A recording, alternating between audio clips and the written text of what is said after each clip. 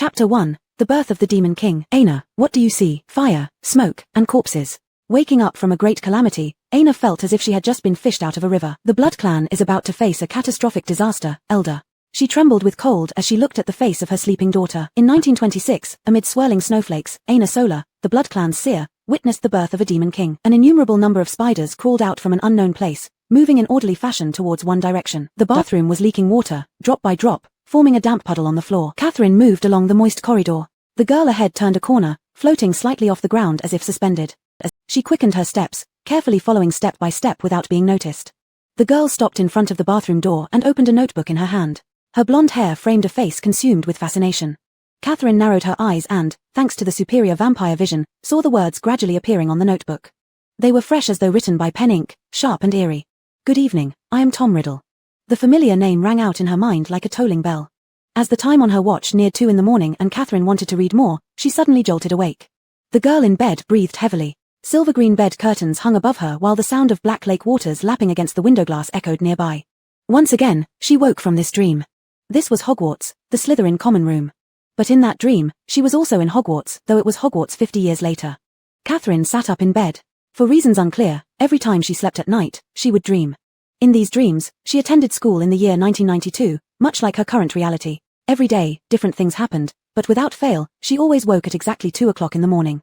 At first, Catherine thought they were only dreams until she realized the people in those dreams feared a certain name so greatly that they wouldn't even dare mention it. And that name was why she had come to Hogwarts. The next day in class, Catherine rested her head on her desk, recalling last night's dream. Fortunately, vampires didn't need sleep, otherwise, she'd eventually become a dried-up corpse or maybe even a schizophrenic dry corpse. Nadia, your second-hand robe has holes now. You should find someone to mend it when you have the time, said Catherine as she twirled a quill pen between her fingers, looking toward the speaker, a black family girl named Lucrezia. Slytherin was like this, extremely focused on pureblood status, just like their vampires, dividing themselves into hierarchies based on bloodlines and then further ranking them by wealth.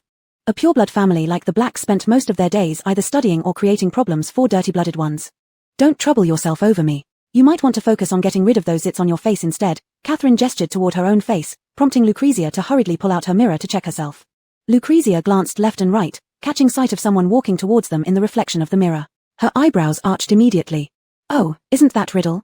Did you manage to borrow paper to write your homework? Lucrezia laughed sharply, joined by several other children. Catherine's brow twitched subtly, a different emotion flickering in her gaze as her eyes fell on the person who had approached. Standing still in place was a thin boy with black hair, dark eyes, and dressed in a black robe, making his pale complexion seem even more luminously white. But it was impossible to overlook the boy's handsome features. His face was exquisitely beautiful, with eyes resembling unpolished obsidian stones radiating an air of tranquil light. Even with his fragile form, he exhibited an ethereal charm.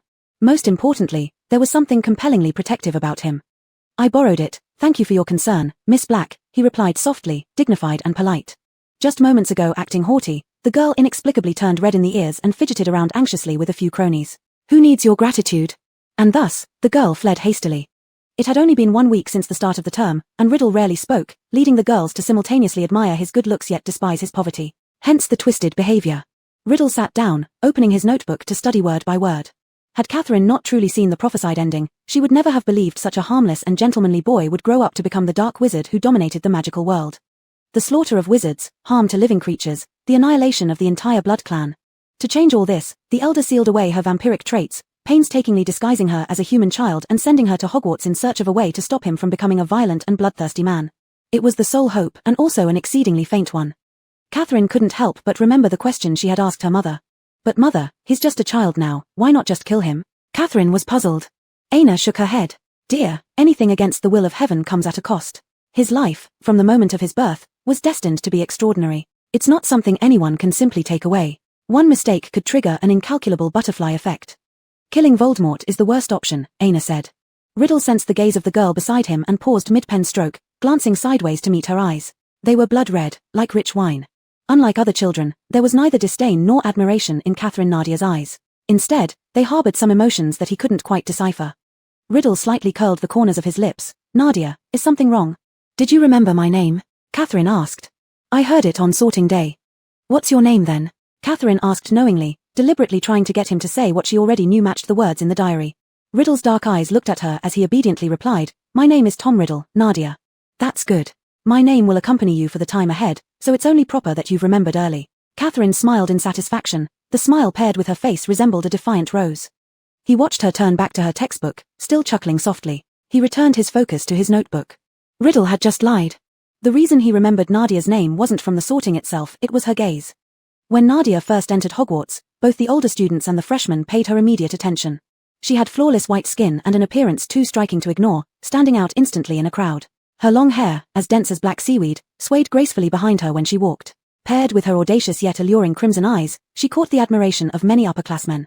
Strangely enough, when she stepped onto the podium, her gaze seemed to wander through the sea of students searching for something until she spotted him. Then without any hesitation, she fixed her gaze directly on him. And then, he heard the sorting hat pronounce the same answer as for him. Catherine Nadia, Slytherin. Her brazen, unrestrained gaze left Riddle with no fondness. People who acted this way were often very foolish, just like those silly girls chasing love or beauty. But these eyes, they seemed to align with a vague fragment buried deep in his memory. There was a flicker of familiarity long forgotten. This was already the third time Catherine had deliberately chosen to sit next to him. There was no need for pretense, she clearly came here for him. Chapter 2, Two Worlds. In the dream world 50 years later, Catherine had already been in school for a year. Thus, she was very familiar with everything about Hogwarts. However, her time in the dream was not continuous because it would disconnect as soon as she woke up.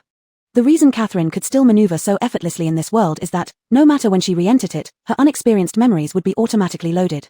It was as if there were truly another self on this side living a normal life, and upon awakening, her soul would overlap onto hers. Catherine couldn't explain this phenomenon, she could only say that starting from 2 years ago, things suddenly turned this way. Perhaps it was due to the prophecy seen by her mother.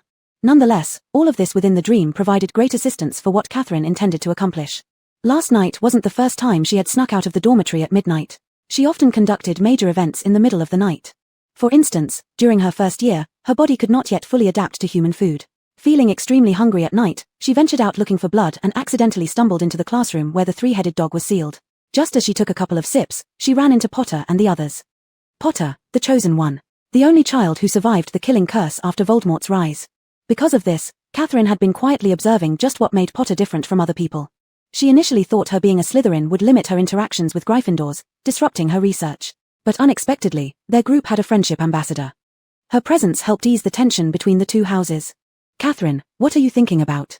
Someone lightly tapped her shoulder, and Catherine, startled, instinctively shrank back.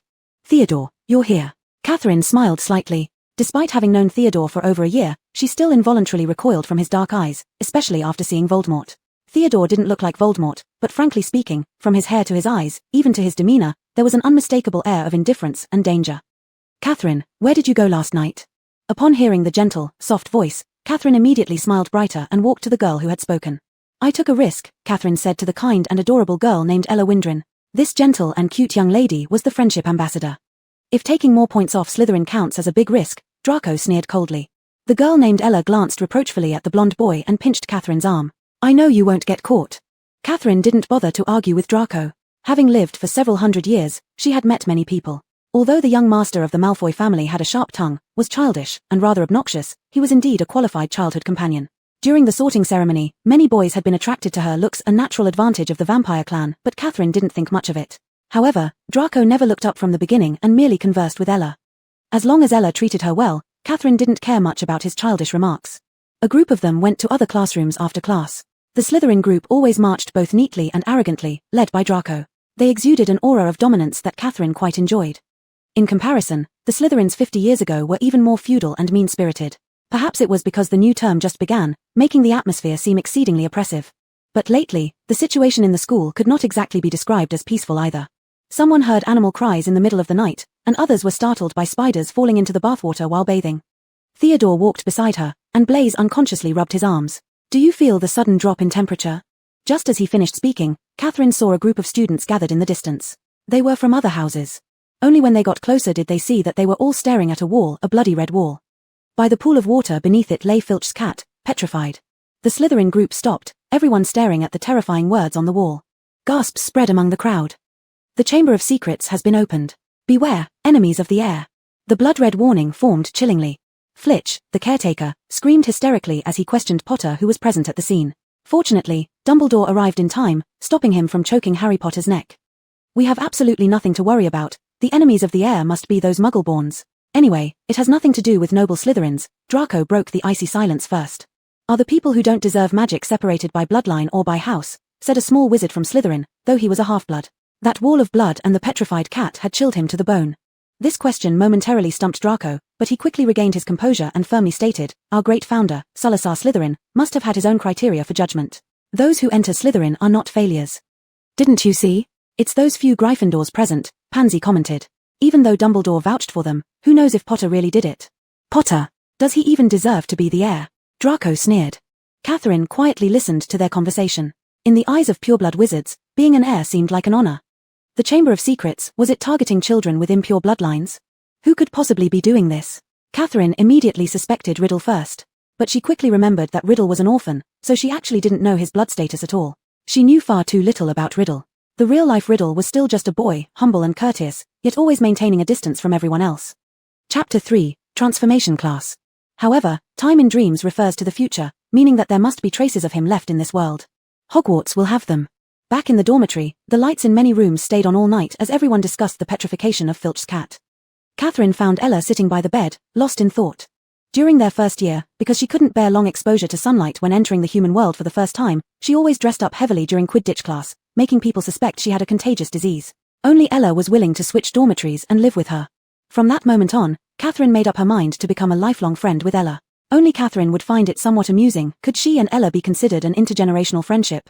Ella, do you know Tom Riddle? She asked. Ella seemed startled as if scalded by the name, taking a few seconds before responding. Are you referring to the one whose name we dare not speak, or just some random Tom? That's right. Voldemort's original name was everywhere visible, a completely ordinary name. The former. Ella took a deep breath, seemingly having an extraordinary aversion to the name. I believe no one doesn't know who he is, a cruel man to the extreme. Why bring him up now? The topic struck Ella suddenly. Do you think tonight's event has something to do with him? Catherine couldn't possibly say that it was due to her mother's foretold conclusion. That child born in a snowy night, who died and revived, invincible thereafter, never to be injured, becoming immortal. But it wasn't without reason that Ella could think of him immediately. The Dark Lord's fame echoed throughout the entire magical world, and, in their first year, wasn't what Harry faced just Riddle's residual spirit. He wanted to seize the thing called the Resurrection Stone. But he's already dead. Even though Harry saw him, that was just, Ella didn't know what words to use to describe it. Last school year, Professor Quirrell's head wrapped in layers hid a sinister face that nearly killed Harry. But you're right. Just because that person is gone doesn't mean he hasn't left anything harmful behind. Ella exhaled a sigh. Such a reaction from Ella already exceeded Catherine's expectations. She was one of the most trustworthy people 50 years later. So Catherine could only share these pieces of information with her. Catherine, Ella suddenly looked up, hesitating over something. Catherine was listening attentively when a dizzy sensation came over her. She quickly glanced at the crucible-shaped clock in the dorm room. Sure enough, it was nearing 2 o'clock. Fortunately, tomorrow would still offer a chance to return here. Catherine had a premonition that Ella was about to disclose something important. The next day marked the first-year student's first transformation class since enrolling at Hogwarts. The professor teaching this course was Dumbledore, also the future headmaster. Catherine gazed at the familiar old bearded man, noticing that he was significantly younger in this era. Although his beard was long, his face carried very few wrinkles. His eyes were sharp and clear like a hawk but not overly piercing. Catherine believed that no child could easily escape scrutiny under such eyes. Dumbledore's wand appeared like elder wood. He waved it lightly, and the small bottle on the table transformed into a chattering rat, causing the girls in the front row to scream. With another wave, the rat turned into a tiny kitten. This is truly incredible, Irene Prince exclaimed. Dumbledore's demonstration of transformation magic excited all the students. As you've seen, transformation magic is the art of turning one object into another, turning the non-living into the living, creating something from nothing. Therefore, it can be regarded as a complex and dangerous subject. No student should misbehave in my class. At the very least, I'll deduct points from their house, at worst, revoke their right to study this course, Dumbledore warned while scanning the students. Though his voice was soft, it carried immense authority. Since you've just arrived at Hogwarts, I won't grade your performances. Each of you take turns coming to the podium to cast a spell on this bottle, Dumbledore instructed after returning the small bottle to its original state. Heavens, I don't think I can make it transform, Cuthbert Gowrie wrinkled his face and said. Don't embarrass yourself, Cuthbert, Abraxas Malfoy touched his wand disdainfully. Well then, who wants to go first? Dumbledore asked. I'll go first. Lucretia Black enthusiastically raised her hand. Full of confidence, she walked up and raised her wand. But after 3 seconds, nothing happened to the little bottle. Lucretia couldn't believe it as she pointed her wand at the bottle again. Don't embarrass yourself, my dear Lucretia, Volbog Black chuckled and nudged her aside as he confidently approached the podium. With a swift flick of his wand, the bottle began to move. In no time, it transformed into an oval-shaped owl. Its comical body still retained the form of a bottle, only the large eyes and wings could barely suggest it was an owl. Very well for a first attempt, Dumbledore encouraged, prompting several rounds of applause for Volbog. The accolades were not undeserved. Among all the students, only Abraxas managed the transformation again successfully, this time even better. He conjured a glossy little dog that reflected light like glass. At the very least, everyone could tell it was a dog. The Malfoy family truly is extraordinary. Tilda. Just as he sat down, numerous flatterers praised him. Catherine thought Draco really should thank this grandfather of his, who studied diligently and possessed great talent. Most importantly, from what she could see, the Malfoys were rolling in wealth even back then. Next, Nadia. The front row turned around one by one, glaring at her without hesitation or any sign of respect. Whether she was a half-blood or muggle-born, this dirty child had an ominous pair of red eyes. The animosity from some girls was stronger because they weren't charmed by Catherine's beauty. Give it a try, child, Dumbledore said gently, nodding toward Nadia. Catherine fixed her gaze on the small bottle. If it were Catherine's first transformation class ever, she would have surely failed. After all, those rumors were correct, she wasn't pureblood. She wasn't even human. She had merely taken her tribe's secret medicine, which made her appear human-like. But in the future world, Catherine had worked hard for nearly a year. All that strenuous practice turned her from a ridiculed student into one of the top performers in Slytherin. Nadia, if you can't transform it, just come back. The professor won't blame you, Lucretia mocked sarcastically. Catherine remained silent.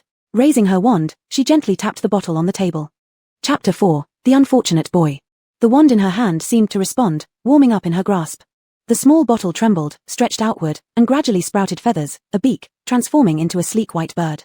Its eyes darted around, flapping its wings. How is this possible? The girls from the Black family stared wide-eyed. Catherine had actually conjured up a perfect living creature. How could this be? Dumbledore immediately applauded for Catherine, and soon after, the entire classroom erupted in applause. 2 points to Slytherin. I am pleased to see such an outstanding performance for your house. In an elite academy like Slytherin, competence trumps everything. Even those who were resentful had no choice but to remain silent for now. Catherine wanted to turn the bird back, but it suddenly moved its head and flew toward the back of the classroom. The girls instinctively ducked as the white bird flew straight past them, meeting face to face with the dark-haired boy. Riddle's eyes, calm as lake water, met Catherine's briefly, and then, the whole class fell silent. The bird flapped its wings in midair, its white feathers gradually darkening, darker still, the round body elongating, becoming slimmer, revealing scales and deep green skin.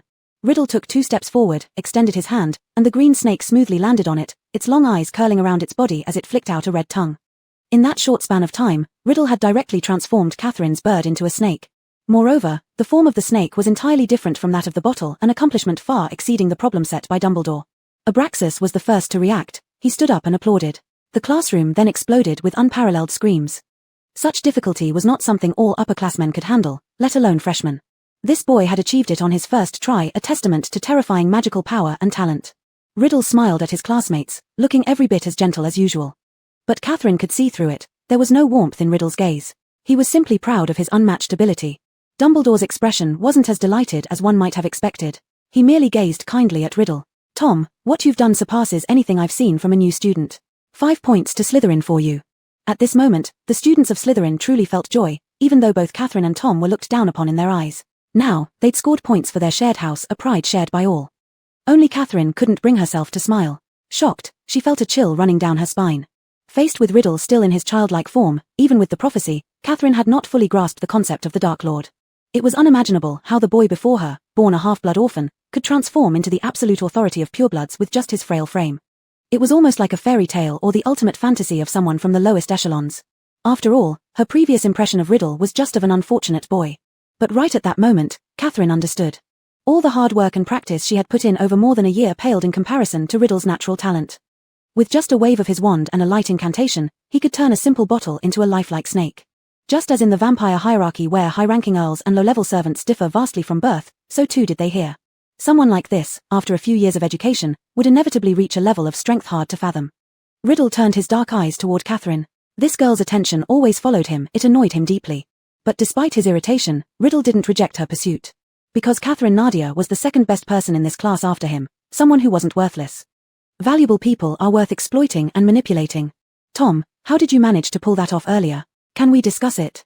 After class, a student quickly approached him, eager to ask. But just as Riddle was about to answer, that person was pushed aside. Sorry, I already reserved Riddle's time, Catherine interjected with a polite smile, her eyes leaving no room for negotiation. Oh, alright then, I'll come back next time. Riddle packed his books into his bag. Nadia, do you have any questions? Won't you ask why I pushed away the other students? Catherine arched an eyebrow. Since they're gone, I might as well give you my full attention, he said gently. I don't really have questions. If I must ask something, it'll likely be something personal about you. Catherine stared at him intently. What is there to know? Riddle replied calmly, going along with her tone. As the two walked through the school, their remarkable appearances caused students who passed by to look back repeatedly. To be honest, with Riddle's good looks, let alone his pleasant personality, even if he were a jerk, there would still be people willing to associate with him in this school. Young people always have a weakness for beautiful faces. I want to be friends with you and hope to get to know you better, Catherine said. The evening breeze blew through his hair at his forehead, making the young boy appear even more fragile. Friends? I didn't have any friends when I was at the orphanage. Is that so? Then you do now, Catherine said quickly.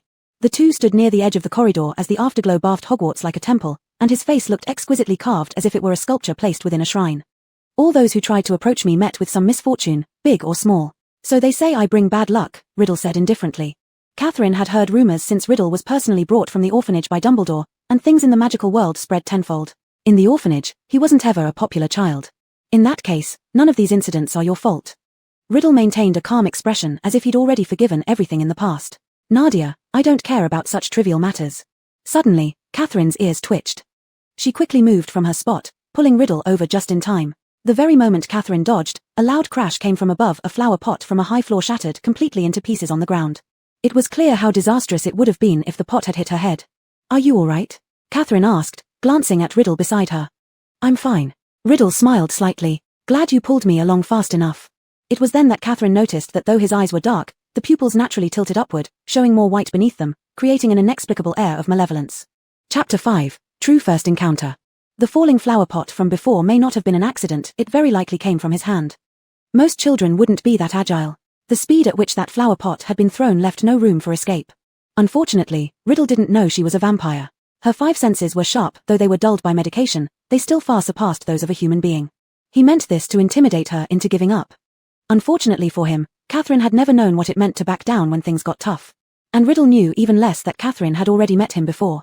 But during that first meeting, he was, in her eyes, truly the weaker one. Even though the orphanage lacked the affection of family or parents, it was still a legitimate orphanage, and none of the kids were deliberately mistreated. In their grey and silent childhoods, these children with various personalities could all find ways to understand themselves and how to interact with others. All except for Riddle. There he stood in front of the window, covered in smudges that couldn't be wiped clean. Any other child would have tired of staring at the same view long ago, but not Riddle. Yes, this was Catherine's first impression of the young boy. He was different from any human child she'd ever encountered.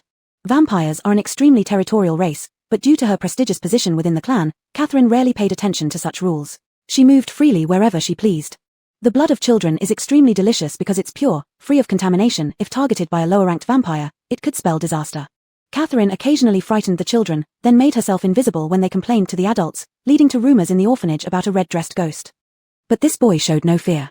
He waited daily at the windowsill rumored to be haunted by a female ghost.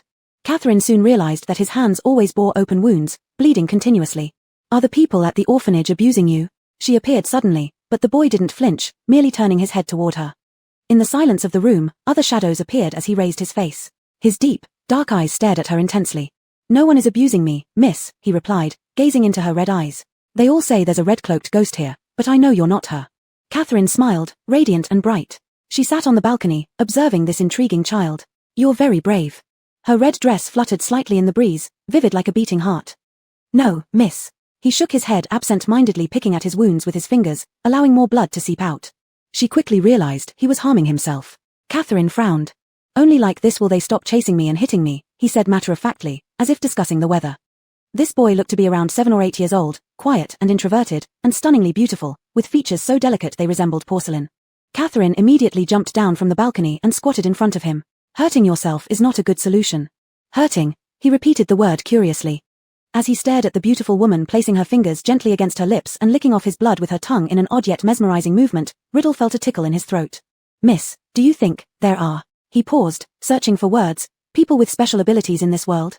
Catherine's lips curved into a smile as she took his hand in hers. Riddle lowered his eyes momentarily, his pupils trembling imperceptibly. The once bleeding spot was now healed perfectly, without a trace of scar left behind. This is my answer. Her crimson eyes glimmered attractively against the towering walls of the orphanage behind her. Riddle knew, in that instant, his days and nights of waiting hadn't been in vain. He was certain that this dazzling, almost ethereal woman fundamentally differed from everyone else. She possessed capabilities beyond explanation by foolish humans, powerful, strange, unimaginable. These matched inexplicably well with the inherent talents within him. Perhaps, They were both monsters, he thought. The children I take interest in won't bow to fate. Returning insults double-fold is the best way. Hearing this, the boy only pressed his face gently against her palm, resembling a tamed kitten. His skin was cold, his eyes moist. I understand, beautiful miss. After this encounter, Catherine visited him many more times, but each time she erased his memory of her face, leaving only vague recollections of their conversations. One rule of vampires is secrecy. They must not reveal their identities or powers in front of humans. If she could return to that time, Catherine swore she would break his arm, filling his limited understanding with sheer terror of her. Her gaze fell on the young boy's hand, the one that was often injured, and the scars were still there. His habit of self-abuse hadn't changed. In the future, I will come to know you better, Catherine said. Truly understand you. After parting ways with Riddle, Catherine recalled some moments from many years ago when she'd encountered him. After meeting the boy at the orphanage, Catherine would occasionally visit him. Most of the time, she wouldn't reveal herself. Though she was a princess of the bloodline, Catherine's childhood had not been carefree. Werewolves, giants, and vampires have been enemies since ancient times. Especially werewolves. They had always wanted to exterminate the bloodline, seize their territories, and claim the rumored treasures. The previous elder of the bloodline had been lured into a trap by the other races, perishing alongside the werewolf lord that was Catherine's father. Her mother passed away shortly after leaving behind a prophecy of clan destruction. Now, for Catherine, besides her esteemed status, she had nothing left. All that remained was inheritance, the inheritance of a cold throne, and the inheritance of an impending battle in the future. Seeing Riddle was like briefly seeing herself after losing her parents. He was obedient and quiet. Before Catherine had seen that prophecy, she had genuinely felt pity for him. Looking back now, his self-abuse and use of magic to tease and punish children who opposed him seemed merely a facade to cover his vulnerability. Pity was just a mask Riddle wore. Catherine remembered their unfinished conversation last night. She needed to find out what Ilara had intended to tell her last night. Definitely someone has a grudge against Filch and did it intentionally. But, what is this about an heir? What is the chamber? Haven't you heard what Professor McGonagall said? There's a monster locked inside the chamber. Snippets of conversations around her drifted into her mind. Catherine woke up, sitting at the breakfast table, her memories fully restored. Last night, Ilara had wanted to tell her. Chapter 6, Opponent. When she was in her first year, she had seen the strange man who sucked unicorn blood in the Forbidden Forest. And before that, she had dreamed of that scene. After saying these things, Ella's expression looked uncomfortable, and she went to sleep. It seemed that Ella had always suspected someone was watching Hogwarts with ill intent. Dreams. Catherine pursed her lips. Why were they all dreams? Catherine, you've been lost in thought for a long time. The next morning, Ella waved her hand in front of her face. Thank you, dear. I didn't rest well, she snapped out of it, picked up a waffle. Though she couldn't taste anything, she had basically gotten used to this human food now. Catherine, you do look unwell, Daphne said smugly. Seeing her beautiful face tainted slightly was something worth being happy about. Bad news. Bad news. The relatively quiet hall was filled with exclamations. Another person has been petrified. Catherine frowned as the hall was instantly overwhelmed by uneasy discussions.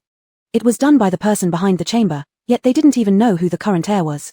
But she was sure, this had everything to do with Voldemort. The students were attacked, causing an atmosphere of panic at Hogwarts, with everyone speculating wildly about who the original perpetrator might be. The school wasn't safe anymore, anyone could be next. Catherine recalled the girl she saw not long ago, communicating with Riddle through a notebook in her hands. This sounded incredible, but she had witnessed it firsthand.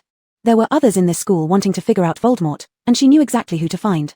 Fortunately, due to Ella's existence, other houses weren't as surprised by green robes coming to find red robes as they once were. You're investigating the Dark Lord? Harry was quite surprised. That's right. At this critical moment, Harry paused. You'll probably be considered as the heir. I hear you've all guessed Draco Malfoy, Catherine said. If you believe me or Ella, dismiss that thought. Although he loudly claimed to hate half-bloods and muggles, he was hardly a murderer. Spending every day with Ella, she somewhat understood Malfoy's courage or lack thereof. He feared even bugs, let alone killing people. Harry looked serious. What Catherine said made sense.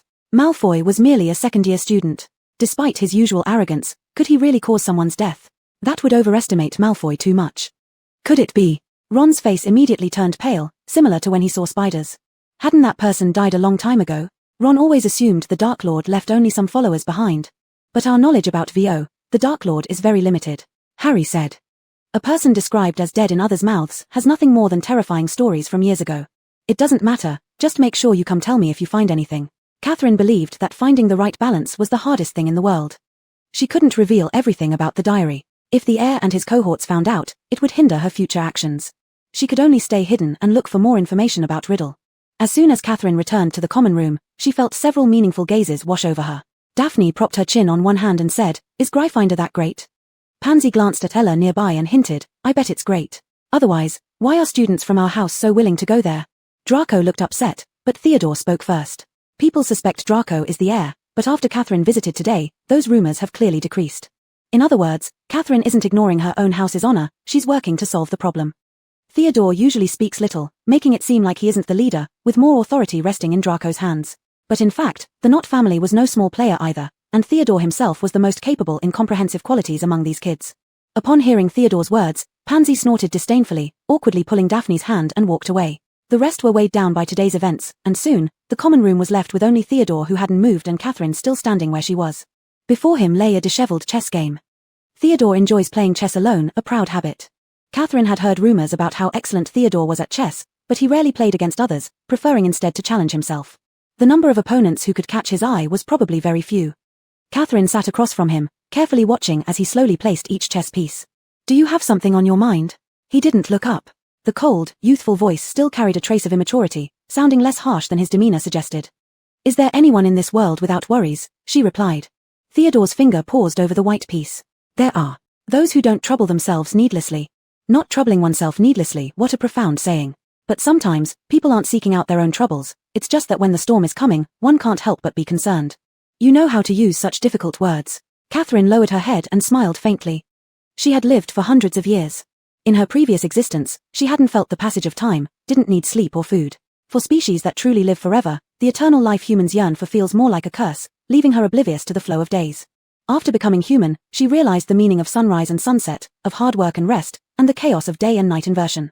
She knew different cultures, dynastic changes, wars, and peace. Yet the boy before her was only an ordinary human, yet he seemed more grounded than her entire past life combined. Theo, I want to be the best student, she said softly and earnestly. Theodore's gaze shifted from the chessboard to the striking face of the girl. No matter how many times he saw her, that face never failed to project an aggressive beauty.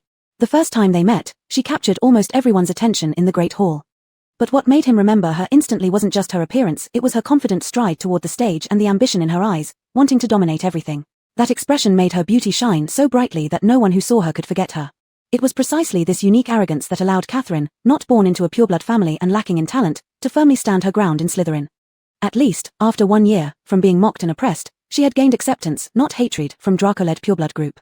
To say those words now meant that Catherine had met her true opponent. Chapter 7 Diary.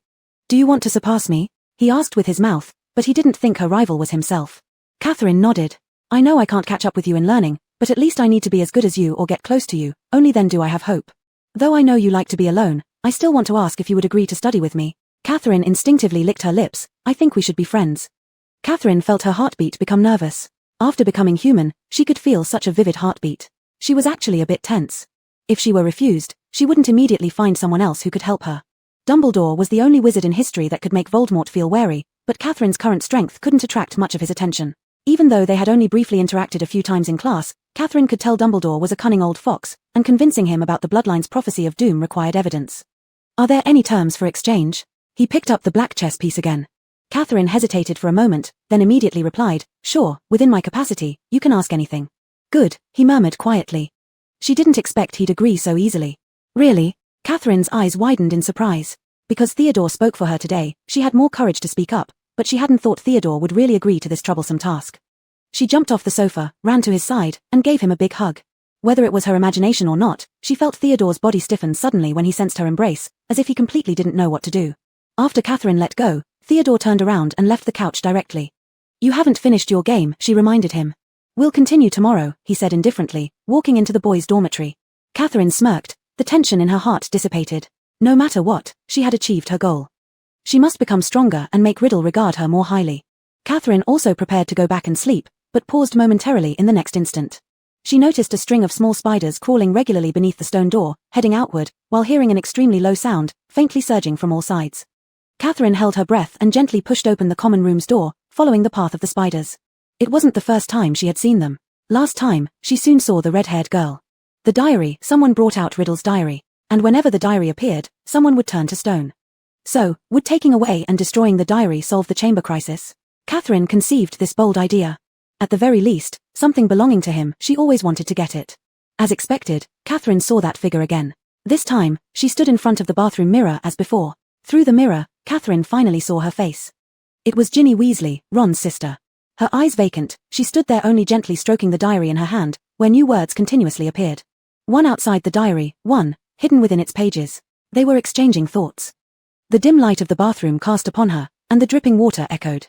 This strange scene was like a beautiful-faced girl being manipulated by a demon, becoming his puppet. If she used her wand to take it, it would leave evidence of her attacking her. Catherine considered, stepped forward, and softly said, "Ginny." The girl remained immersed in the world of control, her dull eyes showing no reaction. Catherine walked behind her, her face mirrored in the reflection, with dark hair and a porcelain-white face. She embraced Ginny, placing her hand on her forehead. "Good girl, look into my eyes." Her voice was extremely tempting, luring the young woman to daze and stare at her. The moment Ginny made eye contact with Catherine, her entire body trembled. Her crimson eyes resembled a beautiful secret land. "You will have a good sleep. You will forget everything that happened tonight. Sleep."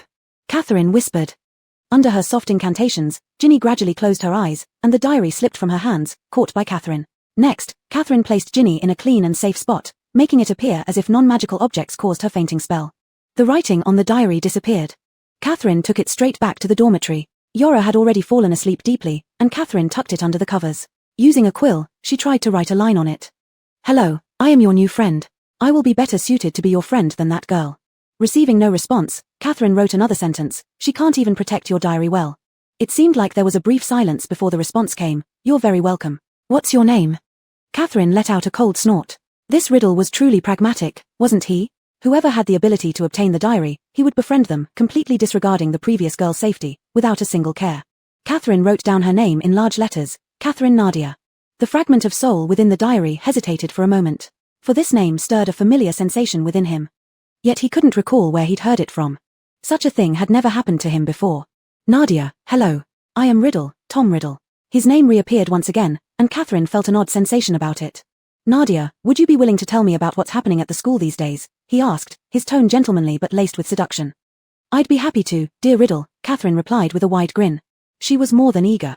Riddle didn't understand why this girl's gaze had changed from one of admiration into something carrying just a hint of mockery.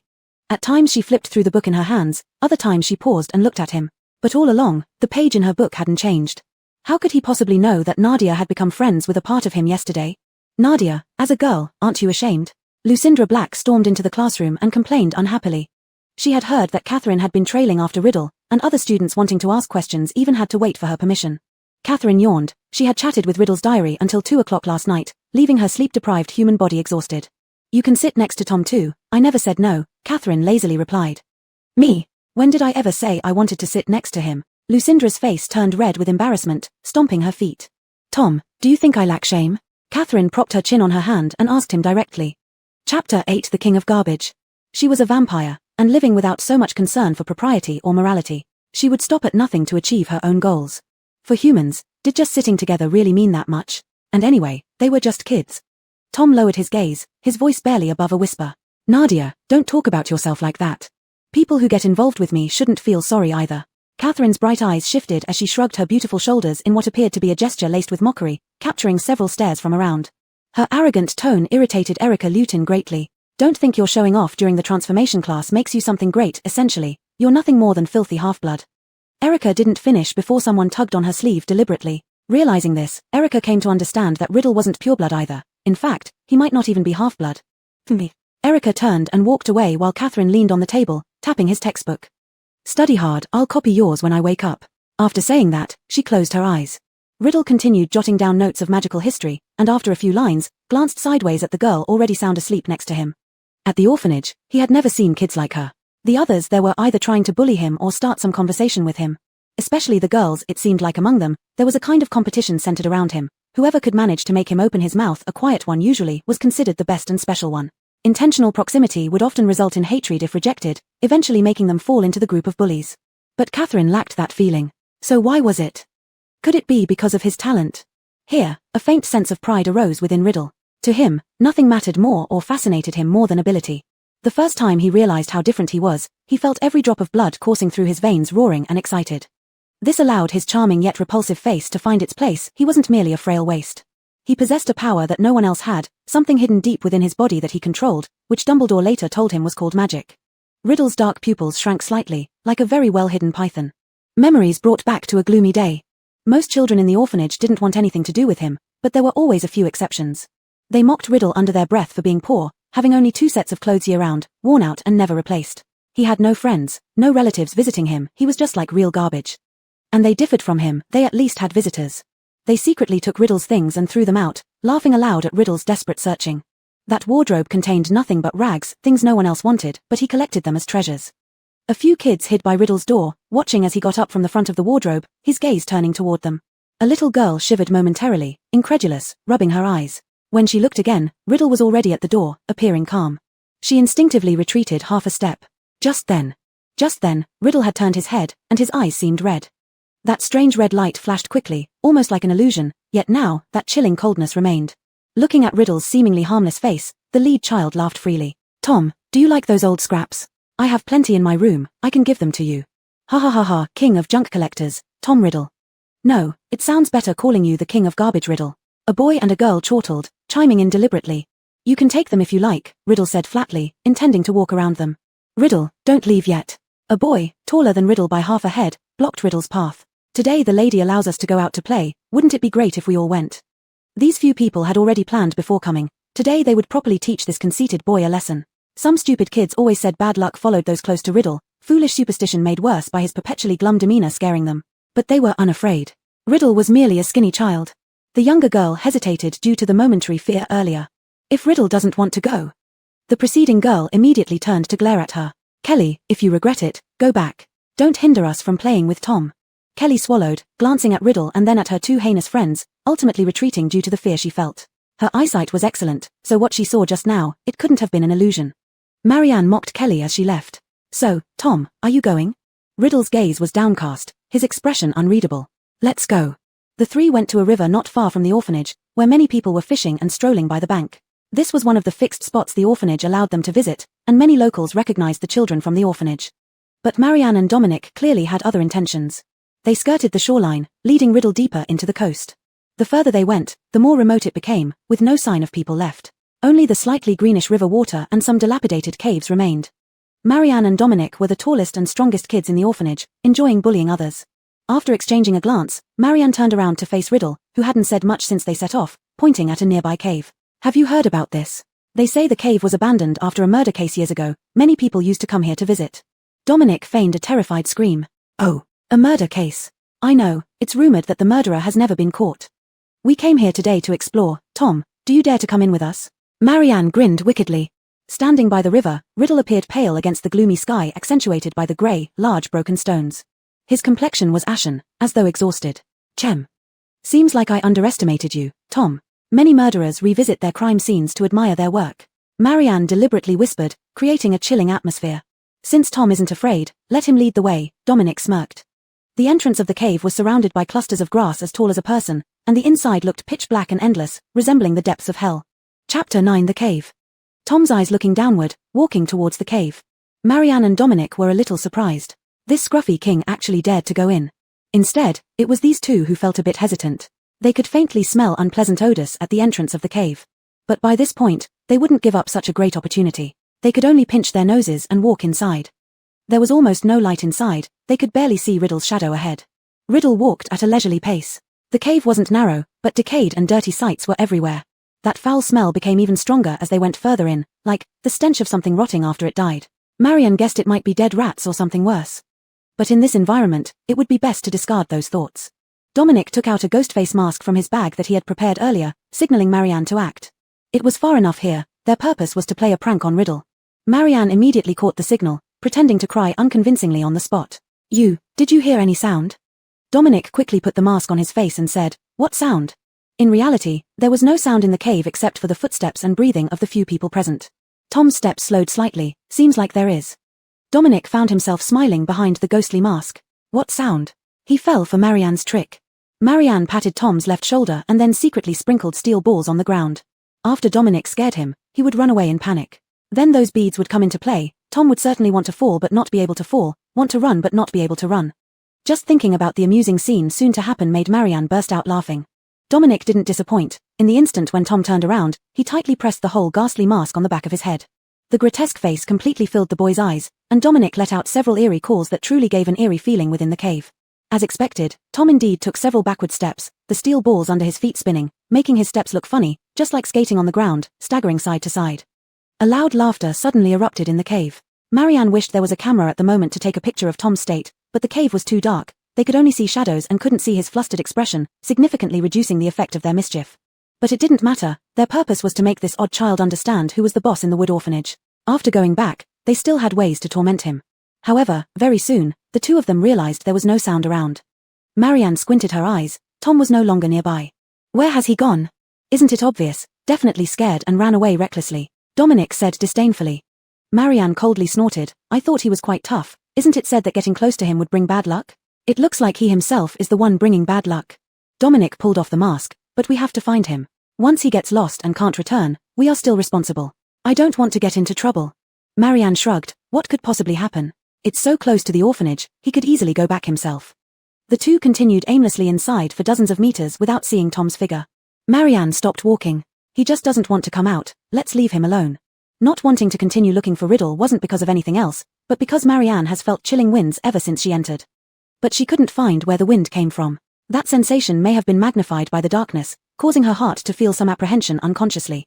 An impatient Dominic shouted inside, Tom, if you don't come out, we will leave. The voice quietly echoed in the cave, layer upon layer, followed by no response. Inside the cave, it was eerily quiet. Anxiety arose in Marianne's heart. Would Riddle really be in trouble? Tom Riddle, stop pretending, we won't wait for you forever, Marianne shouted. Just as before, after the echo ceased, an endless silence reigned. The pitch-black void ahead seemed capable of sucking people in. Now what? Marianne's voice carried a hint of tremor. Dominic glanced at his less-than-worthy companion. What to be afraid of? Who knows aside from Carrie that we called him away? Even if others ask, Carrie would never dare to reveal the truth. What does it have to do with us? Even if Riddle dies, it's none of our business, you hear that? Dominic said. Marianne didn't say anything, she had no better idea either. Though neither of them voiced it, both were clear that they did not want to go deeper inside. Marianne was the one who lost her courage, and Dominic because he grew irritated. In perfect unison, the two shut their mouths and turned to walk out. But after just a few steps, Marianne stopped again. Dominic turned around. What is it now? Did you hear any sound? Marianne asked in a low voice. Dominic was about to answer no, but his ears suddenly twitched, as though something faint indeed reached them. What is crawling? Dominic said. Having their thoughts verbalized by the other, Marianne shivered. The sounds were rustling, as if something slithered across the ground or dragged itself along. It seemed like it was coming towards their direction. And, it wasn't far away. Marianne felt a panic rise in her chest, recalling the killer who hadn't been captured. Could it be, he actually came back into this cave? In that case, what about Tom? Dominic had guts galore, otherwise he wouldn't be the one bullying others at the orphanage. Don't be afraid. This cave may be abandoned, but there are still signs of human activity at the entrance. There's nothing really to fear. Tom, stop fooling around. Dominic spoke, then turned back around and walked further in. Marianne immediately pulled him back. You're going back. If he has the nerve to keep faking it, how can I let him get away with it without showing him who's boss? Dominic shook off Marianne's hand, while that strange sound kept lingering around them persistently. Chapter 10, Spoils of War.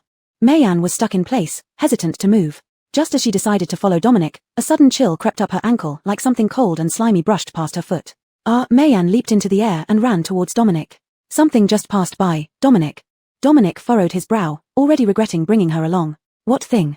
Annoyed and nonchalant, he turned his head, and in the next second, Dominic saw the most terrifying sight of his teenage years. Behind Marianne, half a meter away, two orange-yellow dots of light illuminated. In any other place, such lights wouldn't have caught attention, but here it was absolute darkness. Dominic momentarily forgot how to breathe, for beneath those glowing points was a partially open mouth filled with fangs. Had he been further away, he might never have noticed the crimson, stinking snake tongue lurking in the shadows. It was a python, a huge, monstrous python. Dominic froze for just a few seconds, then abruptly shoved Marianne out of the way and bolted for the exit. Caught off guard, Marianne was pushed backward and screamed as she fell onto the ground. The icy sensation surged again, this time not on her ankle but all over her body. Trembling, Marianne lowered her head, and only now did she clearly see the scales that resembled tree bark, and the snake's body, as thick as a human leg, slowly, ever so slowly, wrapping around her. The snake's head hovered in the air before her face, its forked tongue extending unnaturally long, leaving trails of sticky slime across her face. Marianne began feeling cold all over, terror tightened her throat until no sound could escape. She felt the excruciating pain of being squeezed, while behind the python, a boy in black stood right there, looking down at her tear-streaked, terrified face without a hint of emotion. She recognized him, it was Tom Riddle. Riddle hadn't lied. He'd already heard the python in the cave, manipulated it to hold both Marianne and Dominic suspended until they were nearly suffocated, then let them go. Both had turned plum-colored, their bodies uncontrollably voiding themselves, reduced completely to a state beyond dignity. As a reward to the snake, Riddle used marbles, bouncing them painfully against their flesh until blood welled out, allowing the snake to lap it up. Throughout this ordeal, Riddle leaned casually against the wall of the cavern, watching with detached amusement as they screamed and pleaded, offering no response. Afterward, both Mayan and Dominic suffered severe psychological trauma. Everyone assumed they'd witnessed some unspeakable horror in the cave. But Kerry didn't dare say a word about Riddle going inside with them, for fear of implicating herself. Riddle placed a marble and a girl's hairpin inside his wardrobe, then closed the door as usual. But this wardrobe held no ordinary junk. These were his spoils of war. He thought if that woman knew what he'd done, she'd surely be pleased. He had the power to punish anyone who harmed him and make them pay. Soon, people like Catherine would flock to him, drawn by his prowess. When they realized what he understood far surpassed their own painstaking efforts, they would know the truth. Do you think it's possible that Catherine is following Riddle because she wants to learn from him? I see her studying morning to night, Walter commented idly. Learn? You haven't seen her staring at Riddle like a lovesick fool. Lucretia rolled her eyes. But really, Nadia doesn't need to act like this with her looks. A voice interjected suddenly. Lucretia instinctively wanted to retort but quieted upon seeing who had spoken. Long strands of pale gold hair cascaded down, lending an ethereal beauty to the young boy without a trace of effeminacy. His sharp features seemed chiseled by a master hand, enhanced even further by his delicate eyelashes that gleamed faintly when cast downward, like an angel in disguise. Abraxas Malfoy, the owner of such beauty, took his seat. As purebloods, we've fallen short. It's high time we reflect on ourselves, he said with a slight smirk. Would you rather your name always come after theirs? The Malfoys were among the most distinguished pureblood families, revered not only for their numerous family achievements but also for their vast wealth that even forced the Ministry of Magic to give them special consideration. Abraxas is right. Their status matters little compared to our need to become the first-place students ourselves. If not, our pureblood status would be a disgrace, Wahlberger added. We are Slytherin's choice. During lunch break, Riddle was eating the food on his plate. To be fair, the orphanage had never let him starve, at least not most of the time. However, he was naturally disinterested in gourmet pleasures. The sumptuous feasts at Hogwarts were to him no different from the simple meals at the orphanage. Catherine across from him was not the same. She always took each dish seriously. Whenever she found something delicious, her wine-red eyes would squint with enjoyment as she hummed contentedly. He wouldn't have known that this was because Catherine had been human for only a short while and was still at the stage of being obsessed with fine dining. In the past, she drank only blood, and the things humans ate tasted like wax to her. But now it was different, she had a sense of taste. Though he disliked eating himself, he couldn't help but watch her curiously. Spying secretly from the shadows on others was his usual style, but usually within days, those he observed would become uninteresting to him. Catherine noticed his occasional glances. Would you like to try this? Riddle shook his head slightly. I don't eat. Do you know? Upperclassmen regularly go to Hogsmeade to buy good food. I'm looking forward to it. Catherine bit into another piece, speaking slightly unclearly. Even though inside and outside of her dreams she lived at Hogwarts, there were plenty of differences in the cuisine, which made everything better. Hogsmeade. Yes, and you can drink alcohol too, supposedly there are haunted houses too. Catherine hadn't been there yet, but she longed for it. Humans had all kinds of novelties, and wizards even more so. Alcohol was one of the few things Riddle actually found curious about. Kids didn't have access to it, and Hogwarts didn't allow lower-year students to sample it either. It was said that after drinking this stuff, many people became completely transformed, some reveling in the experience, others shedding their worries. Sounds good, Riddle put down his fork. I suggest you eat a little more since we have Quidditch class this afternoon. She looked at him. Quidditch was one of the favorite classes for most boys, but not for Riddle. He detested things that appeared foolish. So many people flying around in the sky with broomsticks, drenched in sweat, lacking any grace, it didn't seem like something a wizard should do at all.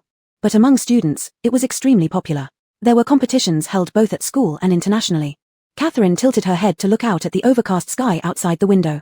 Dense clouds covered the campus's sky, a scene entirely different from the day she first had her Quidditch class. Chapter 11, Quidditch Class.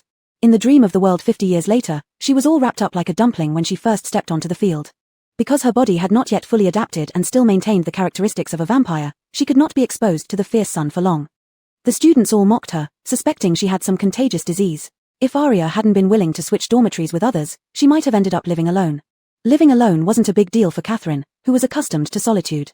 But it would have made her unable to move freely in school. Therefore, the hand of friendship extended by Arya was especially precious. Those nights where drug reactions caused thirst for blood so intense that it felt like ants were crawling all over her body, the flesh on her body that unknowingly became ulcerated, the moments when she vomited just by eating human food, it seemed that if Catherine didn't recall, she would forget how much torment she endured to walk by Riddle's side. The small pains of hundreds of days turned Catherine into someone no longer afraid of such suffering now. And on that day, when she realized she was no longer pricked by sunlight, she immediately fell in love with the sky. She then understood why humans liked sunny days, liked this kind of competitive sport. Because it was daring and free, capable of capturing cheers from everyone through its freedom. She conquered the self that was impossible to expose under the sky. Catherine was this kind of person, passionate and brave. Quidditch is an enchanting sport, but first-year students should remember, we are mainly learning flying techniques because without understanding Quidditch well, you might easily hurt yourself.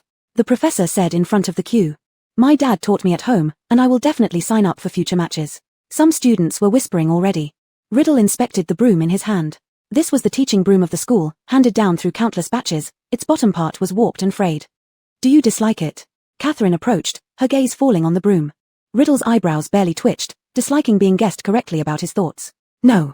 Hey, Nadia, a voice of unfriendliness came from behind them. It was those kids from pureblood families again. Wanna compete? Lucretia shook her broom in hand. Black, the professor said we couldn't fly up there. Catherine said. That's what they say every year, but if we handle it properly, the professor won't blame us. Lucretia raised an eyebrow. Or maybe Nadia, you don't even know how to fly. Isn't it normal not to know? This is our first class. Catherine wasn't a 3-year-old child, she wouldn't take the bait of incitement tactics. She never did anything that needed self-justification.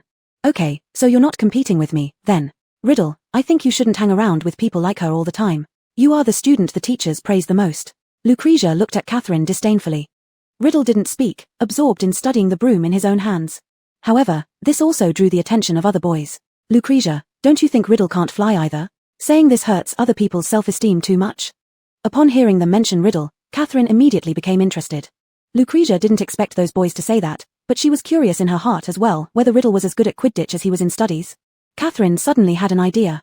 She bypassed the children and pulled Riddle aside, her eyes burning. If I win against those kids, will you tell me what you were thinking when you stared at the broom just now? Deal. Riddle squinted his eyes shut against the glare of the sun. What does Nadia winning have to do with me? It does, she confirmed. Haven't you noticed? Whether you like it or not, others already see us as one kind. And I think you wouldn't like being outdone by others. Riddle pursed his thin lips, seemingly lost in thought. Trust me, I won't let us lose, she said. All right, I'll race with you. But make it clear what happens if I win, and what if I lose. Catherine smiled as she walked back. Why do you compare us every time you mention Riddle? Lucretia, sensitive as ever, caught the reason for her shift and had a slightly stern expression. If you know, why ask? Catherine replied vaguely. First-year children were still young. Even if there were feelings between them, they were naive, indescribable. It was at most the beginning of teenage infatuation. More than anything else, it was about rivalry and arrogance. But this kind of flutter could make one like someone endlessly or hate them immensely. Nadia took advantage of this point. Lucretia directly mounted her broom, and a few children couldn't help but gasp in unison. Lucretia, are you sure there's no problem? TMPH, if I were to lose to someone like that, then there would really be a problem. Catherine's Quidditch skills owed a great deal to the competition between two houses. Draco and Harry had been fiercely competing.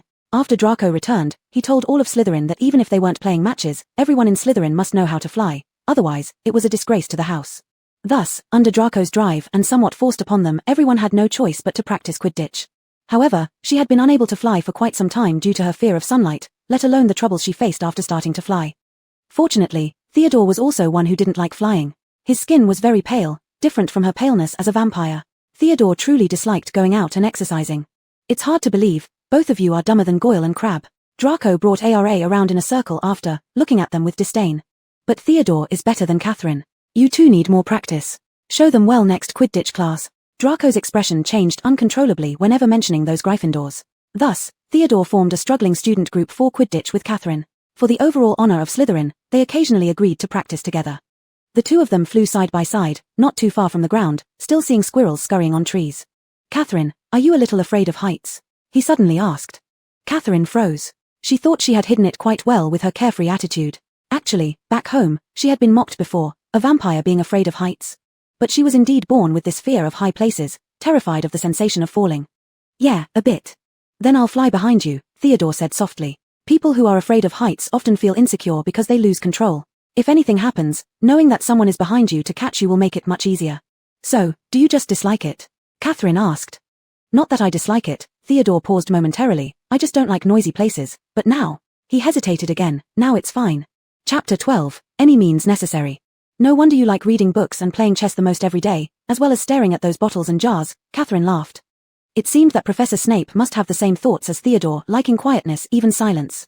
It appeared potion-making was a lonely discipline. Want to try again? He asked. Sure, Catherine also wanted to know if Theodore's method would work.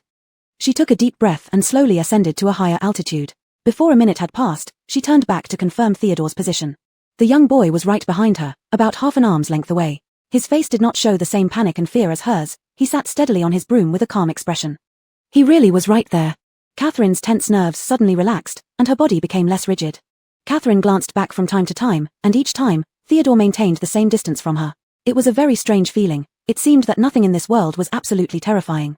As long as one had sufficient confidence, it could counteract that fear. With Theodore's company, Catherine flew a full circle for the first time, though it was very slow. Thank you, I know you didn't want me to be embarrassed alone. After landing, Catherine immediately said. Theodore smoothed out the wrinkles in his clothes. It's no big deal, anyway, my flying isn't great either. Catherine didn't say anything more but smiled warmly at him. She realized that although Theodore seemed cold, in reality, he had a heart that truly empathized with others. From then on, Catherine suddenly wasn't afraid of flying anymore. It was as if the thread of fear had been severed. Her thoughts returned to the present moment. Catherine gripped the broom in her hand. Actually, this one was already very new. If she hadn't mistaken, the old actors used these brooms 50 years later. She lightly rose onto her tiptoes. Lucindra had already flown into the sky, looking down at them from mid-air. Lucindra really can fly. Of course the Black family's lady won't be bad. Her ancestors were all captains of the Slytherin Quidditch team. Catherine is going to embarrass herself badly this time. Catherine secretly chuckled in her heart for a few seconds. Wasn't this kind of cheating? Using something learned decades in the future now. But for Riddle, she had to immorally humiliate them. Catherine pushed her feet slightly backward, and with the movement, she rose up with the broom. The wind brushed past her exposed calves as Lucindra circled in front of her. Catherine, let's see who can return after one round, all right? She pointed toward a direction. Abraxas on the ground smirked slightly. Lucindra was truly misbehaving. That direction required dodging the drawbridge and passing over the Black Lake. One small mistake could lead to serious accidents. But in the next second, he heard someone else foolishly agreeing instantly. Fine by me. Catherine raised her lips into a smile. Tom, could you kindly count down 3 numbers for us? She turned her head to look at the boy standing on the ground, tilting his head upwards. He squinted his eyes, and his expression was unreadable. He moved his dry lips somewhat hesitantly. All right, I'll start. 3, 2, 1. The instant the last number was spoken, Lucindra shot off from her position. Catherine nonchalantly glanced at Abraxas once, muttering in her heart what she was about to use were all techniques from Tom Riddle, the grandson of the leader of Slytherin House. Watch carefully now. Unaware of her meaning, Abraxas only caught Catherine's gaze before watching her fly away in the distance. Gradually, they could only see 2 dark spots. Catherine started late, so she couldn't catch up with Lucindra? Not necessarily, Catherine is pretty fast too, Abraxas replied softly. The wind raced past her ears. Among the things Catherine remembered most during her time in Slytherin was the motto of their house. We come from the mire, we are filled with ambition. We desire power, we are strong and calm. We are elegant and self-possessed, and we never regret. Any means necessary. Catherine stared at Lucindra's back in front, speeding up.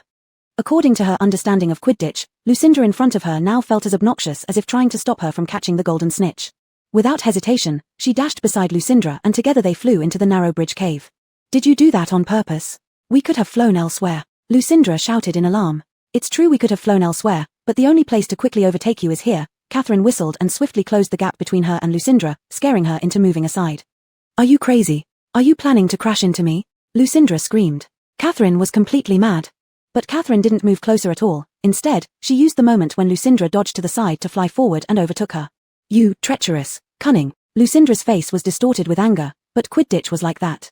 A few seconds could make a world of difference. Real matches often depended on that one moment, didn't they? Catherine must have known this and played accordingly. You cheated outright. Lucindra marched up to Catherine upon landing, her face flushed from losing. Whoever completes 1 round first wins, that was your rule, wasn't it, Miss Black? Catherine casually pulled her long hair back to cool off. Surely you're not going to act like a sore loser? Lucindra couldn't find words to respond for a long time. Abraxas tugged lightly on Lucindra's sleeve and gave a meaningful glance toward the office building nearby. Something more important has come up. You two should think about how to explain to the headmaster. Sure enough, Professor Slughorn, the head of Slytherin, was looking down from the window of his office. How did it go? Did the professor deduct points from us? As soon as Catherine and Lucindra entered the common room, the others swarmed around them. Losing points because of individual competition would be a significant loss, but surely the headmaster wouldn't be so harsh. These were their own students, after all. No points deducted. He just reminded us to avoid dangerous stunts in the future. But our skills still got praised. Right, Lucindra? Catherine said teasingly, throwing her a flirtatious wink. Lucindra glared sullenly at her and walked away without saying anything. Chapter 13, Teacher Theodore. Catherine had just lied to the dean, which was outrageous, so why had she helped cover it up? A smile played on Catherine's lips as she recalled Leisha's rather adorable expression. Before the contest, Riddle had promised her. Catherine understood well that a person who would later become a leader wouldn't like others to guess his thoughts from above with superiority. But what Catherine intended to do was exactly this. If she acted blindly loyal like his future followers, she would be just another replaceable servant in his eyes, making it even harder for her to accomplish her own goals. The best relationship between them should be mutual admiration and mutual respect, even wary of each other. At the very least, their relationship should be equal, without any hierarchical imbalance. I've come to ask for the answer to that question, Catherine said as she stood at the entrance to the boys' dormitory just before bed. Is asking me a question really so important? Is it worth Nadia doing something so dangerous? Riddle paused mid-step, his tone softening slightly. Anybody hearing such words might have fallen into his seemingly caring demeanor. Yes, it matters, Catherine said, staring at him. Riddle lowered his lashes, his lips curving into a faint smile, no longer teasing or prolonging the suspense. At the time, I was simply wondering why wizards can't fly on their own without using anything. At that moment, the campfire nearby crackled loudly. Hearing this, Catherine responded with a beautiful, satisfied smile. She could tell this was Riddle's truth, only someone as arrogant as him would entertain such thoughts. Tearing away his superficial mask and uncovering his genuine thoughts was precisely what she desired most. Thank you, this is exactly what I wanted to know, Catherine said lightly as she shrugged her shoulders before turning to leave. Riddle remained still, standing in place as he watched the girl until she completely disappeared from view in the common room. The laughter in the girl's wine-red eyes had been painfully glaring to him. This was the first time he thought he couldn't fully understand someone. And this sensation sparked within him an insatiable curiosity that evolved into a desire for destruction. Catherine wondered very much if Riddle would one day actually fly in the sky without needing anything at all. Also, based on his current displays, the House of Slytherin couldn't possibly not bear his mark. Showcasing astonishing talent within just a few days, it was sure to leave a lasting legacy in school history.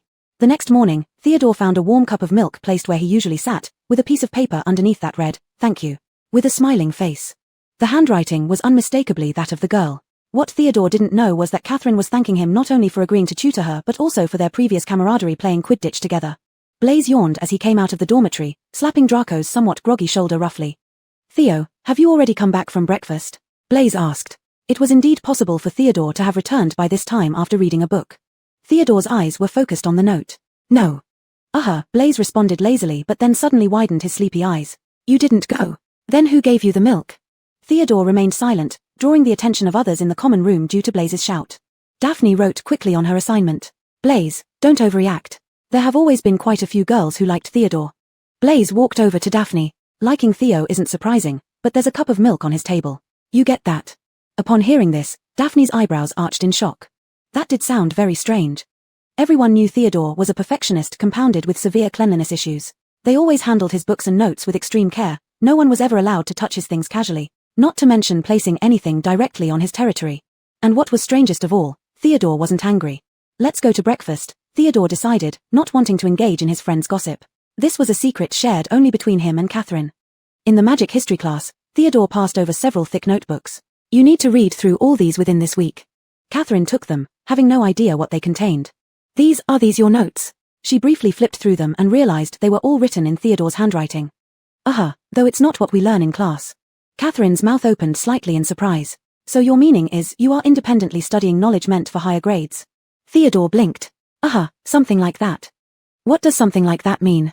Could there be knowledge that students in higher grades weren't learning?" Catherine found it hard to imagine the world of top students. No wonder Theodore almost always ranked first in every course. "All right, I'll work hard to finish reading them," Catherine resolved. It's just some advanced level notes, but to appear impressive in front of Riddle, she had to learn them. The milk was delicious. The young boy opened the teaching textbook while sitting upright and suddenly said. Catherine paused for a moment before smiling at him.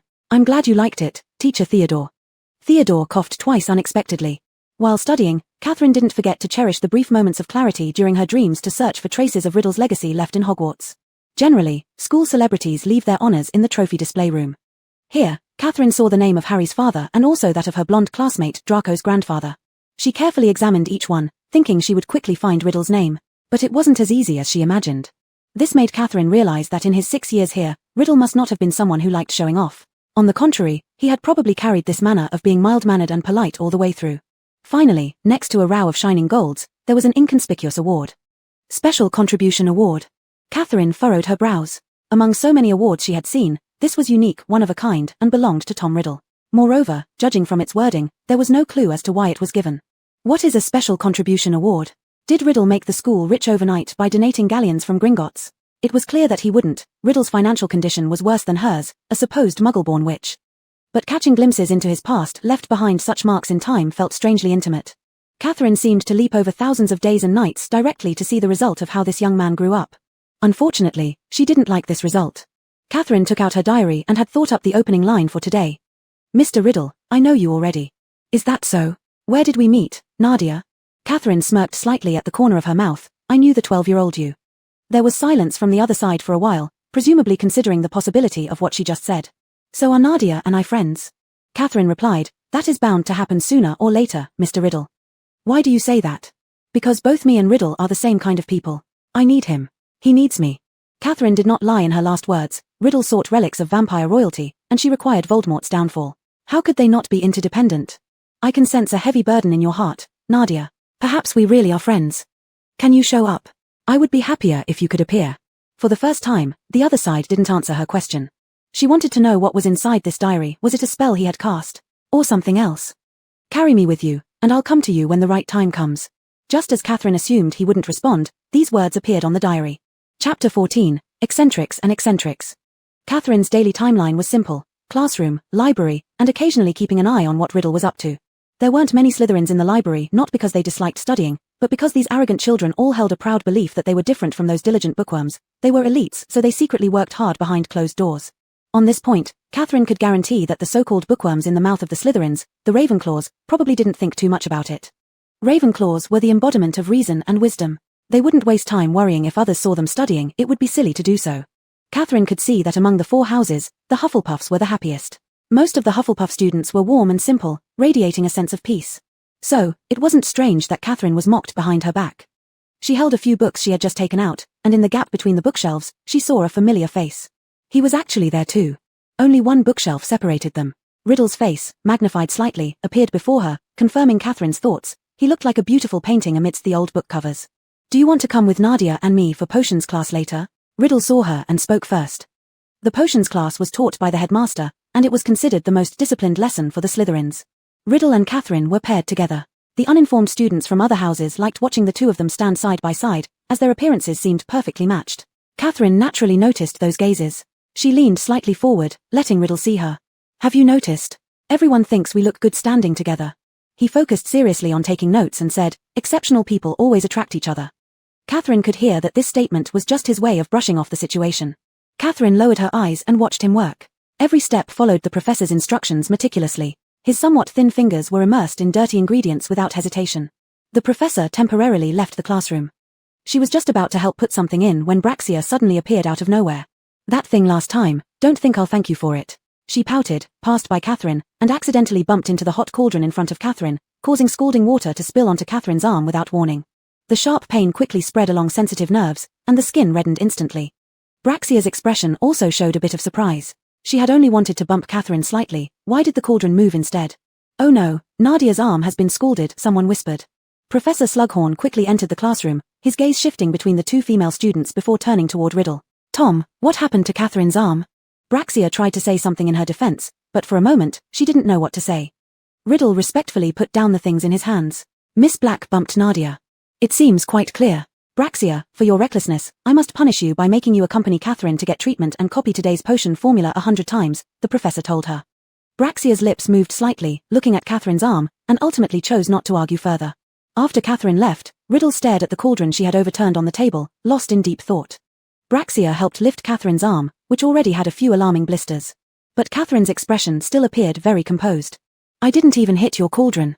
Braxia muttered under her breath. A flicker of emotion crossed Catherine's eyes. Of course, Braxia hadn't touched it. Otherwise, with her speed, even if the cauldron had tipped over, the boiling liquid wouldn't have scorched her. It was intentional. She wanted Braxia to be wary of teasing her again last time, while at the same time, probing Riddle further. He couldn't possibly accept her so quickly as a friend or ally, but at least she had to appear, in front of others, to align herself in some way with him. After all, only eccentrics suited other eccentrics.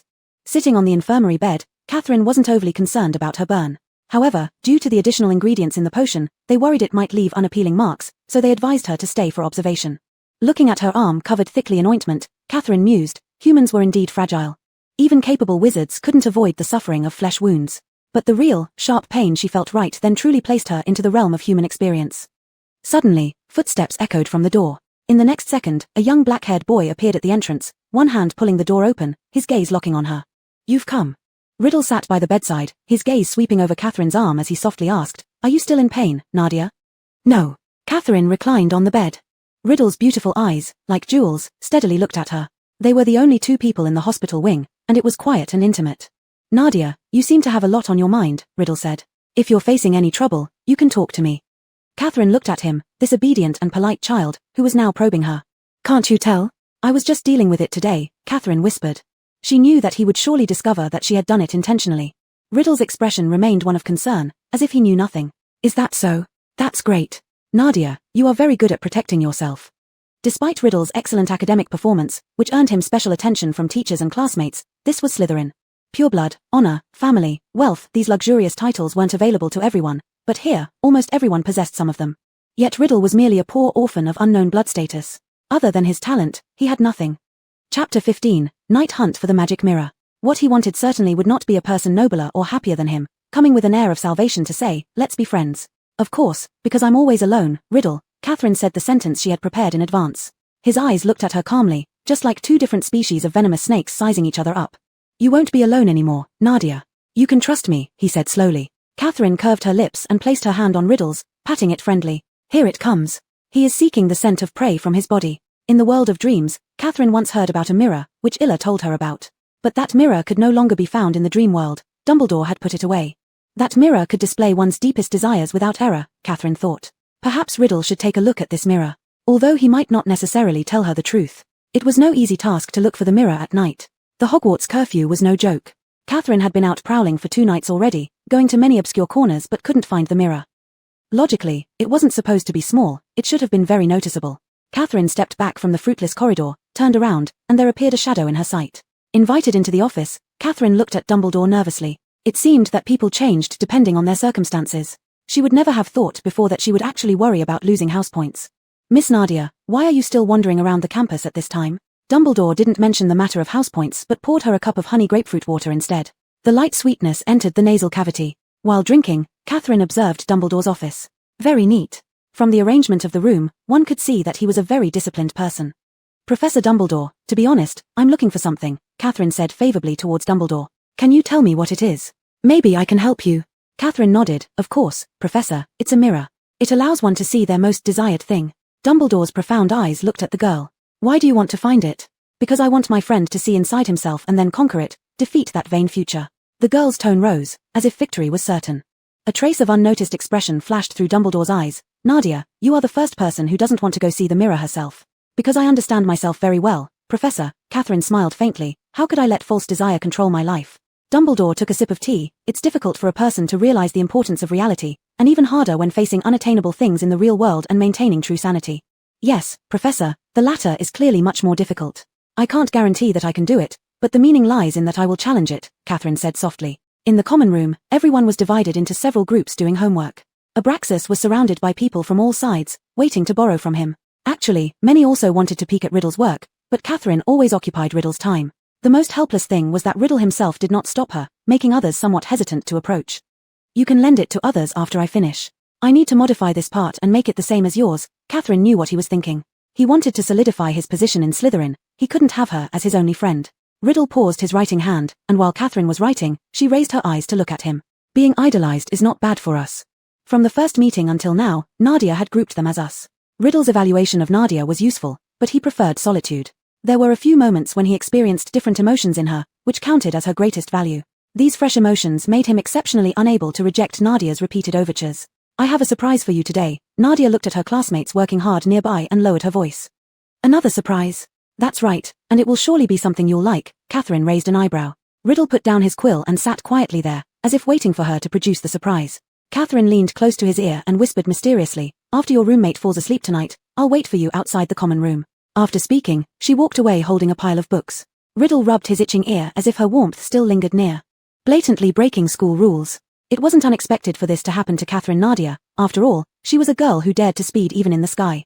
Catherine returned to the common room, and her roommate's pet was sitting on the bed watching her. Because of her previous eating habits, Catherine disliked animals as they were mostly items on a vampire's menu. Now, however, she found them quite adorable. It was a moonstruck beast, resembling a sheep but rounder, with large eyes and an overall appearance that exuded not much intelligence. But such a little thing would immediately hide under the bed at the sight of Catherine, leaving only its 2 eyes exposed. Her roommate had hinted more than once that Catherine was unlucky. Catherine didn't know why it happened this way. She'd also encountered other people's pets, all of which avoided her. Could it be because there was still the scent of vampires lingering on her? That possibility was slim, otherwise, the professors wouldn't have failed to notice, let alone Dumbledore. Catherine held this question in mind as she read a book in bed, constantly studying whenever she had time. By nightfall, she could take Riddle to find the mirror. When Dumbledore heard she was doing it for Riddle, he allowed her to see the mirror. Catherine faintly felt that Dumbledore had been observing him in secret, with all the teachers praising Riddle's talent except Dumbledore. Apparently, since the day Dumbledore brought Riddle back from the orphanage, he had been wary of this child. What happened at the orphanage? Could it be the reason they guarded against each other? When it came time, Catherine quietly left the dormitory, making sure her roommate wouldn't suddenly wake up by casting a hypnotic spell on her. But Riddle didn't show up, neither in the common room nor in his dormitory. Catherine remembered he hadn't agreed to come tonight. She pressed her lips together, feeling a slight disappointment in her heart because of the unsuccessful plan. She stared at the empty common room, consoling herself. Wasn't this normal? If it were that easy to gain his trust or bind him close to her, then the Dark Lord 50 years later wouldn't have come into existence. What lay outside expectations was him. Dumbledore promised her that he would only reveal the mirror tonight. Regardless, she had to check it out. Catherine didn't know that the moment she left the common room, the young man's face appeared from behind the curtains. As Dumbledore had said, the mirror indeed rested quietly there, covered with a long cloth. Catherine gently removed the covering. The dim mirror became brighter under the moonlight streaming through the window, clearly reflecting her own face inside. Chapter 16 Wu's Orphanage. Catherine spun in front of the mirror, waiting for it to change. Several minutes passed, but all she saw in the mirror was still herself. Could Dumbledore have picked up the wrong one? Although he wears glasses, he wouldn't possibly mistake a mirror, would he? As Catherine was puzzling over why the mirror of Erist didn't show her deepest desire, she heard very light footsteps behind her. Catherine turned her head slightly and, under the misty greyish-white light, saw the face she had been longing to see most. Is Nadia willing to break the nighttime curfew just for a mirror? He stood not far away, his dark pupils gazing at the mirror in front of her. Catherine looked at him with interest. You didn't come out earlier because you wanted to see why I did, right? She pointed to the mirror. This is my surprise for you. Riddle shifted his gaze towards it, and within the mirrored surface, there stood both her and him. His eyes were captured by the clear reflection. Gradually, there was a fleeting glint in Riddle's eyes. Catherine perceptively noticed this point. Just as she wanted to see more from Riddle's eyes, she watched him abruptly close them and then quickly glance back at her with a normal expression. It is indeed a surprise, a mirror, that can perform transformation magic. Transformation? Riddle nodded. What else could it be? It's certainly not something from the future. I said it's a surprise, so it definitely isn't just about transformations. It can display what a person desires most. Catherine gazed into his eyes. Looks like you've seen quite an interesting image in there. This sentence finally caused Riddle's expression to change slightly. He seemed somewhat repelled by such an interpretation, or perhaps confused. He glanced sideways at the mirror again, with emotions swirling unknown in his eyes. Catherine almost confirmed that what Riddle saw in the mirror had nothing to do with his future. If it was the glorious scene of him becoming the Dark Lord, his expression wouldn't look this way. So, what exactly did he see? The two remained silent on their way back. When they were close to Slytherin's basement, he suddenly asked, Nadia, what did you see? Catherine pursed her lips. She'd looked a few more times afterward, but still, she saw nothing. I saw nothing. Riddle's eyes twitched momentarily, and his hand beside him unconsciously tightened. The mirror didn't reflect the past or the future, but what lay in the heart. If she had seen nothing, does it mean she harbors no intense longing deep inside? People who are like this either lie or, if you see something, will you try to make it happen? Catherine asked in a calm tone. Riddle stood by the entrance to the boys' dormitory. It cannot be made to happen. Because he would never even consider making it happen. What he saw in the magic mirror could only be locked in his memory. He would tell himself that this wasn't what he awaited, and his future self didn't need these things. Catherine felt that she needed to visit the orphanage where Tom had once lived to find out some information. But she certainly couldn't go there in her current appearance. Hogwarts prohibited apparition, and students weren't allowed to leave the school arbitrarily. Catherine could only wait for a holiday to leave school legitimately. Fortunately, Christmas came soon enough, and the winter vacation lasted a whole month. Catherine's abilities were mostly sealed now, and she couldn't freely transform into other forms to disguise herself. But luckily, after studying with Theodore, she knew the formula for the polyjuice potion. This time, she was going to dress up as Riddle and return to the orphanage. There was nothing more direct or practical than returning himself personally. She took a strand of Riddle's hair and prepared the potion in advance. Bundled up in a heavy coat, she left Hogwarts. Wu's orphanage was not nearby. By the time she reached the destination, it was nearly dusk. Catherine gazed at the building from afar, as memories surged up within her. Wu's orphanage hadn't changed much. The rather pale high walls were overgrown with scattered weeds, adding more desolation to the winter days. Compared to Hogwarts, there wasn't any notable scenery here. Upon landing near the windowsill where the young boy used to often sit, all Catherine could see beyond the high walls was the orphanage's front courtyard. There was literally nothing else to see. Even the sky lacked flavor. Riddle would daydream every day staring at such barren views. Catherine struggled to imagine his state of mind during those days. However, she dared not guess whether he truly felt lonely, or whether he was genuinely alone like a child. Because he always differed from others. Catherine intentionally wore a very high-quality overcoat, one clearly expensive. It was cut perfectly from black plush velvet, accentuating his naturally good posture even further. Catherine portrayed Riddle as looking 100-fold better than when he was at the orphanage. After all, this place would never hold any fond memories for him. Soon enough, someone from inside the gate noticed her. "Look, isn't that Tom?" Someone spoke first. Catherine stood by the door, waiting for someone to open it. Eventually, a woman approached. "Tom, oh, it really is you." She was stout in figure, her eyes wide with surprise. Catherine nodded slightly. "It's holiday at school, I came back to visit." The children about Riddle's age exchanged glances, a mix of emotions swirling in their eyes. Catherine ignored those looks and sat down somewhere. If it were in the past, she could have directly read their minds using mind-reading magic. Now, though she couldn't read thoughts outright, there were still other ways. "Of course. Mr. Dumbledore told me you'd be coming home during your long break, so your room has been kept for you. You can go in and sit for a while," Mrs. Cole said.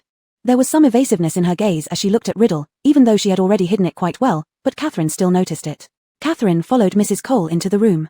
It was spotlessly clean, and aside from the lack of daily necessities on the bed and chairs, it didn't look much different from a room that was currently inhabited. Chapter 17, You and Me in the Future.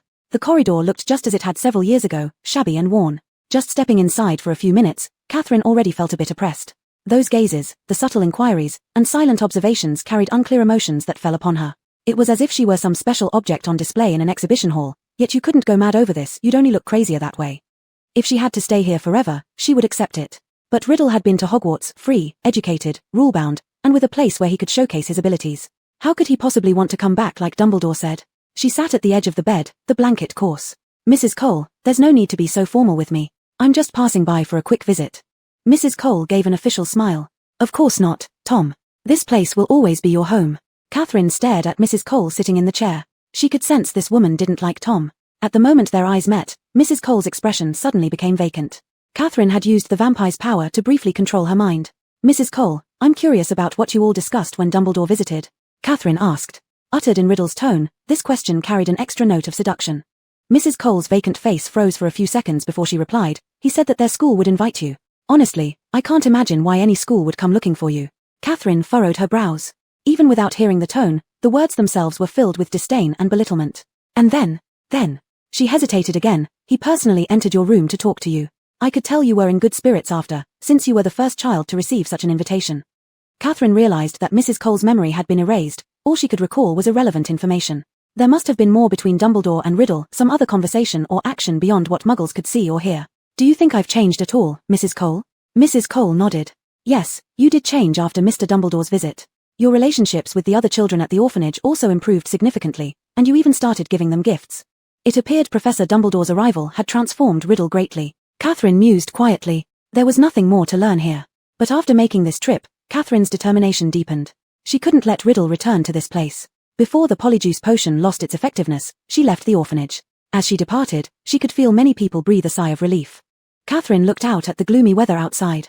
She believed that Riddle cared little about those gazes. They feared Riddle because they were weak, and the exclusion brought on by fear was merely the way the weak protected themselves, unworthy of mention. Catherine was immensely grateful. If she weren't a vampire but a human, she'd have died from exhaustion long ago. Visiting the orphanage during the day and studying at night. Every single day, but she always felt that the books in front of her were slightly trembling.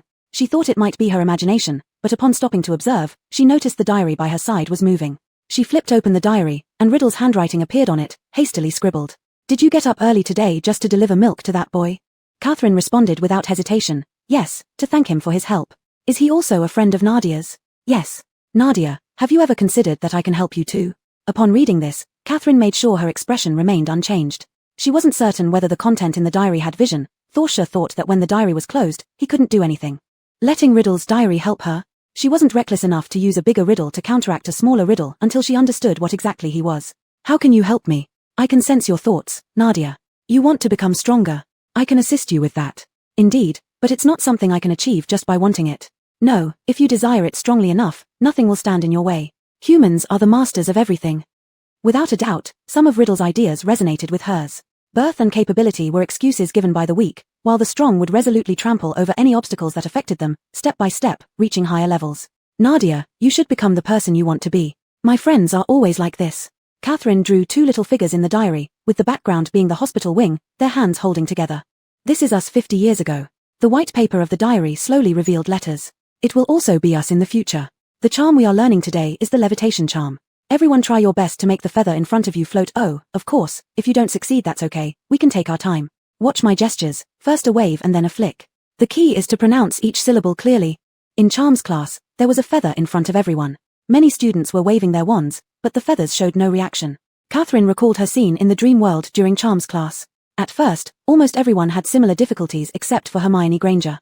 But as practice continued, more kids learned how to do it, which made her appear increasingly odd. Soon, rumors about Catherine Nadia not being able to perform magic, being a muggle, or even a squib spread rapidly through the school. If she had been in Hufflepuff or Gryffindor, she would have endured fewer cold stares. The former was gentle and inclusive, while the latter fiercely protected their own. In Slytherin, however, weakness equaled original sin. Catherine stared at the tiny feather in front of her. She was a powerful vampire, a descendant of royalty, yet even the mighty could be suppressed by an unfamiliar field. As the saying goes, circumstances define a state, not an identity. Once put into such situations, anyone would behave the same way, regardless of previous dismissals of such conditions. Nadia, give it a try, the charms professor encouraged as he passed by her desk. Catherine snapped back to reality and nodded. Under her manipulation, the feather twitched slightly. Oh, very good, Nadia, the professor praised. She deliberately did not complete the task perfectly so as not to reveal too much.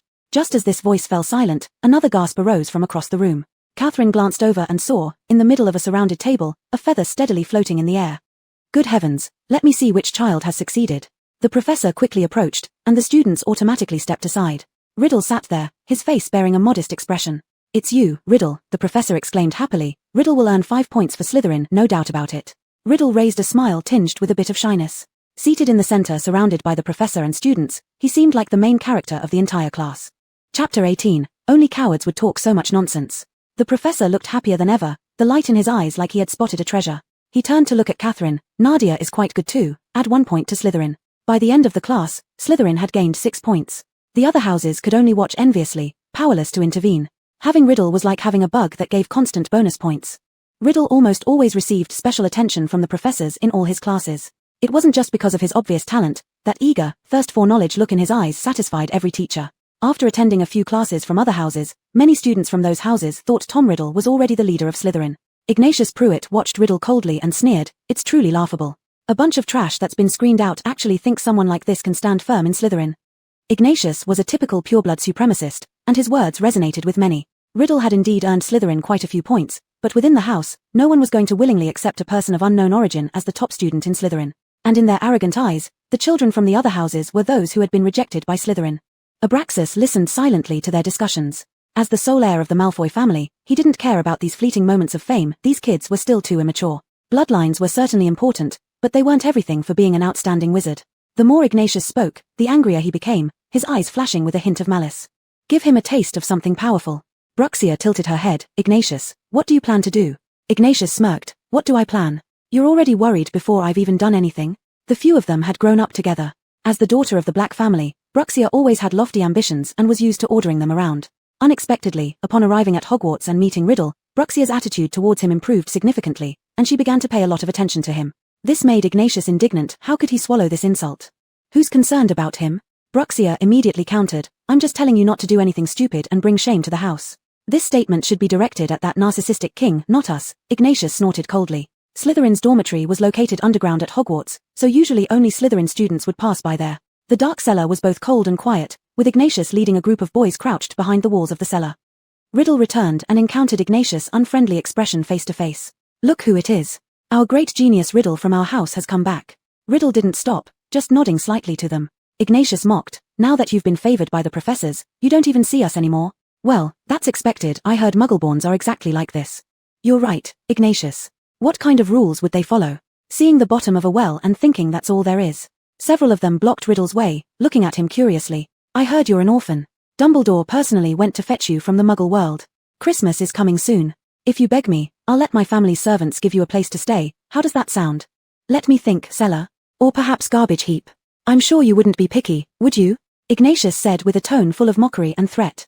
Riddle never lifted his eyes. Move aside. What did I just say? Beg, me. Ignatius persisted while staring into Riddle's face. A faint smile pulled at the corners of Riddle's dignified face. His pupils flickered as he revealed part of the whites of his eyes. Move aside. Move aside. Unless your muggle parents resurrect themselves. Oh wait, maybe they're not dead, they might have simply chosen. Ignatius' voice suddenly cut off, his complexion turning pale. The boy standing less than 2 steps in front of him started making extremely strange sounds, like hissing whispers or eerie language, filled with a warning tone. Yet his mouth clearly didn't move. Riddle, what on earth are you doing? Someone stared wide-eyed and asked. The dark-haired boy acted as though he hadn't heard, continuing to produce sounds that instinctively chilled one's bones. Without hesitation, Ignatius drew his wand, pointing it at him. I order you to stop. Riddle, are you insane? Ignatius, we shouldn't be recklessly casting spells in school. Situations matter. Ignatius shouted loudly. He couldn't wait for Riddle to strike first so he could be put in detention, preferably expelled. A muggle might think Riddle was insane, but in the wizarding world, there's a legend that the founder of the house, Salazar Slytherin, could speak Parseltongue, and what Riddle produced just now sounded eerily like the language of snakes. Riddle looked at Ignatius as if he were an idiot, not even bothering to take out his wand as Ignatius had done. This expression almost drove Ignatius wild with rage. Yet this look seemed fleeting. When Ignatius glanced again, Riddle was once more calm and detached. The next second, he spoke softly so only they two could hear. Only cowards would talk so much nonsense. Craves. Teach him a lesson, Ignatius shouted, his face turning red instantly. The stout boy behind him hesitated as he glanced between Riddle and the others. Coward, waste of space. Ignatius, dissatisfied, shoved Craves Goyle aside and pointed his wand straight at Riddle's face this time. But at the exact same moment, the kerosene lamp beside his head cracked violently, emitting a harsh and grating sound. Fragments scattered everywhere, making all the boys instinctively dodge. Just millimeters away, the shards could have cut open Ignatius' face. The sharp debris flew past him, leaving him terrified and shaken. Damn it. The stone door of the common room opened, with many students rushing out to check the source of the noise. In no time, the prefect arrived to investigate and confirmed that no student was injured. There's no trace of magic, it's probably due to the wear and tear, the prefect said, waving his wand to clean up the fragments. It's late, everyone back to your dormitories now. Hearing this, Ignatius and the others turned and walked away unwillingly, though fear outweighed their resentment. Everything was too bizarre. How could something be so coincidental? The lamp shattered right after Riddle made that strange noise. This is Hogwarts. It must have been Riddle, but how did he do it? Chapter 19, A Useful Knife. The head boy had organized the onlookers to go back, leaving Riddle alone in the corridor. He didn't rush to leave but instead turned around to look behind him. With his intuition, he felt that someone was still here. After a while, when everything returned to quietness, the girl emerged from the darkness. Upon seeing Catherine's face, a flicker of inquiry crossed Riddle's eyes. The oil lamp had cracked without warning earlier. He knew it was caused by human interference, yet even the head boy hadn't noticed. Surprised. I have a way to retreat unscathed, Catherine said with a bit of pride. I'm more interested in why Nadia did this, he murmured softly. Catherine moved to his side. It's simple. I don't like what they were saying.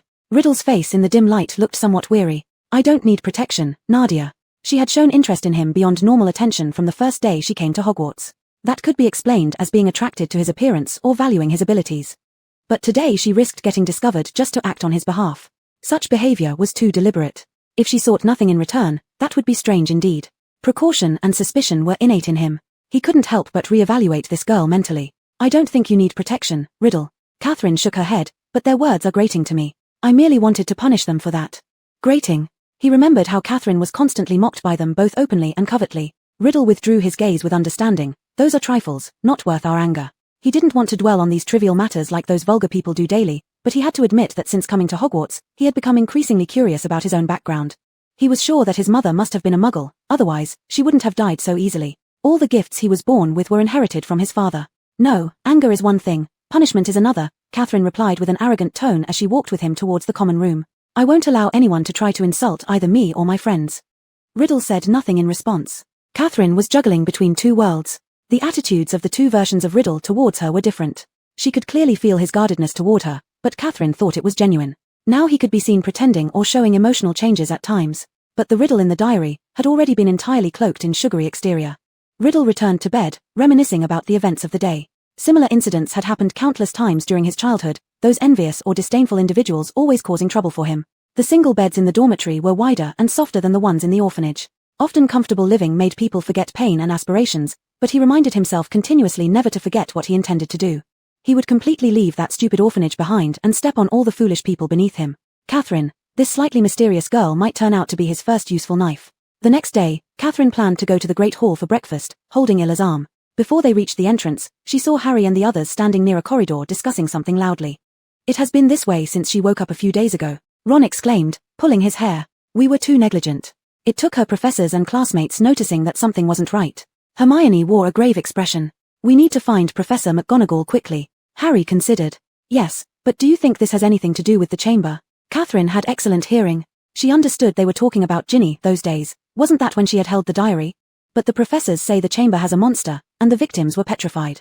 My sister looks like her soul has been drained away," Ron puzzled aloud. After finishing, Ron spotted Catherine and Illa walking over, immediately shutting his mouth. Harry and Hermione also realized this, becoming somewhat embarrassed. Although Catherine had previously mentioned that the heir wouldn't be Malfoy, the petrifications hadn't stopped. Ron's sister had been delirious for several days. Until there was definitive proof, Gryffindor still suspected Slytherin. Illa and Catherine wisely refrained from approaching them. Catherine glanced sideways at Illa's face. The young girl was concealing her feelings, yet the worry was evident. Catherine knew she was not only worried about Ginny but also concerned for Draco, who was now under intense scrutiny and suspicion. She needed to hurry back and subtly probe Riddle in the diary to figure out what exactly happened to Ginny. In theory, now that the diary was in her possession, Riddle's control over her should have ended. "Catherine, how come you're still frowning on Halloween night?" Pansy asked in surprise as she saw Catherine flying by like the wind. "Is something wrong?" The last time she saw Catherine this anxious was during last year's Halloween when she led the professors to deal with the troll incident. At that time, Illa and those 3 dim Gryffindors had encountered the troll in the bathroom, but they got extremely lucky and managed to take down the troll before the professors arrived. She really looked down on these two hanging out with Gryffindor types, but what scared her more was that over this past year, she seemed to have gotten somewhat used to it. "Nothing," Catherine answered swiftly, diving straight into the dormitory. Halloween was supposed to be a carefree occasion for children. The school would grant a half-day holiday for Halloween. Little pumpkins floated around, and there were all sorts of pranks everywhere. In the evening, students usually dressed up in various costumes. Catherine looked at the diary lying neatly in her bookshelf, pondering how to bring up the topic with Riddle. She opened the diary, and before she could write anything, words appeared. "Why did you put me in the bookshelf, Catherine? These are all the books you don't like." Catherine almost imagined Riddle's slightly aggrieved tone, which was too different from his usual demeanor. She replied, "It's safer here. If I leave it on the desk, it might get taken away. It would be terrible if Illa or someone else discovered such a dangerous thing." After some consideration, Catherine decided to ask directly. "Do you remember the girl you communicated with through this diary? She has been in a bad state ever since." Riddle's elegant and handsome handwriting emerged. "Is that so? What a pity. Is she sick?" Predictably, he wouldn't admit any involvement. "Some people plan to send her to the professors to find out what exactly is wrong. I believe if someone is meddling behind the scenes, they will be found out soon enough. After all, Potter is the one who made the decision." Catherine stared at the diary. She didn't believe that Riddle would stay calm after being linked to Harry Potter. "Sure enough. I'm sure she'll get better soon, Catherine. No need to worry." Catherine took a deep breath. Her guess was right. The diary definitely had a close connection to the Chamber of Secrets, and Riddle wouldn't want to be exposed. No matter what he was using Ginny for, he would have to stop it temporarily. Ginny should start getting better today. Actually, she also had her own agenda. Before figuring out Riddle's ultimate goal, she didn't want anyone else to disrupt things prematurely. Since the school had failed to uncover the secret of the Chamber of Secrets, it couldn't rely solely on the teachers. "Catherine, happy Halloween. Can I go out with you tonight?" Chapter 20, Halloween. Catherine agreed. She also wanted more chances to communicate with the thing inside, so she carefully tucked it into her bag. "Catherine has been in the dormitory since this afternoon and hasn't come out, and you've been writing non-stop here," Daphne said as she looked at Elidora, who was buried in her studies on the sofa. "Professor Snape assigned too much homework. I really can't afford to fall behind," Elidora said with a wry face. Mentioning Snape caused Daphne's expression to visibly sour for a moment. Although Professor Snape was their head of house, his potions class didn't make anyone feel comfortable. "But tonight is a holiday, we should think about what pretty clothes to wear besides studying," Pansy said while looking at herself in the mirror in the common room. Blaise chuckled lightly. "Miss Parkinson, there was no need for your earlier statement. Draco, what do you think I should wear? A cocktail dress? Or this little wildcat?" Pansy shot Blaise a nasty glance before turning around and earnestly asking Draco. Draco glanced politely at Pansy. Either would work. He was actually more curious about what Ella would wear, but judging from the current situation, Ella had completely forgotten about it. It wasn't until late that Catherine finally rubbed her slightly sore eyes and finished studying for the day. The notes given to her by Theodore were very practical. Each time she focused on them, she would lose track of time. Catherine had nothing fancy to wear, so she simply put on a rabbit mask and went out. The white rabbit was cute and obedient, and its red eyes added a touch of terror to today's atmosphere. By nightfall, the jack-o'-lanterns flickered on and off, and the school's ghosts happily flitted about everywhere, passing through walls and ceilings. White candles replaced the bright lights, casting an eerie pale glow over everything. It somewhat resembled where she used to live. As Catherine slowly strolled, observing the changes at Hogwarts that evening, someone tapped her shoulder. She turned around but saw nothing. Unfazed, she continued walking forward. This time, her right shoulder was tapped again. Catherine did not turn back. It was not what the person expected. When they tried to pat her head this time, she acted quickly, catching that hand in one swift motion. The hand trembled, attempting to withdraw but finding Catherine's grip surprisingly strong. When she turned around, she saw an extremely pale face, a boy taller than her with blood under his eyes. But Catherine showed no panic. The blood clearly wasn't real. "You've captured a ghost, and you will be punished," he moaned. Catherine knew this must have been a prank pulled by some upperclassman. She released the male ghost's hand and turned back around. Behind her, the same face appeared again, identical. "I said, you tilde will tilde get tilde." Before he could finish, Catherine walked away with a blank expression, leaving the two boys staring at each other, bewildered. They'd scared plenty of younger kids with their trick tonight, but this girl wasn't fazed at all. What was worse was that before leaving, she muttered, "Stupid twins." She had seen through them as a pair of prank-playing twins. "Are we stupid?" George wiped the fake blood off his mouth unhappily. "Don't be surprised, that's a Slytherin student, she's pretending to stay calm," Fred analyzed. "If only we could run into that Malfoy boy, it's impossible for him not to be afraid," George muttered. "Let's keep scaring others." But Fred's gaze still lingered on the direction the girl had gone. "George, now I just want to find a way to scare that girl." Catherine continued walking ahead. Many people were gathered in a circle on the grass by the Black Lake. Lanterns placed by the lake illuminated their faces hidden behind masks. Out of curiosity, she approached and heard one child quietly telling ghost stories. There was a lit white candle among them. She carefully examined the masks. It had to be said, they were all dressed up too well, at least she couldn't identify anyone. She learned they were playing a popular game among muggles. The rule was that a circle of people took turns telling ghost stories, extinguishing one candle after each story. It was rumored that when the last candle went out, a real ghost would appear. Young wizards considered themselves fearless of such muggle things and were eager to try. Catherine casually sat down somewhere, and the person next to her made space for her. This vampire also wanted to hear how humans told ghost stories. Was it about being suddenly strangled at midnight or having all your blood sucked dry until you perished from exhaustion? The child who was telling the story vividly recounted, "This girl's residence has already been the site of 3 cases. So, during this period, she would be extremely cautious when returning home from work." Initially, she felt her nerves were on edge, and every time she returned home, she would check every corner of the house. But after half a month had passed, she gradually relaxed. Until one day, the storyteller's tone suddenly became very low, and all the young wizards around strained their ears to listen intently. At that moment, the water of the Black Lake emitted a quiet lapping sound, as if providing accompaniment for this eerie game. Catherine felt the sound of clothes rustling beside her and involuntarily drew her body closer. She heard that person enter the neighborhood again. But this time, there seemed to be no casualties, and no one saw that person leave the neighborhood. The girl wondered, so where did this person go? The girl came home after working the night shift. Seeing a message sent by her parents, saying they didn't see the cat she raised when tidying up the house during the day. "It's impossible." The girl said, "How could the cat have gone missing? It was in the house, I even touched it last night." At this point, the storyteller suddenly paused abruptly. Chapter 21, Petrification. Because she had been working night shifts for the past couple of days, when the girl returned home, she was completely exhausted and didn't feel like doing anything. She washed her face in the dark and collapsed onto the bed. Then, she felt some movement beneath her bed. Assuming it was the kitten, she reached down to touch it. A cold sweat broke out on her back because she remembered, she hadn't seen the kitten at all over the last 2 days. If the cat wasn't around, then what had she touched that night?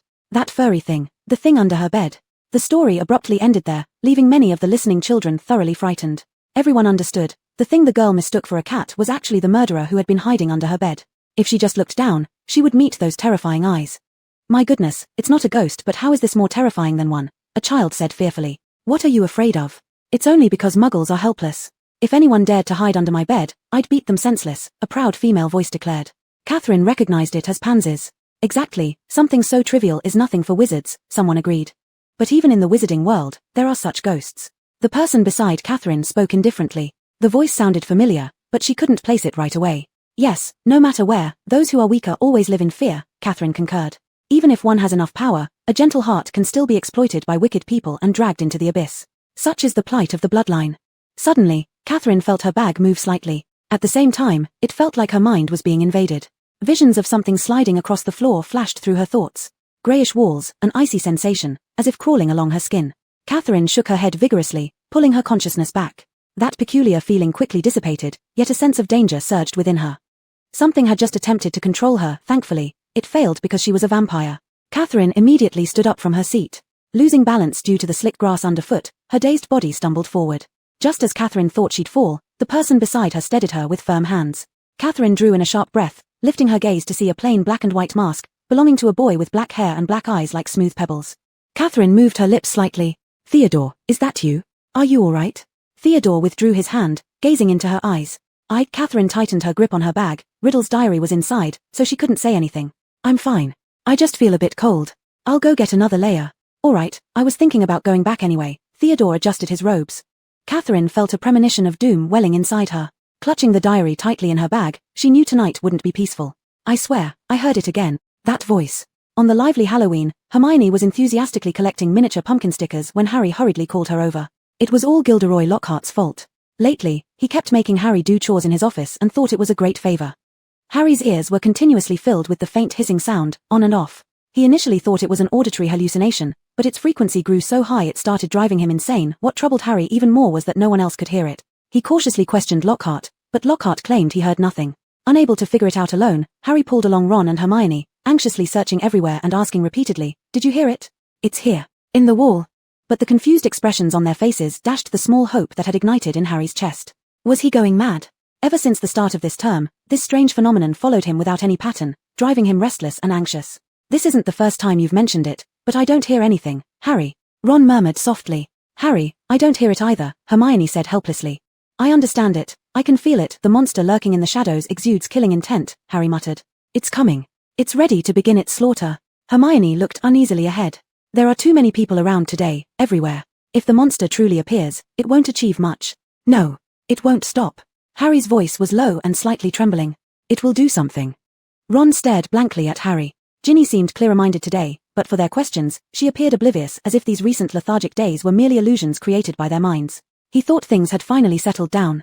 My God, Catherine and Theodore were on their way back when a shrill scream pierced through the 2 floors. Catherine abruptly looked up. Many children rushed towards the spiral staircase as if there was some kind of monster there. At the same time, Harry and his group also came running over. Harry, who was leading the way, had his eyes wide open, his entire body on high alert. By the corner on the 4th floor, there was a big cloth covering something. I thought it was the school's Halloween decoration. The first girl to come down cried. But after I took it off. It wasn't necessary to listen further. Everyone already realized what had happened. Underneath that cloth was a petrified student.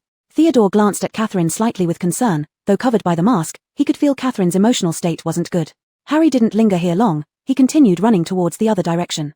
Chapter 22, Mysterious Shadows. As Harry passed by, Catherine's bag suddenly dropped to the ground and the diary inside seemed to fall out with a will of its own, rolling all the way to Harry's feet.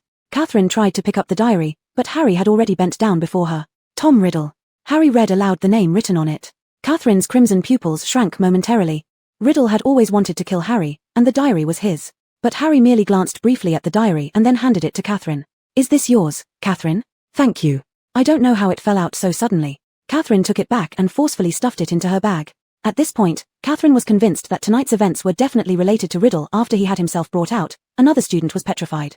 No problem. Harry seemed somewhat absent-minded and continued running away, with Ron and Hermione closely following behind.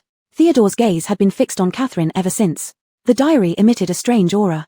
Theodore initially thought it might be dark magic, but then realized that Hogwarts would never allow any item related to dark magic to enter its premises. However, apart from dark magic, he couldn't think of anything else at the moment. But he could recognize it, a highly malevolent presence. His father had collected many items associated with dark magic at home, so he was extremely sensitive to them. How did Catherine end up possessing an object like this? And it seemed she valued it greatly. Catherine locked eyes with Theodore, and at that instant, something flashed in her mind, causing her to freeze in place. Riddle came from Slytherin, a house notorious for having many students who secretly practiced dark magic and later became Death Eaters. Therefore, Catherine always assumed that everyone knew the real name of Voldemort. They simply avoided mentioning it due to fear of him. However, moments ago, neither Theodore nor Harry reacted at all to the name written in the diary. This meant they had no idea that Riddle was Voldemort. Then, how did Elara find out? On that night when Catherine asked about the name, Elara immediately recognized it as Voldemort's. Catherine felt her breathing quicken slightly. She didn't want to suspect Elara of anything sinister because Elara was the kindest human girl she'd ever met. Yet the truth was that besides the Death Eaters and Riddle's teachers and classmates from 50 years ago, there wouldn't be a second person who would know this fact. Seeing Catherine's complexion growing increasingly pale, Theodore extended his hand and lightly waved it in front of her face. To confirm her thoughts, Catherine managed a forced smile and asked, "They all say the petrification is related to the air. Isn't the air also related to Slytherin? And the Dark Lord? Theodore, do you know what the Dark Lord's real name is?" Theodore pursed his lips, perhaps feeling uneasy because she suddenly brought up Voldemort. "No, those who knew have long dared not to utter it." "Ah, I see," Catherine said indifferently. Theodore glanced at the bag slung over her waist. "That diary had a peculiar aura, Catherine. This doesn't seem like something that should be here at school." Catherine's heart skipped a beat. Theodore was too clever. Given all the bizarre incidents at the school, coupled with the appearance of a suspicious diary, it was hard for him not to connect some dots. He could have played dumb, but since he mentioned it, it likely meant he had made his own conclusions. Catherine's instinctive impulse was to use her powers to erase his memories. Since ingesting the secret potion turned her into half-human, many of her abilities were sealed, and the few remaining ones could not be used casually. Her human body part would experience varying degrees of backlash.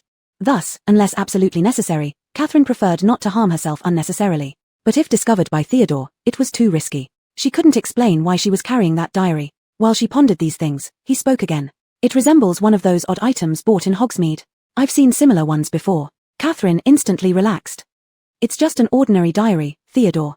Catherine breathed a sigh of relief, realizing that there was no need for drastic action against him. She noticed that she wasn't as decisive as she used to be. After speaking, Catherine walked ahead by herself. She felt more impulsive today than usual, though she wondered if it was merely her imagination. Theodore lingered behind Catherine, watching her silhouette intently without rushing forward.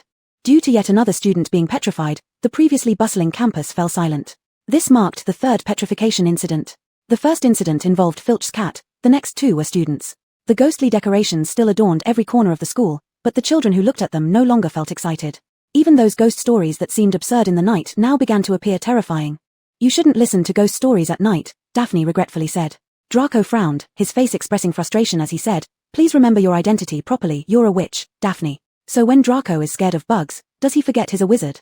Daphne pouted. Draco was instantly left speechless, sputtering, well, it's because the bugs are just too ugly.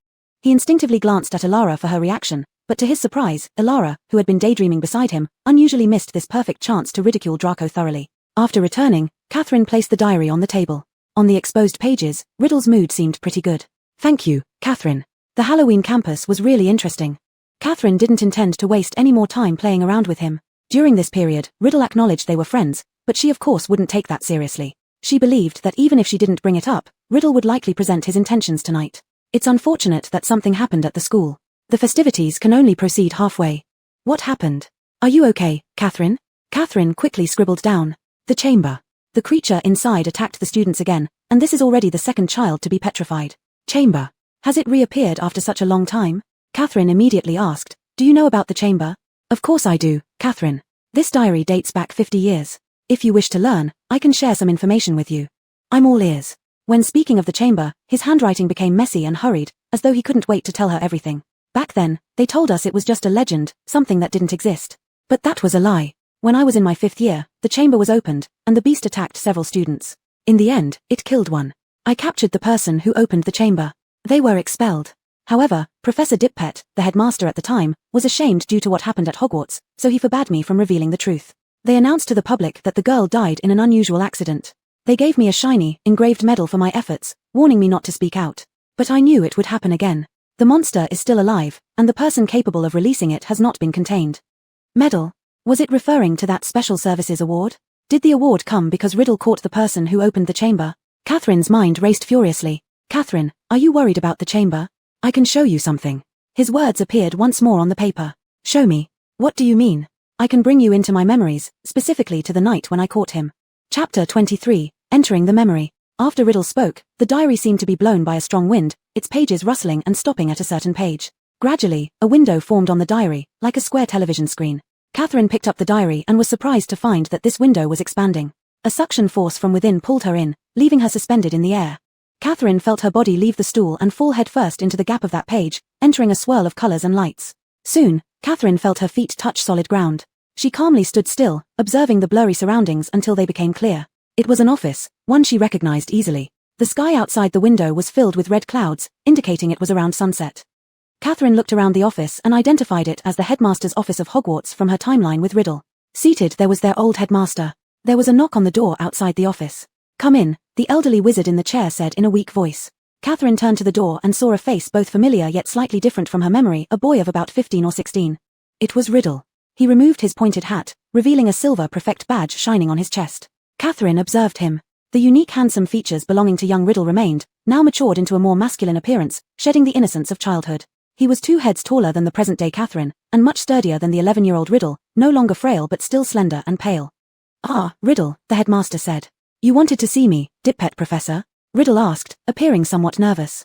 Sit down, Dippet said. I have been reading the letter you gave me. Riddle sat down, tightly clenching his hands together. My dear child, Dippet said kindly, I can't let you stay at the school over the summer.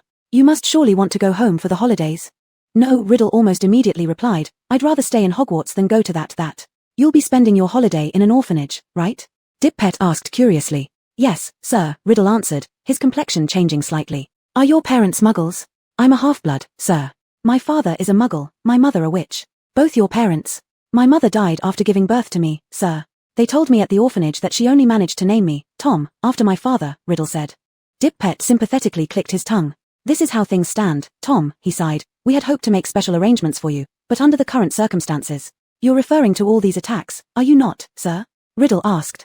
Catherine knew neither of them could see her, so she directly sat beside Riddle and listened attentively. Yes, the headmaster said, my dear child, you should know how foolish it would be for me to allow you to remain in the castle after term ends.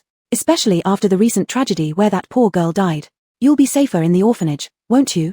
To be honest with you, the Ministry of Magic is even discussing closing the school. And we still haven't a clue as to the, source of all these unfortunate events.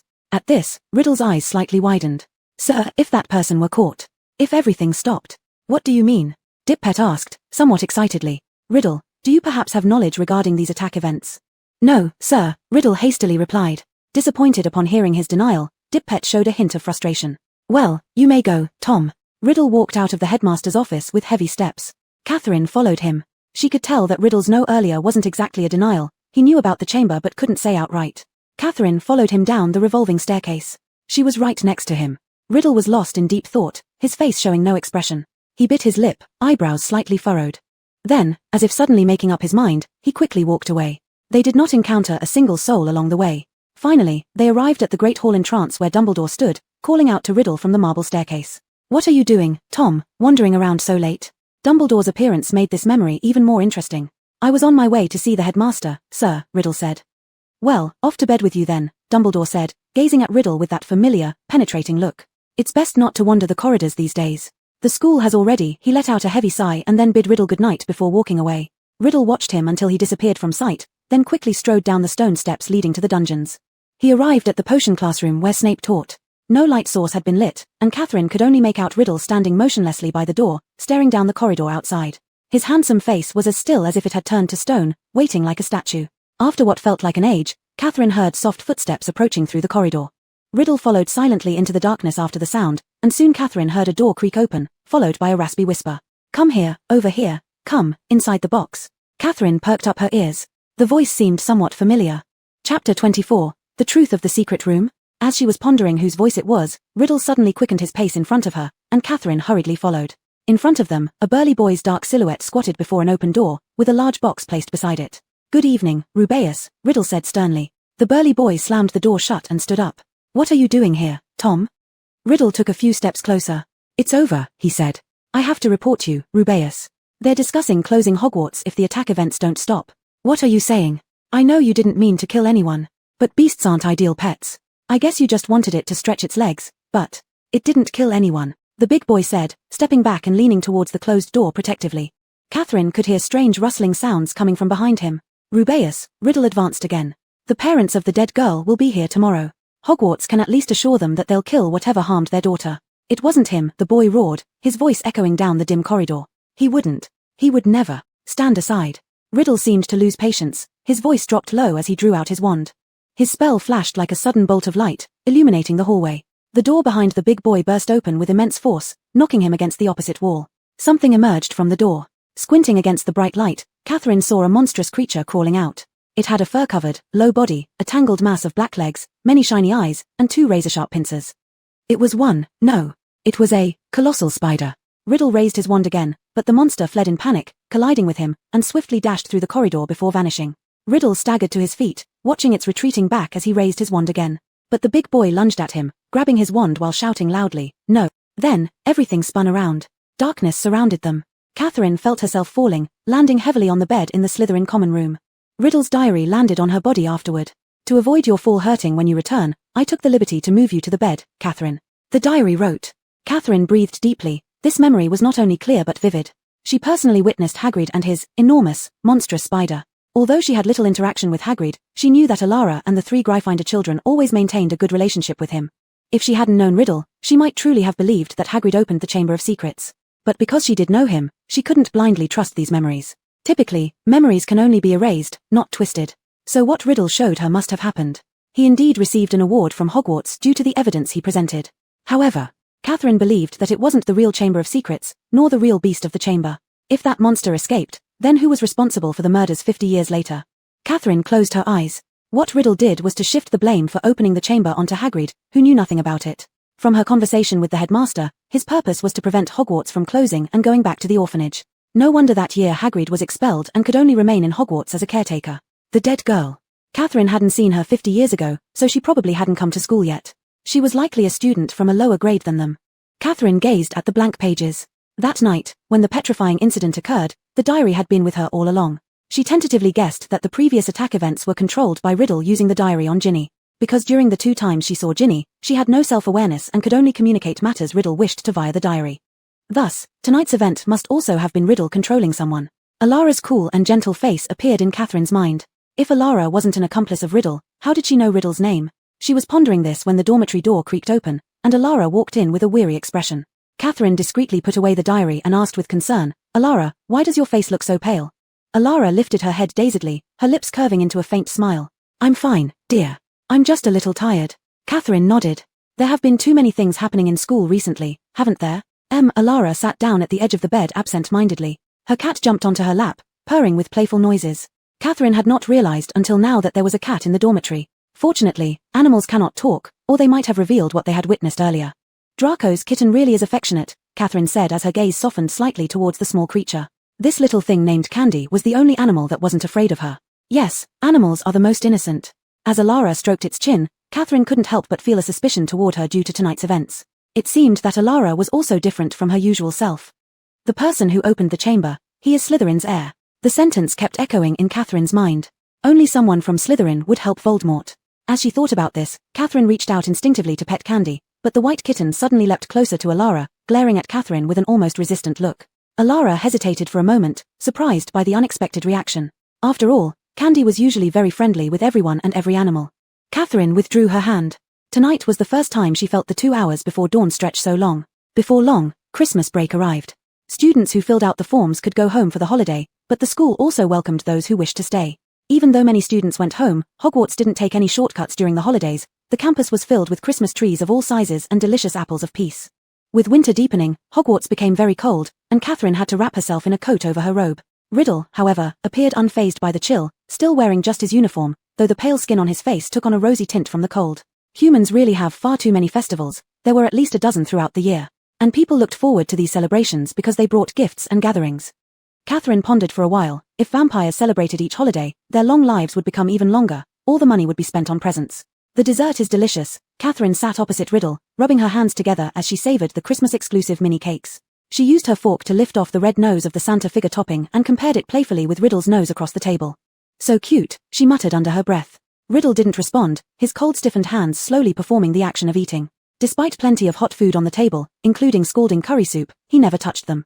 When he raised his hand again, Catherine abruptly caught his left wrist, and in the next instant, something soft was pushed against his palm. Chapter 25 I Have No Home. Riddle quickly lowered his eyes and saw a rather abstract glove. To say it was abstract was because it really looked ugly. It looked like a knitted snake but more resembled an earthworm. "Put it on. It's the Christmas gift I prepared for you in advance. It won't affect your homework or potion making," Catherine said proudly. Riddle took it closer to examine again. The fingers were all knitted separately, and indeed wouldn't be a hindrance. At the edge of the glove, there were crookedly embroidered letters. Tom Riddle. He didn't like his name, it was utterly mundane, but a name was necessary. It could prove what object belonged to him. "Thank you, Nadia. This is the first time I've received a Christmas gift." "Is that so? Then would I also have my first chance to receive a gift?" Catherine smiled at him. Riddle frowned slightly between his eyebrows. Her appearance didn't seem as if she had never received a gift before.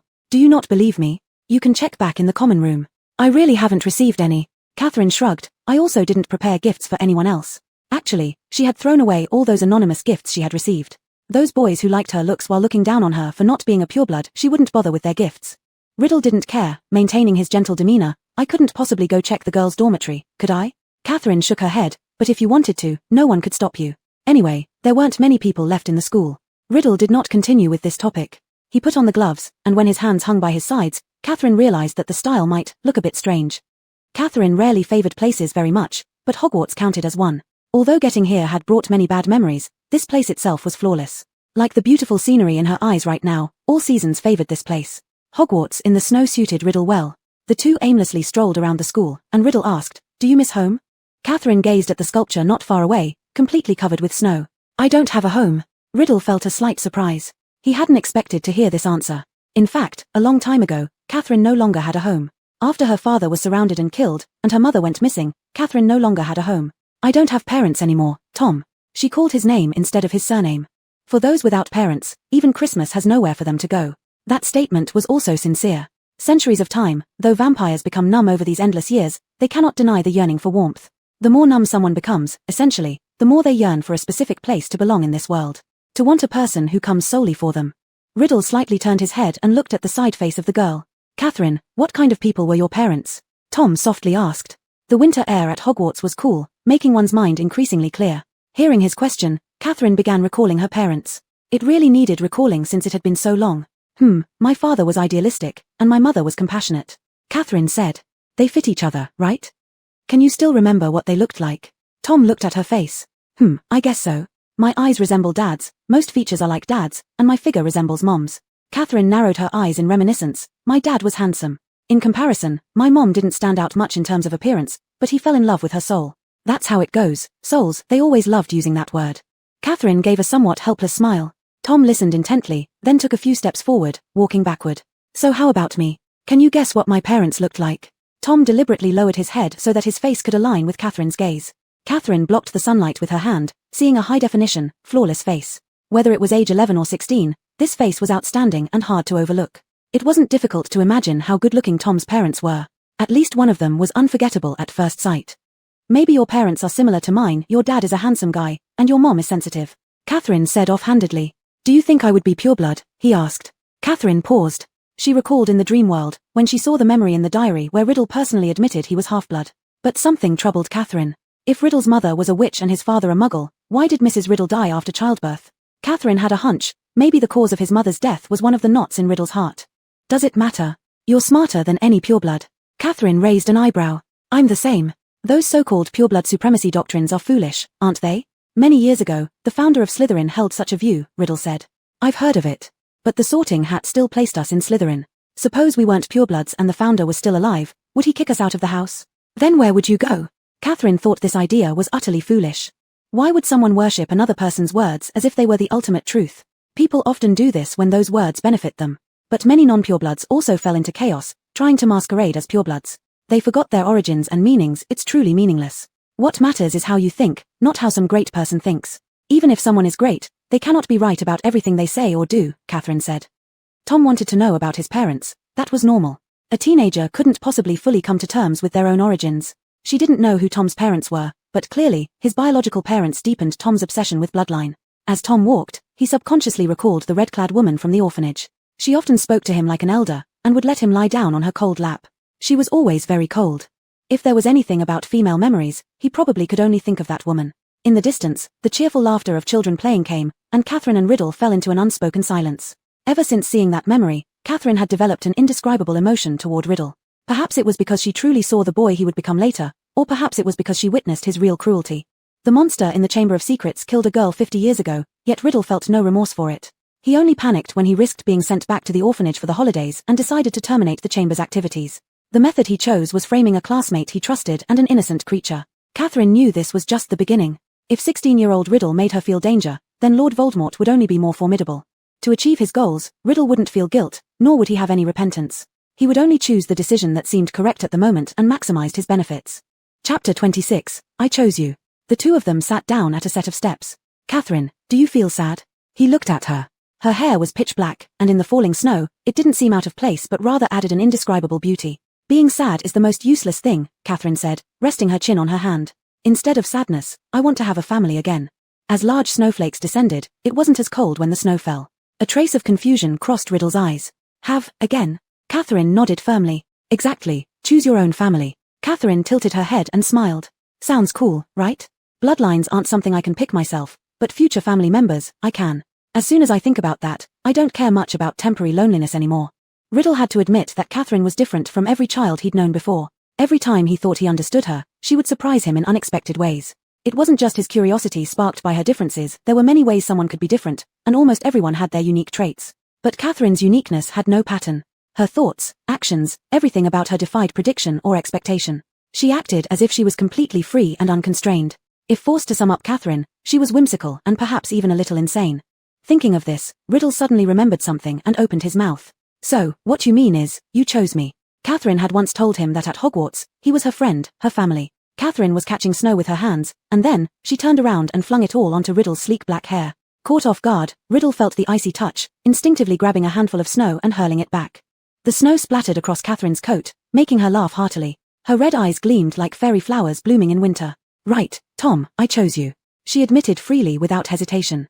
Riddle's eyes flickered. Involuntarily, he recalled the formation of a family, the discussions people and books had about love or marriage. He thought of his parents, whom he had never met. For what reasons did they choose each other? Yet he guessed they had made the wrong choice. The consequences of bad choices mirrored their childhood, the price they had to pay for those mistakes. His momentary distraction gave the girl an opportunity to push him down into the snow. Unmindful of appearances, she pressed down hard on his arms. Catherine exuded a peculiar sweet fragrance. Now that they were so close, all Riddle could smell in his nose was the crisp winter air and her warm breath. An indescribable sensation stirred within Riddle, somewhat akin to repulsion, though not intense enough. However, Riddle clearly saw his remaining soft spot. He couldn't naturally remain calm about the feeling of being chosen. Even at the orphanage, whenever others praised him or expressed that he was one of a kind, there was always a hidden, secret joy deep inside him. Things that others had discarded recklessly always evoked such feelings. Riddle carried a tinge of hatred and irony towards this. Catherine disliked Voldemort, but since encountering 16-year-old Riddle, she realized something more profoundly. The person standing before her now was not Voldemort. Indeed, he was profound and harbored deeper thoughts than other children, but he was not yet Voldemort. Therefore, Catherine believed that 11-year-old Nadia and 11-year-old Riddle were friends. Even amidst numerous tests, countless tricks, and insincerities, their friendship still remained undeniable. At least in the winter of 1938, amid her carefully planned schemes, she genuinely thought so. When Riddle returned to the dormitory, the snow on his shoulders and body had melted already. Slytherin dormitories lacked windows where clothes could dry, and if someone dared to open them, Black Lake's water and its fish would likely come for a visit. He hung his coat on the hanger, thinking about taking it to the fireplace to dry. But as he shook it, a round object rolled out of his pocket and fell to the floor. Bending down to retrieve it, he found a bright red Christmas apple with a cute note attached. It read, "Merry Christmas Eve. Wish you happiness forever. From your friend, Catherine." Riddle looked at her slightly clumsy handwriting, a faint emotion crossing his gaze. It only lasted briefly, an instant too short to notice. Quickly replaced by his usual coldness. But for that single second, Riddle thought, this is the first person in the world who wished me happiness. Theodore and Draco went to the owlery to collect their mail. Sometimes, the owls flew directly into the Great Hall, but more often, they rested in the owlery. Since the start of this school year, Draco no longer read the letters sent by his family with the same joy he had in his first year. Theodore guessed that Uncle Lucius must have increased his demands on Draco. After all, when Draco was in first year and didn't outperform the genius of Gryffindor, Hermione, Lucius was extremely dissatisfied. Unlike Draco, Theodore's father rarely wrote to him. There were only two people in the Knot family, him and his father. Since childhood, his father didn't talk much, nor did Theodore himself, and it seemed there wasn't much else to say between them beyond necessary conversations. However, this school year, letters came more frequently than before. Theodore had a vague sense of foreboding. His mother, while she was still alive, once mentioned his father and those Death Eaters following the Dark Lord in earlier years. Despite so many years passing and that terrifying ruler having vanished without a trace, his father never abandoned his old ambitions. If he had abandoned them, as the only child of the Knot family, Theodore would have never even heard of dark magic. Theodore's gaze fell on the blonde boy Draco. He and Draco were entirely different. Lucius and Narcissa never brought up heavy topics in front of Draco. What troubled Theodore even more recently was the aura around Catherine. Catherine had few friends in Slytherin besides Illa and himself. But Theodore felt something unusual about both girls. After reading his letter, Draco neatly tucked it into his robes. "Let's go, Theodore. What did Uncle not say to you?" Theodore's letter only contained a few words urging him to bring honor to Slytherin. "It's all the same as usual," Theodore said. Chapter 27, The Appearing Diary. "I feel like my mom is becoming a bit nagging. Maybe they've also heard the rumors about Hogwarts," Draco said. "Draco, Theodore, you're finally back. Come check out this new announcement." They were called over by Blaise as soon as they stepped into the common room. "What's so interesting?" Draco asked. "Duel Club." Goyle read aloud. "That's right, Lockhart's idea to start a duel club," Blaise said. "It's happening tonight, and I can already imagine how ridiculous it will be." As the defense against the dark arts teacher for this year, Lockhart had captured the admiration of female students with his handsome appearance and widely renowned reputation.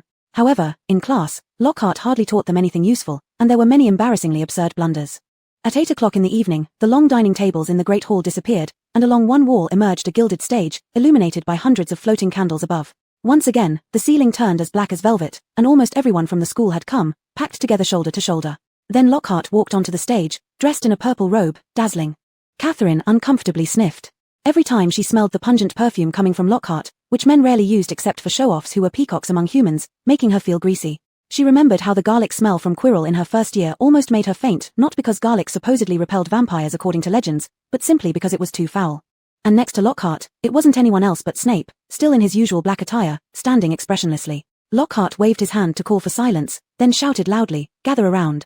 Can everyone see me? Can everyone hear me? Excellent. So, Professor Dumbledore has allowed me to establish this little duel club, to fully train all your skills. In case you need to defend yourselves one day, you may use the method I often adopt. Details on this matter are available in my published works," he said while winking at someone down below, causing some girls to scream quietly. "I would like to introduce my assistant, Professor Snape," Lockhart continued, flashing a grin. "He told me that he knows a thing or two about dueling, and he generously agreed to help me conduct a small demonstration before the class. Don't worry, I assure you these young ones. Don't worry. After I demonstrate with him, I'll return your potions master in one piece." After saying that, Lockhart and Snape turned to face each other and bowed. At least Lockhart did bow with fancy hand movements, while Snape just impatiently nodded his head. Catherine thought her dean's gesture was exceptionally stylish. Then they both raised their wands up to their chests like arrows. "As you see, we hold our wands in the standard dueling position," Lockhart addressed the silent crowd. "On the count of 3, we'll cast our first spell. Of course, neither of us plans to take each other's lives." "I wouldn't bet on it," Catherine heard Snape mutter softly. To be honest, Catherine sincerely hoped he'd give Lockhart something to think about and at least stop him from wearing that greasy smile. 1, 2, 3. Before the crowd could react, Snape yelled, "Expelliarmus." Suddenly, a flash of dazzling red light struck Lockhart, making him lose his balance. He tumbled backward off the stage, crashed into the wall, and slid down to the floor curled up. Catherine and the Slytherin students erupted into cheers. What she wished for just moments ago came true instantly. Lockhart struggled back to his feet unsteadily, his hat fallen off. "All right, did everyone see that?" He awkwardly returned to the stage. "That was a disarming charm, as you saw. I lost my wand, Professor Snape. That was brilliant of you to demonstrate it to them, though obviously, you intended more than that if I hadn't stopped you in time." Lockhart suddenly paused his lecture. Catherine guessed he must have noticed Snape's death glare, so he said quickly, "Demonstration's over. Now I will split you all into pairs of 2. Snape frowned darkly, pointing downward. "Malfoy, come here. As for you, Miss Granger, you can pair up with Miss Bulstrode." Snape had chosen Harry as Draco's opponent, which delighted Draco greatly. Just as Catherine was about to witness the duel between the Savior and Draco, her bag shook violently several times. It was Riddle's diary. She always kept it on her when she wasn't in the dormitory, fearing it might do something harmful to Ella. There was also a slight reason that she didn't want to face the possibility that Ella might be the heir. Catherine quietly moved away from everyone and left the great hall without realizing that someone's gaze followed her for a long distance. She entered the nearest girls' restroom but found nothing written on the diary. She suspiciously flipped through the pages, stopping at one where words suddenly appeared. Date, the 14th of March, 1941. Overcast rain. "Today I heard the professor say that humans become humans precisely because of their virtues. What are these virtues? Are they humility, politeness, kindness? They often talk about these terms, yet wars never spare those nations begging for mercy. The Grim Reaper doesn't favor anyone for being virtuous or good. To me, there is no distinction between good and evil in this world. Only those who grasp power and rewrite history have the voice, while others, enslaved by power, don't deserve anything." The handwriting belonged to Riddle. It was truly his diary content. Although there was only one page, Catherine repeatedly read through these lines. She flipped further back, but the rest remained blank. At that moment, a scream echoed from the great hall not far away. Catherine immediately slipped the diary back into her bag and hurried back. A few students had already stepped back, and on stage, Draco stood frozen with disbelief etched across his face. In front of him and Harry, a poisonous snake had appeared on the ground. The snake slithered directly toward Draco, and almost instantly, Ella jumped onto the dueling platform, diverting the snake's attention entirely to her.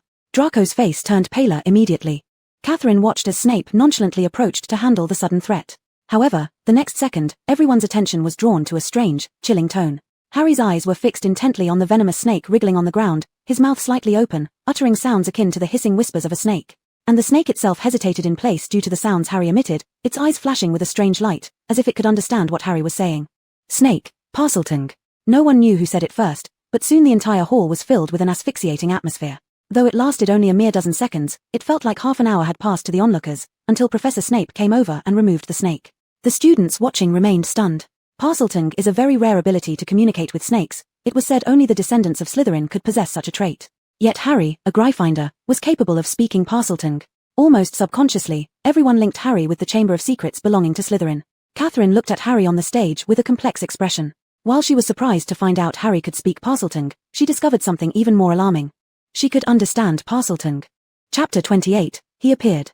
She understood what Harry had said to the snake. Harry was stopping the snake from hurting Ella. Harry stood there, bewildered, not knowing how he managed to do it. By the time he came to his senses, everyone was looking at him with strange and fearful expressions. Why did Ella seem to know all the dangers in advance? Why could Harry speak Parseltongue? And why could she understand it? After the dueling club gathering dispersed, everyone tacitly kept silent. The suspicions against Slytherin suddenly turned on Gryffindor overnight.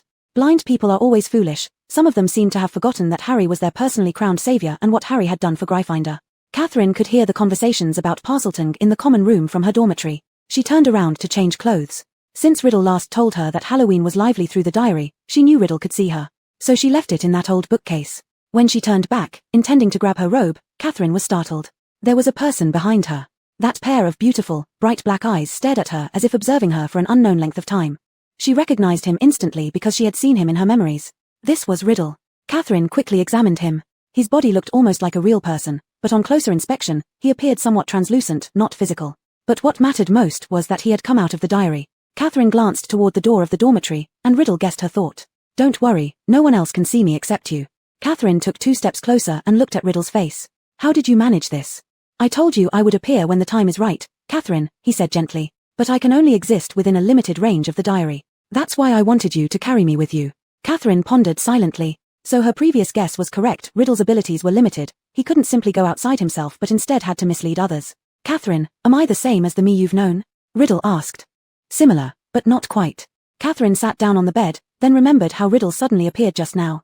For example, little Riddle probably wouldn't appear in a girl's dormitory, especially while she was changing. Hearing her words, Riddle immediately replied sincerely, I'm truly sorry, Catherine. It was my first attempt to come out, and I happened to notice your back was turned to me. I didn't want to scare you.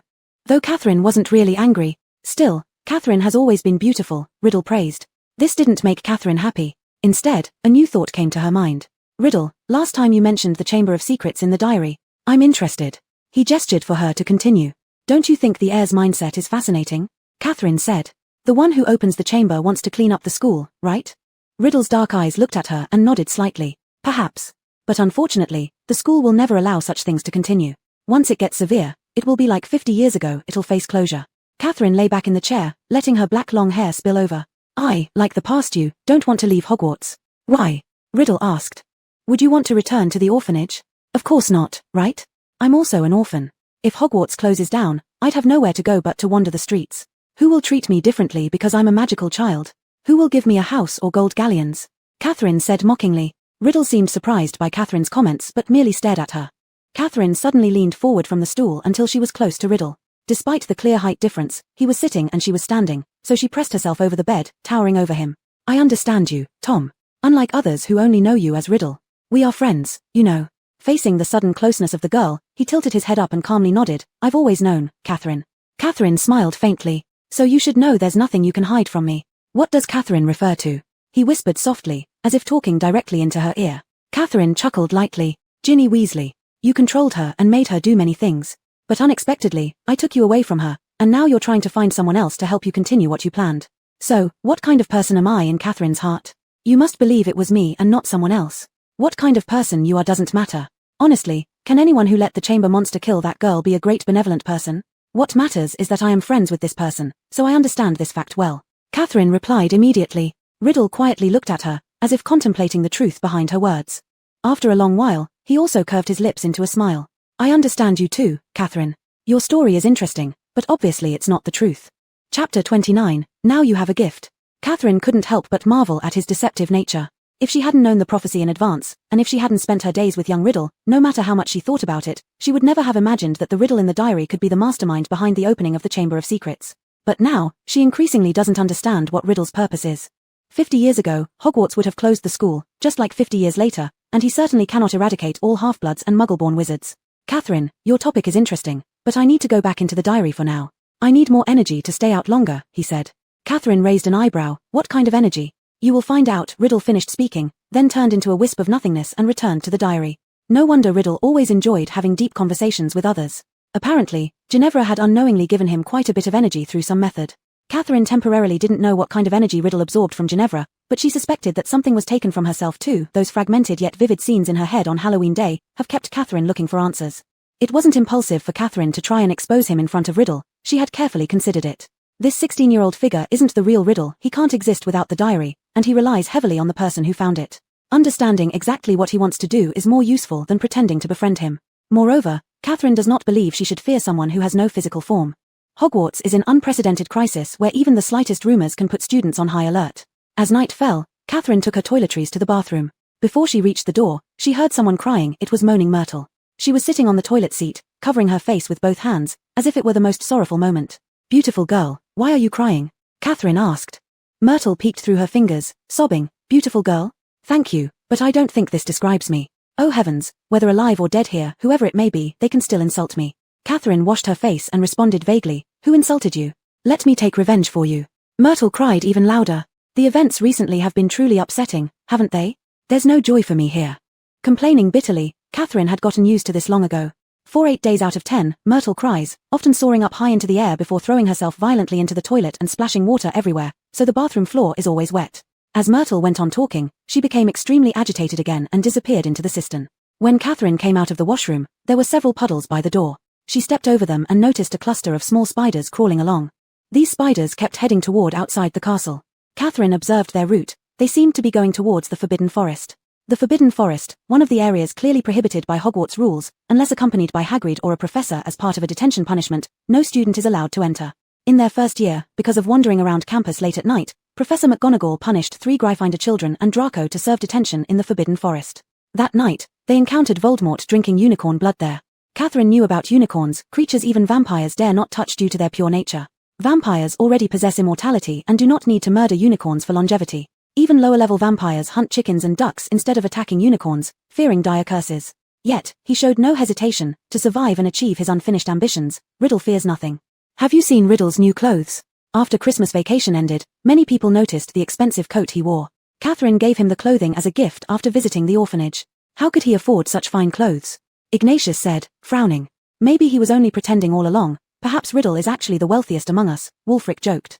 Lucretia smirked. Well, you didn't see the gloves on his hand. I reckon even muggles wouldn't use such things. Bad stitching. And oh, there's probably something, maybe some kind of insect. The student staying over break chimed in. That glove you mentioned, I've seen it. It was a gift from Catherine. Given by Catherine? For real? Wulfric laughed. Who would have guessed that pretty-faced Catherine could pull off such a funny move? That's right, but I think she's not that pretty either. Red eyes don't look good at all, Lucretia muttered. Ignatius unexpectedly said, even though the gloves are ugly, didn't Riddle treat them like treasures and wear them anyway? Lucretia sulked and fell silent. In the evening, only a few people were left in the common room chatting idly. I heard you didn't go home for Christmas. Lucretia was painting her nails with the latest nail polish while sitting across from Riddle, who was staring absently into the fire. She was showing off her beautiful fingers. It was bought by her father from Muggles, glittering when applied, but the only downside was its strong, unpleasant smell. But it was all right as Lucretia always cast a spell to block her nose before painting. Wizards wouldn't waste time on such boring things, would they? She extended her hand for admiration. But someone must do these boring things. Lucretia shook her hair back. Nadia, are you eavesdropping? Isn't the common room open to any student? Catherine said, pretending to be surprised. Lucretia always ended up awkwardly silenced by Catherine. So, you just like those muggles. Like. So what about you liking your pet toad? Does that make you a toad? Catherine continued her mock-surprised demeanor. Lucretia snorted, a hint of disdain flashing in her eyes. It's normal for Nadia to deny it, but remember there is a fundamental difference between wizards and muggles. Riddle sat silently opposite them, seemingly uninterested in the two girls' conversation. What do you think, Tom? All Slytherin students should realize this. Lucretia looked expectantly at him, but he lifted his head with an air of detached blankness. Sorry, I wasn't paying attention to what you said. Catherine knew he had heard everything. He simply chose to ignore Lucretia. She stifled a laugh as Riddle picked up his robe and walked away. Lucretia pouted, suddenly feeling bored. Abraxas's arrival interrupted their conversation. Lucretia, you're here too? Chapter 30, Stolen. Leoka Lee gave him a smile, good night, Abraxas, and left the lounge. The young boy handed a black velvet box to Catherine. A belated Christmas gift, Catherine. Catherine took it in surprise. The Malfoy surname embossed in gold foil shone with an air of nobility. Thank you, but I didn't expect to receive a gift. Abraxas waved his hand nonchalantly. It's nothing. I prepared gifts for everyone in Slytherin. My father said that the Malfoy family should build friendships with all of Slytherin. Next time, you'll have the chance to return the favor. This was truly something the Malfoys would do. Catherine opened the box. Inside was a very beautiful silver bracelet. Even though Catherine was not familiar with human objects, she could tell its value was not insignificant. The Malfoys were just like this. Even if they gave gifts like an assembly line, the quality certainly did not follow suit. She suddenly became very curious about what Abraxas had given Riddle. During class in the afternoon, she sat beside her. The young boy's gaze fell on her slender wrist where the silver bracelet sparkled under the light, making her hands appear more delicate and attractive. Catherine suddenly understood why people all liked money. It really could exchange for many pretty things. Buying that coat for Riddle had almost depleted all of Catherine's money. Fortunately, vampires wanting to earn money from the mortal world was easy. Many nobles had vampires lurking among them, leading extravagant lives. Just as Catherine was about to ask, she heard him say, "Now you have a present." She paused, only then realizing that Riddle was referring to the bracelet. On Christmas Day, when Riddle returned, he saw the anonymous gift that Catherine had secretly discarded. In this respect, they were very similar. He had also discarded all the gifts, even those signed. There was no particular reason. The thought behind them meant nothing to him. He had no pursuit of those things, nor did they interest him. But she accepted the gift from Malfoy. "Oh, this is from Abraxas to me. He must have sent you one too?" "What did he give?"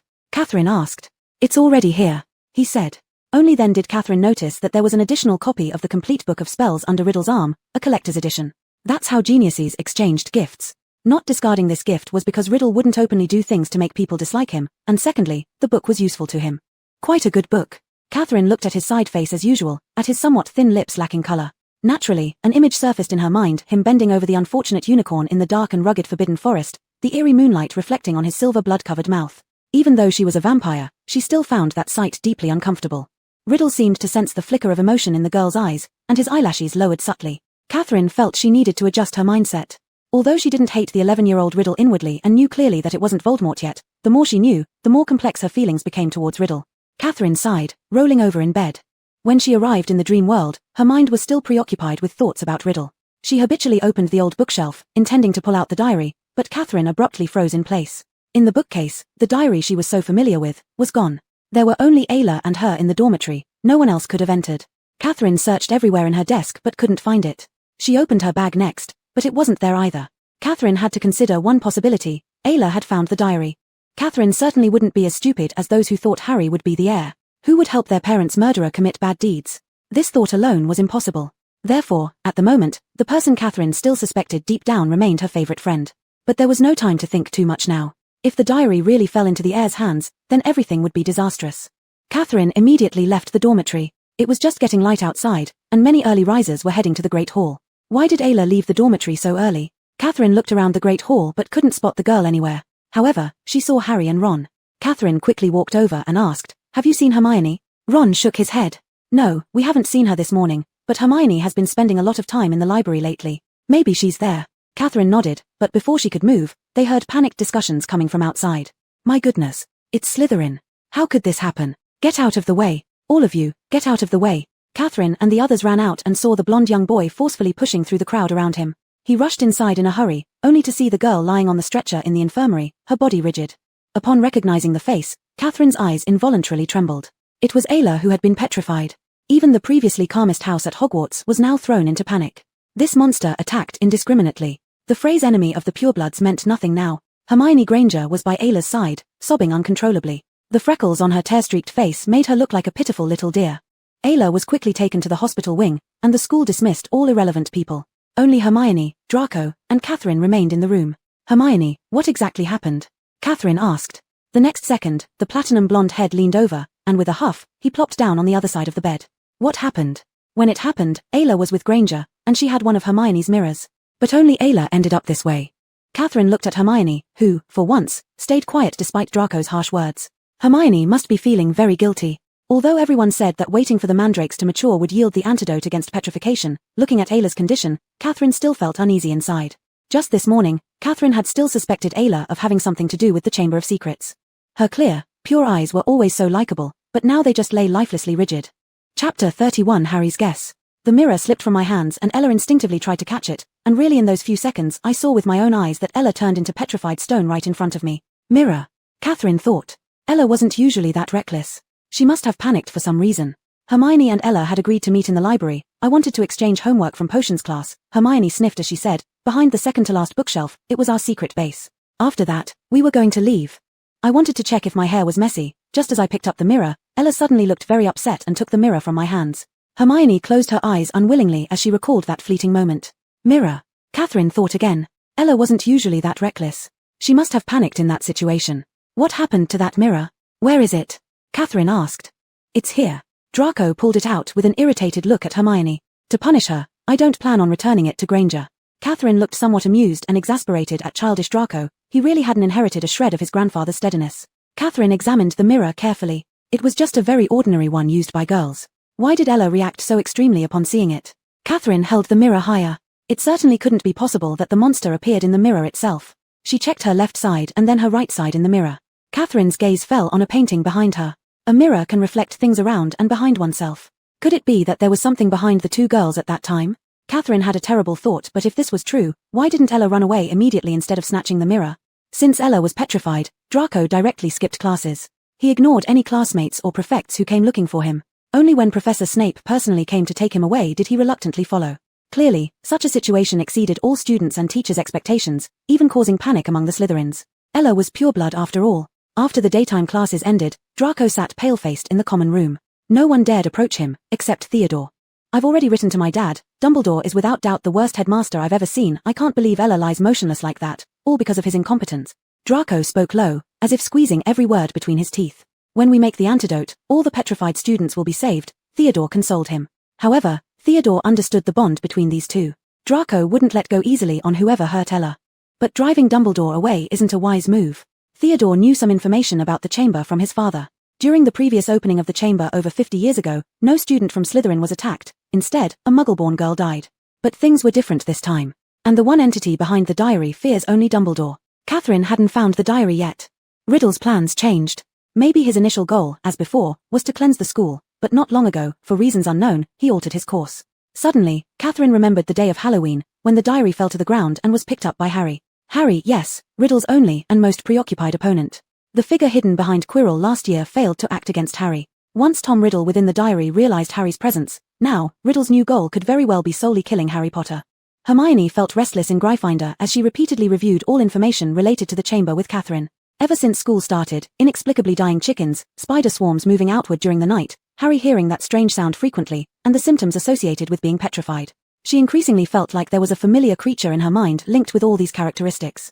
Just as Hermione racked her brain trying to think, Harry suddenly ran out of the dormitory excitedly, his tie still loosely hung around his neck, showing he didn't care about his appearance. Ron followed him, confused. Harry first took a deep breath, then making sure no one else was paying attention, whispered very quietly, "Hermione, Ron, I figured it out, I know who opened the chamber." Hermione's eyes lit up instantly. "What? You figured it out? Who?" Harry paused for a moment, as if thinking about how to explain the strange thing he had encountered. "Just yesterday, I got a hold of a diary. But there was nothing written in it. Recently, I've been bothered by that noise. When I thought it was just a blank diary, my ink accidentally spilled onto it." Harry's voice became even quieter. Then, words suddenly appeared on the pages. It was incredible. "And this diary took me into a memory. I don't know how it did it, but I saw with my own eyes the person who opened the chamber. It was Hagrid. He was protecting the monster, and the monster was..." Harry frowned as he struggled to describe it. It looked like a spider-like, gigantic monster. Giant spider. That odd experience hadn't made Ron scream in such terror before. "I thought I would feel happy knowing this, but actually now I have no idea what to do," Harry said, wondering if that monster truly belonged to Hagrid. "Does this diary have a signature?" Hermione asked. "Yes. It belongs to Tom Riddle. To be honest, I saw this diary in Catherine's hands during Halloween. I don't know why it ended up being discarded." Harry's expression became slightly awkward. In other words, if Catherine knew the secret of this diary, then it's possible she already knew that Hagrid was the one who opened the chamber. Ron opened his mouth wide in astonishment. My goodness, I reckon she would have a tendency to do something like that. No matter how terrible an animal might be, to her they are all babies. Ron made a distorted face. "But Harry, I think there is something that doesn't quite add up," Hermione said. "If the monster in the chamber was a spider, then why were there so many roosters dying? Why were the little spiders moving outside? And, if Hagrid really caused a girl to die in the chamber back then, why would Dumbledore protect him so much?" Hermione asked, knitting her brows. Chapter 32, A Visit to the Hut. This question stumped Harry. "However, I think we can go ask Hagrid. Even if it wasn't him, he might know more information," Hermione analyzed. "We all want Ella to wake up sooner. But Professor McGonagall said we must stay inside the castle unless we're in class," Ron said, troubled. "Have you forgotten about Harry's invisibility cloak?" Hermione blinked. Catherine's vision at night was better than during the day. Hogwarts was on high alert, with teachers, prefects, and ghosts patrolling the corridors in pairs, checking everywhere for any abnormalities. She planned to visit Hagrid to inquire further about Riddle. After all, Hagrid was the one who had been wrongly accused back then. Catherine skillfully made her way without incident to the back of Hagrid's hut. Just as she was about to knock, she suddenly heard a faint conversation from inside. It was Harry and the others. At the same time, Catherine sensed footsteps coming from the other side. Catherine quickly hid behind a pile of straw next to Hagrid's hut. By the light of the stars and the moon, Catherine saw Dumbledore approach, followed by another man. This man was short and plump, with messy grey hair and an anxious expression on his face. He was wearing very peculiar clothing, a fine striped suit, a bright red tie, a black long cloak, and purple pointed boots. Under his arm, he carried a dark green top hat. Their arrival caused silence inside once again, indicating that Harry and the others must have hidden too. The door wasn't fully closed, and Catherine heard the man speak first. "It's terrible, Hagrid, so I have to come. There have already been 4 attacks here, and the Ministry must take action." "I haven't," Hagrid's pleading voice came through. "You know I haven't, Professor Dumbledore." "I hope you understand, Cornelius, that I completely trust Hagrid," Dumbledore said. "But, Albus," the man said awkwardly, "Hagrid's criminal record works against him. The Ministry has no choice but to take some measures. We've already contacted the school board." "But Cornelius, I must tell you, taking Hagrid away will be futile," Dumbledore said. Catherine quietly stepped away from behind the hay bale and looked into the window to see the scene inside. She saw Dumbledore's profile, and at this moment, there was a kind of anger on Dumbledore's face that she had never seen before. "Look at it from my point of view," the man named Cornelius fiddled with his ugly top hat. "I'm under a lot of pressure. Something must be done. If it turns out later that it isn't Hagrid, he'll return, but now I have to take him away." "Take me away," Hagrid said, trembling all over. "Where to?" "It will be just for a short time," Fudge said, avoiding Hagrid's eyes. "It's not a punishment, just a precaution. If they catch the other person, we will release you and offer full apologies." "Not Azkaban, surely?" Hagrid asked hoarsely. Before the man could answer, someone knocked heavily on the door. Dumbledore went to open it. As soon as the man entered, Catherine recognized who it was. Typical golden hair, radiating arrogance in every pore, Mr. Malfoy. Lucius Malfoy strode into Hagrid's hut, also wearing a long cloak, with a cold smile on his face. Upon seeing him, Fang began to bark furiously. "You've arrived, Fudge," he said contentedly. "Very good. What are you doing here?" Hagrid said angrily. "Out. Leave my house." "Oh, dear friend. Please believe me, I'm not happy to enter your— Oh, do you even call this a house?" Lucius Malfoy looked around the tiny room and sneered. "I just came to the school to check. I was told the headmaster is here." "What do you want with me, Lucius?" Dumbledore said politely, yet a spark of fury still burned in his blue eyes. "The situation is dire," Malfoy said lazily while pulling out a long roll of parchment. "The board feels it's time for you to step down. Here's the dismissal order. You'll see all 12 directors signed it. We believe perhaps you haven't been using your talents properly. How many attacks have there been so far? At this rate, there won't be any students left at Hogwarts." "What are you saying, Lucius?" Fudge said, appearing alarmed. "We absolutely do not want Dumbledore dismissed right now." "The dismissal of the headmaster is a matter for the board, Fudge," Malfoy interrupted. "Since Dumbledore has failed to prevent these attacks." "But, Lucius, if Dumbledore cannot stop them," Fudge said, his upper lip starting to sweat. "I mean, who else can?" Hagrid stood up so abruptly that his shaggy head grazed the ceiling. "How many people have you threatened or blackmailed to get their approval, Malfoy?" "Dear me, you know, your temper will get you into trouble one day, Hagrid," Malfoy said with a feigned look of surprise, then a thread of warning crept into his tone. "I only know that Muggle-born students have been attacked repeatedly, including my son's housemates, and the girl I know too, she was attacked as well. So these signatures are well deserved."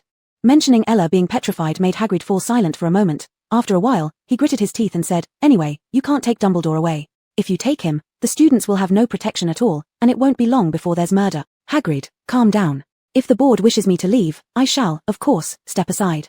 "But," Fudge stammered. "No." Hagrid growled low in his throat. Dumbledore's piercing blue eyes were fixed unswervingly on Lucius's cold grey ones. However, Dumbledore said very slowly and clearly, so that every word could be heard by everyone present, "Only when every single person here betrays me will I truly be gone from this school. And you may also discover that those who ask for help in Hogwarts always find some form of aid." Touching sentiment. Malfoy bowed slightly. "We'll all miss you, Albus, though we hope your successor will put an end to the killings." Catherine understood better than anyone that Hagrid was innocent. Chapter 33, Theodore's Company.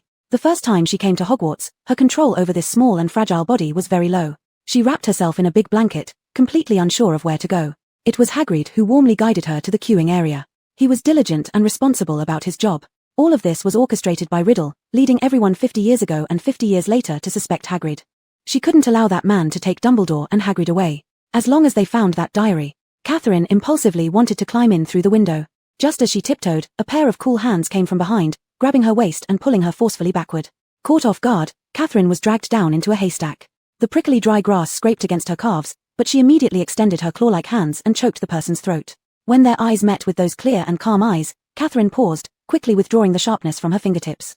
Theodore. Theodore looked at their position. Catherine had almost entirely pressed on top of him. With an awkward straightening of his body, Catherine finally moved aside to sit nearby. The person inside is the Minister of Magic, along with Draco's father, Theodore said. Did the ministry agree to let Dumbledore leave like this? Catherine asked. Theodore gestured for her to lower her head further. Even if they disagree, there's no way around it. The Hogwarts Board of Governors has great power and can decide the appointment of the headmaster. Moreover, most of those people serve that person. Catherine's gaze shifted. She knew that Theodore referred to Voldemort. The Dark Lord won't give up returning, Theodore whispered softly. Starting with this school year, it's already part of a new plot. So, you already knew? Catherine looked at him. No, I didn't know, but it's not hard to deduce, Catherine, Theodore explained. Do you want to know why your diary got lost? Catherine took a sharp intake of breath, something she hadn't anticipated from Theodore. On dueling club day, even though the crowd was thick, the opposite Gryffindor students could clearly see us, Theodore said, his face brightened under the clear night sky. Your diary moved, and someone noticed all of this. Catherine guessed correctly. It was Ginny Weasley. It was. She took the diary back from Ginny, communicated with Riddle, and demanded that he lift the control he had over Ginny. Riddle complied. Afterward, Ginny regained her clarity, yet she wasn't quite as clueless as Ron claimed. Instead, she dared not reveal what had happened. Controlled by him, she opened the Chamber of Secrets, killed Hagrid's rooster and wrote horrifying blood letters on the wall. Most importantly, she might not have been certain whether her actions were responsible for the petrification of so many students. Out of fear, she probably reclaimed the diary. This silly girl should have realized everything stemmed from Riddle's manipulation. It wasn't her fault. I'm sorry, I was too impulsive earlier. Catherine exhaled a breath. Once before, she would have sought revenge for any grievance. Now, under such circumstances, being overly direct could only lead to trouble. Had she impulsively rushed in to announce the matter of the diary, the governors, including Malfoy, would forever view her as a thorn in their side. And there would be no way for her to explain to Dumbledore why she possessed that diary or how she knew these facts without revealing them sooner. After all, no one sees everything from God's perspective. But why are you willing to tell me these things? I mean, about serving that person. Catherine looked at Theodore and asked. This won't remain a secret for much longer, especially not among the Slytherins. Theodore lowered his eyes. I've told you before, that person won't give up coming back. You should also acknowledge that fact. Catherine silently agreed within herself he would never disappear. Not ever. Besides, I thought we're friends. Theodore sat on the grass, smiling faintly. Catherine and Theodore returned to the castle together much later after their departure. Even though it was late, they almost got caught by Professor Snape. Catherine, having narrowly escaped detection, laughed. I used to do all sorts of rebellious things back home, but I didn't expect you'd be so experienced at hiding. Theodore carefully avoided places on the ground that might make noise. Who didn't do something against the rules when they were younger? Theodore, Catherine suddenly called out his name with weight. He lifted his head, and in the next moment, following Catherine's gaze, he understood why she called him. On the stone platform ahead, spiders covered the surface densely, forming a long black blanket. Although moving orderly, they still scrambled out in waves, one climbing over another. Catherine had seen spiders migrate twice before, but neither was as dramatic as this. These spiders, they're afraid of something. Theodore pressed his lips together. Catherine remembered that on the night Hagrid left, he said if someone wanted to find something, they only needed to follow the spiders to go in the right direction. Looks like I can't just go back directly. Catherine stared at the spiders and stepped forward to follow them. Theodore's brows furrowed slightly. That's the direction of the Forbidden Forest. I know, but we've reached this point. I must take a look. Catherine didn't stop walking. Since you got that diary, I suspected you were doing something on the side, but Catherine, I have to tell you, once you involve yourself with that person, it's either life or death. Theodore's voice suddenly became serious, laced with traces of worry. Catherine looked ahead at the thick darkness, realizing that after tonight, it would be impossible to hide things from Theodore anymore. She could always erase his memory later, but she had to enter the Forbidden Forest now. Dumbledore isn't here. I need to save Arla, and there are also things I must do myself. Voldemort couldn't kill Harry. He couldn't hurt Harry. I know this is dangerous, and it might lose points for our house or cause more trouble. Theodore, please, can you pretend you didn't see me today? Catherine continued walking but asked with a pleading tone. Upon hearing the girl's words, Theodore unconsciously smiled. He wasn't sure whether Catherine was fearless because she lacked knowledge or truly possessed incredible courage. And then it dawned on him, the biggest concern she voiced was losing points for their house. Unfortunately, I can't pretend I didn't see you, he said. Catherine glanced sideways at the usually detached young boy uttering such a straightforward and determined statement. Theodore. Because I wasn't planning to go back either. He strode ahead, passing Catherine and walking in front of her. His wand lit up with a faint glow, illuminating the darkness in one small area. Catherine, who was accustomed to the dark, felt her vision brighten with the light, which reminded her of an unexpected firefly. It illuminated a clear and bright corner in her mind amidst the tension. Hold your wand firmly, and ensure your own safety. Theodore murmured, his taller figure moving steadily ahead, leading the way. Chapter 34, Escape from Death. This distance reminded Catherine of the days when they practiced flying in the air together. Since getting to know Theodore, though there had not been much communication between the two beyond studying, Theodore had always been in a safe position, neither too far nor too close, protecting their friendship. That feeling was very comfortable, without any negative energy. It was as natural as drinking warm water every day. Catherine suddenly felt protected at this moment. In the vampire clan, her father had always raised her as the crown princess. Her mother, though heartbroken, could only gently comfort her. Her father usually showed great patience and kindness toward everything and the lower-level vampires underneath him.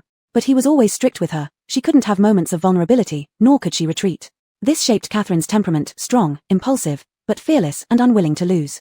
"I can feel someone else in this grove." Theodore suddenly leaned closer to her and whispered. They silently closed their mouths, listening intently for any other sounds besides the snapping of branches and rustling of leaves. The trees grew increasingly dense, and the stars above were no longer visible. 2 second-year students venturing alone into the forbidden forest sounded like an insane thing. As the darkness deepened, the black shadows of the spiders seemed to vanish, making them hard to see. Just as Theodore was about to lose sight of the spiders, his sleeve was lightly pulled, and another faint light approached. "Follow my lead," Catherine said. Theodore realized that Catherine's eyesight was extraordinarily good. Under such dim light, he was almost blind. But with Catherine's guidance, they managed to avoid even the branches scratching them. They had walked for about 20 minutes. In absolute darkness and silence, time felt stretched. Just as Catherine thought all was so quiet, her sharp hearing suddenly picked up something swiftly brushing past the trees on the right, within no more than 10 meters away, and it sounded incredibly massive. Catherine immediately tightened her grip. "Let's stop first." Theodore and Catherine halted where they stood. The leaves rustled softly, as if it was just Catherine's illusion. But just seconds later, a deafening roar echoed around them. With that faint bit of light, it was impossible to make out what happened, but there was no need to, because in the next second, Catherine felt herself lifted by the waist and dangled face down in the air. She quickly turned her head to look for Theodore's position, only to find that he was gone. "Theodore. Theod. I'm here, Catherine." She heard his voice right away, and only then did she calm down. After an unknown amount of time, they were tossed onto the ground, and the little spiders scattered in a flash. They soon heard another scream. It was Ron. Since Ron was here, then Harry and Hermione were probably here as well. Catherine got up and helped Theodore to his feet. As soon as she looked up, Catherine witnessed an unforgettable scene. Many giant spiders like the ones in her memory were crouched in the night, their countless eyes flashing. Harry stood not far away, talking to the largest and most terrifying spider in the middle. "I do have this instinct," they heard Harry say, "but out of respect for Hagrid, I've never harmed anyone." The body of the victimized girl was found in a restroom. "And apart from the cupboard I grew up in, I've never seen any part of the castle." "Do you know what killed that girl?" Harry asked further, "because whatever it is, it has returned and started attacking people again." The sound of the spiders moving their joints made everyone's hair stand on end. "The one living in the castle," said the spider, "is an ancient creature that we spiders fear most. I remember clearly how I pleaded with Hagrid to let me go when I felt that beast roaming the school." "What is it?" Harry asked anxiously. Based on her bloodline's knowledge of animals, Catherine sensed that the spiders' clicking noises became louder and more frequent, as if the spiders were closing in. This wasn't a good sign. "We won't say," the giant spider exclaimed emotionally. "We will not say its name. I didn't even tell Hagrid the name of that terrible being, despite him asking me many times." Harry didn't want to press the issue further, especially now that the spiders were encircling them from all sides. It slowly retreated into the web, but the other spiders continued to inch slowly, inch by inch, toward Harry and Ron. "Then we're leaving," Harry shouted desperately at Aragog while hearing the rustling of trees behind him. "Leave?" The spider drawled. "I don't think so. I've refrained from harming humans out of respect for Hagrid, but when the meal is served to my doorstep, you and your friends are staying here." Harry and the others turned in terror and saw the encroaching spiders of various sizes. They also spotted Catherine and Theodore standing behind them, as Harry's eyes widened in disbelief. Just a few steps away, high above them, there stood an impenetrable fortress of arachnids. The clicking of their mandibles filled the air, countless pairs of eyes glittering atop ugly black heads. Everyone drew their wands, but even with Hermione and Theodore, 2 of the best spellcasters among them, they were vastly outnumbered and it made no difference. At that moment, a sickly sweet scent rushed into their nostrils. In the next second, their vision darkened. They saw nothing. To their surprise, the spiders took several hesitant steps back, sensing something ominous approaching. Just as the spider wall seemed about to collapse, a brilliant light illuminated the entire hollow. A car roared down the slope, headlights blazing, horn blaring, scattering the spiders aside. Catherine recognized this as the same flying car Harry and his friends had used to arrive at school, belonging to the Weasleys. Although it was a fleeting glance, Theodore noticed a fresh, red wound on the girl's wrist. Chapter 35, Suspicion. The car door opened, and without a word, Harry sat in the driver's seat while Ron took the passenger side. Theodore and Catherine sat at the back, and Hermione jumped in last, shoving Hagrid's timid little puppy Fang into the car. Before Theodore could stabilize himself, he reached out and pulled Catherine's right arm to check her wounds. However, all he saw was her smooth, flawless skin. There wasn't a trace of blood or any wound. Theodore froze for a second in bewilderment. This was impossible. Even though he had only had a brief glance earlier due to the urgency of the situation, he was certain that Catherine's wrist had been wounded. How could it be that in just a few minutes, there was no sign left? The skin was perfectly intact. Catherine noticed Theodore's gaze. In the critical moment earlier, she had no choice but to use her own blood to drive away those spiders. The vampires, a race with cursed blood, were thus immortal yet never truly alive. They could not be exposed to sunlight or human society, as their essence was extremely yin. Consequently, vampire blood was feared by all living beings. But at the same time, vampires possessed an excellent natural healing ability. Although Catherine was now half human, even such a small wound healed very quickly. Earlier, Theodore might have seen something. But the forbidden forest was too dark, so it was possible he had made a mistake. She could simply deny it outright. Catherine. Theodore tried to say something, but Catherine's vision began to blur. She immediately realized it was almost 2 o'clock, time to return to reality. The Weasleys' car flashed its lights as it went over the hilltop, gradually leaving the terrifying spiders that chased them behind. Only then did Ron's ashen face begin to regain some color. They returned to the edge of the forbidden forest, and Hermione instinctively looked to see if Catherine was okay, only to see her stepping down from the car with a somewhat expressionless face. Theodore also sensed it. Catherine had suddenly become very quiet. There had been a few instances earlier where Theodore thought Catherine seemed different from usual, but he couldn't quite pinpoint what exactly was off about her. Catherine opened her eyes in bed. After shuttling between these two worlds these past few days, she had barely slept due to matters concerning the chamber. This was the first time she felt this body beginning to show signs of fatigue. She didn't even have the energy to strengthen her bond with young Riddle anymore. Riddle, of course, noticed. Over the past few days, Catherine spoke much less than usual. Even though she continued sitting beside him during class like clockwork, they had little conversation, and she always seemed tired. He remembered the unnatural emotions that had leaked from her eyes on that day. He assumed that perhaps she had heard those people discussing his poverty, that he could only afford clothes and gloves through her charity. Their ridicule had probably caused Catherine to feel disdain toward him as well. Even if both of them were orphans, and even if she had already said they were friends or family, she wouldn't be immune to the pointed remarks of foolish people. Inwardly, Riddle coldly thought that relying on emotions to achieve anything was utterly stupid. Catherine was completely unaware of these thoughts. It wasn't her fault for being oblivious, as Riddle showed no change outwardly. She had no idea he observed her every move meticulously, remembering everything clearly. Still, he remained the same as he had been before his suspicions arose, making sure Catherine would never detect even the slightest crack. With Dumbledore gone, the situation at Hogwarts grew increasingly severe. Harry carried the diary around constantly, as if it was his best companion. The best news was that the mandrakes had finally matured, and the antidote for petrification had been successfully prepared. Those who were petrified, including Filch's poor cat, were soon going to awaken. Soon, the petrified victims themselves would tell who the culprit was. During the period when Candy didn't have its owner, Catherine kept feeding it. After Riddle's diary disappeared, the kitten no longer seemed afraid of her. Apparently, his presence was the reason. Watching the kitten rub affectionately against her palm, Catherine longed for Ella to wake up quickly. Every night, Candy crawled into Ella's bed to sniff out her scent, letting out sorrowful meows that tore at the heart. Thankfully, Draco was attentive in this regard, giving the kitten many cans of delicious food. Having spent 3 years at Hogwarts, Catherine felt the end-of-term atmosphere more strongly than ever before. She thought this semester's exams wouldn't involve excessive pressure from teachers, and there wouldn't be any competitive testing. Just surviving and returning home safely for summer break would be ideal. But that wasn't the case. The exams weren't cancelled, and strict professors didn't lower their standards. Everyone was both terrified and trying their best to study. Catherine was walking down the corridor, planning to move her review books to the classroom. On the way, she saw Theodore holding 2 bottles, seemingly unsure where to go. "Hey, Theodore." "Catherine." Theodore turned around, raising his hand slightly with the vial of potion in it. "I'm going to deliver the antidote to Mrs. Norris and the Gryffindor ghost." "Why are you the one delivering it?" "Professor Snape has more important matters to attend to," Theodore said as he walked. "Besides, if I don't do it, their antidotes might arrive very late." Catherine understood Theodore's implication. While Mrs. Norris was still missed by Filch, the ghost had no living family left in this world. Hogwarts could be a warm place, yet also very realistic. Apart from Dumbledore treating Filch equally, it wasn't certain whether others cared that Filch had a cat waiting day and night for its salvation. "But you remember. Theodore, you've made the end of this year heartwarming," Catherine praised without reservation.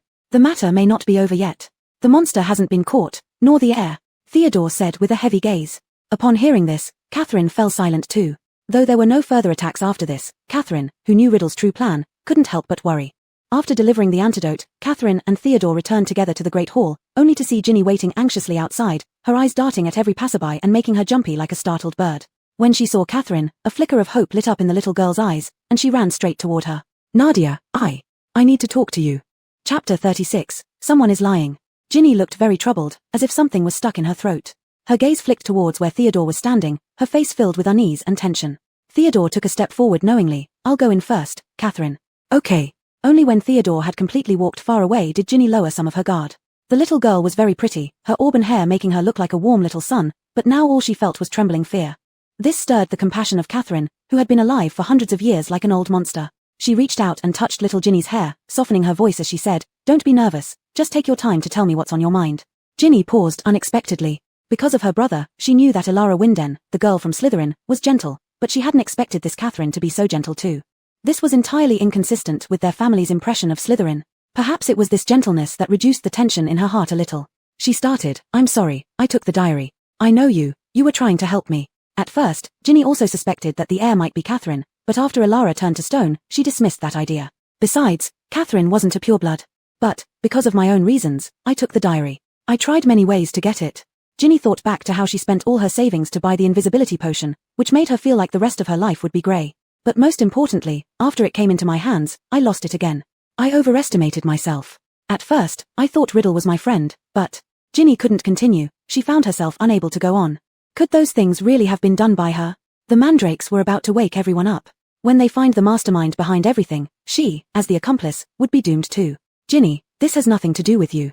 That thing was too deceptive, and I admire your courage for telling me all this." Catherine smiled at her and said, "You truly live up to being a child of Gryffindor."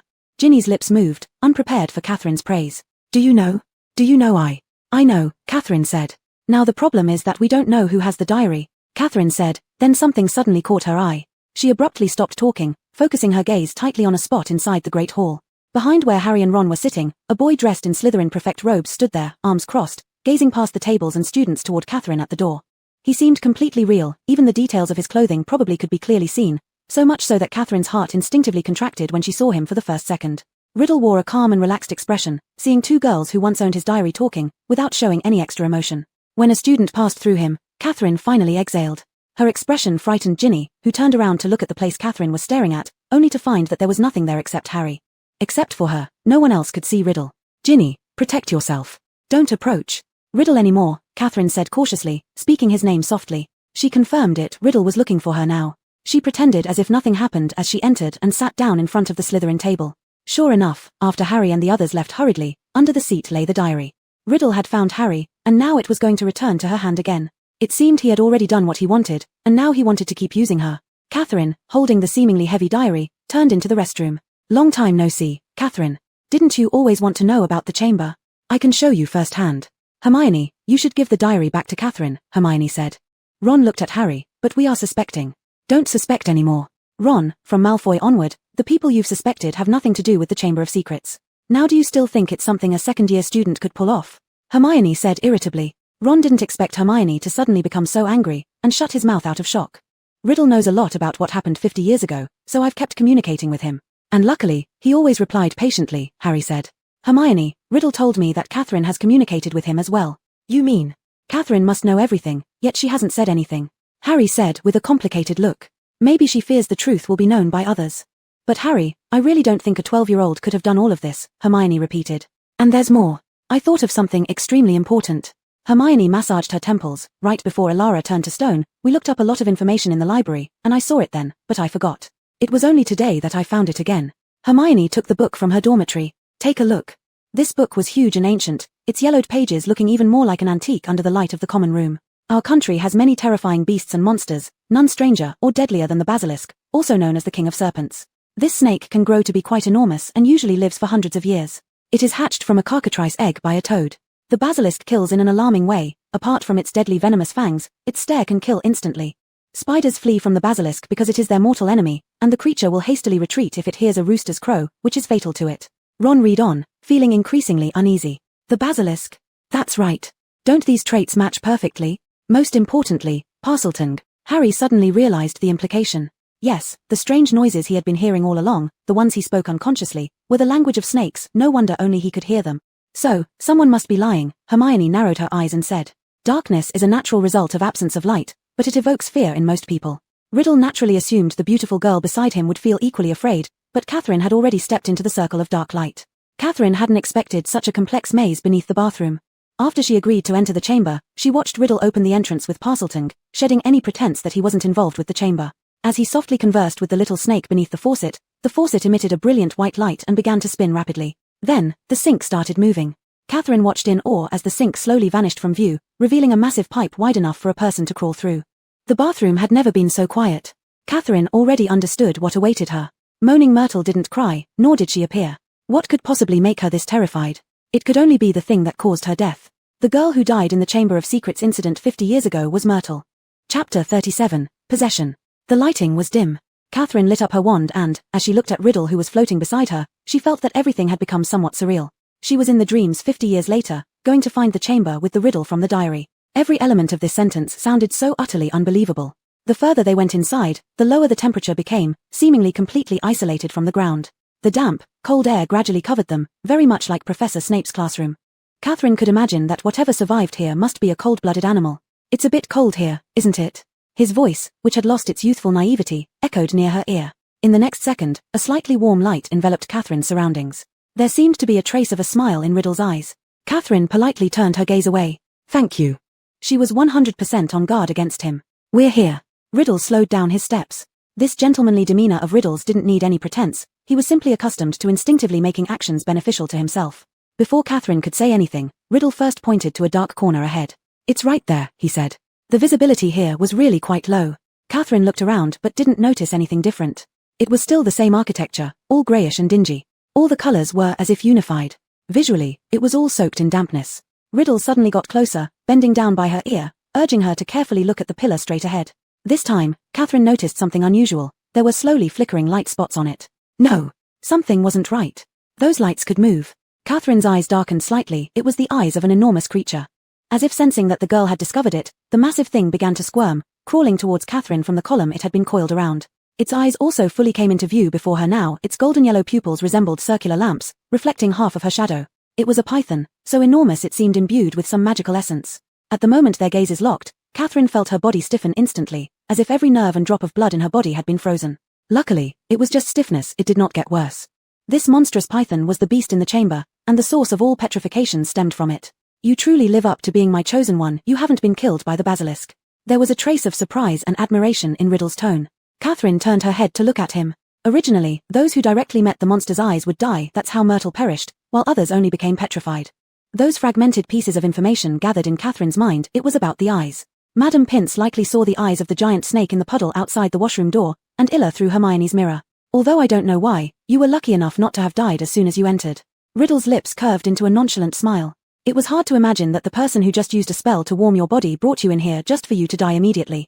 Looking at your expression, do you really think why I would bring you to the chamber?" Riddle sat on the stone steps, his hands propped up behind him, looking at her leisurely. "To excite an ancient creature, we need proper offerings. Today, you and Harry Potter are both its awaited meals," he said with a laugh. "Harry?" "Yes, the well-meaning boy. If he knew I'd brought you into the chamber, would he sit idly by? Originally, the person I planned to bring was a younger child than you, but you came searching me out." Riddle made a thoughtful expression. "But she helped me quite a bit too. I patiently listened to her talk about those boring trivial matters, how she was teased by her brothers, how she had to wear old robes and use outdated books to attend school, and how she secretly fell in love with Harry Potter but despaired without hope. Compared to such a troublesome girl, you're better. But I haven't been charmed by you, Riddle." Catherine looked down at his face. "I won't help you do anything." "Yes, no matter how gentle I appeared, you never revealed any important private words to me. Only the lies you told, that you were friends with the 11-year-old me." He laughed sharply and coldly at this point, as if he'd mentioned the most ridiculous thing. "But Catherine, I must thank you too, for helping me petrify a mudblood on Halloween and introducing me to Harry Potter." Riddle's laughter abruptly stopped, and there seemed to be a faint red glow lurking at the bottom of his eyes. "Otherwise, I wouldn't have today's goal." A buzzing sound rang in Catherine's head. "What did you say? Haven't you realized yet? I possessed you, letting you finish what Ginny didn't accomplish." Catherine suddenly clenched her fingers. That was why she felt time drag endlessly on that day while walking in the school alone, why she could see and hear strange memories that weren't hers, and also why her emotions were persistently restless. It was because Riddle had possessed her. Though it lasted only briefly and didn't fully make her lose memory of the event, he still succeeded for a large part. Afterwards, Catherine had no idea that person under influence was herself, being subtly led to suspect Illa. He deliberately exposed himself around her repeatedly, allowing the diary to be stolen by Ginny, then manipulated again so that it ended up in Harry's hands. What a brilliant move this chess game of Riddle's was. No wonder he spoke with such conviction back then. "I also know you well. I thought once you discovered you could understand Parseltongue, you would have figured everything out immediately. But alas, Catherine, I overestimated you."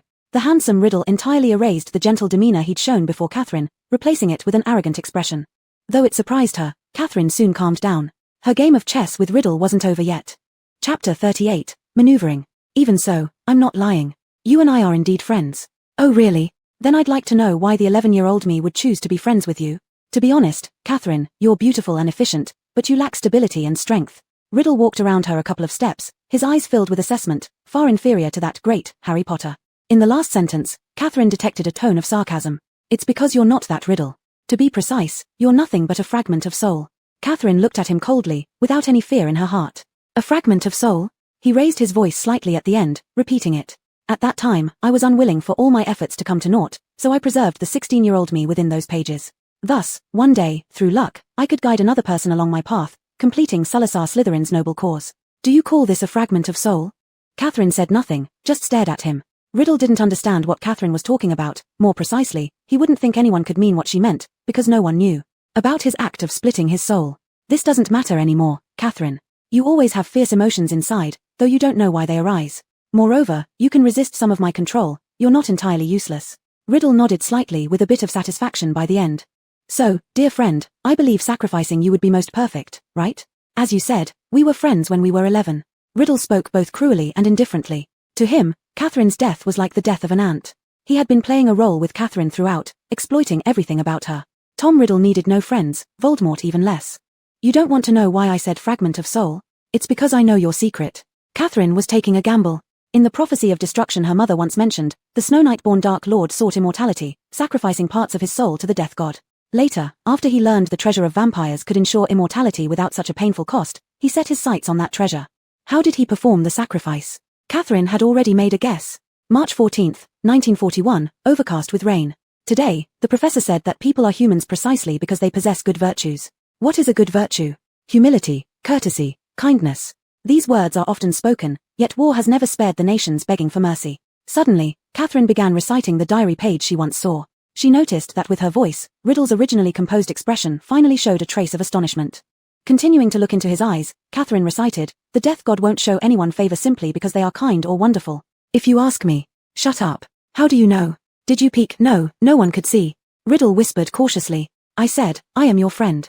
Catherine only had one hypothesis. There was some kind of connection between the 11-year-old and the 16-year-old Riddle, thus the diary revealed contents that should not be seen by anyone.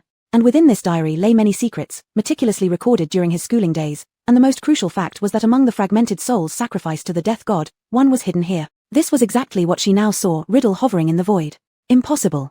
Your secrets are in the diary, aren't they? If someone found out and destroyed it, what would happen then? Catherine's crimson eyes turned dark black.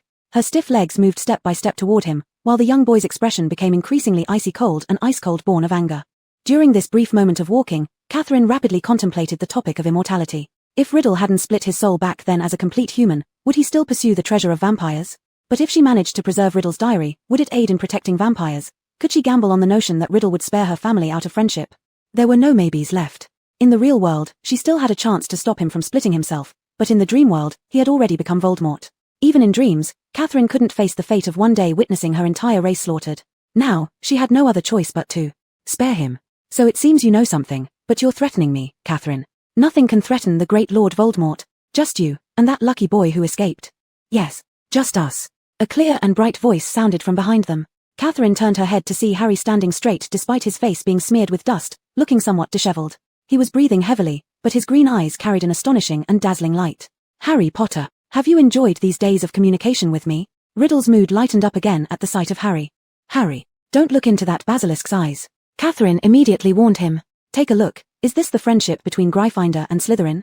Riddle sneered, Catherine, you're truly touching, probably friends with everyone. You will not harm Catherine here. Harry stepped forward directly, blocking Catherine. Don't be so tense, weren't we having such a nice chat? You are nothing but a complete liar, Riddle. You tricked me into thinking it was Hagrid who opened the chamber. I actually believed you. You framed him, just as in the past as now, Harry said through gritted teeth. That's a clumsy lie, Harry. Do you really think Hagrid, that clumsy blockhead, could open the chamber?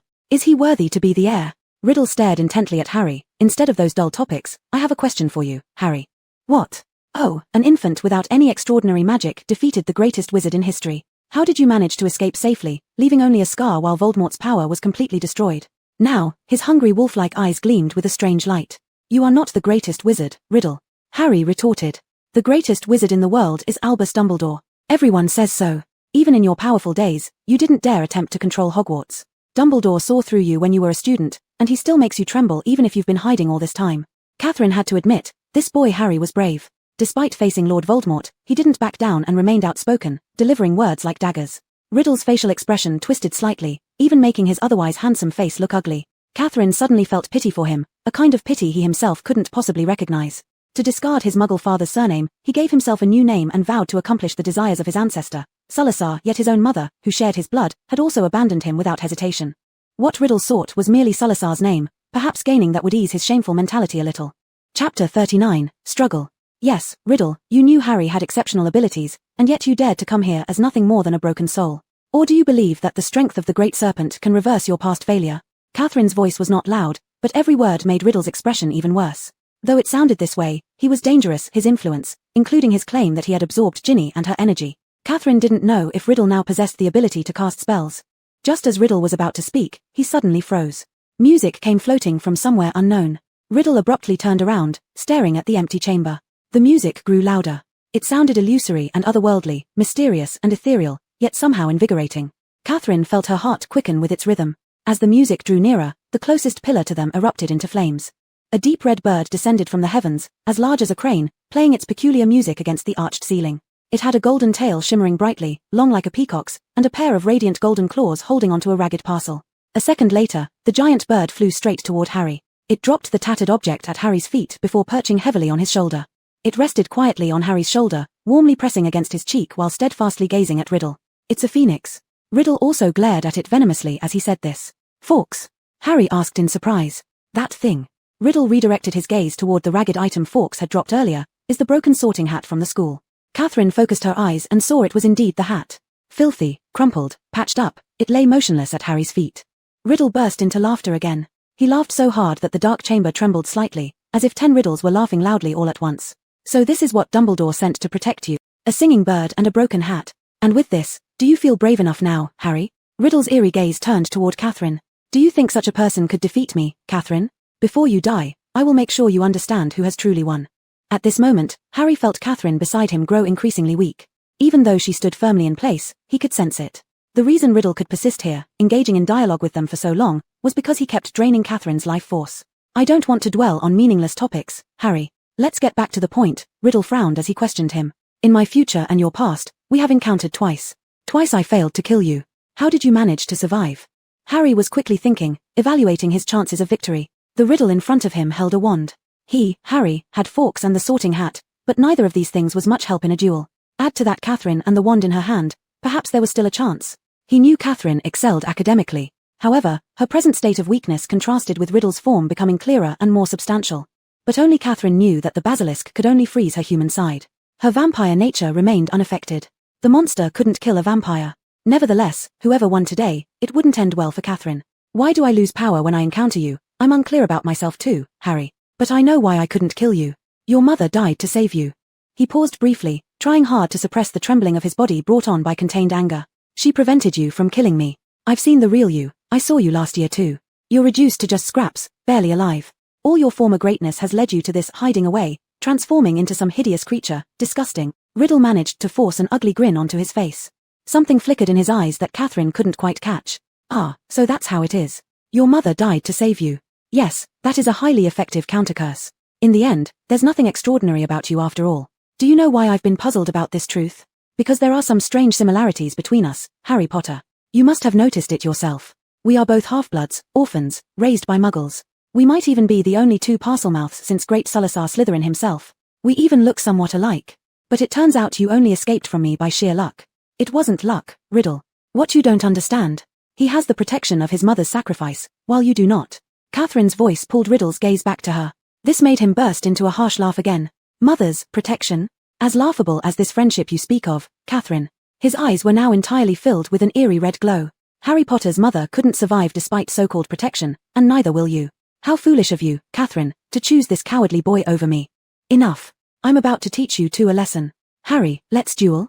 Let's see. On one side Voldemort, heir of Salazar Slytherin. On the other side Harry Potter, armed with Dumbledore's finest weapons. He glanced at Fawkes and the sorting hat dismissively, clearly finding them ridiculous, before stepping away. Catherine, he said, he plans to leave your bones here in the chamber forever. Harry felt his legs begin to tingle with belated fear creeping up on him. That depends on whether he can accomplish it. Catherine's tone carried no emotion, but Harry, standing beside her, caught the flicker of dark red light in her eyes. Riddle walked to a stone pillar and summoned the basilisk. Harry couldn't look into the basilisk's eyes, so he kept them tightly shut, while Catherine stared directly at the monster fully summoned by Riddle. With a hissing sound like that of a snake, Riddle commanded, "Kill him. Harry. There are steps behind you, jump back and move to the right." Catherine immediately called out. Harry didn't know how Catherine could resist the basilisk's attack, but he had no time to think about it now. Keeping his eyes firmly closed, he obeyed Catherine's instructions and moved. "Annoying woman. Kill her too," Riddle shouted. Chapter 40, The Withered Soul Vanishes. Right after that, Harry heard a sharp clanging sound. Worried that the weakened Catherine might be in trouble, he cautiously cracked open his eyes just a bit. He saw the basilisk's back facing him while forks were swirling around its head. The basilisk angrily lunged at the phoenix, exposing fangs as long and thin as daggers, brimming with poison. Forks suddenly dove down, plunging its long golden beak into the basilisk's head. Instantly, a spurt of black blood splattered onto the ground like a heavy rain. The basilisk's tail wildly thrashed about, almost striking Harry. At this moment, a figure leaped from a nearby stone pillar onto the body of the basilisk. It was Catherine. She was violently shaking on the body of the basilisk but firmly held her wand in her hands. Catherine gripped a scale of the giant snake with one hand and, without hesitation, jabbed her wand deep into one of the great creature's enormous eyes. Black blood sprayed out continuously just as before, yet her movements did not cease. She swiftly pierced through the other eye of the basilisk.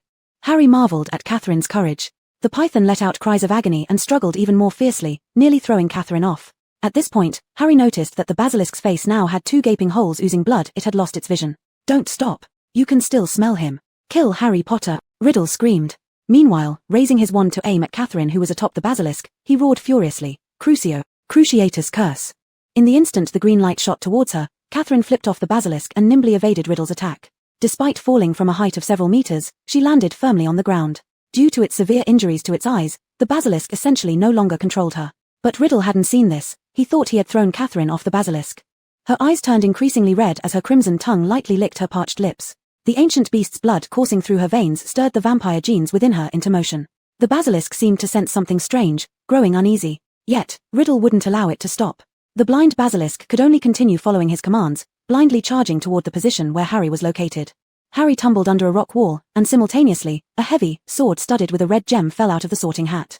The serpent's face thrust directly downwards, fangs exposed outward, as Harry used all his strength to defend himself with the sword. He plunged the sword deeply into the upper jaw of the great snake, leaving it too pained to move. A large amount of blood splashed onto Harry's clothes. Simultaneously, the poisonous fang drew near his arm. Catherine didn't wish to kill the great snake which Salazar and his descendants had continuously exploited. It was indeed a rarely seen intelligent animal, and she could feel it also showing restraint against her. If she could snatch it away from Riddle's control and turn it into her follower. "You are dying soon, Harry Potter. No one survives the venom of the basilisk," Riddle said. Forks circled overhead. Catherine had heard phoenix tears were curative medicines, even stronger than the healing power of vampires. Indeed, it was now shedding tears for them. "Even Dumbledore's bird knows you're going to die and is mourning your loss," Riddle gloated loudly. Just as the giant snake was about to tear through Harry's arm, a strange sound resonated in the chamber, similar to parseltongue but not entirely the same. Catherine's parseltongue wasn't standard, she was merely imitating Riddle. But she was confident the great snake would fear the words coming from her mouth. She wanted it to know that if she wished, consuming it dry would not be hard at all, a natural dominance born in her lineage. Sure enough, the basilisk hesitated, loosened its bite, and turned its hollow eyes back towards Catherine's location. Forks seized the opportunity and landed beside Harry. His arms, riddled with countless wounds and numb from the venomous bite, became insensitive. The phoenix gently caressed his face with its fluffy feathers, allowing tears to fall upon Harry's wounds. Miraculously, the wounds began to heal. "Harry, throw me the sword." Catherine's shout jolted Harry back to focus despite his increasingly heavy-headed state. It took all of his strength to keep consciousness. After struggling several times, he finally managed to get up and toss the sword to Catherine. Riddle was confused about the situation. He glared at the frozen basilisk and yelled angrily, "Stop standing there. Kill him. Kill them." "Riddle, no, I can only call you a fragment of a soul now. Yes, you've made a tremendous effort, but you can't compare with the complete Riddle. Hear me out. Only when you find yourself completely again will you have any hope of defeating the person you want to." Catherine narrowed her eyes mockingly. Riddle wildly raised his wand high, pointing it straight at the center of Catherine's brow without uttering another word. Avada. But faster than him was Catherine's action. Without hesitation, she lifted the heavy sword in her hands, tossing the diary into the air. In that instant, the cold blade pierced through it with a dull sound, like cutting through flesh. The diary screamed. Riddle's face began to crack. Unbelieving, he stared at what Catherine had done. It can't be, no. Only now did he realize what Catherine had meant. She knew his deepest secret. It wasn't a lie, but the truth. This girl truly knew. Clutching his head in agony as if it were about to split apart, Riddle writhed helplessly on the spot, but it was too late. He vanished. With a soft thud, the diary landed on the ground, ink oozing out from within, bubbling like blood, and all became calm once more. Catherine felt her body returning to normal, yet simultaneously, an immense amount of energy seemed to drain away. Watching Riddle defeated by their combined efforts, Harry limped over. Sorry, Catherine. After the professors found out about the warning written in his chamber, Ginny confessed everything about Riddle controlling her. Before this, I even suspected you after reading the diary. It's all right, Harry. Catherine shook her head. What about that snake? While it's still motionless, let's leave quickly. Catherine glanced at the basilisk. It was already nearly lifeless. She'd given it a chance. If it could escape Hogwarts, perhaps one day they would meet again, and then it would be her weapon. No longer bound to Salazar or his so-called descendants. Chapter 41, Premonition and Future. With the good news that the chamber had been successfully breached, Dumbledore returned to Hogwarts, and the antidote revived all the victims. Catherine rushed to the hospital wing to visit Ella immediately. Draco, with dark circles under his eyes, sat by her bed. When Catherine entered, the young boy quickly and shyly let go of Ella's hand which he had been holding tightly. Ella's pure gaze fell upon Catherine.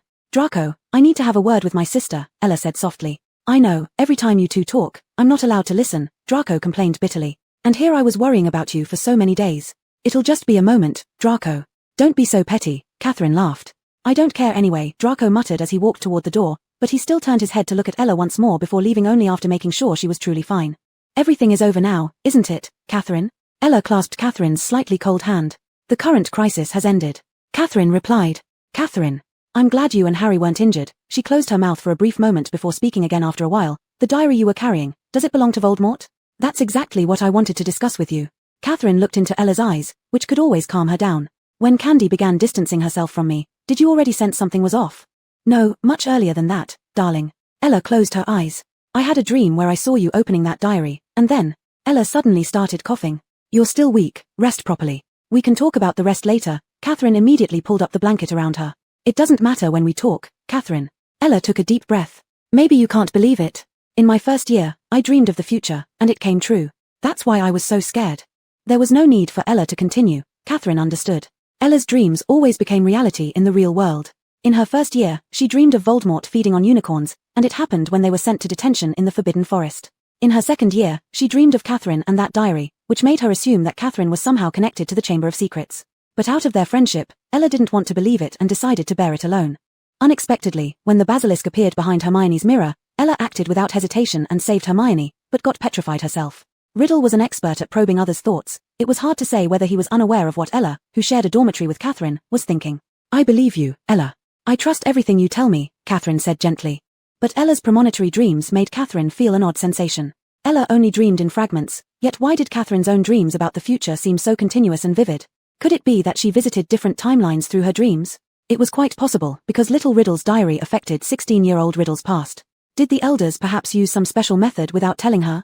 After visiting Ella, Catherine headed towards Dumbledore's office. She decided to inform Dumbledore about the diary. Ella had told her that as long as Dumbledore was at the school, they would be safe. The one person Voldemort feared most was Dumbledore.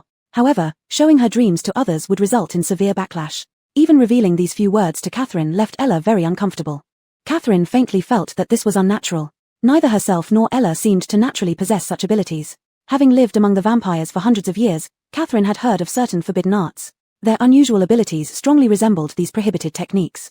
As Catherine arrived at the entrance to the headmaster's office, she encountered Lucius Malfoy striding away, his face set with anger. Harry stood not far away, a smile on his face. In front of him stood a dazed house elf. Hey, Dobby, what's wrong? Still too happy to react. Harry shook Dobby's ears slightly. Oh, Dobby. Dobby has never seen such a beautiful lady. Dobby was mesmerized. The house elf's large eyes grew even wider, its cheeks flushing as it turned its head and covered its face with its hands. Harry pressed his lips together, trying to suppress his laughter while watching Dobby. Indeed, Catherine was universally acknowledged to be very beautiful.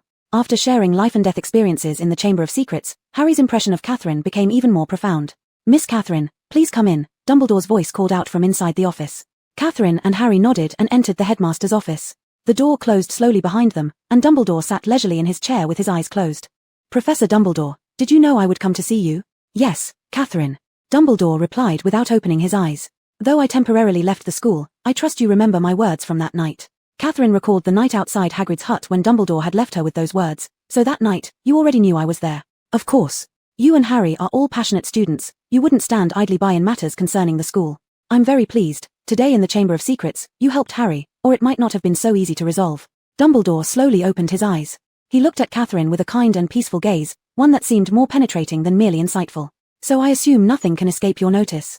In Harry and Ella's eyes, Hogwarts feels secure because of Professor Dumbledore's presence. Therefore, I feel compelled to share what I know. Catherine sat down opposite Dumbledore as she spoke. I am always willing to listen, Miss Catherine, Dumbledore said with a warm smile.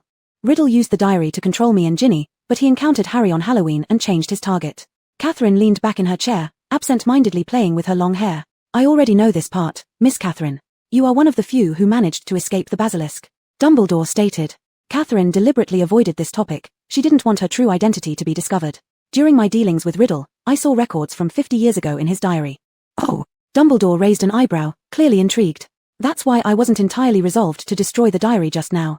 Professor Dumbledore, please allow me this personal decision.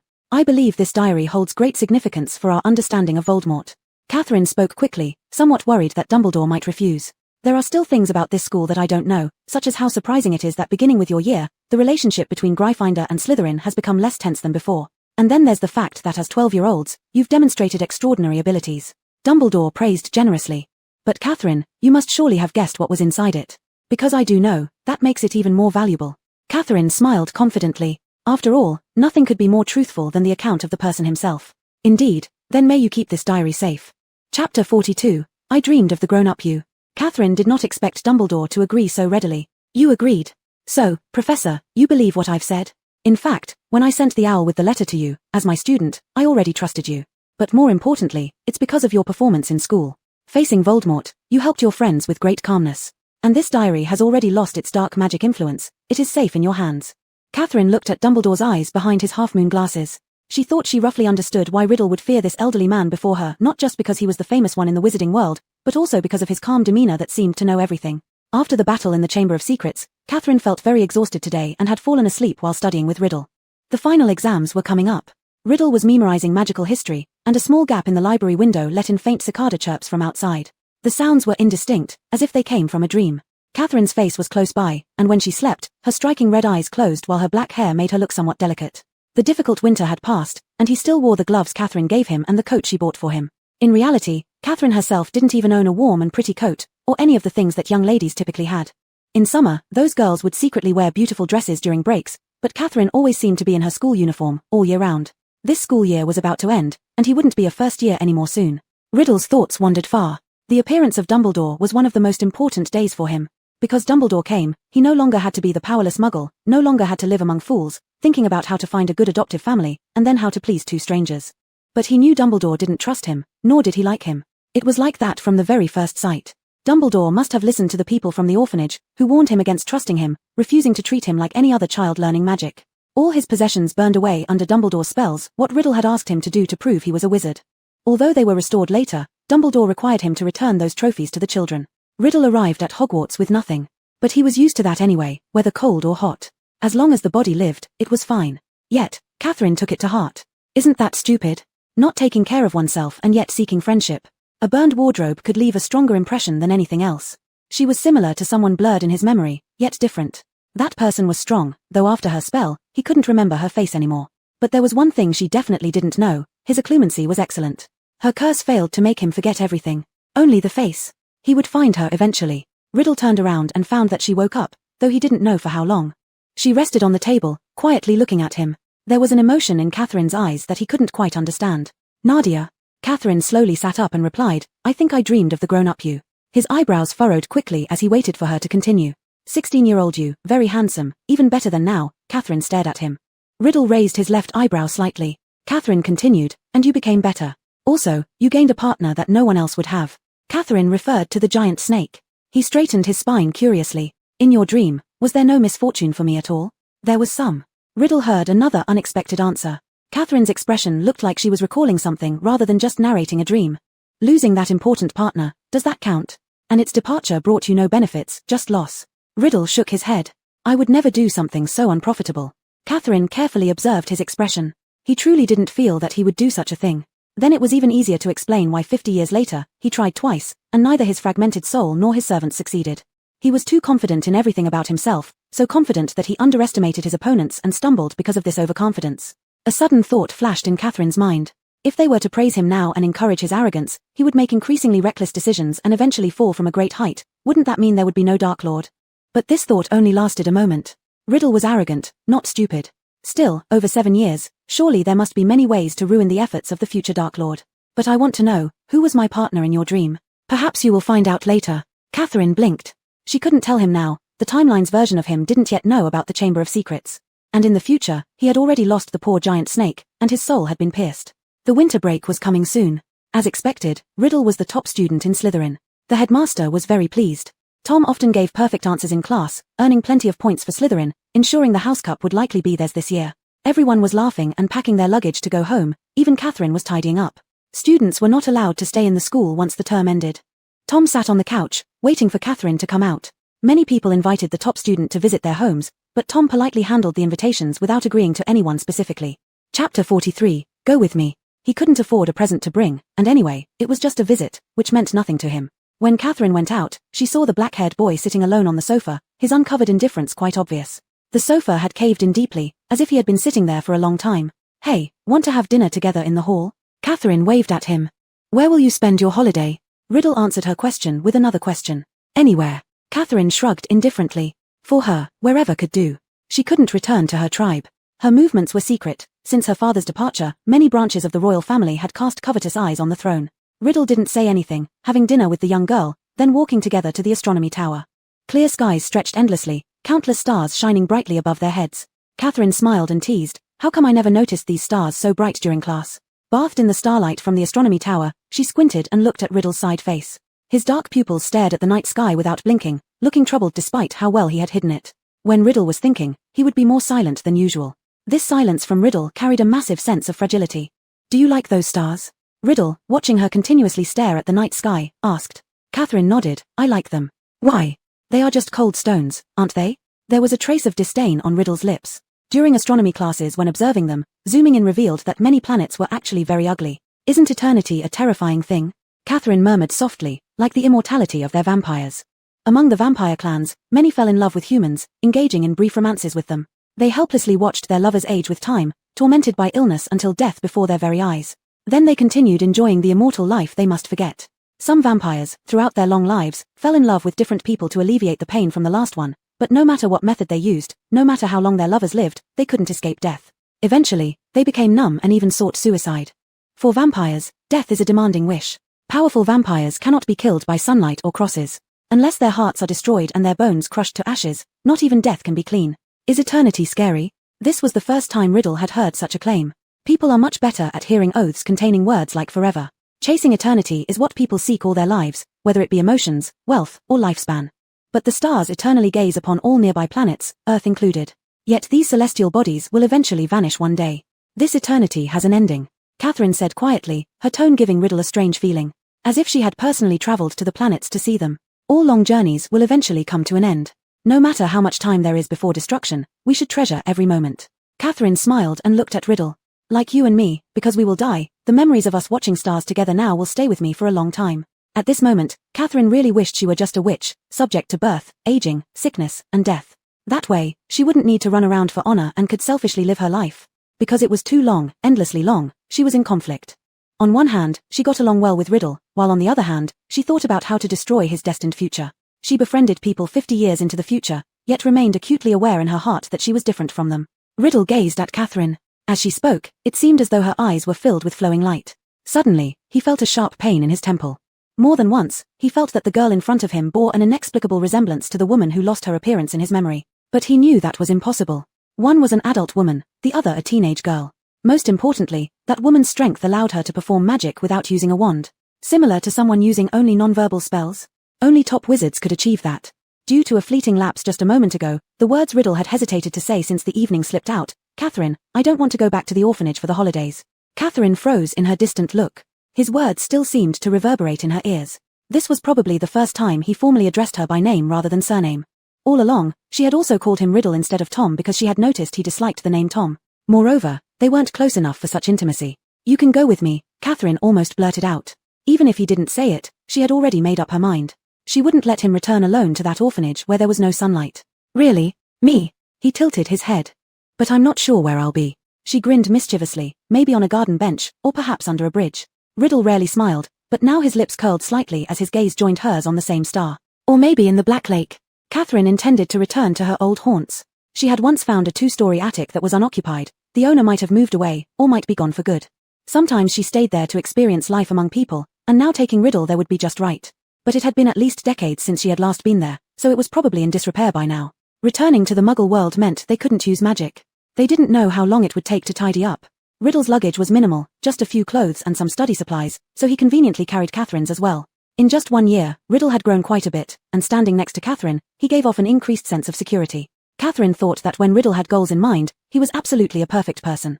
Because he didn't want to go back to the orphanage, he would act as though they were close friends, becoming softer and more considerate. As they left Hogwarts, Catherine instinctively looked back, then quickly realized this wasn't the world where she had many friends, the weather being gloomy with rain. "What are you looking at?" Riddle carried the luggage onto the train and glanced out the window as well. "Nothing." Catherine drew her gaze back. When the train arrived at the station, all the children were greeted by adults, except for the two of them. Some parents were attracted by the striking appearances of the two children, would glance a second time, then inquire of their own children who these kids belonged to. After receiving the answer, they all showed expressions of pity. Chapter 44, Voldemort buys groceries and cooks. It was still drizzling, and Catherine and Riddle shared an umbrella as they sat in a car driven by Muggles. Riddle was observing the cars. During his time at the orphanage, he hardly ever went out. The street scenes flashing by the window were like slideshows. After getting out of the car, Catherine tapped her feet uncomfortably. Her shoes were covered with muddy rainwater that stuck stubbornly. The children from wizarding families can still be surrounded by magic when they return home. But the Muggle world is interesting too, Catherine said. Muggles don't know they are Muggles. Without comparison, everything's fine for them, Riddle replied. Catherine thought for a moment. It's not quite so straightforward. I believe not everyone wants to become a wizard or even thinks wizards are different.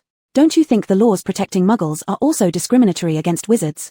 Riddle looked at her, waiting for her next words. Wizards cannot appear before Muggles, cannot use magic, and cannot even fall in love with Muggles, though it isn't explicitly stated. Pureblood wizards always consider themselves superior, Catherine said passionately, as if delivering a speech. If that's how you see it, then it's indeed so. However, those cowardly Muggles would probably scream non-stop if they saw magic, Riddle smiled. Of course, if there were a powerful person who could unify the wizarding world, then wizards wouldn't have to hide anymore. Catherine slowed her steps a bit. Wasn't this exactly what Voldemort wanted to do later? But if wizards ruled over everyone, how could we stop some from using magic? If someone used magic to hurt Muggles, the world would turn into hell. Catherine said. What needs improvement is the perception of non-pureblood wizards. Riddle pursed his lips. The colourful Muggles on the street seemed no different from wizards but yet were very different. Muggles were far too fragile. If he were the leader unifying everyone, he might be able to barely guarantee these Muggles' lives. After all, truly capable people wouldn't deign to crush ants just to reach their goals. Catherine's residence was in a remote area, and it took them quite a while to get there. Catherine had already started worrying about where she would sleep that night. This place used to have houses built by struggling families. After decades of neglect, it seemed now to have been purchased and turned into an estate. The winding paths were lined with wildflowers swaying gently in the wind, and the air carried a faint fragrance. The ecological environment appeared much better than before, and many people lived or visited here. But had her little attic also been renovated? Thinking of this, Catherine quickened her pace forward, seeing her small building under the glow of the evening twilight. It actually looked very clean. Reaching the door, she found that it hadn't been torn down, nor had it been abandoned. Someone was taking care of the place. She opened the door in surprise. Everywhere she looked, the place was spotless. Though dimly lit, the house exuded a familiar, comforting aura. In the center stood an old wooden table, scattered with several yellowed books and an ink-stained quill. Riddle slowly followed behind. There were many people in the estate raising animals, which caught his attention.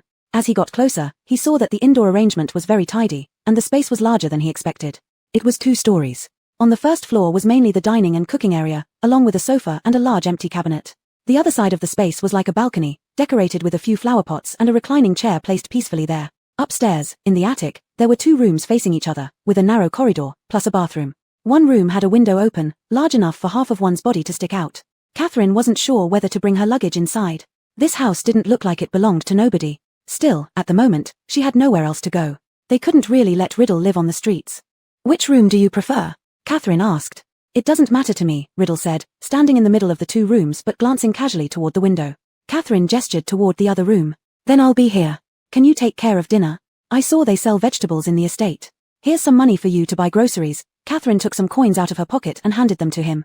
In 50 years' time, no one would believe that Catherine could make Voldemort run errands to buy food and cook. But it was different now. To avoid returning to the orphanage, Riddle willingly undertook such tasks. He had strong execution skills, knocking on Catherine's door in less than an hour. The 2 lit a small lamp on the first floor and ate around the table. The sounds of children playing outside carried far in the distance. A gentle breeze, neither cold nor warm, made Catherine let out a comfortable hum. Riddle's fork paused in front of him as he suddenly felt that the scene before him was strange, making him feel a little uneasy. At the orphanage, apart from sick children who were fed, everyone else ate together at fixed times, similar to the Great Hall at Hogwarts. This was the first time he had eaten with just one other person. In class once, the teacher had said that home was where a family ate their 3 meals together. Could this place be called home? Riddle's cooking skills were surprisingly good, and Catherine ate heartily, getting salad sauce on the corner of her mouth. Riddle watched her take bite after bite, his gaze lingering on the corner of her mouth as he lost himself in thought. What's wrong? Catherine saw him standing still, thinking there might be something on her face. There really was. She reached for the napkin to wipe it off, but his fingers moved faster. His cool fingertips naturally brushed away the sauce. After wiping it off, he lowered his head to continue eating, leaving Catherine momentarily dazed. In this cozy little house, Riddle wore the most ordinary plaid shirt under the warm light, looking like an average teenager. He even seemed softer somehow. A flicker of joy arose in Riddle's heart. He was imitating what a family looked like, cooking for another member of the household, gently wiping away dirt from her face.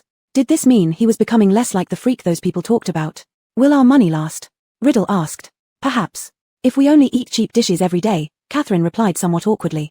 Even without asking, it was clear that Catherine, without parents, had probably spent all her savings on buying that coat for him. While I was out shopping earlier, I saw the estate is hiring, Riddle said softly. I can go tomorrow. Good, Catherine nodded. The holiday provided a great opportunity to narrow the gap between her and Riddle. They were practically together 24 hours a day. Complete trust was undoubtedly out of the question, but if she could occupy even a small place in his heart, it would be enough. Just a tiny space, a place where he didn't want to kill her. Chapter 45, A Stranger.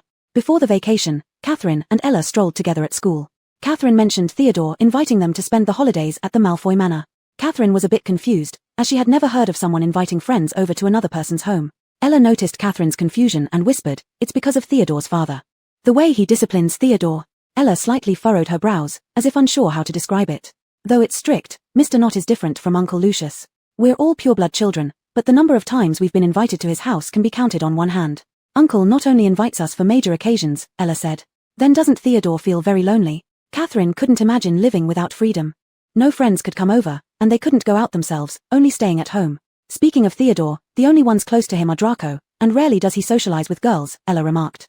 Catherine drifted into thought. Theodore was serious-minded, and his interactions with others were always detached. He knew she was doing dangerous things, but he had never stopped her. Instead, he was helping her in his own way. Catherine didn't know why Theodore was so kind to her, yet she also felt an instant rapport with him, which was incomprehensible to her. So if you go, Theodore will be really happy, Ella blinked her eyes.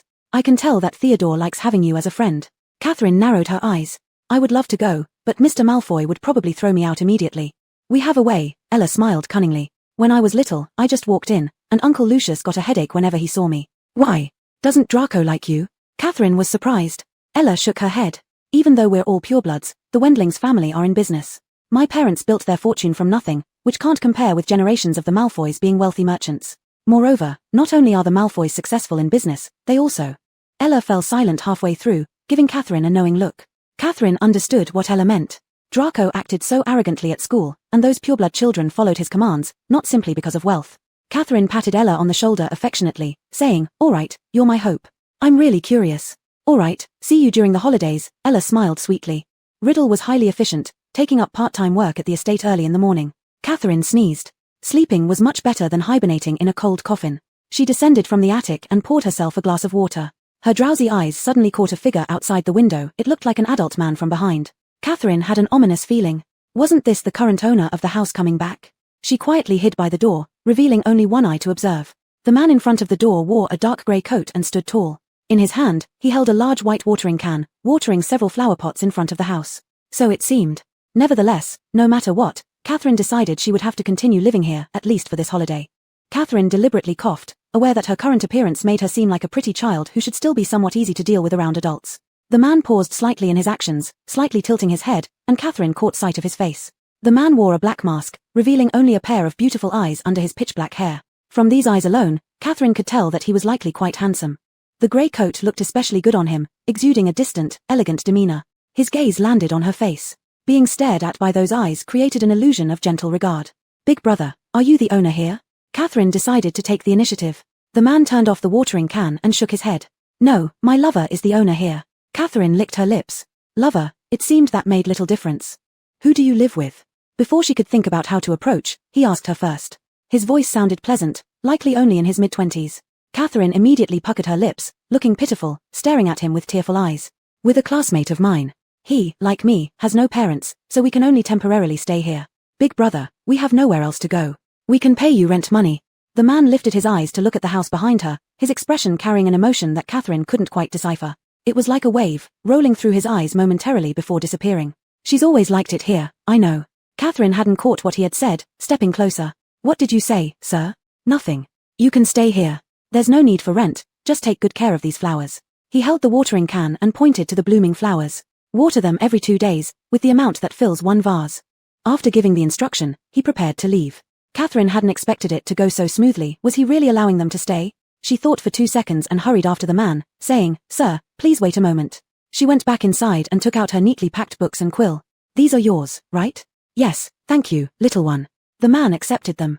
Before he could withdraw his hand, Catherine slipped the doll she had sewn into his palm.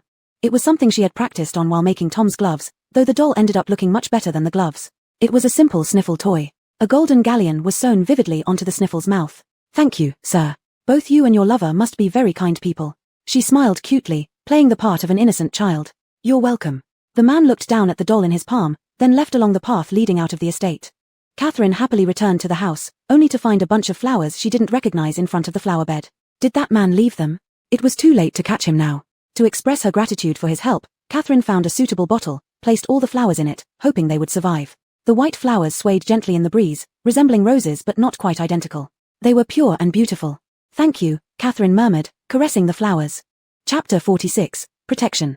After spending several consecutive days in the cabin, the man didn't come again. During the day, Riddle would usually go to the estate for a part-time job, which involved feeding the little animals. The pay wasn't much, but it could support the basic needs of the two. Most importantly, Catherine solved their accommodation problem, so the living expenses were very low.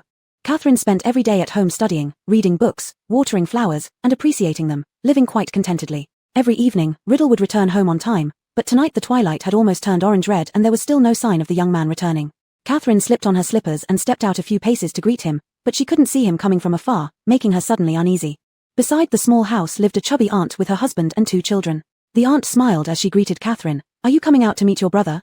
Nadia. The neighbors naturally assumed they were siblings. After all, their appearances were equally striking. Did you see him, Aunt Lita? Catherine asked. Nope, I passed by today and the farm was already closed, Lita replied. Where did Riddle go? Catherine's eyes darkened slightly. No matter where he went, leaving her field of vision wasn't a good thing. Catherine walked along the road of the estate outward, stopping when she passed a fork in the path. The right path, one they hadn't traversed in these past few days, led outside the estate. If you don't hand over everything to me, then don't blame me for being ruthless, boy. Besides the money, what else do you have? Hand everything over. There is nothing else, sir. That was Riddle's voice. Catherine took a few steps back and quickly stepped into the secluded alley. The sound of her slippers dragging along caused the attention of several hoodlums. They were all teenagers around 17 or 18, taller than both her and Riddle by a head, forming a dark group that made the already dim alley even darker. Hey, look who's here. Such a beautiful girl. Everyone, take a look. What a sexy girl. Their interest quickly shifted onto Catherine. Riddle watched silently as the girl walked towards him. She was only wearing her spaghetti-strap nightgown, revealing her pale legs, and her feet could be seen through her slippers. Riddle suddenly felt a flicker of irritation. Just a while ago, he hadn't thought the boys' voices were so loud. What are you looking at? People like you will only end up badly, Catherine said coldly. Ha ha ha ha ha, what did I just hear? Such cute words. A fat boy with a somewhat grotesque expression laughed, his gaze roving across Catherine's body. It seems like you're friends with this kid. If you go out and play with us today, I'll give you back your money. All right. Catherine lifted her lips in a faint smile, her crimson eyes flashing with an alluring hue. This stunned the opposing group of people momentarily, as the fat boy approached Catherine with oily steps. Then come with us. As soon as he got close, Catherine's hand shot up, her sharp nails plunging without hesitation into his eye corner. Instantly, the fat boy howled in pain and swung a punch at Catherine. But how could he possibly hit Catherine? She lightly raised her foot, locked his leg, and kicked him back forcefully, sending him flying due to his own weight and forcing the others several steps back. Quick, teach her a lesson. The other guys, shocked that such a pretty little girl could have so much strength, moved forward to avenge their friend. However, they saw Catherine's ink-black long hair fluttering without any wind. Her raven locks acted like a black curtain, fully exposing her translucent face. Beneath her blood-like eyes, a pair of small, crimson lips revealed 2 long and sharp fangs. Eerie. Too eerie. Ghost. Before they could finish speaking, the pale-as-paper faces of theirs bolted away in panic, fleeing far without anyone daring to care about the fat boy lying unconscious on the ground. Riddle stood behind her, having acquired several smudges on his simple outer shirt, his handsome face resembling that of a little dirty cat. He was lean and thin, with a shadowy, forbidding air in his features. Yet when Catherine turned her head, that intense emotion began to wane. He wasn't sure why he had harbored such emotions in his heart earlier, but now, all he remembered was to look at her eyes. In Catherine's pupils, his shadow reflected. The fierce look she previously carried had not entirely disappeared, still retaining a bit of menace. Catherine knew that if it were the old him, he would definitely use magic against these people, but now he feared being expelled from Hogwarts. He could never return to the orphanage, nor live like a muggle anymore. So, he'd rather endure this disadvantage for now. Whether or not he would seek revenge in the future, Catherine didn't know, but she knew that before then, she chose to protect him. Together, they left the alley and walked toward the estate. The evening glow was almost completely fading, blue-violet light mingled with grey-black hues draped heavily over the distant mountains. Only the small houses within the estate were lit up. Their dim halos against the navy blue sky resembled the glimmering specks reflected in the girl's eyes, swaying near and far, flickering slightly, inducing a mild dizziness. And it was the only thing still glowing brightly in Riddle's current field of vision. His head began to feel heavier. Being protected was an odd sensation, like shame, also like being mocked. Mocked for her feelings towards him, assuming he needed such protection, how foolish and naive. But what he understood even better was that he didn't want to be left behind. That feeling was worse than foolishness or naivety. It was as though amidst the shame and mockery, there was a surprising kind of emotion. The next day, the sun was already warming their backsides when Catherine woke up. The dream world felt lighter because she had taken a break from its stresses, and it had been so long since she had rested this well. She suddenly experienced a peculiar sensation, the realization that humans feel comfort and happiness waking up under the sunlight, facing a day without worries, could feel so delightful and blissful.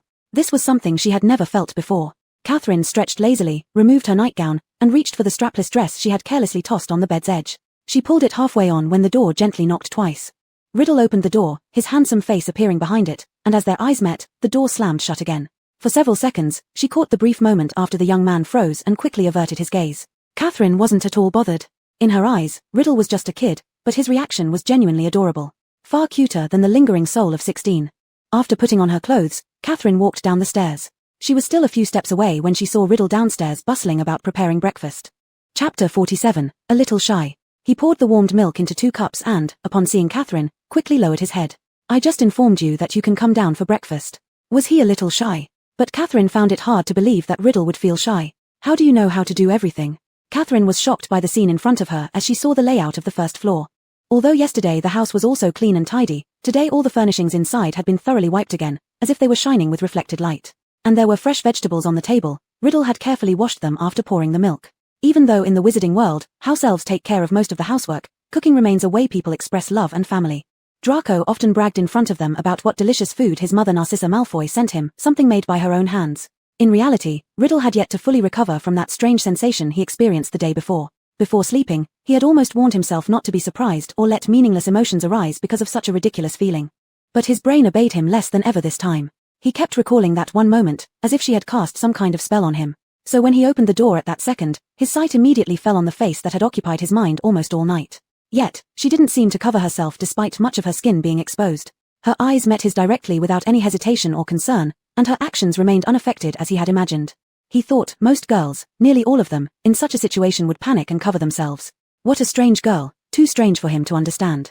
Did you cook frequently at the orphanage? Catherine asked, looking at the breakfast laid out in new patterns. Not very often. But it's something you pick up just by watching. Riddle replied casually. Catherine nodded approvingly. She wasn't satisfied merely by the perfectly cooked omelette but was more delighted by the fact that Riddle no longer hid his full self as he did initially in front of her. The arrogance deep in his bones was gradually revealing itself due to their growing closeness. It tastes great. It would be wonderful if I could eat your cooking every day, Catherine remarked with a sigh. It's much better than blood. Riddle chewed slowly, unable to discern whether she actually thought it tasted good or bad.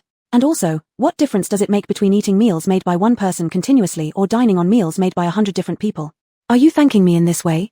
Catherine licked the salad sauce off the corner of her mouth. It's quite nice, in its own way. Riddle hastened his movements and shoved the remaining 2 pieces of meat in his plate into his mouth before picking up the plate and leaving. Catherine blinked her eyes. He seemed to be really a bit shy after all. The weather has been perfect every day since coming to the manor. After washing the dishes, Catherine gazed at the young man basking in the sunlight. Under the dappled tree shade, Riddle's black hair was gently stirred by the wind. She suddenly superimposed an image of a face identical to his, ambitious in front of her, pierced by her sword with reluctance. That was the soul of the person before her now. Despite such a beautiful summer day, all the liveliness and vitality seemed unrelated to him. He leaned against the tree, idly fiddling with a piece of foxtail grass, appearing relaxed. When he saw Catherine not far away, he squinted his eyes, half blinded by the sun, with nothing but distance and impatience for this world on his face. Only ambition was something he kept hidden. Catherine never regarded ambition as a negative term. If she could restore the glory of the bloodline, she'd be willing to sacrifice whatever it takes. That is the responsibility and belief of royalty. Sitting in that position means all other sentiments and kindness must give way to her goal. As for the results, who can see them? There is only constant progress toward destiny. Walking to his side, Catherine caught a whiff of a pleasant floral fragrance, the scent of morning dew still lingering around the boy. "Don't keep staring at me," he suddenly said. Only then did Catherine realize she had been staring at Tom's face all along, showing absolutely no embarrassment. Wouldn't it be a shame not to stare at someone so handsome? "So, are all boys who stare at you doing so because they think it'd be a shame not to?" "Unexpectedly," he said.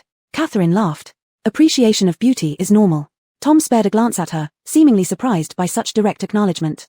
Appearance is the least important thing. A flicker of disdain passed through his eyes. "Really? So when you look at girls, don't you pay attention to their looks?" Catherine sat on the swing under the big tree, swinging her legs leisurely. "Why would I look at them? Don't boys do this?" Not really, girls do it too."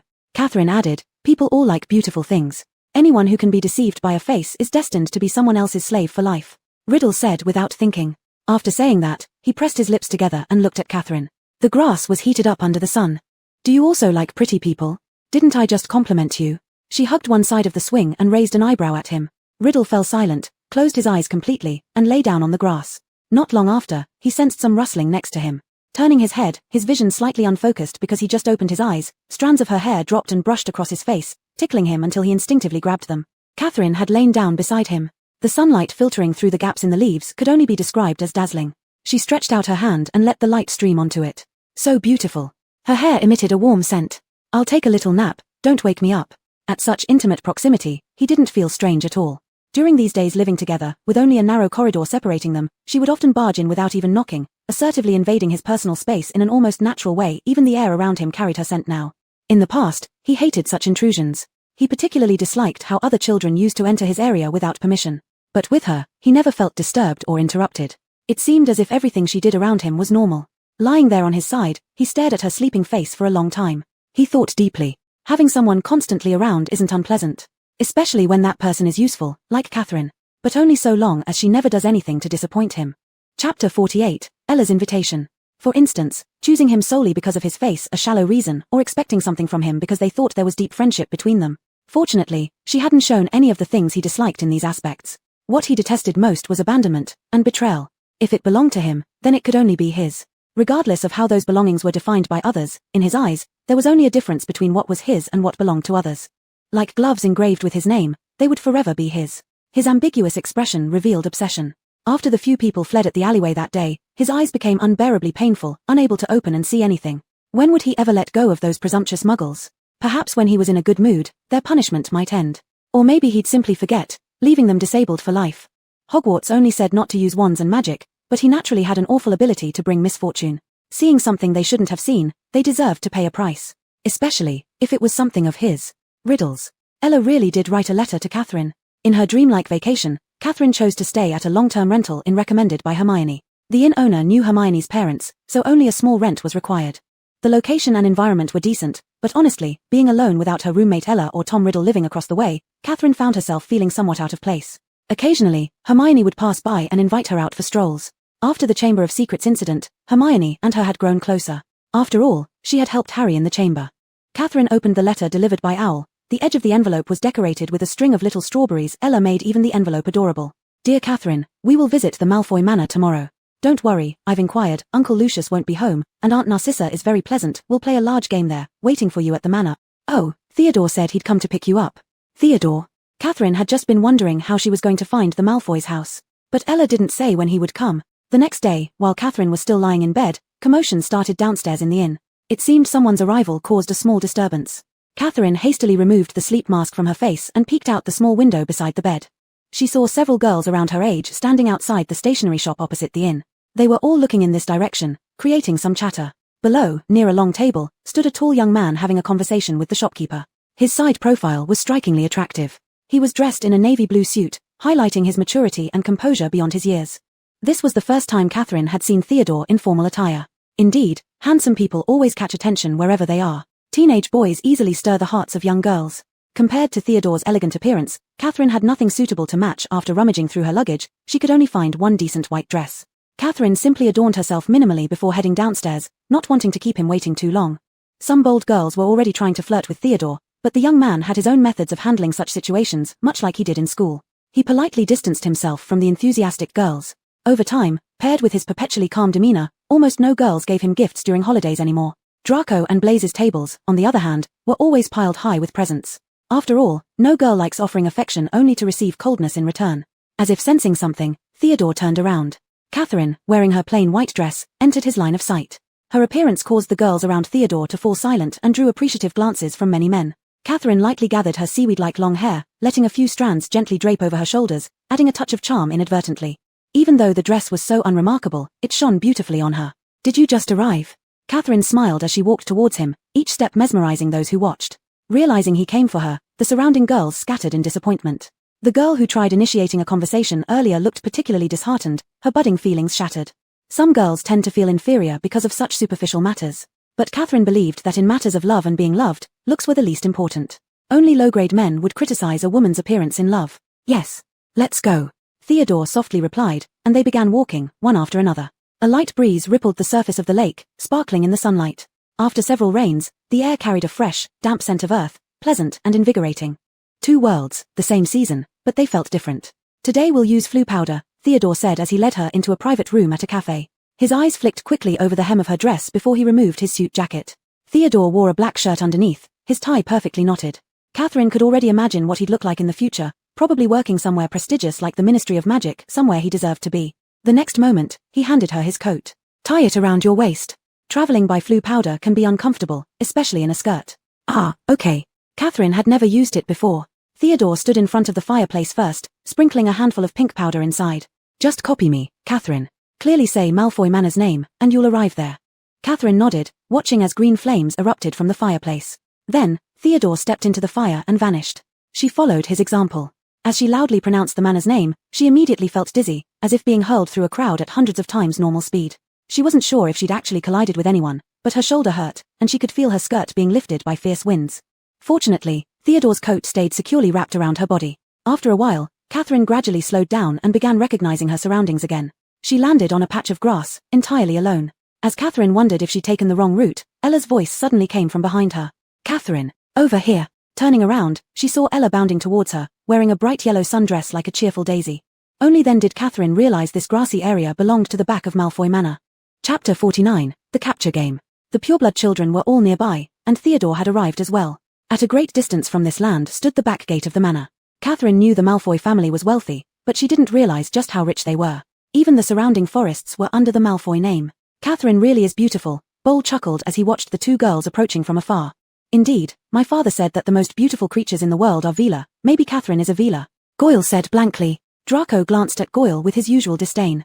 "Did your father also tell you that Veelas and wizards are different species?" After speaking, Draco walked away from there. Goyle remained unaffected by the reprimand and followed along dumbly with Crab. Daphne joked as she looked at Bole. "Didn't you always say that rabbits don't eat around their burrow?" Pansy crossed her arms. "That's because you underestimate men's fickleness." Bole laughed carefree, carrying an air of a rakish young master even at such a young age. "I'm not a man yet. I'm only 14, I'm still a boy. There's no difference. My mother says none of you men are any good." Pansy shot him a glance with clear annoyance. "Oh, is that so?" Bole lowered his head to look at Pansy's face. "Is Draco not good either?" It wasn't a secret that Pansy liked Draco, but since Draco showed some obvious interest in Daphne, it was uncertain who would eventually be the mistress of the manor. "Draco is of course different." At the mention of Draco, Pansy's expression softened, revealing a touch of shyness. Seeing her demeanor, Bole found it absolutely amusing and burst into laughter. Pansy kicked Bole in the butt with her leg, which happened to be noticed by Daphne, who also smiled faintly. "The game hasn't even started, and you're already fighting?" "I can't wait," Pansy replied sarcastically before stomping ahead in her noisy shoes. Catherine looked around at the scenery of the Malfoy Manor, countless house elves bustling about doing their work. Even the outside sufficiently showcased the wealth of the Malfoy family, but the moment they entered the grand hall, the true opulence of the entire manor came into view. A massive crystal chandelier hung from the ceiling, refracting dazzling light that intertwined beautifully with the gold-edged murals on the walls. Draco stopped in front of an intricately carved long table, on which fine silverware and crystal wine glasses were placed. This was what set apart the pureblood families with deep roots. In comparison, the Weasley family lived a completely different life, not only because they had far too many children, but also because their ancestors chose to work honestly without involving themselves in those power struggles.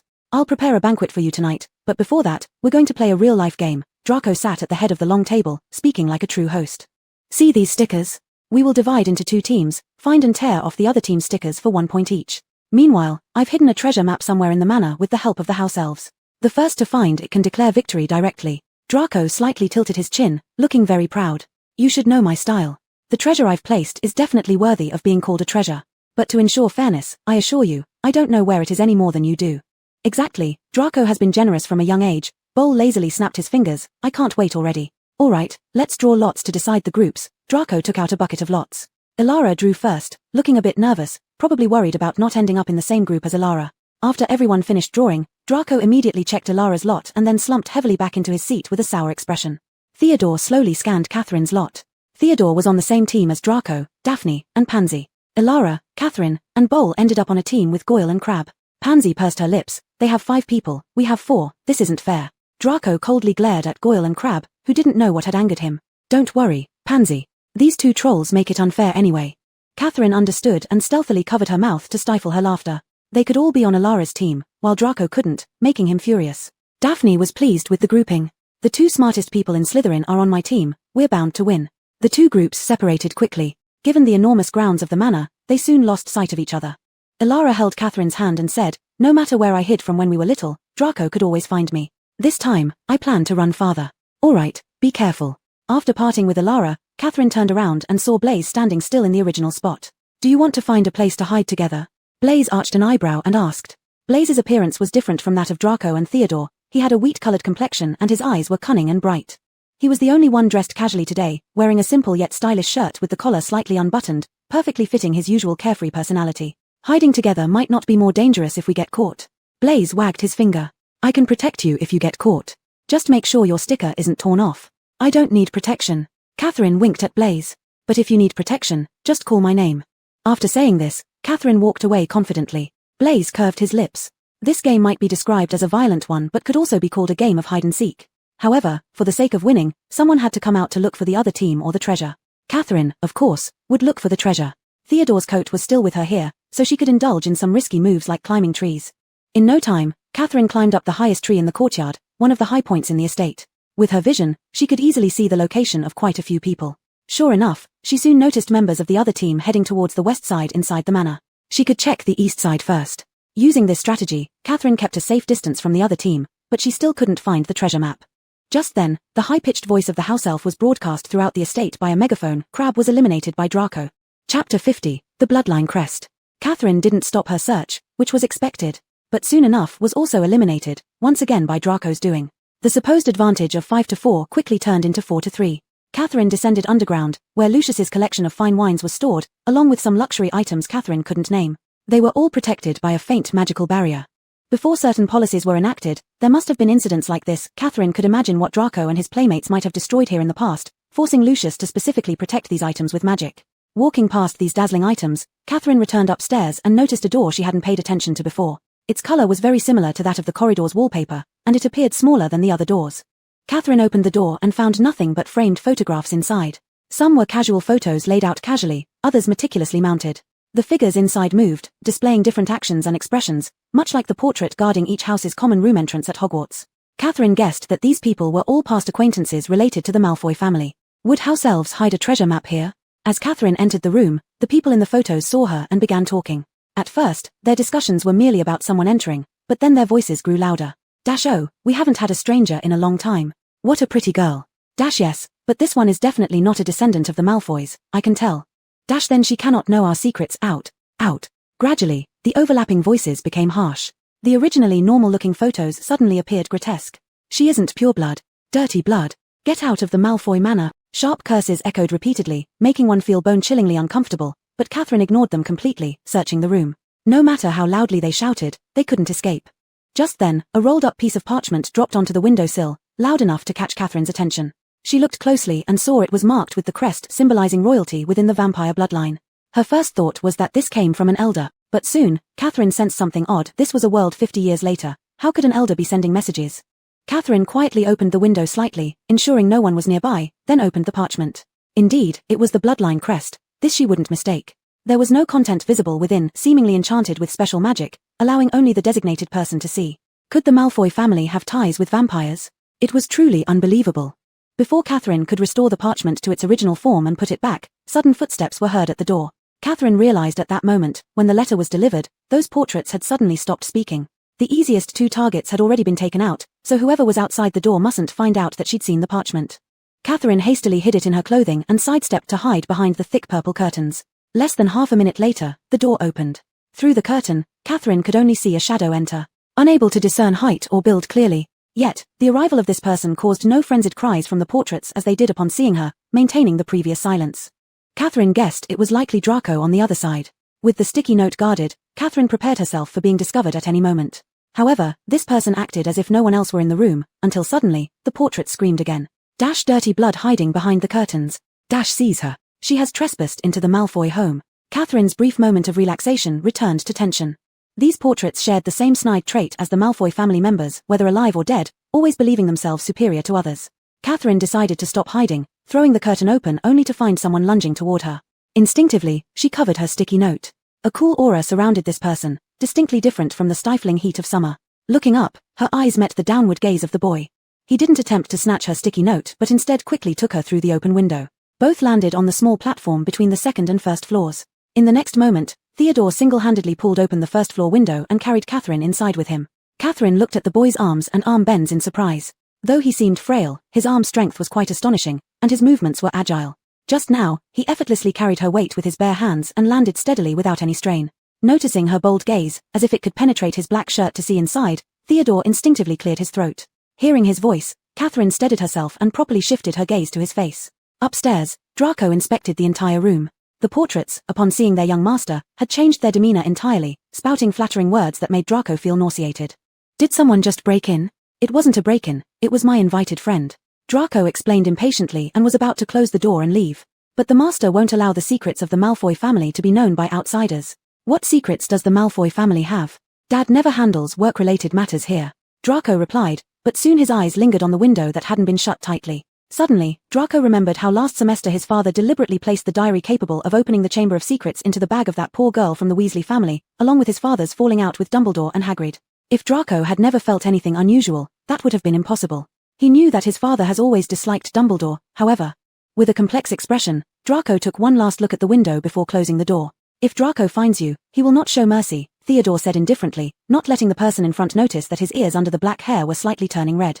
Earlier, it was out of necessity. This wasn't the first time they had been this close, but it was the first time he so clearly smelled the undeniable fragrance from her hair and heard her heartbeat so near. Chapter 51, Notice Passed. Theodore wasn't good at dealing with girls, even the ones he admired. How do you know I'll go easy on you? Catherine raised her right hand, in which lay the sticker that was supposed to be on Theodore's body. He didn't seem surprised. A slight curve appeared at the corner of his mouth. You've eliminated me. At the same moment, the loudspeakers in the estate tripled their volume. Congratulations, Catherine has eliminated Theodore. Congratulations. Catherine gets the treasure map. A flash of surprise crossed Catherine's eyes as she realized there was something extra in the pocket of Theodore's jacket that was now on her. Just now, she had been busy taking off the sticker from Theodore's body in the chaos, but he gave her the treasure map he found. Ella said that during the holiday, you stayed alone in the inn every day and were very bored. Theodore turned his head, not looking at her, as if talking about a common thing. I thought you might be happier if you got the reward. Catherine was momentarily stunned, unsure of how to react. Let's go collect the prize, he returned his gaze, his expression serious. What? Theodore was eliminated by Catherine? Pansy and Daphne, who had been eliminated by Blaise, sat in the front yard of the Malfoy residence. Hearing the announcement, Pansy couldn't help but shout, did Theodore let Catherine win? Daphne made a shushing gesture, impossible, others may not know, but we do. Haven't you forgotten what happened in Theodore's family? Before this, I also thought he felt differently towards Catherine, but it's impossible for him to be with any girl. Pansy was reminded of many memories by Daphne's words and nodded, you're right. When they were very young, among several familiar families, there were rumors about the unusual occurrence within the Knot household. Speaking of these things, have you noticed? Pansy kicked at the pebbles beneath her feet, dissatisfied. Draco is completely different when he sees Ella. What are you worried about? Uncle Lucius favors you more. Draco, like Theodore, must listen to their fathers. Daphne paid no attention to Pansy's slight capriciousness. Theodore and Catherine walked down from upstairs, just catching the end of their conversation. Pansy instinctively scrutinized Theodore's calm face carefully, feeling relieved inwardly after ensuring he hadn't heard more. What angered Theodore most was people discussing his family affairs. But actually, Theodore had heard it. Moreover, Catherine had also overheard it. He was no longer like when he was a child, displaying overt anger regarding such matters. Nowadays, he'd learned to conceal emotions he shouldn't reveal. Catherine could sense that upon hearing them talk, the atmosphere around Theodore grew colder due to the sudden change in his mood. Theodore naturally possessed an air of superiority. Even without saying anything, he would exude an impending sense of pressure. Surprisingly, Catherine won. Draco hurried over from another direction. His grey-blue eyes glanced at Catherine with a hint of investigation. Where did you find the treasure map?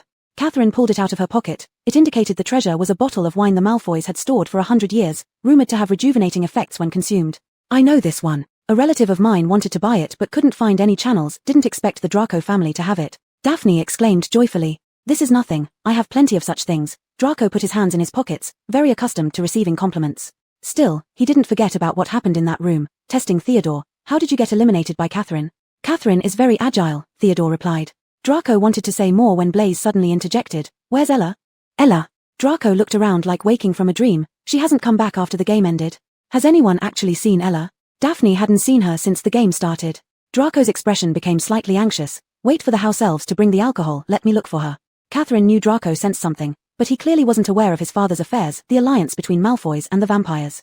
Draco went to look for Ella. That night, everyone agreed to dine in the estate, while the house elves prepared separate rooms for them to rest temporarily. Theodore lay on the guest bed, fragmented memories flashing through his mind.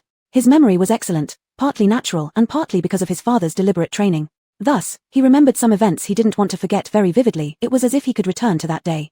What Pansy mentioned today, it boiled down to the incident involving his family. His mother fell ill not long after giving birth to him. In fact, wizards are physically much healthier than muggles, and with the help of those potent elixirs, most wizards live to be over 100 years old. Yet, the health of Theodore's mother continued to deteriorate. This was undoubtedly a profound blow to young Theodore at the time. His bedridden mother could not attend gatherings nor do much for Theodore except speak with him when her energy was slightly better each day. Theodore would push her around the garden to admire flowers and bask in the sun. These were flowers she had planted herself. Even though there were house elves helping to care for the flowers, it wasn't as good as when the mistress herself had been healthy and personally tended to them. One day, Theodore suddenly heard a rumor. They said that the reason his mother remained sick was because the Knot family was cursed. Anyone related by blood to the surname Knot would also be cursed, except for them themselves. Upon hearing this, Theodore only found it absurd and laughable. Wasn't the pain and suffering of a close family member more than enough proof of being cursed? It was his father, the current sole decision-maker of the Knot family, who rarely visited her after his wife fell ill. And consequently, he spent little time with Theodore as well. Later, Mrs. Knot passed away due to her illness, and the rumors grew even louder. Although they feared the status of the Knot family and didn't dare to widely publicize it, in small circles of pureblood families, daughters were no longer presented to their household.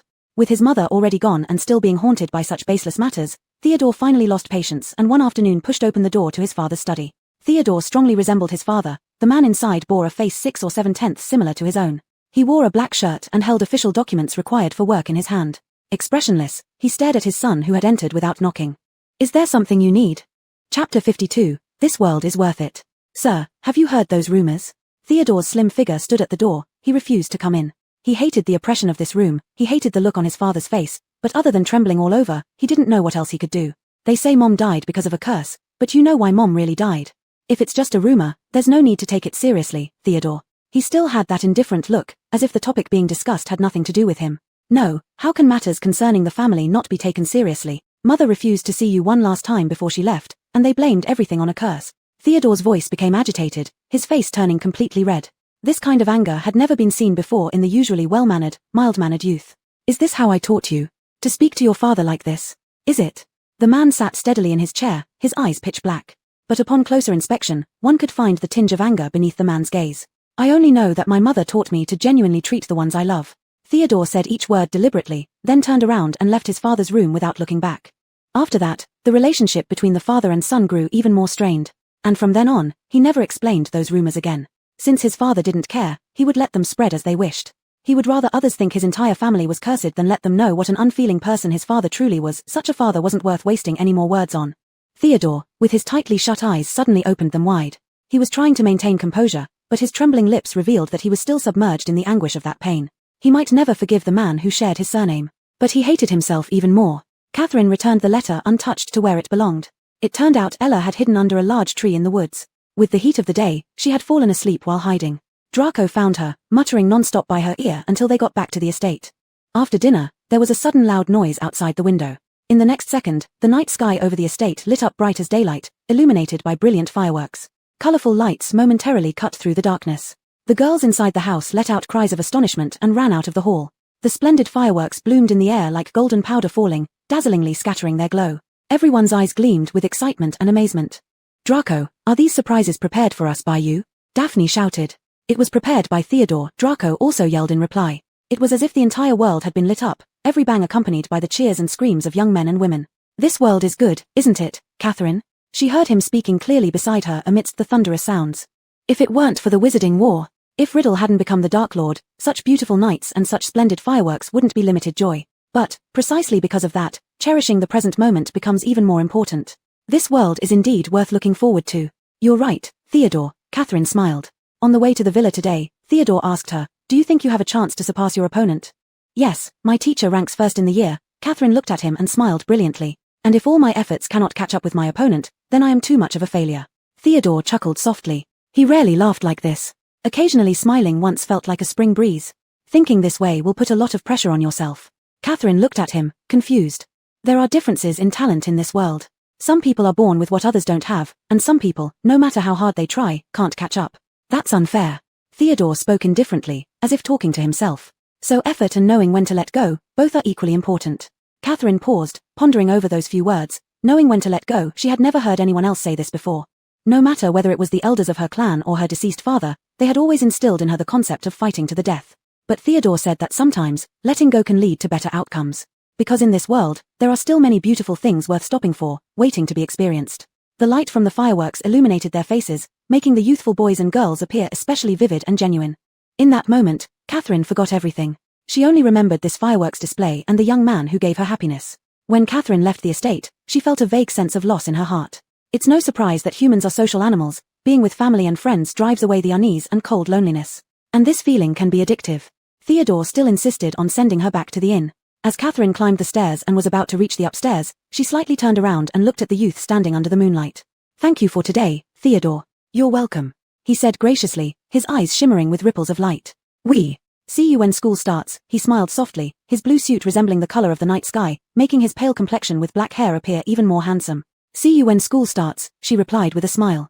As the new school year approached, Hermione invited Catherine to go with her to Diagon Alley to purchase necessary supplies. She had long been captivated by Isla's candies, and Hermione planned to pick out a cute pet for herself as well. This semester, they had 2 additional courses, care of magical creatures and divination, so they needed to buy a peculiar book.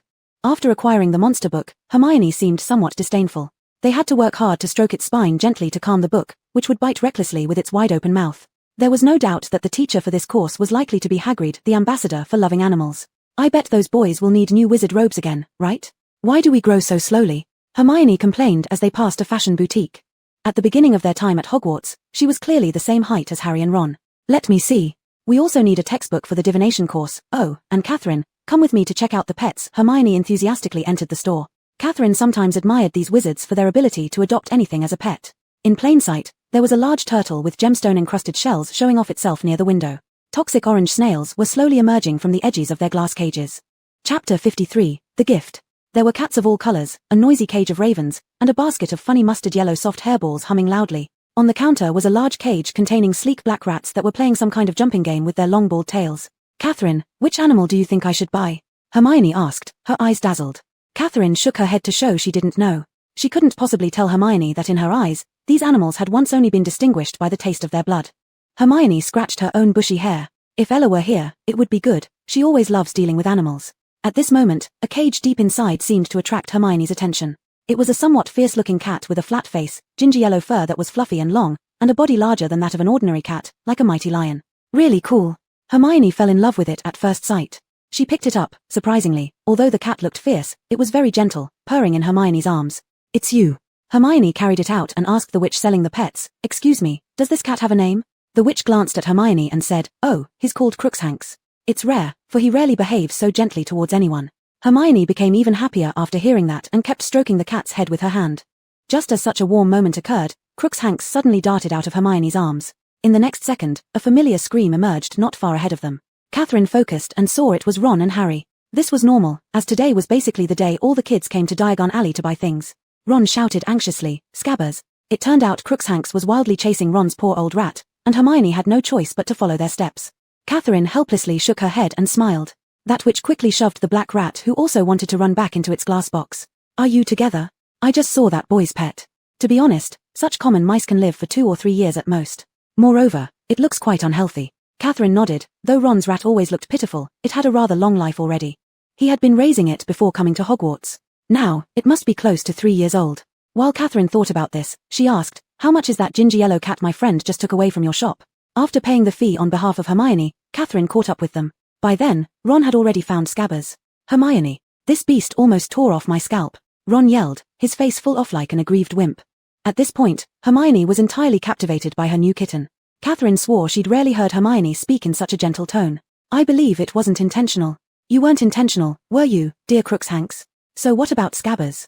Ron asked, pointing to the bulging place on his chest pocket where the little mouse hid miserably. It needs rest and relaxation. How can it rest and relax with this thing around? Don't worry, Crookshanks will sleep in my dormitory, and Scabbers will stay with you. Isn't there any problem? Poor Crookshanks. Oh, I haven't paid yet, Hermione suddenly realized. No worries, I've paid already, Catherine said. Thank you, great. How much should I pay you? Hermione happily said. Only then did Harry get a chance to greet Catherine. After the holiday, he thought about various doubts during the incident in the Chamber of Secrets more than once, like why Catherine could dodge the basilisk's attack. But his vacation had been terrible, insufficient for him to consider too much. In fact, Harry couldn't remember a phase when things weren't terrible. They walked toward the leaky cauldron, and Catherine noticed that the same poster was posted on the walls at intervals along the way. The man on it had long hair, a weathered look, and was extremely thin with deeply sunken cheeks. He was firmly held by the guards while still shouting angrily. Who's this? Catherine asked. Sirius Black, Harry replied. He hasn't been caught yet. Heard he killed over a dozen people and stayed in Azkaban for so long, but he still managed to escape, Ron said gloomily. Catherine paused briefly to gaze at the wanted poster featuring Sirius Black. Sirius Black. As they boarded the express train, Riddle led the way selecting compartments that hadn't been occupied yet. Many children whispered quietly upon seeing Riddle and Catherine together. It wasn't really their fault for being so gossipy. After all, both of them were top students in Slytherin, with equally attractive beauty. It was hard not to draw attention. Riddle paid no attention to those glances, finding an empty compartment and placing his luggage inside. After the exhausting journey, a few strands of Catherine's hair had fallen across her forehead. Once they settled in, he naturally brushed her disheveled hair behind her ear. Catherine gave him a slight smile. Since they began living together during the holidays, the two had transcended the artificial classmate relationship. Catherine had speculated about the reasons for this change in him. Perhaps Riddle wanted somewhere to stay during every holiday from now on, or perhaps she was overthinking it. It was reasonable for someone of his age to develop connections with others. It's for you, he said, pulling something out of his black backpack. Regardless of what it was, anything appearing in Riddle's elegant hands seemed instantly more valuable. What is it? Catherine asked, somewhat surprised as she accepted it. His gaze fell on her, waiting for her to open it. When Catherine pressed the narrow box open, it revealed a spring-loaded mechanism that shot up the lid, revealing a fluffy, pure black spider. A hint of mild satisfaction flickered in Riddle's expression. When he purchased it at Diagon Alley, he noticed how much those girls feared such creatures. But he believed Catherine wouldn't be afraid. So far, he hadn't discovered anything she truly feared. Catherine immediately recalled the spiders from last year's chamber incident. These little creatures weren't really frightening unless gifted to someone like Ron, of course. Chapter 54. Could it be that they're falling in love? Thanks. Catherine brought the spider back that had crawled away a few steps, placing it gently on her slender wrist to observe carefully. At first glance, it was black, but upon closer inspection, the little spider's fur surprisingly gleamed with a hint of purple, a truly beautiful sight. But it must have cost a fortune. You bought it with the money you earned during your holiday. You don't have any pets, Riddle remarked. Catherine tenderly stroked this small creature who was still unfamiliar and a bit afraid of her, while at the same time, she seemed to grasp Riddle's way of speaking. Riddle's real personality was such that he wouldn't ask, what do you need? Do you want a pet? He would simply believe, you don't have one, so I will get one for you. But Catherine felt quite touched because before the school year began, she had purchased new robes for Riddle. His old ones were second-hand and already too short for the quickly growing teenager.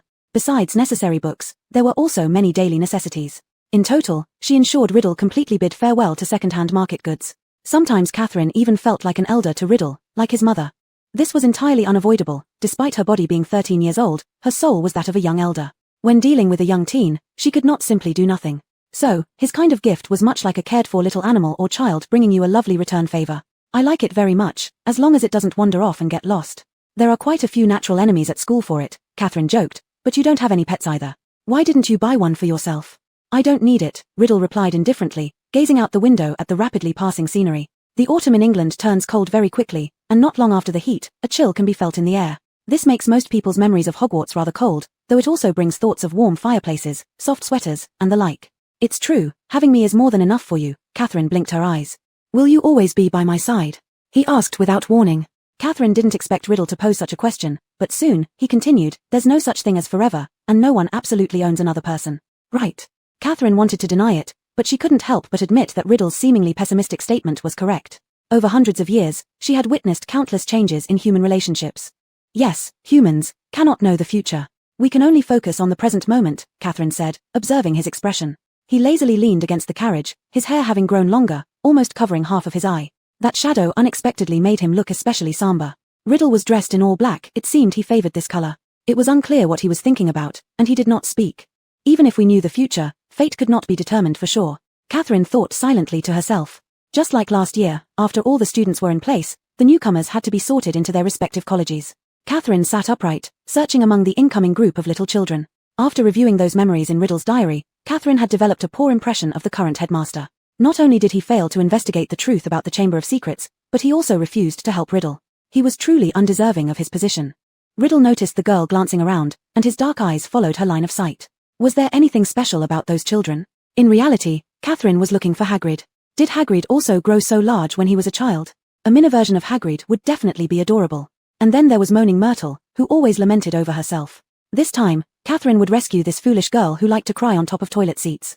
But she couldn't find them, so apparently, this year Hagrid and others had yet to enroll. Catherine, where did you spend your holiday? Lucius watched Catherine looking around and became irritated. Whenever she sat here, everyone around just kept sneaking looks at her.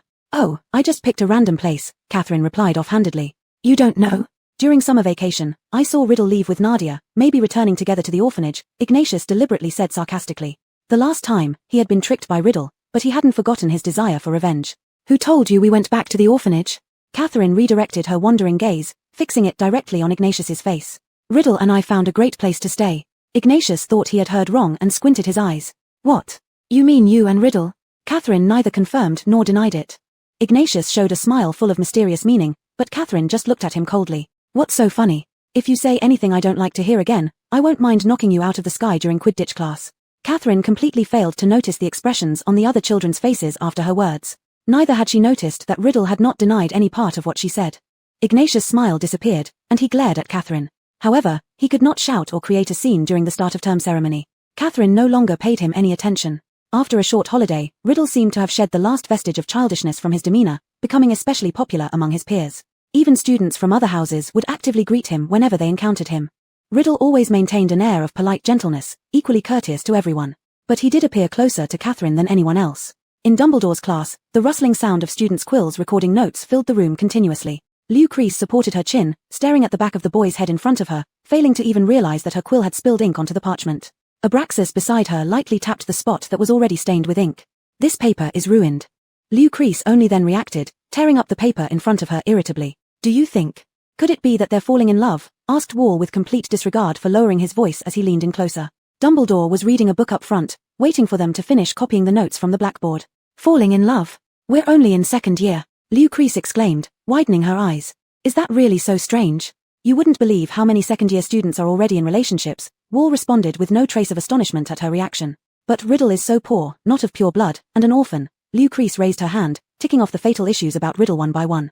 But Catherine isn't either, and besides these factors, their appearances do seem rather well matched, Wall added, tilting his head, without realizing Lou Crease's true feelings at all. Matching my foot? They're completely different types of people. Lou Crease sulkily poked at her notebook.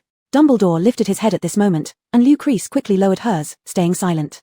Chapter 55, A Conversation with Dumbledore.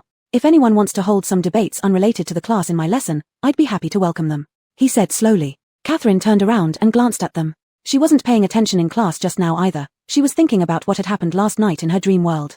Dementors appeared on the Hogwarts Express, and they were right next to the new defense against the dark arts teacher's carriage. The Dementor frightened Harry into fainting. So the entire day yesterday, Slytherin students had been busy mocking this incident, repeatedly imitating how Harry fainted. The Dementors are Azkaban's guards, and they were here to track down that escaped prisoner. According to Catherine's knowledge, very few people can escape from the strict surveillance of Azkaban. This reflects that the man called Sirius Black is a dangerous person, at least his ability is beyond question. And people like him, thousands of capable people, were once Voldemort's subordinates, sinners known as Death Eaters. This made Catherine's cautiousness towards Riddle during the holiday tense up again. Class was over. While organizing her notes, Catherine was lost in thought. She only snapped back when Professor Dumbledore's deep voice appeared in front of her table. Catherine, do you have time to talk with me?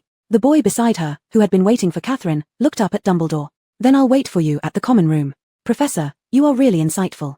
I wanted to find you originally, to trade my progress from last semester for a chat opportunity. Catherine grinned flatteringly.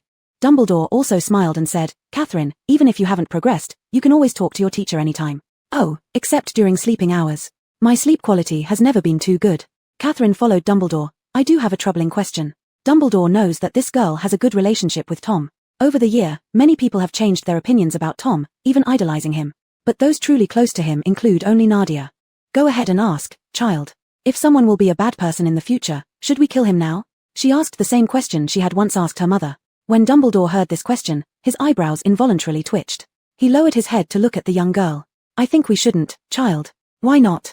He is destined to become a bad person. Destined? In my understanding, there is no such thing as destiny. Only the reality shaped step by step. Dumbledore shook his head and said.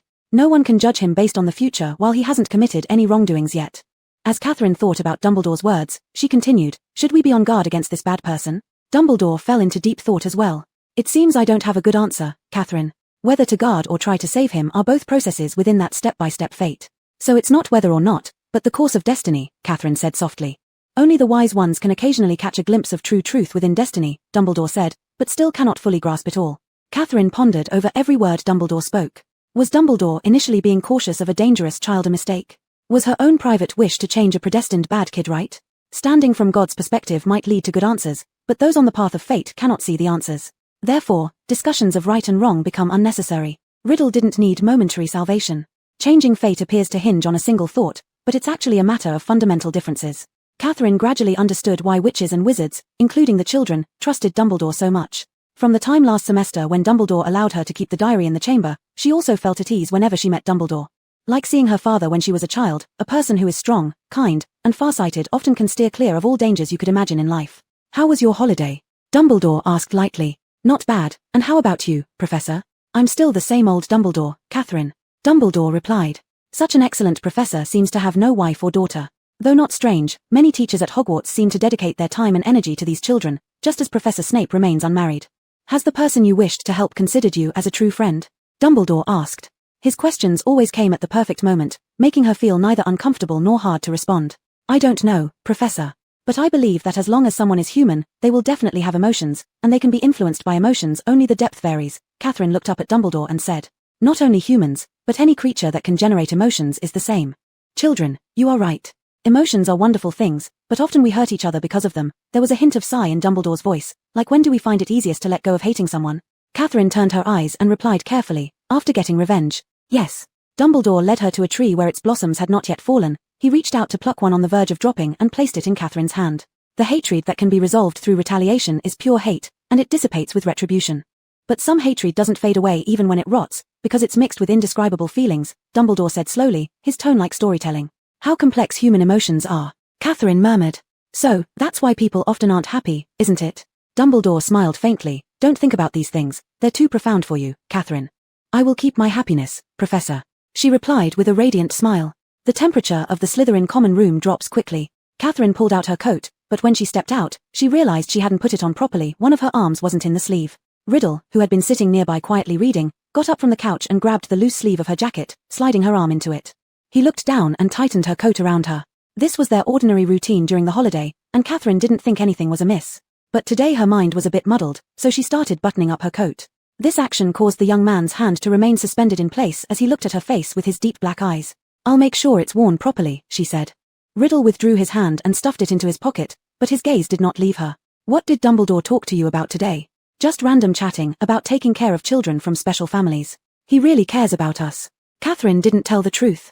He chuckled softly and sat back down on his sofa. Chapter 56, I hate my name. I'm sure Dumbledore always thought I was the kid with psychological issues. He said in a flat voice, yet a tinge of resentment could be detected in his tone. Somewhere along the way, Riddle had begun referring to the teachers by their first names in front of her. He seemed also accustomed to Catherine seeing a more genuine side of him. Professor Dumbledore wouldn't assume that, and besides, geniuses are usually considered crazy by others, Catherine said casually as she picked up the book he had been reading, only to discover that the content on this page was somehow related to dark magic.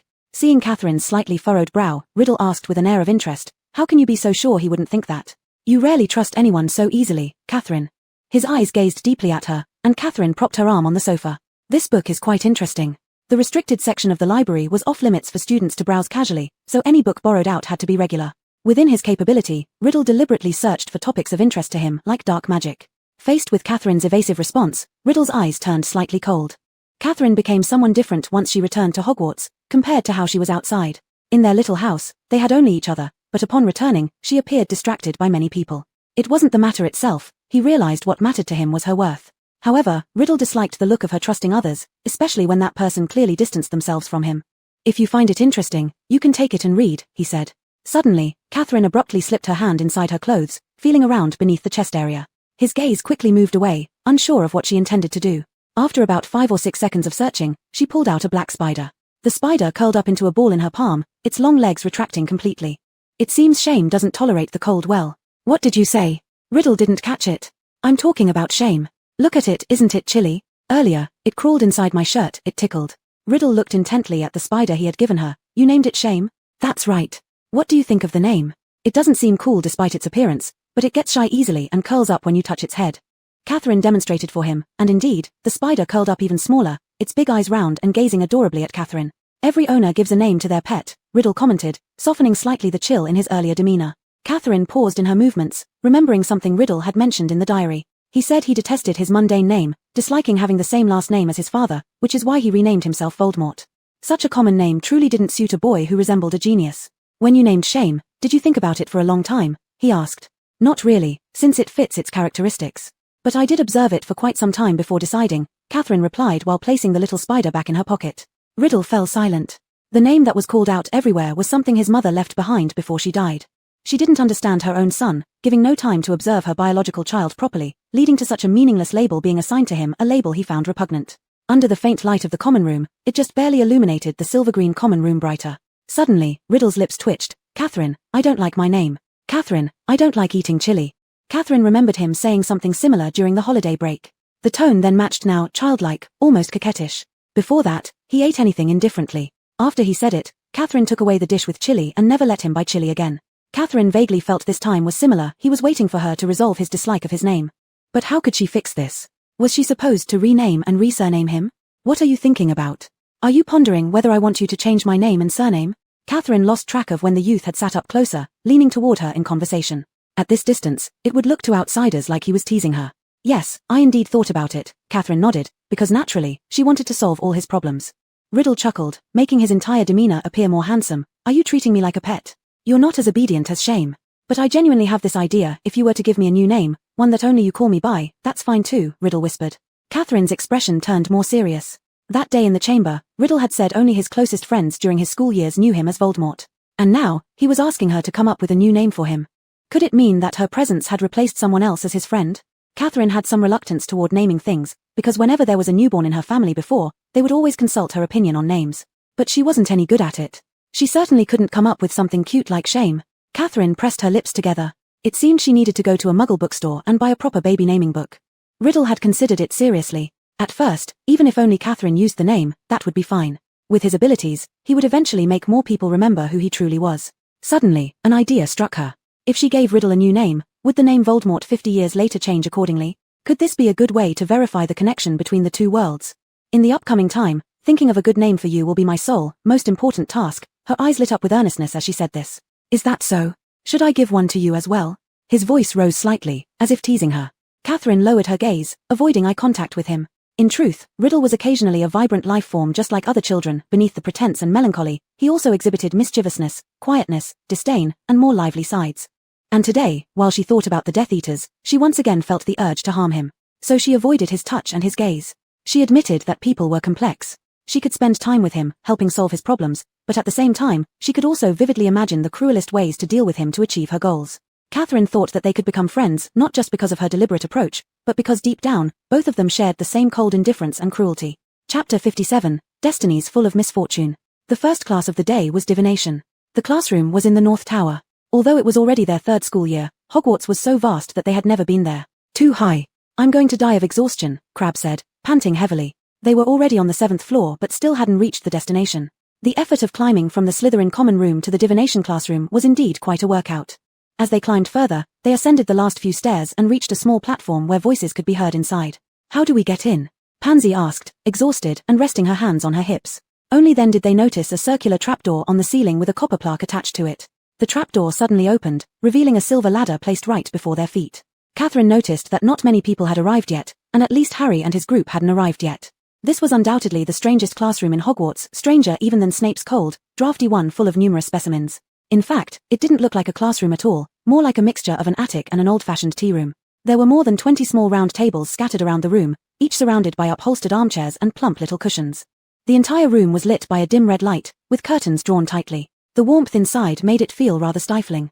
On both sides stood tall shelves stacked with dusty, worn-out decks of cards, countless silver crystal balls, and piles of tea sets. Catherine felt uneasy as soon as she stepped into the classroom. After many minutes, Harry and his friends finally arrived. All students were present, but there was no sign of the teacher for this lesson. Just as many kids were looking around in the classroom, a voice suddenly came from the shadows, soft and blurred. "Welcome." The voice said, "It is good to see you in the realm of the tangible." The teacher of this lesson, Professor Trelawney, emerged from the shadows. She was very thin, almost bony, wearing thick oversized glasses that magnified her eyes several times over. She stepped into the brighter area, and Catherine saw that she wore a shimmering shawl, adorned with countless necklaces and beads around her long, slender neck. Her arms and hands were covered with bracelets and rings. She perfectly matched Catherine's image of a mystic scholar. "Welcome to divination class, children," said Professor Trelawney. "I am Professor Trelawney. You may not have seen me before. I've discovered that participating too frequently in school life can blur my inner eye." No one responded to such an unusual opening statement. Professor Trelawney rearranged her shawl and continued, "You chose divination, which is the most difficult of all magical courses. I must warn you from the outset, if you lack the sight, then what I can teach you will be minimal. In this aspect, books can only take you so far." Catherine thought of Professor Snape, who had once said something similar, though in a harsher tone. Many witches and wizards, despite displaying exceptional talent in other areas, cannot pierce through the fog to glimpse the future, Professor Trelawney continued, her enormous eyes moving from face to face. "This gift is rare. You boy," she suddenly said to Neville Longbottom from Gryffindor, who nearly fell off his cushion. "Is your grandmother well?" "I think so," Neville replied shakily. "I wouldn't be so sure if I were you, dear," Professor Trelawney said. Neville Longbottom felt breathless. Professor Trelawney calmly added, "This year we will study various basic forms of divination. This term will focus on interpreting tea leaves. Next semester, we should move on to palmistry. In the summer term," Professor Trelawney continued, "we will learn how to read the crystal ball if we finish studying fire omens by then. Unfortunately, a severe flu in February will force us to cancel classes. I myself will lose my voice. Around Easter, one of us will leave forever." "Damn, does she always give such a scary lecture?" Blaise muttered, clearly discontented. After saying these words, there was a tense silence in the classroom, but Professor Trelawney seemed completely unaware of it. Divination, my dad told me it's one of the least useful subjects," Draco said casually, with his legs crossed. "You don't have to believe all this, Blaise." From the atmosphere of the classroom to the appearance of the professor and her mystical statements, everything made the few Slytherin students sneer dismissively. Only Ella stared intently at the cup in her hand, showing interest. But to her surprise, Hermione, who usually showed enthusiasm for learning, also appeared slightly impatient. They had all noticed that Hermione had been taking far too many classes recently, and her presence could be seen in every lesson. Catherine wondered if she even had time to sleep. She had initially thought that she herself had reached the pinnacle of effort, studying while awake or sleeping, but Hermione had gone beyond such limits without any specific goal, truly becoming a scholar born for knowledge. "Now, I want all of you to split into 2 groups. Take your cups to me, and I'll pour tea into them. Then, sit down, drink your tea until only the leaves remain.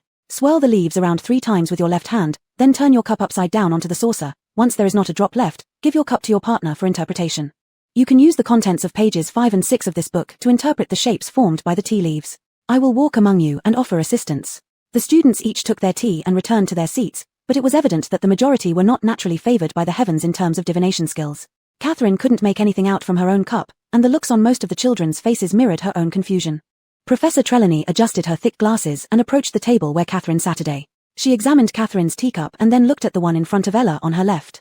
Afterward, the professor's eyes widened dramatically, and her voice deepened and became raspier than before. "Were these cups swapped?" "Yes, Professor. Troubled destinies, fates," she muttered loudly. The dramatic display earlier had already instilled fear or bewilderment in the other students, and now the tension level rose even higher. Theodore subtly tilted his head toward Catherine's teacup, a slight movement of his eyebrows unnoticed by others. "It is difficult to describe what events you shall encounter. May God bless you." She continued talking incessantly. Draco then frowned, placing Ella's teacup in front of himself. "Professor, I believe avoiding panic during class is also part of teaching ethics." But they didn't notice the subtle changes in Ella and Catherine's expressions.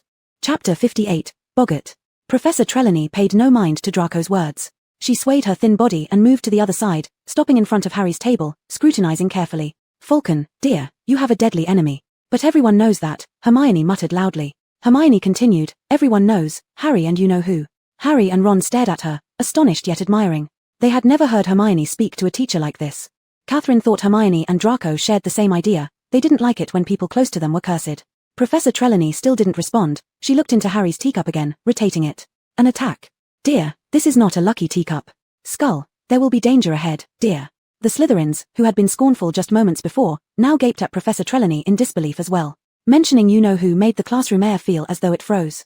As she finished another rotation of the cup under everyone's gaze, she suddenly screamed. Trelawney put her hand over her heart, eyes shut tight. My poor, dear child. What is it, Professor? Someone asked. Everyone stood up and slowly gathered around the table where Harry and Ron sat today. Trelawney's large eyes dramatically opened. Omen. My dear, Omen. The ghost-like dog wandering through the graveyard. My dear child, this is an ill omen, the worst kind, an omen of death. The entire class was frozen. It seemed only Catherine and Hermione did not believe it. Hermione coldly remarked, this doesn't seem accurate. The class ended with Trelawney proclaiming Hermione had no talent, and amidst everyone else's fear. But immediately, during the next lesson with Professor McGonagall, she stated that every year Trelawney predicted someone's death, yet nobody had died so far. The wise professor's words alleviated much of the earlier fears among many students. Catherine wasn't frightened by Trelawney, but deep down, she believed it. Because of her special nature, known only to herself, it appeared Trelawney had seen all this through the tea leaves alone. This indicated that Harry would still face danger this semester. For several days, the hottest topic among the third years revolved around Harry's ominous prediction of death. Catherine noticed that Hermione was often elusive this semester. Though they weren't in the same house, they shared enough classes together. Several times, Hermione would vanish right after appearing in their sight. She wanted to find an opportunity to ask Hermione how she managed it. Today's most important class was Defense Against the Dark Arts. Professor Lupin was still dressed in rough cloth like he was when he first arrived at the school. Good afternoon, he said. Please put your books back into your bags. This will be a practical lesson, and all you need are your wands. Then, follow me. Practical lesson? Draco commented, I have to recall some painful experiences from last year if that also counts as a practical lesson. Oh, Gilderoy Lockhart released those nifflers which caused chaos, and the funniest part? He couldn't even get them back. Blaise chuckled. I hope Lupin won't make such mistakes, Draco snorted. They followed Professor Lupin to a new room. When they opened the door, Professor Snape was sitting inside. The Slytherin students immediately perked up at the sight of their head of house. After entering, Lupin closed the door behind him. At this point, Snape said, Don't close it, Lupin. It's probably best I leave. He stood up and strode past the whole class, his black robes billowing behind him. Lupin, perhaps no one has warned you, but Neville Longbottom is in this class. I suggest you don't ask him to do anything difficult unless Miss Granger whispers instructions in his ear. Neville turned bright red. The boys around Catherine burst out laughing. Only Theodore didn't laugh. I almost forgot to mention, Draco laughed. Lockhart's nifflers actually hoisted Neville up, hanging him on the chandelier. Harry turned and glared at Draco, then turned back to glare at Snape. Draco, stop it, Ella whispered to discourage him. Catherine wondered what Lupin would say. But seeing Lupin raise his eyebrows, he replied, I plan to let Neville assist with the first group exercise, and I'm confident he'll do fine. Snape's expression darkened as he left. Now then, Professor Lupin gestured for the whole class to come to the end of the room. There was nothing there except an old wardrobe. Professor Lupin approached the wardrobe, and suddenly it started shaking, banging against the wall. Don't worry, Professor Lupin said calmly. There's a boggart inside. Boggarts like dark, enclosed spaces, Professor Lupin explained. Wardrobes, gaps under beds, cupboards beneath the sink. Now, let me ask, what is a boggart? Hermione raised her hand. It's a shapeshifter that can turn into whatever it thinks will most scare us. An excellent answer, Professor Lupin commended. So the boggart in the wardrobe hasn't taken any form yet. It doesn't know what scares the person outside. Once I release it, it will immediately become what each of us fears the most. The thing you fear the most, so what you'd see must be a giant spider. Catherine heard Hermione turn around and say to Ron not far away. Ron's expression soured just at the mention of the word spider. Catherine wondered what he would do if she could place some embarrassment on him. Catherine couldn't even imagine what she would see herself. It seemed like she didn't have anything she truly feared. Lower stage vampires were afraid of garlic and crosses, but those had no real threat to Catherine. What could frighten someone who didn't even fear death? The charm that repels a boggart is simple, yet requires force of mind. What you have to do is force it to assume a comical form, Lupin continued. Let's practice the incantation without wands first. Repeat after me, ridiculous. Ridiculous, the whole class chorused. Very good. But this is the easy part. Next is up to you, Neville. The wardrobe trembled again, though not as much as Neville did as he stepped forward, as if walking toward a gallows. All right, Neville, Professor Lupin said, now tell me, what do you fear most in the world? Chapter 59, Fear in the Mist. Neville's lips moved, but no sound came out. I didn't catch that, Neville, Professor Lupin said. Neville looked around urgently and then whispered to the students nearby, Professor Snape. Almost everyone burst into laughter. Professor Snape. Neville, I believe you live with your grandmother, don't you? Professor Lupin asked. Oh, yes, Neville stammered nervously, but I wouldn't want the boggart to turn into her. No, child, Lupin smiled gently. Can you describe what your grandmother usually wears? Neville seemed puzzled by this question, but he thought for a moment. She always wears the same hat. It's a tall one, and she wears a long dress, green, sometimes even a foxfur scarf. And the handbag. Lupin encouraged him. A big red handbag, Neville replied. Good, said Lupin. Can you picture these items clearly in your mind? I can, Neville answered blankly, clearly having no idea what would happen next. Neville, when the boggart bursts out of the wardrobe and sees you, it will take on the appearance of Professor Snape, Lupin explained. You need to grab your wand and shout ridiculous. Try to concentrate hard on imagining your grandmother's clothing. If all goes well, the boggart Snape will be forced to transform into someone wearing a tall hat, a green dress, and carrying a large red handbag. The entire class erupted in laughter. The wardrobe trembled even more violently. If Neville succeeds, the boggart might then start targeting each of you one after another, Lupin said. After his words, many children's faces showed fear as if they already saw the things they dreaded most. Theodore, what do you fear? Catherine whispered to the person beside her. Fear? I'm not sure, he hesitated. Neville, we're stepping back now, Professor Lupin continued. I'll call the next person forward once you're done. For now, step back and give Neville some space. Everyone retreated, moving towards the wall, leaving Neville standing alone next to the wardrobe. Neville's face was pale with evident fear, but he had rolled up his sleeves and gripped his wand tightly. On 3, Neville, Lupin instructed, pointing his own wand at the wardrobe. 1, 2, 3, go. A spark shot from Lupin's wand tip and hit the handle of the wardrobe door. The door opened. Professor Snape emerged, his hooked nose prominent, looking menacingly at Neville with sharp eyes. Neville stumbled backward immediately, raising his wand and unable to speak. Snape approached threateningly, reaching inside his robes. Ridiculous. Neville screamed. There was a noise like the cracking of a whip. Snape stumbled. He became someone wearing an elaborate, frilly robe, sporting a tall hat adorned with an old moth-eaten griffin figure, and swinging a massive red handbag. Next. Ron. Ron walked forward nervously. Just as the boggart locked eyes on Ron. Crack. Several people screamed. A gigantic spider, 6 feet tall and covered in fur, began crawling towards Ron, waving its claw-like appendages threateningly. For about 10 seconds, Ron was frozen in terror. As the spider got closer. Ridiculous. Ron shouted.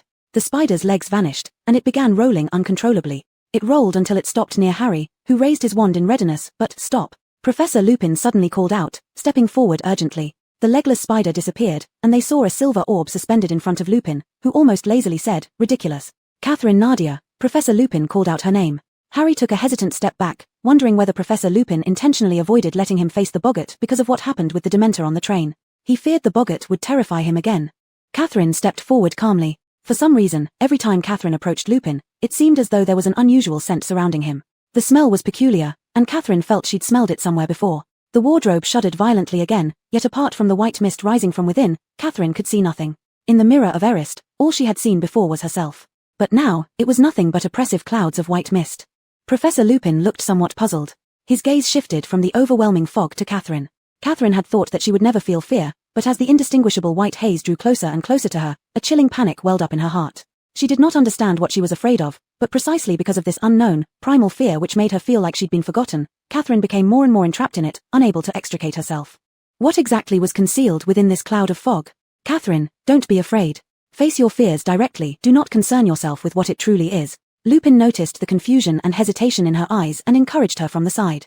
Catherine clenched her eyes shut, then reopened them, shouting, ridiculous. The heavy fog, now less than an arm's length away from her, dissipated instantly. Professor Lupin's expression grew slightly profound. From then on, defense against the dark arts class became the most interesting lesson for most students, despite the fact that the divination lessons always left everyone feeling subdued. Draco was in a foul mood recently. During the first Care of Magical Creatures class, he was attacked by Hagrid's hippogriff. Hagrid had already warned them all beforehand if they got close. They must remember that hippogriffs are proud creatures and should not be provoked, but Draco and his friends hadn't paid any attention to what Hagrid said. Slytherin was rather dissatisfied with the arrangement of this lesson. So, when Draco taunted the hippogriff and ended up injured, he became extremely irritable afterward, seeking retribution against Harry and his friends both overtly and subtly. However, luckily, there was the first trip to Hogsmeade before Halloween, which greatly reduced Draco's irritability. Hogsmeade was a place that Catherine had longed to visit for a very long time. Chapter 60, Hogsmeade. Ever since she had discovered the letter with the Blood Clan emblem at Malfoy Manor, Catherine had quickly sent news to the elders of her clan, ordering them to investigate the relationship between the Malfoy family and the Blood Clan. But 50 years ago, the Malfoys had absolutely no connection to the Blood Clan. They were skilled at using their methods to deal with muggles in business for the benefit of their family, gaining them a considerable amount of power and wealth. And as for the world 50 years later, the elders knew nothing about Catherine being turned into a child attending Hogwarts, so there was no way for her to utilize them for investigations. Perspectives differ across timelines. Catherine was wearing a white furry coat, and paired with her wine-red eye pupils, she looked just like a little red-eyed rabbit. Hogsmeade Village was snowing, Ella and Draco walked ahead, others in the middle, while Theodore and Catherine trailed behind. Where do you most want to go? Theodore asked. I want to drink alcohol, Catherine replied. I've never had any. It probably feels good when you're cold. I haven't had it either. Theodore said. We're going to shop and then regroup. Pansy and Daphne temporarily left. Blaze watched Pansy's retreating figure. This wasn't surprising given how she rarely had an opportunity to approach Draco closely. Even new fashionable clothes could momentarily distract Pansy. What about Catherine? There are stores over there with beautiful things girls would like. Blaze turned back toward Catherine. Since recognizing her beauty, Blaze's attention occasionally lingered on her. She said she wanted to try a butterbeer. Theodore answered first. Blaze's sly gaze shifted to the dark-haired boy, seemingly understanding something. He nodded slightly. All right. There was no need to quarrel with a friend over one pretty girl. Blaze was always such a person. And he sensed that Theodore felt differently about Catherine. Regardless of whether the curse rumored about by others truly existed or not, this point was undeniable. I plan to take Ella to buy some candy too. We'll meet up later. Draco deliberately glanced at the two followers behind him. Don't trail after me. Catherine and Theodore strolled alone through the snow-covered land. Hogsmeade gave off a very peculiar vibe. Here there were only wizards, and only more mature wizards of suitable age could visit. So naturally, all sorts of novel things could be found here. Catherine stopped in front of a jewelry shop filled with dazzling trinkets. Do you like them? He walked up beside her, looking at the items inside with her. Not really. Catherine didn't linger further. Her current age didn't fit the adorable kind of accessories anymore. They passed these various shops and headed toward the Three Broomsticks pub. What if we can't handle it once we've had too much? Looking at the butterbeer placed before them, Catherine suddenly became somewhat concerned. Goyle and the others will help us. Theodore stared at the liquid in his cup and said, although I think this stuff won't be that strong. Before he finished, the girl sitting opposite picked up her glass with both hands and took several big gulps. Wow, this tastes it's. Theodore's eyes showed a flash of surprise. Before he could stop her, Catherine had already taken several more mouthfuls. Try it quickly. With this pace of drinking, she would certainly end up tipsy if not drunk. Yet, he didn't say anything, merely helplessly watching her as she swayed her head around and ordered another cup. It was cold outside, but warm inside. Each time the shop door opened and closed, unexpected cold air rushed in, making everyone involuntarily tighten their necks. Still, they preferred the warmth from their drinks and food in hand. Compared to Catherine's hearty indulgence, Theodore sipped carefully, tasting a touch of bitterness amidst the subtle sweetness of the drink. After a short while, Theodore, why have you been blinking your eyes all the time? Catherine called out in a drawn-out tone. I haven't been blinking my eyes. He chuckled lightly, supporting his face with his hand and studying her intently. The girl's usually pale complexion was flushed red due to the alcohol now coursing through her veins. Her deep eyes gazed hazily at him, just like the rotating light hanging above her head. Is that so? Then why does it look like, her sentence was cut off mid-speech by a loud hiccup. You can't drink anymore, you're a bit drunk. Theodore reached over to grab her cup, but she immediately placed her warm hands over it, refusing to let him move it. Who said I'm drunk? I'm Catherine Nadia. Theodore attempted to pull his hand back, but Catherine's grip was surprisingly strong. His hand was tightly held by her, unable to budge an inch. In just a few short seconds, he felt a thin layer of sweat form on his palms, and the originally steady heartbeat quickened, thumping under his sweater. At this moment, the warmth in his hand seemed more effective than the alcohol in the cup, causing a more dizzying effect on the young man. So, you finish these. He didn't know what else to say. Only then did Catherine release her grip, finishing the remaining drink in one gulp. She then grabbed the remainder of his drink, tilting her head back to consume it all without hesitation. Without any pause, she finished Theodore's drink. This act of closeness left the boy across from her completely stunned. His rational side told him it was due to her intoxication, and after all, they were friends. But his emotional side, governed by feelings beyond mere logic, prevented him from accepting those reasonable theories. This is good, no waste. She smiled contentedly, raising the two empty glasses high. Now let's find Ella. As she stood up, at that very instant, she felt lightheaded, an entirely different sensation from when she was seated. It was as if she were stepping on soft clouds. Catherine swayed forward a few steps, dazed, until she was firmly steadied by a pair of hands. Turning her gaze, she saw Theodore pull the cap of his coat over his head, half of his face now obscured by the dark brim. Despite this, she could still tell that his face was much redder than usual. She leaned in closely, so near that only from below could she see his whole face. Theodore, are you drunk? Why's your face so red? Her direct inquiry made his eyes waver. Lifting his head, he avoided her gaze. Normally, Catherine was ambitious, hardworking, radiant, and unyielding. The drunk Catherine, however, became lively, soft, and more innocently straightforward. This change instead made him feel uneasy. Pushing open the door, the outside wind and snow rushed in, causing Catherine to shiver. A small snowflake landed precisely on his eyelashes. When his long lashes lowered, it seemed as though a mist descended into his eyes. Chapter 61, Drunkenness. Catherine rarely marveled at anyone's appearance, for she was of the bloodline. But the young boy in front of her now inexplicably held her gaze. Perhaps it was how this icy scenery suited him so well, as clear and cold as he was, or that like him, there was a spotless existence among heaven and earth. What's wrong with Catherine? A startled, graceful voice called out from ahead. Catherine swayed unsteadily toward the speaker, collapsing straight into Arya's arms. How did Theodore let Catherine drink so much? The red-haired girl slightly reproached Theodore, but Draco understood his roommate. Theodore probably couldn't dissuade Catherine. Catherine, I bought lots of candy, try some. Ah, don't slip, hold on to my arm, let me take you. Arya supported her tipsy and wobbly friend helplessly. The group joked with each other as they walked back to Hogwarts. Along the way, Draco and Blaze began throwing snowballs and started a snowball fight, accidentally hitting Theodore, who was walking quietly. Without saying a word, Theodore picked up a handful of snow and threw it towards the boys running ahead. Their laughter, carried by the cold wind, didn't seem cold at all. He gazed at the snowflakes falling from the sky and for the first time in a long while felt a calm kind of happiness. Just like when his mother was still alive. Scarhead, how does it feel not being able to go to Hogsmeade? During the next day's potions class, Draco asked Harry across a few desks smugly. All children who went to Hogsmeade needed signed permission slips from their guardians, but Harry's uncle and aunt would evidently never sign such forms. Moreover, no one else had the right. Draco harbored resentment against Harry over what happened in the Care of Magical Creatures class. More precisely, since the first time Harry chose Ron as a friend instead of acknowledging him, Draco had hated him. Harry had been gloomy for quite some time because he couldn't go to Hogsmeade, and now seeing Draco's smug face fueled his anger. It's none of your business, Malfoy. Desperately trying to track down Black alone, huh? But alas, you're too scared of Dementors even to leave the school. Draco grinned mischievously. Draco, Professor Snape is watching you, Arya warned, wrinkling her nose. If I were you, I'd find ways to catch him and seek revenge myself rather than waiting for those Dementors. Draco tossed out his final words and then turned back to brew the potion. Harry seethed with anger and confusion. What was Malfoy talking about? What vengeance? What did Malfoy mean? Why should I actively seek revenge on Black? He hasn't hurt me yet. Harry mumbled. Never mind him, Harry, he just wants you to do something foolish. Ron rolled his eyes. They were learning shrinker potions today. Neville trembled uncontrollably under Snape's watchful eye. Apparently, the boggart hadn't lessened his innate fear of Professor Snape. Catherine hadn't laughed at Neville for long before Professor Snape strolled over to their side. Snape looked at Catherine's potion, and his expression grew stern. Miss Nadia, I know Hogsmeade is tempting for students, but as my student, at the very least you must remain sober. He said stiffly. Ever since she woke up, Catherine had suffered from an excruciating headache. It was hard to imagine how a few sweet drinks could affect her so drastically. I'm sorry, Professor. In response to Catherine's apology, Snape arched a brow. Theodore, please ensure that your partner correctly makes a batch of potion, otherwise this will be where Miss Nadia serves detention tonight. After finishing speaking, he continued to inspect the other students' potions, and the onlookers immediately feigned seriousness and focused back on their cauldrons. Sorry for the trouble, Theodore, Catherine apologized with regret. Although last year Theodore agreed to become her teacher, yesterday it was definitely her own insistence to drink so much. No problem, just follow the professor's steps carefully, Theodore replied, rearranging the ingredients.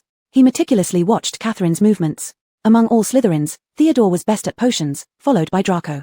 Thela completed better than Catherine today. Draco turned around and said, worth the effort I've put in. Arya was good at spells, but her potion making was subpar. To be honest, apart from those naturally talented in potion making, few students performed at normal levels in Snape's classes because everyone was tense. But Catherine thought that Snape taught better than Slughorn. Although Snape was quite harsh on most students, as the head of Slytherin and also a potions teacher, he was different compared to Slughorn. Slughorn's preferences were too obvious. His favorite student was Riddle. Moreover, Slughorn valued indulgence greatly, often preparing a fine wine even during class. In comparison, Snape was much more simple and natural. Catherine felt her head get heavy as she thought, and Theodore lightly pressed her wrist. When placing this, you need to control the force. Class was almost over, and Snape walked back to Neville, who was shrinking fearfully beside his cauldron. Everyone gather around, Snape said, and watch what happens to Longbottom's toad. If he brewed the shrinking potion correctly, his toad will shrink into a tadpole. If he made a mistake, the toad will die from poisoning. With his left hand, Snape held Neville's toad, Trevor, and dipped a small spoon into Neville's potion, which had already turned green. He poured a few drops down Trevor's throat. Catherine noticed that the color looked similar to what was in her and Theodore's cauldrons. Neville should have done it correctly. A moment of silence followed, then Trevor gasped heavily, and with a soft plop, little Trevor, now a tadpole, wriggled in Snape's palm. Snape drew a small bottle from his robe pocket and dripped a few drops onto Trevor. He suddenly reappeared as an adult toad.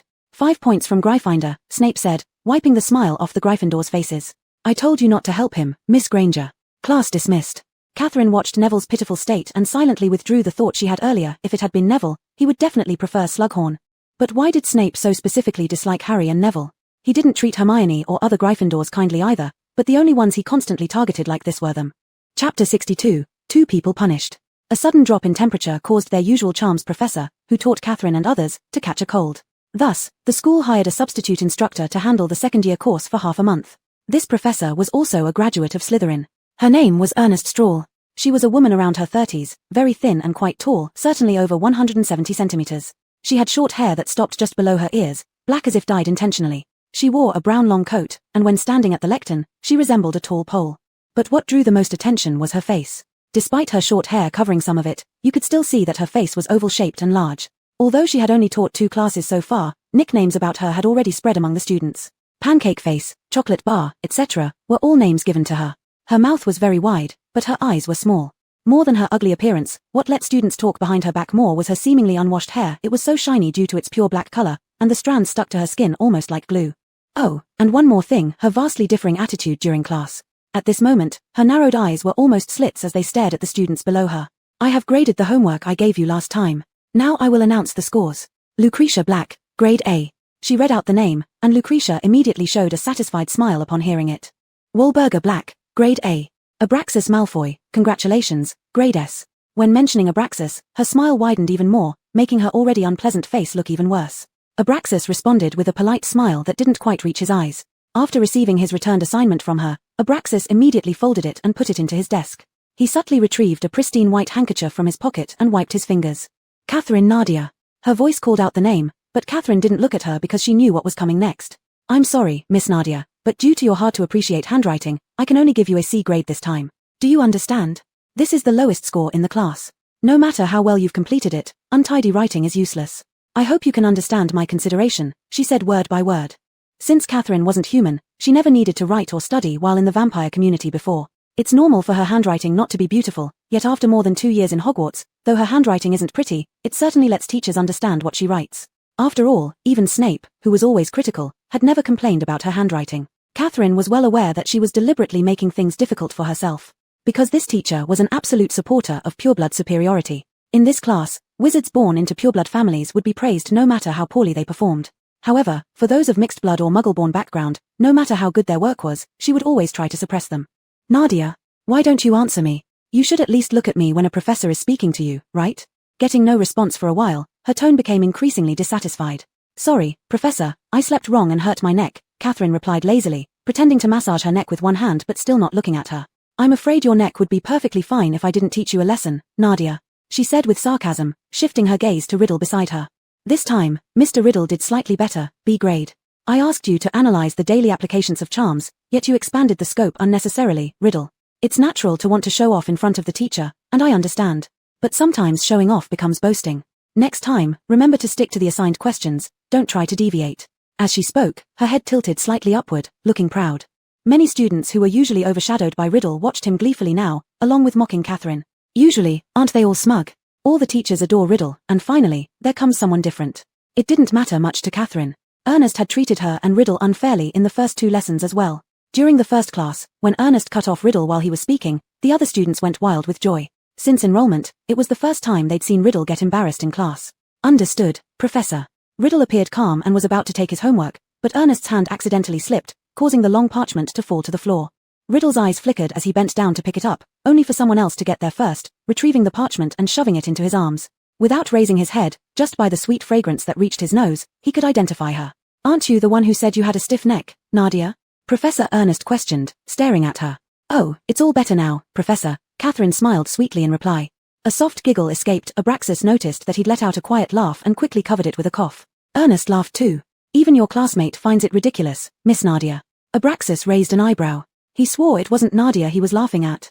I believe I must make you aware of the consequences of breaking discipline in my class. You will stand for today's lecture, Miss Nadia. Ernest pointed toward the back of the classroom with her claw-like fingers. Go to the back. Professor, Nadia only helped me pick up my homework, Riddle interjected. He continued maintaining his courteous demeanor, his gaze directed at Ernest up on the podium. Deceiving a teacher is no small matter, Riddle. Ernest curved her lips slightly. But if you want to challenge me because of friendship, then you'll share the same fate. Go stand behind her. The fact that the 2 top students in their class were standing as punishment in charms would undoubtedly shock the other professors if they heard about it. Catherine took the opportunity when that pancake face wasn't paying attention and whispered, "You don't need to stay here with me. You know she's just doing this intentionally." Riddle unconsciously fidgeted with his robes while his expression suggested he was seriously examining the textbook in his hands.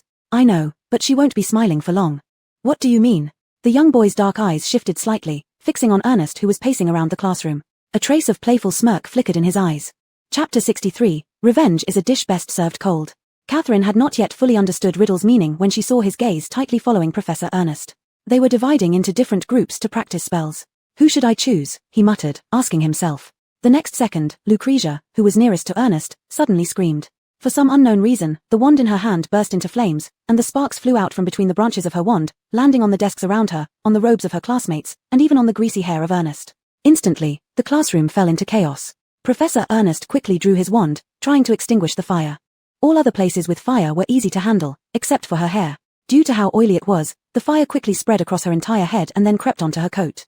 Ernest's whole head resembled a blazing fireball. Lucretia had been scared stiff. She swore she hadn't chanted any spell related to fire. In fact, she didn't even know such a spell. The fires in other parts of the classroom had been put out, but no one could save Professor Ernest. They were at a loss. Ernest cursed under her breath, raising her wand high and aiming it at herself. A stream of water sprayed onto her head, like an entire bucket of water poured down, finally extinguishing the fire. But no one dared to look at Ernest's appearance. Catherine bit her lips, thinking of every sad thing she'd experienced so far just to suppress her laughter. Ernest's hair was still smoking with black smoke from the residual heat. The hair that wasn't burned off stood up proudly on both sides of her face, uneven and jagged as if chewed by a donkey. Her face was patched with black and white spots, and as she mumbled continuously, ash would occasionally puff out of her mouth. "I'm sorry, Professor, I don't know why. I didn't." Lucretia stammered anxiously. "I know it wasn't you," Ernest snapped with her eyes glaring. She looked behind at Catherine and Riddle, who had been standing there unmoved all along. "Enjoying the show, aren't you?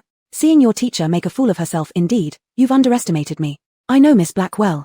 She wouldn't use such a curse to cause mischief. If you confess now, I won't tell the principal," Ernest said sharply, her whole face tense with effort. Catherine tightened her lips even more. "Professor, are you sure she wouldn't use it or can't use it?" Catherine asked. Language, truly profound. "So it was you two causing trouble," Ernest screamed. "Professor, I understand how you feel about losing your hair, but being overly suspicious of students isn't necessary. Not to mention, among all the students here, who possesses the ability to use a non-verbal spell? We haven't even taken our wands out," Riddle suddenly interjected, something Catherine thought she'd heard before. Ernest was momentarily speechless. Non-verbal spells were something only higher-grade students could possibly master. Second-year students hadn't studied them and therefore couldn't use them. "Class dismissed," she exclaimed furiously, turning away and leaving the classroom without looking back. Because of what happened in the magic class, many students dared not get close to Lucretia anymore, fearing that her wand might go crazy again and start spewing fire everywhere. Only Catherine knew the real instigator was Riddle. "You can laugh now," he turned to look at her. Catherine walked to his side. "Aren't you afraid Ernest will find out?" "She doesn't have that kind of intelligence," Riddle coldly scoffed. "Only fools behave so arrogantly." A hint of delighted laughter flashed in Catherine's eyes as she looked at him. "I quite like the tone you're using now." Riddle didn't expect her mind had jumped here, leading directly back to him. He didn't know what to say for a moment. He only felt irritated by one of the words. "Liking shouldn't be used like that, Catherine." His tone was ambiguous. Although earlier in the spell class, she had helped pick up his homework, and he did take revenge due to that stupid woman's attitude towards them, Riddle remembered well that after Catherine returned to school, she deliberately kept her distance from him. The word like seemed too insignificant for him when considering her. Catherine watched as Riddle quickened his steps, her beautiful face crossing with a hint of confusion. Had she said something wrong? For the first time in a long while, Catherine had a nightmare. For 2 years, this was the first time after falling asleep that she didn't directly enter her dream world but rather entered another dream. She dreamed of herself in a very cold place, surrounded on all sides by thick, creamy white fog that swallowed everything it touched.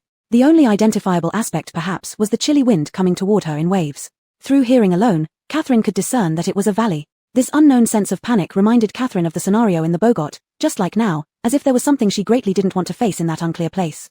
Just as Catherine was about to take a step forward, she suddenly woke up, her vision slowly focusing. In front of her was Ella, who was packing her nightgown.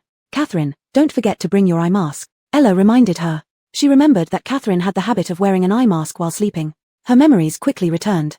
They had been lying down properly in their dormitory when the prefect rushed to their room door and knocked on it one by one, telling them to hurry up and change into their pajamas and come out. The Slytherin team was quickly assembled. This was the first time they were allowed to run around in their pajamas. Everyone gathered in the Great Hall. The Gryffindors arrived earliest, followed by Hufflepuff and Ravenclaw students. These students, like them, all looked confused. Catherine glanced around and saw Theodore wearing a grey cotton nightgown. The boy's face showed no signs of fatigue. He also looked at Catherine and couldn't help but smile slightly when he saw what she was wearing. Catherine was actually wearing a pink set of pajamas with attached ears, a very bright pink that contrasted significantly with her usual image. However, the ears hanging behind her head were rather cute, and Theodore's gaze lingered on them for 2 more seconds. He didn't know that when Catherine came to Hogwarts, everything she brought was secondhand from the children within her family. This was the vampire children's old nightwear. "For certain reasons, the faculty and I will conduct a thorough search of the castle," Professor Dumbledore told the students. Chapter 64, The Gift Outside the Tent. At the same time, Professor McGonagall and Professor Flitwick closed all the doors of the Great Hall. "For your own safety, I think you might have to spend the night here." I require the prefects to stand guard at the entrances of the Great Hall, while the male and female student presidents remain inside to manage everyone. Report anything unusual to me immediately. Professor Dumbledore paused for a moment, about to leave the Great Hall, and added, "Oh, by the way, you will need." He casually waved his wand, and the long tables flew to the edges of the hall, sitting neatly against the walls. With another wave, hundreds of purple sleeping bags appeared on the ground. "Sleep well," Professor Dumbledore said as he left, closing the door behind him. As soon as he was gone, an excited murmur rose in the Great Hall. Everyone whispered amongst themselves, and the students from Gryffindor House were busy telling others what had just happened. "The fat lady has fled?" Ella asked anxiously. "The fat lady is the portrait guarding the entrance to Gryffindor's common room. Everybody into the sleeping bags." Percy Weasley, the Gryffindor prefect, shouted loudly. "Quickly. No talking. Lights out in 10 minutes. Catherine, let's set up the tent first," Ella said. She looked somewhat distracted. Catherine went over to help her put up the tent, asking softly beside her, "Ella, is there something you want to say?" Ella continued her actions without stopping, sighing lightly, then she said, "I don't know if my feelings are right or wrong. Since that warning appeared in Harry's teacup, I've been feeling uneasy." Ella rubbed her temples and continued, "Do you know, Catherine, there's a book called Death Omens?" Catherine gave her a comforting look and gestured for her to continue. "There's a picture of a big black dog. It looks very similar to the one in Harry's teacup." Catherine's eyes flickered. This certainly wasn't good news. Their tent was next to Theodore and Draco's. After they climbed in, they didn't zip it up but chose to speak quietly instead. According to what the Gryffindor students relayed, the fat lady disappeared because someone tried to force their way into the school and Gryffindor's common room, and that person was none other than Sirius Black, the fugitive wanted in posters everywhere. The presence of a murderer in the school was enough to scare the living daylights out of the more timid kids. "Is Black still in the castle now?" Goyle asked from another tent. "This isn't what you should worry about. I think Potter should be worried about this," Draco said with a hint of schadenfreude. "Why him?" Ella asked. "Well, you'll find out eventually, Ella." Draco replied ambiguously. "But really, people like him are always unsettling," Daphne commented from the left. "It's true. Hogwarts Castle has been charmed with all kinds of spells to prevent outsiders from sneaking in. And not only that, they had to deceive those dementors who guard the exits and entrances day and night. Filch knows all the secret passages, so I can't imagine how he managed to get in," Pansy analyzed. "Turn off the lights now," Percy shouted. "Everyone into your sleeping bags and stop talking." All the candles extinguished instantly. The only remaining light came from the silver ghosts as they floated around, speaking seriously with the prefects. The enchanted ceiling mirrored the starry sky outside. Combined with the murmurs still echoing in the Great Hall, the children felt as though they were sleeping outdoors with a gentle breeze. "Catherine, you're so cold," Ella snuggled closer, pulling the blanket further onto her. Catherine could feel Ella's little head leaning against her, warm and soft. Her skin was cold because she was a vampire, but being cared for in such a tense situation at school made Catherine feel warm inside.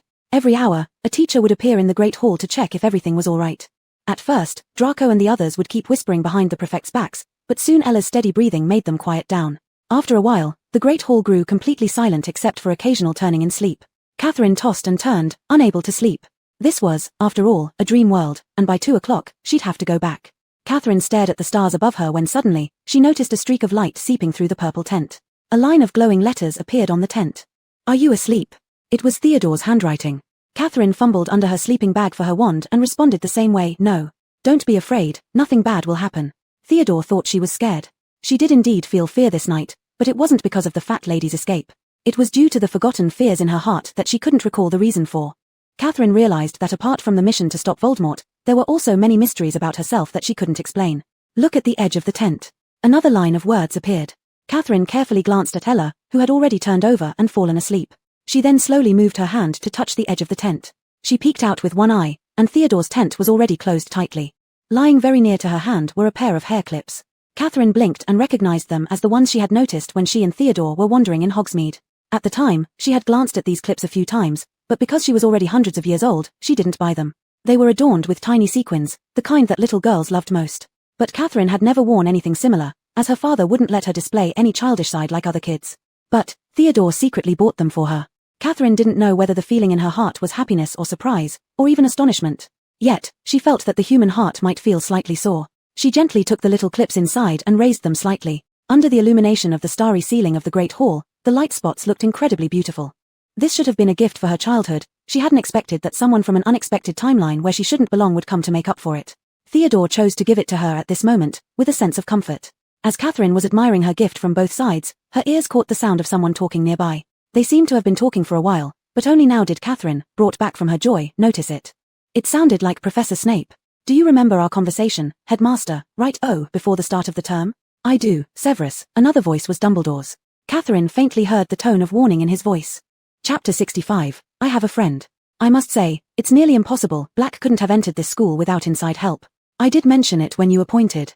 I don't believe that anyone in this castle would help Black get in, Dumbledore said, his tone clearly indicating that the matter was closed. Snape didn't respond further, likely catching the implication from Dumbledore. I must go inform those Dementors, Dumbledore said. I promised to notify them once our search is done. Do they plan to help, Headmaster? Snape asked.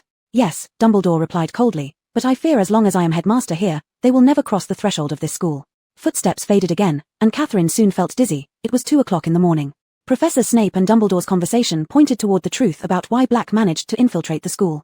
Clearly, Snape suspected someone within the castle had helped him. Catherine recalled Draco's hesitant look. He must know something.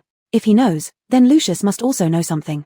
Could it be Sirius Black has a grudge with Harry? Hence, he mentioned letting Harry take revenge himself. And Harry's greatest grudge, without a doubt, is the passing of the Potters years ago. So, the person who could have colluded with Black inside might be one of Voldemort's people. Catherine muttered the surname Black, realizing only now how it was associated with pureblood families. Just like her two haughty and snobbish classmates. They could very well be relatives of Sirius Black.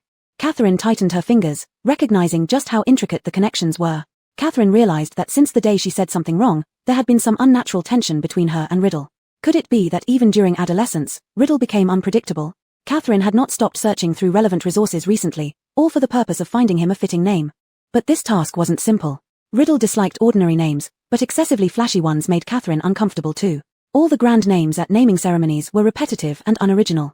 Catherine leaned on her elbow, chin in hand, reflecting. His later title Voldemort, when first heard, had seemed terrifying due to its connection to the prophecy of a bloodline apocalypse and countless lives.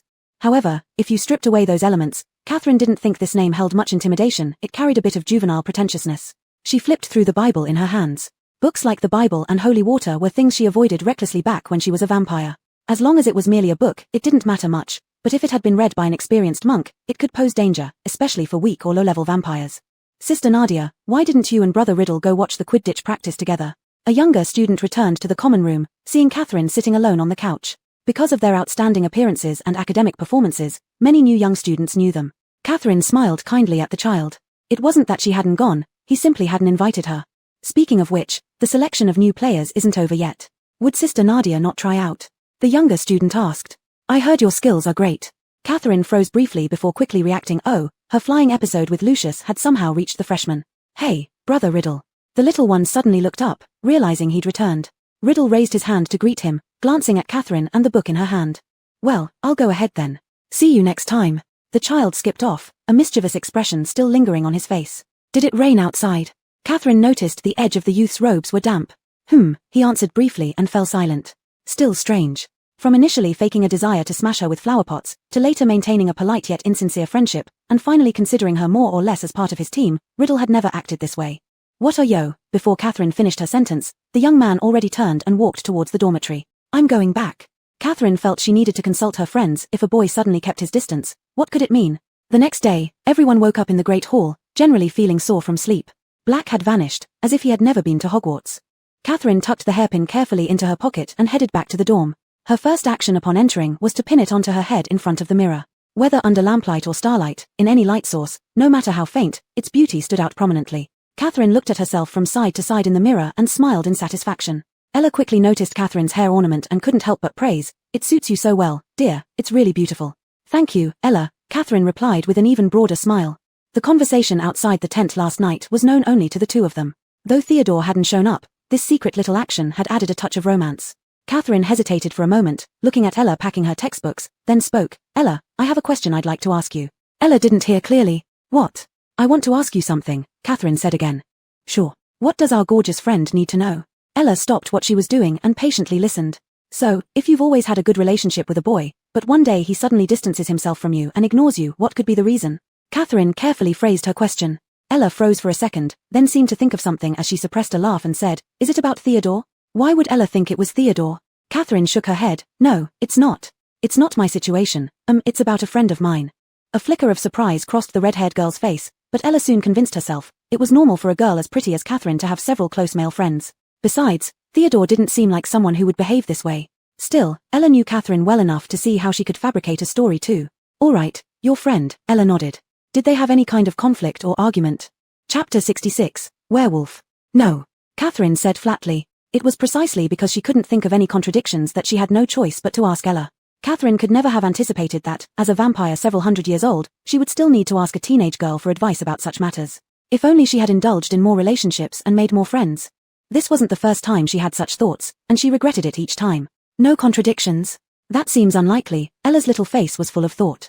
Before, I also thought I hadn't offended Draco, but he was angry anyway. Boys are always reluctant to speak when they're upset. Only after we reconciled did I learn the reason. Sometimes the reasons are unimaginable. When Ella mentioned Draco, her tone revealed obvious helplessness. Catherine knew this. When Ella first came to school and befriended Gryffindors, Draco was furious enough to go crazy. But they were childhood sweethearts. No matter what conflicts arose, their arguments never tore them apart. As for her and Riddle. In short, remain calm and adapt to all changes, Ella concluded. If this boy values your friendship, sooner or later, he will lose patience. Seize that opportunity to communicate with him properly. Remain calm. Adapt to all changes. Catherine quietly remembered this. When the Slytherin students entered the Defense Against the Dark Arts classroom today, they all opened their eyes wide in pleasant surprise, for sitting at the podium wasn't Professor Lupin, but their own head of house, Professor Snape. It seemed Professor Snape's mood was particularly good. His usually stern face actually showed some emotion. Who knows how much he longed to take on this course, but Dumbledore never let him fulfill his wish. Trouble. Potter is late, Blaise chuckled. Theodore never cared about these things. His eyes immediately fell on the ornament gleaming between Catherine's black hair. On the day he first saw it, Theodore felt it would look beautiful against the girl's dark tresses. 10 minutes into the class, Harry's panicked voice broke in. He panted, "Sorry, I'm late, Professor Lupin, I." Upon seeing that it wasn't Lupin but Snape sitting at the podium, Harry froze. This class began 10 minutes ago, Potter. I believe 10 points should be deducted from Gryffindor. Sit down. But Harry didn't move. Where has Professor Lupin gone? He said he's too ill to teach today, Snape replied, smirking with triumph. Didn't I tell you to sit down? But Harry stood rooted in place. What's wrong with him? Catherine exchanged a glance with Ella. Gryffindor was going to suffer today. Not life-threatening, Snape responded. 5 more points from Gryffindor, and if I again tell you to sit and you refuse, 50 points. Harry slowly walked to his seat then sat down. Snape scanned the entire class. Before Potter interrupted me, I wanted to say that Professor Lupin hasn't left a record of your class progress. Sir, we've already learned about boggarts, redcaps, kappas, and grindylows. Hermione quickly interjected. We were just about to begin. Silence, Snape said coldly. I didn't ask you. I'm merely commenting on Lupin's lack of structure in teaching. He's been our best defense against the dark arts teacher, Dean Thomas boldly stated, and the rest of the class murmured their agreement. At hearing this, Snape looked even more unpleasant than usual. You're easily satisfied. Lupin has barely challenged you. He thinks first years should already be able to handle redcaps and grindylows. Today, we will discuss. He swiftly flipped through the textbook until he reached the last chapter. Werewolves, Snape muttered softly. At the sound of those words, Catherine felt a sharp pain in her head like being pricked by needles, and the hand under her sleeve tightened involuntarily. Werewolves, eternal foes of the bloodlines throughout generations. Over millennia, whether through conflict or truce, the two races have always remained vigilant towards each other, attempting to break each other's throats to find peace. Her father's death was undeniably connected to them. Fortunately, this lesson wasn't about vampires, otherwise, she wouldn't know how to manage her expression. But, sir, Hermione said, we aren't ready to learn about werewolves yet, we should start with hinky punks. Miss Granger, Snape's tone was as deathly quiet as ever. It seems like I'm teaching this class, not you. Everyone, turn now to page 394. He glanced around again. Now, many people exchanged uneasy glances covertly, some grumbled unhappily, but all helplessly opened their books. Only the Slytherins were delighted. Can any of you tell me how to distinguish a werewolf from a regular wolf? Everyone sat there silently, motionless. Except for Hermione. Anyone willing to answer? Snape said, deliberately ignoring Hermione. Are you telling me that Professor Lupin has not taught you the basic differences between the two? We already told you, someone suddenly said. We haven't reached the chapter on werewolves yet, we're still studying. Silence. Snape barked, his face darkening. Excellent, just excellent. I never thought I'd encounter third-year students who can't identify a werewolf. I will report this and inform Professor Dumbledore how far behind you all are. Professor, Hermione said, her hand still raised, there are several distinctions between werewolves and ordinary wolves. A werewolf's snout. That's twice you've spoken out without permission, Granger. Snape said coolly, 5 more points from Gryffindor for your insufferable know-it-all. Hermione's face turned bright red, and she dropped her hand, glaring at the floor, tears brimming in her eyes. Now, is there anyone else who can tell me something more about werewolves? Snape asked. The Gryffindors stared at him with annoyance. Ron couldn't help himself and stood up. Why do you ask a question if you don't want an answer? As soon as the words left his mouth, Ron regretted it. Snape slowly approached Ron, and the whole class held their breath. You'll stay after class, Weasley. His face was inches away from Ron's, and the look of fear crept back onto Ron's face as if he hadn't been the one standing up and questioning Snape a moment ago. If I hear one more word criticizing my teaching method, you'll deeply regret it. Now anyone willing to answer my question? Snape's gaze slid from Ron's face to a raised hand in the air and nodded. Nadia, go ahead. Werewolves usually appear no different from normal people but transform into wolf-like creatures during the full moon. They lose their reason and become uncontrollably violent. Catherine spoke slowly. Them. She would recognize them anywhere, even if they were reduced to ashes. Chapter 67, Dispute. Very good, Nadia. Slytherin will earn 2 points because of you. This is the level a third-year student should have, Snape said. The students from Slytherin all wore smug expressions. For the rest of the class, no one outside Snape's own house spoke a word. Gryffindor was truly unlucky. The fat lady refused to come back, and now so many points had been deducted. You each will write an essay for me about the methods of identifying and killing werewolves. This topic should cover 2 parchments, due Monday morning. Weasley, stay behind. Snape ordered. This defense against the dark arts class felt longer than ever, and Catherine thought so as well. Cold rain started to pour outside, and the students instinctively moved closer to the brighter spots. This kind of weather always reminded everyone of Sirius Black, who hadn't been caught yet, and the chilling Dementors. Catherine had never faced a Dementor but only seen those hooded figures from afar. The fire crackled in the hearth as Catherine curled up on the sofa, pulling her legs into her cloak. I've already told the school that my arm isn't fully healed, so I can't participate in the match with Gryffindor, Draco said nonchalantly, sitting in the common room while loosening his bandages and showing his arm. Then won't Potter and his team be at a complete loss? They've been training specifically to beat us, Blaise said. Yes, I'm eager to see how Potter loses. They're so keen on winning. That stupid bird injured me this way, and they'll not get away with it. My father has agreed, maybe it will soon meet its end. Draco's eyes flashed with mockery. Catherine remained silent, seeing Ella sitting to the side, her long hair falling down, her expression inscrutable. Caught between friends and her childhood companion, Ella must feel torn. Catherine had heard rumors. This match was very important for Gryffindor, as some were graduating soon. This might be their last chance to win the game. And Harry, burdened by the prophecy of death, trapped within the castle walls for so long, Quidditch was his only outlet. During this time, Draco kept finding ways to make life difficult for Harry and Hagrid, and Professor Snape didn't let Harry off the hook either. In care of magical creatures, Hagrid barely held his head up, always looking down. After injuring a student during class, both he and Buckbeak's fates hung in the balance. If things went as Draco had implied, Buckbeak's fate, though Ella hadn't said much recently, Catherine could sense her distress. What's more, Catherine couldn't understand Draco's behavior. With Harry's current state, even if he competed, it wasn't certain whether he could defeat Slytherin. Why would Draco forfeit the game just because of a single failure in first year? Draco, don't you remember? It was Harry who saved Ella last year, Catherine said. Draco's previous look of pride cooled somewhat, his grey-blue eyes turning towards Catherine. He saved Ella. If I'm not mistaken, you were there too, inside the Chamber of Secrets, and you managed to control the basilisk. But Harry was the one Voldemort sought, and only he could draw that sword and strike it down. Catherine met Draco's gaze. Draco smirked softly, leaning forward slightly. Only him? Catherine, seems like you're really expecting Potter to shine. I just think the match shouldn't be cancelled. No matter how harsh the weather, it's merely external. The Slytherin team already has the ability to win fairly. A direct challenge wouldn't be better. Catherine affirmed confidently. Theodore quietly observed Catherine. Pansy and the others' expressions subtly changed, her words carrying the undertone as if implying that Draco was afraid to compete. When had Draco ever been openly contradicted before? And besides, he never particularly liked Catherine, whose origins were unclear. He tolerated her only because of Ella initially. He laughed bitterly despite being furious. Catherine, you know nothing, so of course, it's easy for you to say. You won't take responsibility if we lose. I'll take responsibility. How will you take responsibility? The atmosphere between them shifted abruptly. Ella also looked up, staring nervously between them. Catherine lifted her chin slightly, her dark red eyes scanning the group. If you don't want to play, then give your spot to me. It seemed Draco didn't quite grasp what she said, hesitating for a few seconds, then sneering. You? So you can go out there and give Gryffindor's bunch of fools a break? If you like them so much, why don't you just go to Dumbledore and bring over that old hat to check if it lets you switch houses to Gryffindor? Draco, Ella called out sharply, clearly trying to stop him. But Ella's attempt to halt him only further ignited Draco's rage. Draco chuckled a few times and lifted his arm. So, because I'm recovering now, you all suddenly feel sympathy for Scarhead. Fine, then you go out there. If you lose this match, I guarantee I have ways to make you as unlucky as Scarhead. He stood up furiously, storming into the boys' dormitory without looking back, leaving Goyle and Crabbe exchanging glances, too afraid to say a word. Ella sat there with a pale face. Catherine pursed her lips. She hadn't meant to worsen the situation, but Draco Malfoy's temper was indeed abysmal, capable of doing anything for personal grudges. Yet Ella had feelings for him. I'll go back too, Ella said with a bloodless face. People on the sofa soon cleared out, leaving only Theodore behind. Pansy had intended to sneer at Catherine, but seeing Theodore's slightly icy gaze, she remained silent. Each time something happened, the one who stayed by her side was always Theodore. Did I act too impulsively? Catherine asked.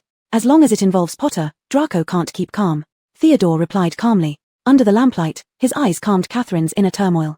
I'm just worried that I may hurt Ella. Catherine didn't like this feeling. She had always been free, yet now she had friendships and people she needed to care for, always fearing making mistakes. Ella will understand you. Theodore poured a cup of hot tea and pushed it toward the girl. But, do you really want to compete against Gryffindor? You've never trained before. Catherine's eyes flickered, recalling several days ago. After that history of magic class, Abraxas had called out to Catherine. Nadia, wait. Catherine stopped, watching as the boy with long hair approached her. I wanted to ask if you've considered joining the Slytherin Quidditch team, he whispered. Me? Catherine countered. Slytherin rarely takes in female players, doesn't it? So wouldn't your arrival fill that gap? Sports aren't only for boys, Abraxas remarked. He still remembered Catherine's determined look from the bet she had with Bruiser in their first year. He rarely saw someone destined to be a great player. Chapter 68, Slytherin Team. Well, I can give it a try, Catherine said. Although her main task at Hogwarts was riddle, the experience of flying with Theodore and the others made her fall in love with the sky. There were no open spots in the team from 50 years later for her to experience this joy, but now the opportunity had come before her, and she found it hard to refuse. Thus, she wasn't without training experience. Though there were only 2 sessions, it was more than enough. To compete. To do so fairly and honorably, whether we lose or win. Catherine's eyes reflected the firelight from the fireplace, resolute and determined. This way, Alara and Harry wouldn't feel so heartbroken. And as she understood Slytherin House, while victory should be achieved by any means necessary, more importantly, it meant choosing the right path for the people who mattered. Otherwise, what difference would there be from Voldemort later on? Catherine increasingly felt herself becoming softer, gradually moving away from being the reclusive, self-absorbed vampire that she once was, instead taking on more human-like qualities. All right, he said. You, support me? Catherine looked at him, her voice carrying an anticipation she hadn't even realized. Yes. I know why you want your friends to be happy. Theodore lowered his eyes, blowing at the steaming water in his cup. Her cup sat in her hand too, its rising heat swirling around both of them. Just that Quidditch matches are dangerous. He paused briefly. It truly is, a game for the brave. My teacher is none other than the renowned Theodore Not. I'll be fine, Catherine laughed and reassured him confidently. I also bet you'll be alright. He took a sip of his warm tea, his tone gentle. On the day of the Quidditch match, the sky was filled with dark clouds. The Slytherin versus Gryffindor match went ahead as planned. But this rain wasn't just a sprinkle. Torrents of water poured against the windows making loud splashing sounds. Quidditch was extremely popular, so despite the stormy weather, the entire school turned out like usual, heads bowed low trying to shield themselves from the wind since their umbrellas were ripped out of their hands mid-journey. Catherine breathed deeply. She wasn't nervous, yet the mist formed from the water vapor outside left her slightly uneasy. They all wore the deep green uniform, which Catherine used to think was strikingly handsome. Now wearing it herself, however, it felt somewhat heavy. Captain Marcus Flint walked over and patted Catherine's shoulder as if to encourage her. Having a girl suddenly join this all-boys team, honestly, wasn't easy to accept. Their last training session wasn't very harmonious, and some players expressed dissatisfaction. But Draco had personally given the orders. His father was the primary source of funding for the entire team. Although Draco appointed her seeker in a sarcastic tone, the rest of the team generally gave face. Still, Flint could tell that Catherine had a solid foundation and played with determination, a trait exactly needed in a seeker. The wind howled fiercely, blowing the resting tent to create loud flapping noises. Catherine followed them onto the field. Walking in such strong winds was almost impossible. Amidst thunderous roars, though the audience cheered for them, they couldn't hear. Oh gosh, am I seeing things? Is that in the Slytherin lineup? A Hufflepuff student shouted through a soaked telescope. Hermione and Ron saw it too. The position originally belonging to Draco Malfoy was now occupied by Catherine. Crazy. Hermione murmured under her breath. Why her? Does Slytherin have some sort of scheme? Someone speculated. Tempage, I've been saying it all along. This kind of weather isn't fit for any match. Draco stood beneath Goyle's umbrella, frowning while eyeing the pitch. In any case, Catherine is playing, said a soft voice beside him.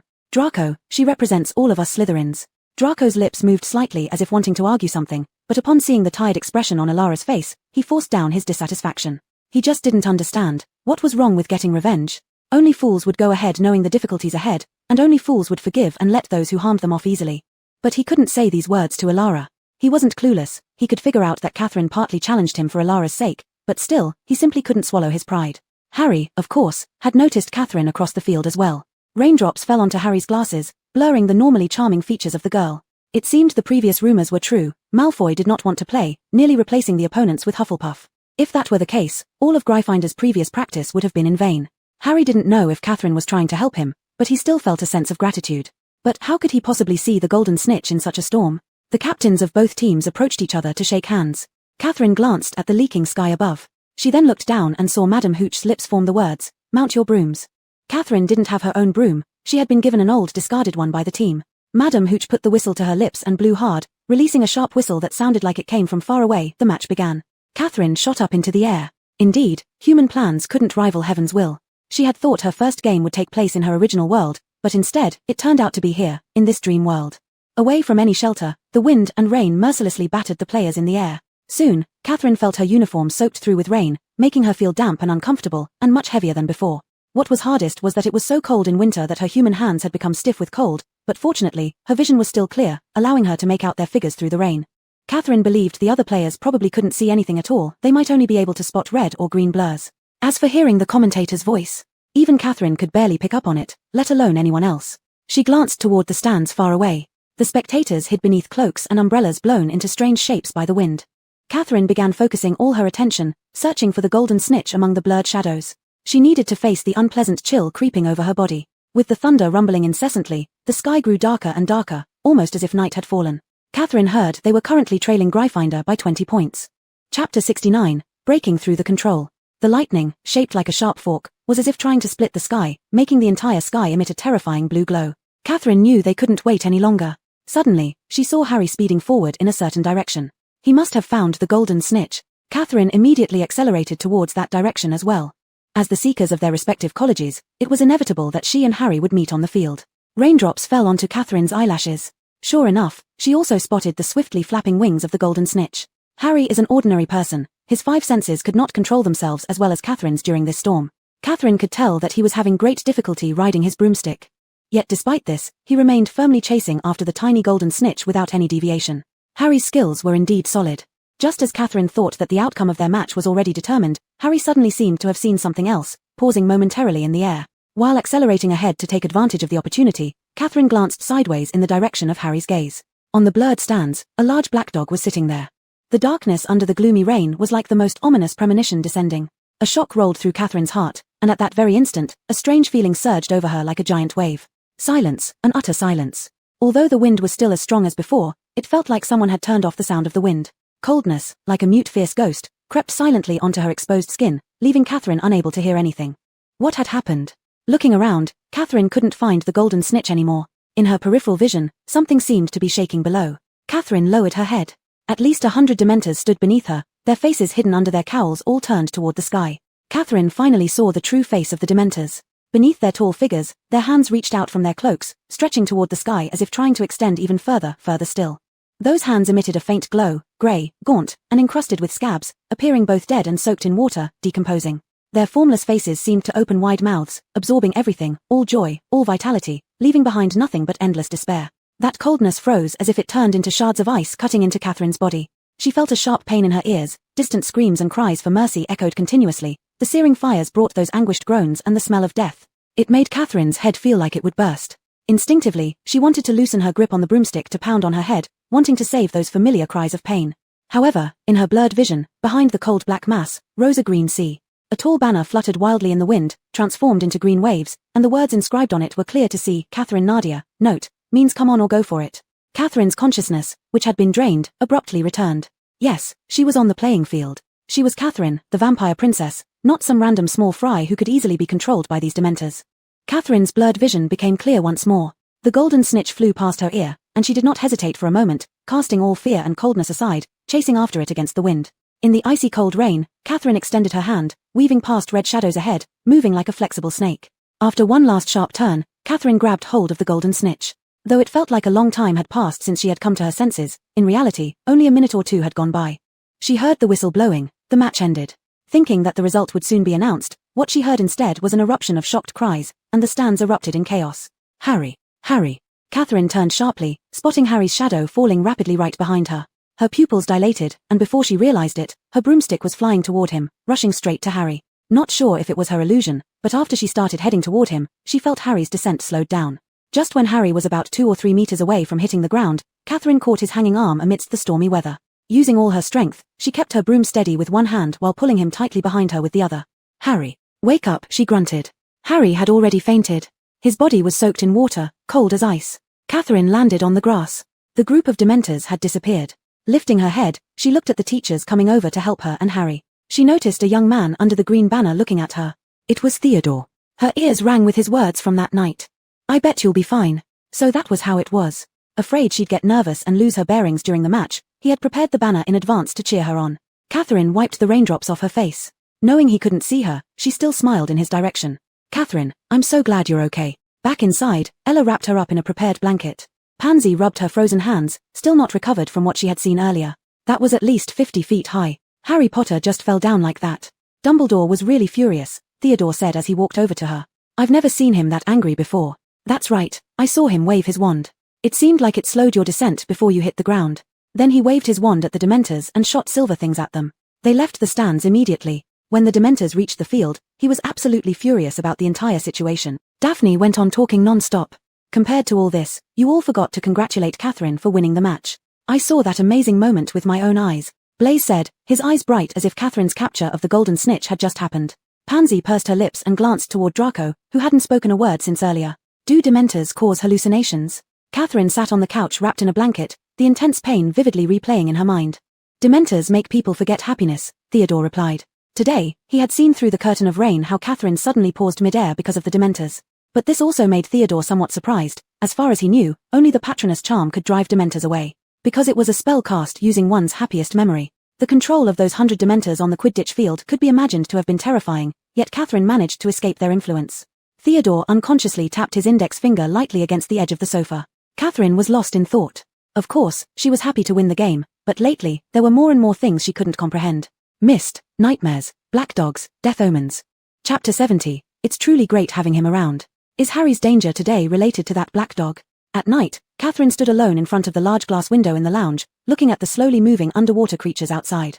When Theodore stood beside her, that creature also slowly turned its eyes, glanced at them, and then swam away. You scared it away, Catherine said. She stretched out her hand, tapping the tiny strange fish through the glass. Theodore, thank you today. What is there to thank me for? Your blessing let me win. Now Draco has nothing to say about it. Catherine joked. The calm gaze of the young man lingered on her profile. After a while he said, Catherine, if you're not happy, you don't have to tell me anything. Catherine's face showed no change, except her fingers wandering randomly on the glass, betraying her inner turmoil. Now, mysteries were unfolding one after another, and the connection between the bloodline and the Malfoy family always lingered in her heart. She couldn't completely rely on the elders of her clan for information now. After all, there were very few who could use that emblem. Catherine didn't even know who she could trust.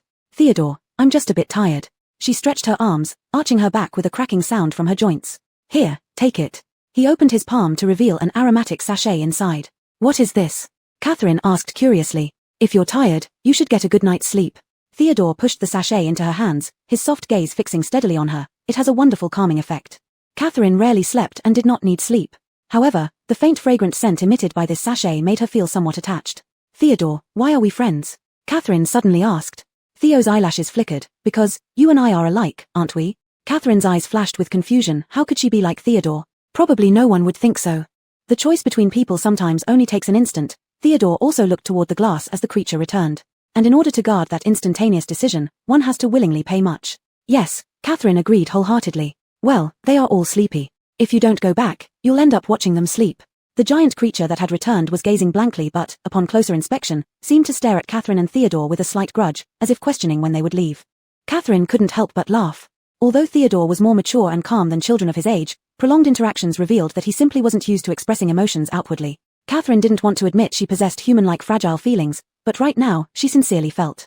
It's truly great having him around. Unlike Catherine, who was praised by everyone, Harry still had to endure ridicule from Slytherin and those never-ending pointing fingers. What upset Harry the most was that his Nimbus 2000, which had accompanied him for such a long time, fell due to his crash and was blown away by strong winds until it smashed against the Whomping Willow, turning into rubble. He refused to throw away the broken pieces of the Nimbus 2000.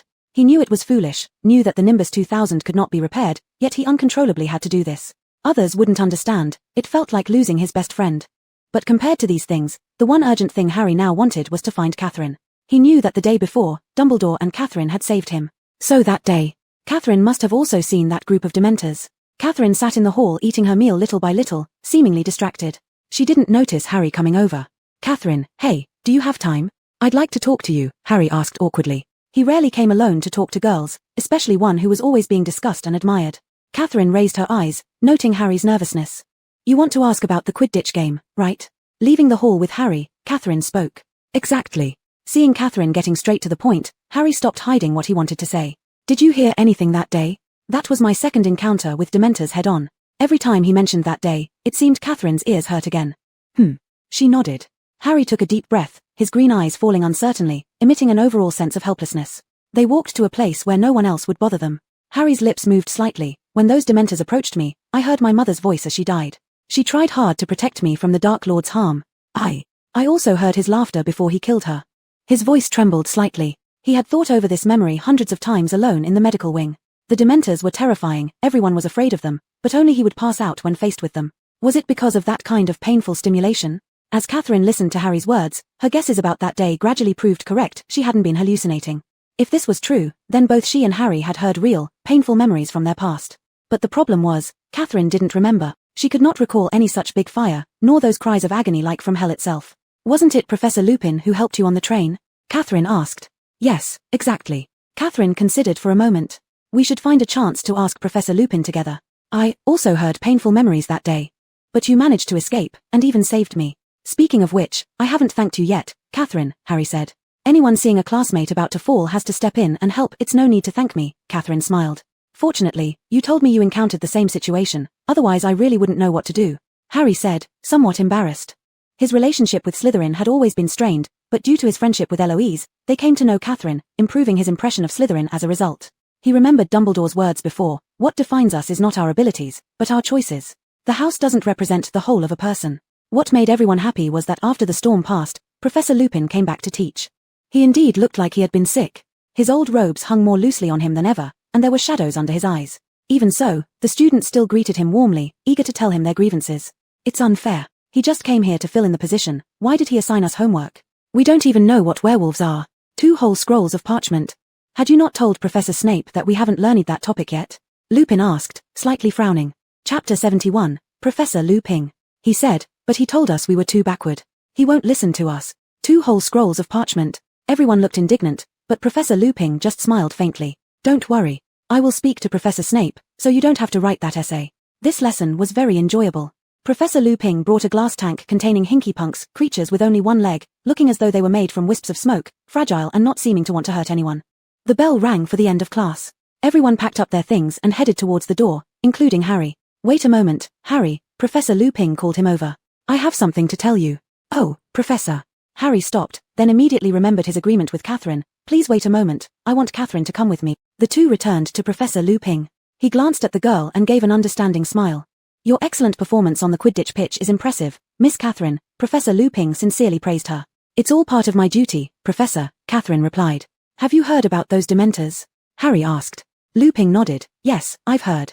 It seems none of us has ever seen Professor Dumbledore this angry. These days, those creatures are becoming increasingly unstable because they're not allowed to enter the school grounds and are raging in frustration. Yes, Harry said. He hesitated, then had to ask the question that troubled him. Why do they affect me so much? Am I? Lupin responded as if he could predict Harry's thoughts. It has nothing to do with weakness, Harry. Those dementors affect you more strongly than others because no one else has experienced the terrors that you once did. A streak of winter sunlight shone into the classroom, illuminating Lupin's grey hair and the fine lines on his face. Dementors are some of the foulest creatures that walk this earth. They gather where there is decay and despair, they drain peace, hope, and happiness out of the air around them. Even muggles can feel their presence, even if they cannot see these beings, Lupin explained. Get too close to a dementor, and every good feeling, every happy memory will be sucked out of you. If conditions allow, it feeds on you endlessly until you become like it, soulless and evil. All that is left for you are your worst memories. What happened to you, Harry, is enough to make anyone fall off their broomstick. Catherine listened silently. Such malevolent creatures could evoke her most genuine memories. She had gone through experiences as painful as Harry's, but her abilities and mental strength over the centuries freed her. When exactly? What actually happened? That. Azkaban must be a horrible place, Harry said. Professor Lupin grimly nodded. The fortress sits on a small island along the way out to sea, but it doesn't need walls or water to hold prisoners because they keep them locked away. Most prisoners go mad within weeks. But Black escaped from them, Harry said slowly. He managed to get away. Lupin's briefcase slipped off the table, forcing him to quickly bend down to pick it up. Yes. He straightened himself and continued. Black must have found a way to fend them off. But if wizards spend too much time around dementors, they'll lose their magical powers. Speaking of resisting methods, Harry got to the heart of the matter. Actually, well, we intended to visit you anyway because you banished them on the train. Harry added, could you teach us how to do it? So, Miss Nadia also encountered interference from the dementors that day? Lupin asked. Catherine nodded. Well, I can help you, Harry, but probably not until next semester, as my illness came at an inconvenient time and I've accumulated too many tasks before the end of this term. Lupin touched his nose. Then can you at least tell me what kind of method there is? Harry asked. The Patronus charm, different from the Dementors, needs you to think of your happiest, most joyous memory to unleash its full power. You know, there aren't many truly warm and joyful memories. Maybe life only holds a few such fleeting moments, but Lu Ping's voice lowered, his expression turning earnest. They're sufficient for us to withstand far greater challenges in our lives. Harry listened intently, already pondering deeply about how he might summon the Patronus charm. Catherine couldn't think of any happy memories. It turns out that living longer doesn't necessarily mean being happier.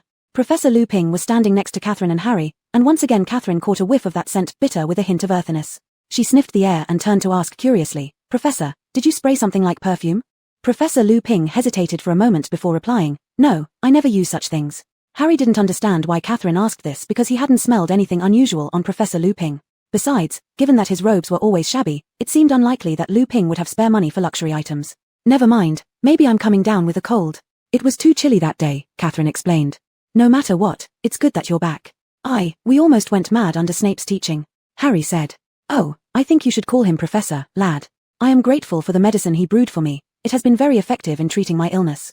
Professor Lu Ping unexpectedly corrected Harry's inappropriate address, which Harry certainly didn't expect. He thought Lu Ping disliked Snape as much as he did and was eagerly looking forward to replacing him. Catherine listened quietly to their conversation. The essay that Professor Lu Ping had allowed them not to write, she had already completed. The habit of studying hard was deeply ingrained in her DNA. A certain potion could control a werewolf's transformation, called Wolfsbane potion. She ought to learn how to make it and produce it in bulk, handing one bottle each to those wild wolves who only knew how to tear others apart. However, most wizards didn't know that werewolves also came in different types. Some were naturally born from wolfkind, while others became werewolves after being bitten by a lycanthrope. Just as with vampires, where turning someone was called embracing, both processes involved transforming ordinary people into creatures of the night, following a similar principle. And unlike wizards' obsession with pureblood heritage, which was ridiculous, among the bloodlines of both vampires and werewolves, purebloods were naturally more powerful due to being ancient races passed down over millennia. Trueborn werewolves could transform at will without waiting for the full moon. The full moon merely amplified their strength. While Catherine was deep in thought, a sudden spark of realization ignited in her mind. Wolfsbane potion. She finally realized where the familiar scent in her nostrils came from. Chapter 72, Scandal. It was the smell of a werewolf, but it had been neutralized by another scent, so she couldn't identify it. She instantly understood. That's why Snape insisted they study the chapter on werewolves. That's why Lupin fell ill a few days ago and couldn't come to class, because it was the night of the full moon, and Snape was using Wolfsbane potion to control Lupin's transformation. Her eyes narrowed like a hunter spotting prey as she looked at Lupin, who was still talking with Harry. Lupin, he is a werewolf. That night, in the conversation between Dumbledore and Snape, Snape suspected that someone inside the castle had helped Sirius Black enter. The person he suspected was likely Lupin, with such a peculiar identity. When Black was mentioned earlier, Lupin accidentally dropped something. "Well, we should go then, Professor." Harry said goodbye to Lupin. As soon as he turned around, he met Catherine's gaze. He didn't know if his eyes were deceiving him, but why did her irises seem much redder than usual? A deep red that startled anyone who saw it. With just a blink, the girl's eyes returned to normal, and her voice too. "Goodbye, Professor Lupin." Catherine wasn't sure whether Ella's advice of remaining calm could work. In the past few days, neither she nor Riddle had gotten close to each other. They seemed like ordinary classmates now. One day, Riddle walked to the classroom door, then turned back. Catherine almost bumped into him without noticing. He waited until most people had left before speaking. "Did you hear what those people were saying?" he asked inexplicably. Burdened by the weight of her books, Catherine had to keep lifting her bag. She was going to take all these books to the headmaster. Sometimes, Catherine wondered why professors didn't let students use magic spells for tasks like this. Was it to develop their ability? "I don't know, what are you referring to?" Riddle quickly pursed his lips, slow to react even when several boys approached. "Tom, aren't you returning to the dorm together?" Although those boys from pureblood families disliked Riddle, they were only a minority. Riddle's charm made him a top candidate for many friendship plans. Especially after he and Catherine weren't as inseparable anymore, others gained more chances to get close to him. "I'll be right there." He took 2 steps back and turned to leave. Only Catherine was left standing there puzzled. What was he talking about? Due to that sentence, Catherine began paying attention to what people around her were discussing, and thus belatedly realized some were gossiping about her relationship with him. Lovers. In their eyes, the reason they barely spoke recently was because the young couple was arguing. Catherine pinched herself in frustration, suddenly realizing the problem. That day, she told Riddle that she liked him. What did he understand it as? It was all her fault. Being a vampire, she often lost measure in dealing with humans. But it wasn't her intention to lose measure. In the world of vampires, there aren't so many human-like rules. Perhaps because of the immortality of their race, marriage may symbolize loyalty, but there isn't a notion of modesty between men and women. Moreover, the crucial point was, she originally thought children wouldn't care about such things, forgetting how sensitive teenagers are towards these issues. Catherine aimed to prevent the Dark Lord from becoming the Dark Lord, to not slaughter the entire bloodline or kill countless wizards. She never intended to have a soul-shattering romance with the Dark Lord. He probably felt the same way. The notorious Voldemort, even during his youth, would detest such matters of love. How could she make Riddle dispel his misunderstanding about her? During potions class, once again groups were formed, everyone sought out their old partners. Catherine stayed in her spot, she couldn't approach Riddle today. She needed to think carefully first. We can be in the same group, Catherine. Abraxas came over. This action surprised everyone else. The Malfoy family valued bloodlines above all else. Why extend an olive branch to someone of unknown origin? But the Black family kids roughly understood. It was likely he considered Nadia's good grades and strong abilities that prompted the connection. And recently, rumor had it that Nadia had joined the Slytherin Quidditch team, making her a teammate with Abraxas. Upon seeing Riddle alone, Lucius immediately offered with her head held high, "I can be in your group." Unexpectedly, Riddle didn't even look up, politely declining. "Thank you, Miss Black, it's unnecessary." Lucius promptly heard snickers from other houses, her face turned bright red immediately. Today, Riddle was surprisingly not with Catherine, and she thought they had an argument. However, Riddle didn't want to work with anyone, his attitude and tone were impeccable. On the other hand, Catherine cooperated perfectly with Abraxas. Catherine had to admit that Draco's grandfather was also gifted in potions, passing this wisdom down to Lucius and Draco. "You did a great job, Catherine," said Abraxas gently, looking at the beautiful color in the cauldron. Catherine suddenly realized that he was the only person in Slytherin, apart from Riddle, who called her by her name. "Thank you," Catherine smiled. Abraxas paused and asked, "Did you have an argument with Riddle?" Catherine shook her head. "No. They didn't argue, but the current situation was even worse than a quarrel." "That's good. You deserve more friends, Catherine," Abraxas said. Catherine hadn't expected that she would gain the recognition of the prestigious Malfoy family before Riddle. Befriending the Malfoys was always advantageous and harmless. Besides, their family harbored secrets. Catherine naturally wouldn't refuse. Anything that lasts long enough becomes a habit. In others' eyes, Nadia and Riddle were always together, so when they separated, everyone was discussing them. After class, while everyone was still packing up, Riddle was the first to leave the classroom like a gust of black wind. By the time others noticed, all they could see was the lingering corner of Riddle's black cloak. Even he couldn't fully understand his own thoughts. He just felt there was an indescribable frustration in his heart. This drove him slightly unbalanced. His loss of composure made it harder for him to calm down, creating a vicious cycle. Chapter 73, The Marauder's Map. He had carefully dissected his own inner thoughts. The relationship between him and Catherine Nadia was the first time he had truly been approached by a feeling of intimacy, both physically and emotionally. That day, he just felt uncomfortable with that word, but it didn't trigger any other thoughts at the time. It was the other students' remarks that truly alerted him. They said he and Catherine were as close as childhood sweethearts. But whether childhood sweethearts or closeness, these were words he had never liked before. These terms carried too much emotional connotation, which made him disdain them. He felt offended by such overt intimacy. Between him and Catherine, it was merely an alliance between people who shared similar situations and comparable abilities. What surprised him was that when others didn't point it out, he seemed to have never realized how intimate they were, or rather, never thought there was anything wrong. Living together in the cabin, Catherine often leaned on his shoulder, and he didn't refuse. She would enter his room without knocking, and he did not stop her.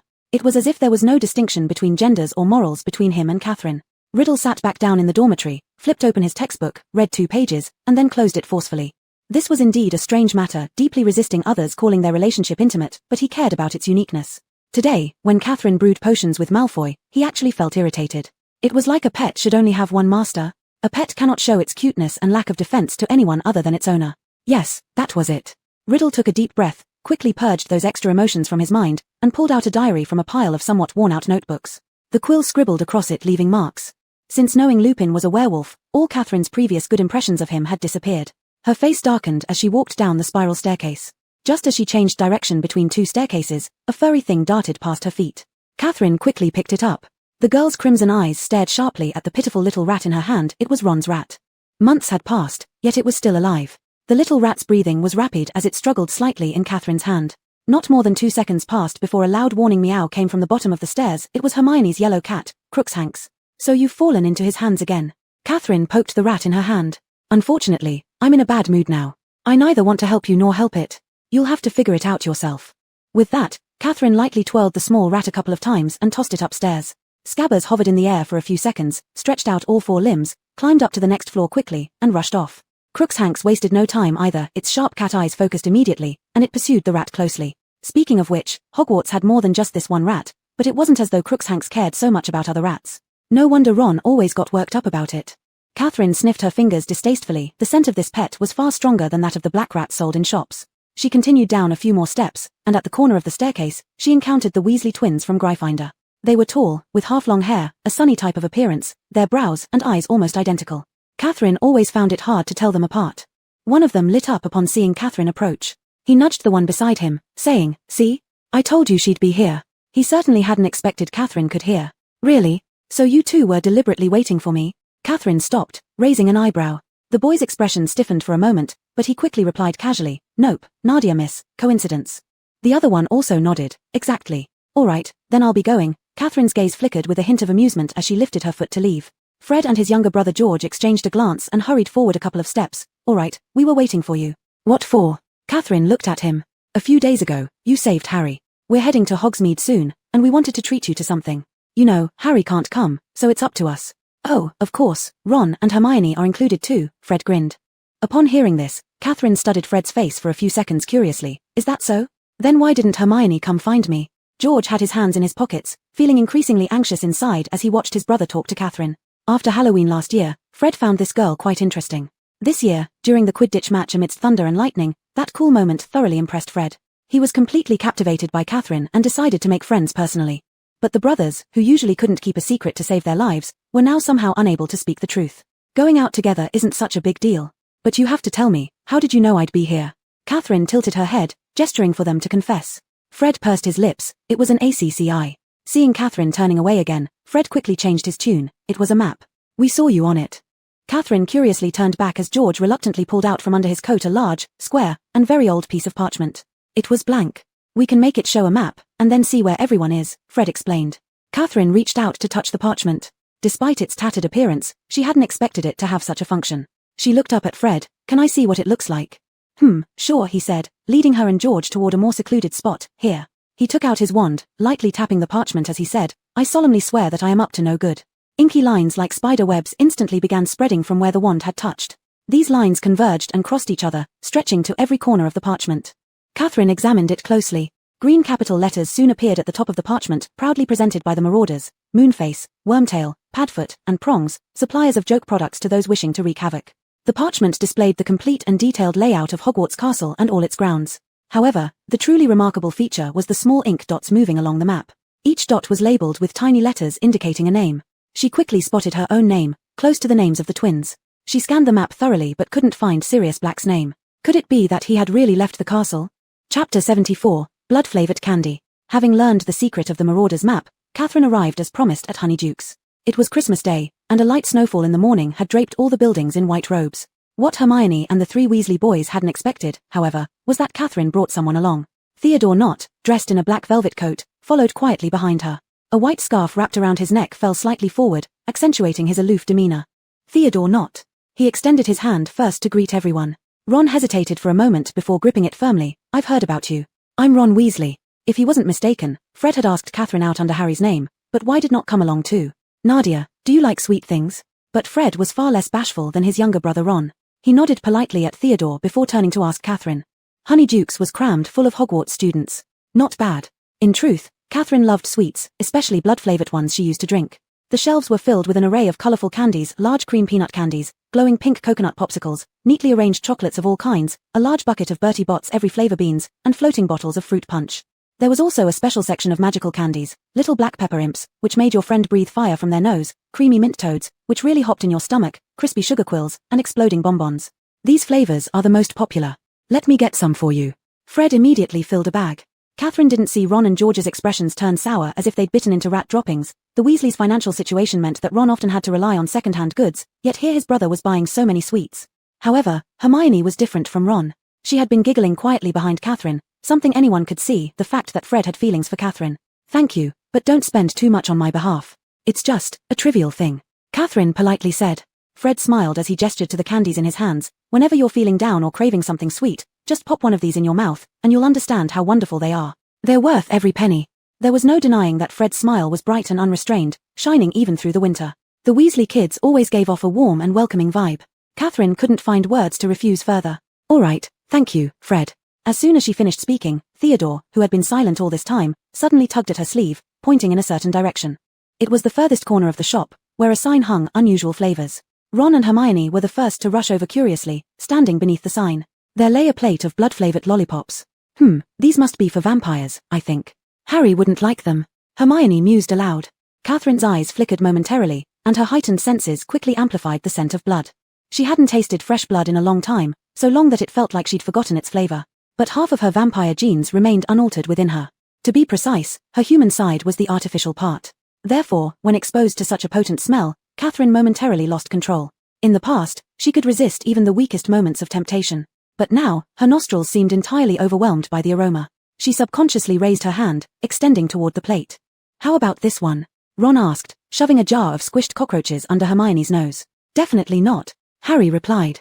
Ron nearly dropped the jar. Catherine's shoulder was accidentally bumped by Harry, whose presence startled her out of her daze. He only appeared briefly before vanishing again. Hermione and Ron both widened their eyes. He was here? He went invisible. He must have. Fred and George's previously amused expressions immediately turned serious. They didn't want these children to know that they gave Harry the Marauder's map.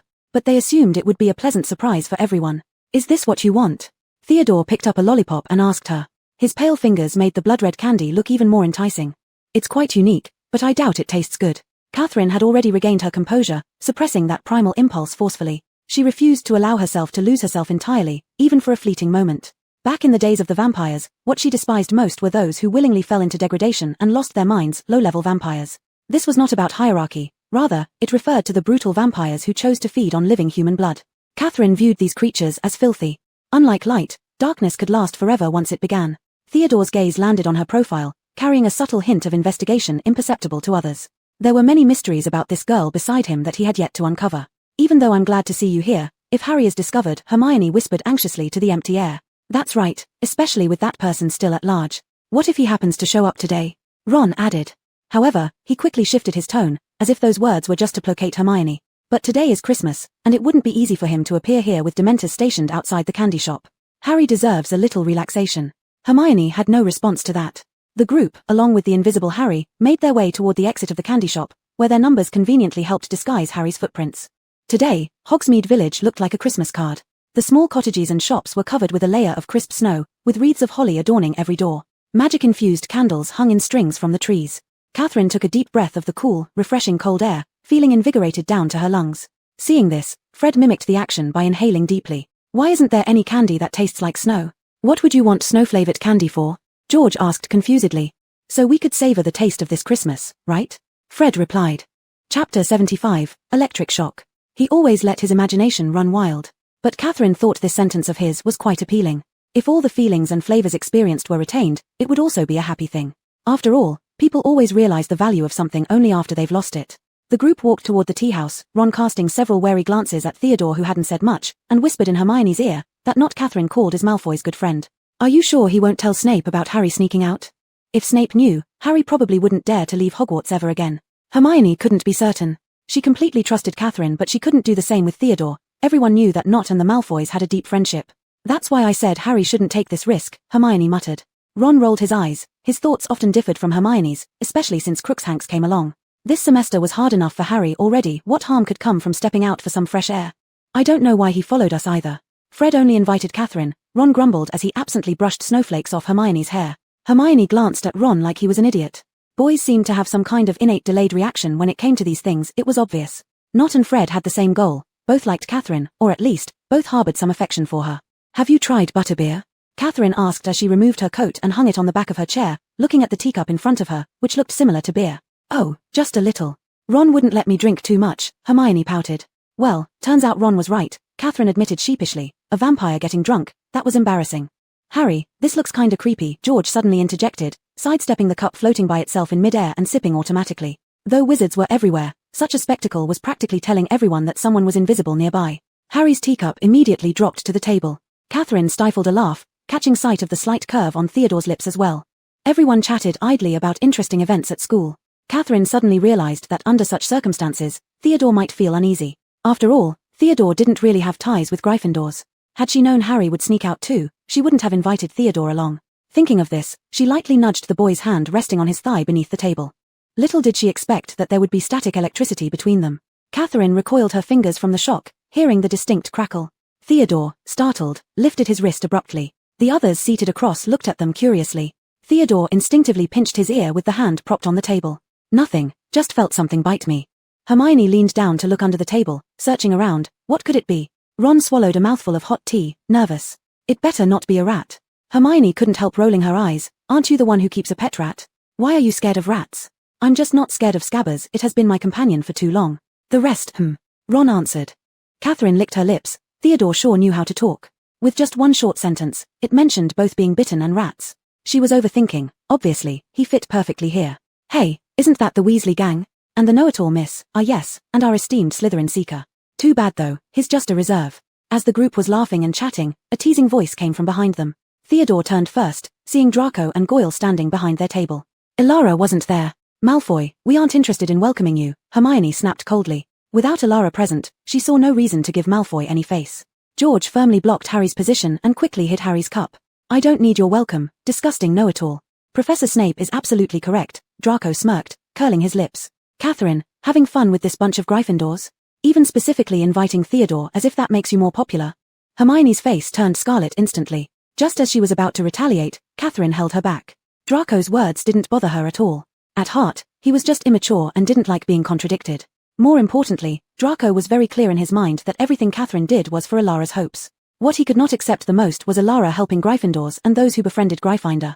Draco, this is just a bit of fun in Hogsmeade, Theodore said in a deep voice, as if reminding him that there was no need to make such harsh comments over such a trivial matter. Draco raised an eyebrow and looked at Theodore. After a while, he suddenly smirked. No problem. If Potter were here, he would definitely be sad because I won't let that big oaf Hagrid and his damned pet off easily. Just wait.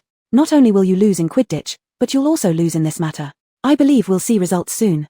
Upon hearing Buckbeak's name, Catherine's eyelashes fluttered. Did you ask Elara for her opinion? Draco snorted, his tone arrogant. This is a decision between me and my father. Why should I need Elara's approval? When have I ever needed others' opinions on what I want to do? Catherine slightly shifted her gaze and it fell on the red-haired girl who had just entered the tea-house. She was holding several steaming cups of milk tea. Hearing Draco's words, Elara's originally calm expression turned silent. Draco seemed to sense something and slightly turned around. The moment he saw Elara, his expression froze.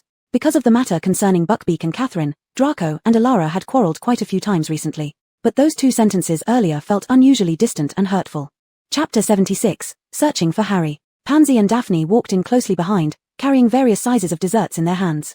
They didn't know what had happened, laughing while greeting Draco and his friends, only to notice Draco's face was frighteningly gloomy. Crab, Goyle, let's go. Draco directly pushed the door open and walked out. The door swung incessantly behind him as he left. Draco, what's wrong with him? Pansy awkwardly asked. Catherine and Hermione looked at Ella with some concern, but the girl appeared as normal, seemingly unaffected by those 2 sentences earlier. She placed the milk tea on Catherine and their table. The newly released flavor should taste great. Give it a try. After finishing her sentence, Ella turned to leave, but Catherine held onto her cool hand, softly asking, won't you sit down and have some hot tea? No, dear, I'm a bit tired from shopping for so long. I think I'll head back to school first. Ella comfortingly patted her hand. All right. Only after they had all walked far away did Catherine finally turn her gaze back. I've never seen Miss Catherine speak so gently before. Fred teased. You're still remembering that incident from last year's Halloween, aren't you? Catherine smiled slightly as she shook her head. Theodore unconsciously rubbed his teacup at its rim a couple of times. He hadn't known about this matter, that Catherine and the Weasley brothers had already known each other so well. But speaking of it, you're all in the same year. Why did Malfoy talk to you like that? George was confused. Malfoy is truly atrocious. I heard that they originally weren't planning to drop out of the match, letting us play Hufflepuff instead. It was because you disagreed, now you've won, and yet he mocks you. Hermione angrily said.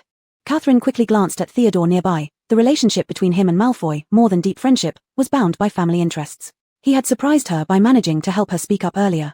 Normally, no matter what Draco would do, Theodore never opposed him. Of course, he also never explicitly expressed agreement either. But that wasn't important. As long as outsiders thought they were united, it was enough. To be honest, aside from Ella, I don't feel like he's ever been nice to anyone. Now, he doesn't even care about Ella. Ron and I have always said, Malfoy is just suited to being alone, isn't that right, Harry? Ron asked toward Harry's position but received no response. George grabbed beside him, but it was empty. He's not here anymore, George said. Where could he have gone then? There was worry in Hermione's voice. I don't know. Maybe he just went to the bathroom, or perhaps he couldn't stand Malfoy either. Ron shrugged, somewhat discontentedly. Don't worry, Harry's smart. After another 10 minutes or so, Hermione looked over anxiously at George's side again. Still hasn't come back. Not yet, George replied. Fred started to regret lending the map to Harry. This won't do, I need to look for Harry. Hermione hastily pulled on her coat and slipped it on. Ron, a little impatiently, said, Why are you looking for him? He has an invisibility cloak, no one will find him. That person. Sirius Black managed to evade the Dementors and get into Hogwarts through all its layers of protection. And there's currently no protection whatsoever here. Hermione, you always make everything sound so serious.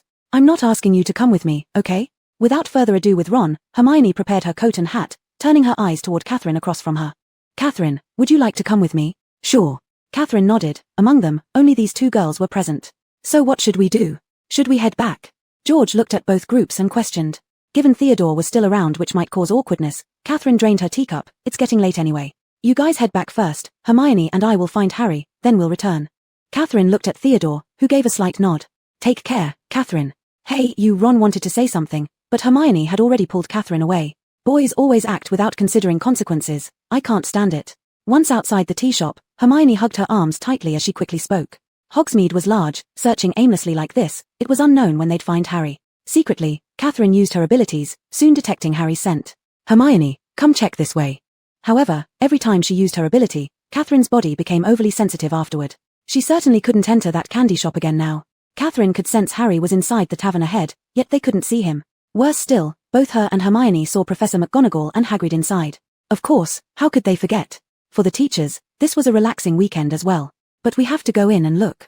Hermione's sixth sense told her that Harry was very likely here, because she could already hear Professor McGonagall discussing serious matters from a distance. How do you plan on getting in? Ron's voice suddenly appeared behind them. Hermione jumped out of her skin. How did you follow us? Could I not come if it's about finding Harry? Fred has already gone back to school, and Not seems to be off finding Malfoy. I saw them going in different directions. Ron said, his face slightly red from the cold. It seemed he wasn't so lucky, having searched several places before finally finding them. All right, we think Harry is inside, but we can't just go in directly. Hermione tightly held Catherine's hand, tugged at Ron's arm, and whispered softly, apparition. The next second, the three of them appeared under a wine cabinet next to a drinking table. Ron made a low groaning sound. It was a bit cramped here, but luckily both girls were quite petite, and no one could see them from this spot.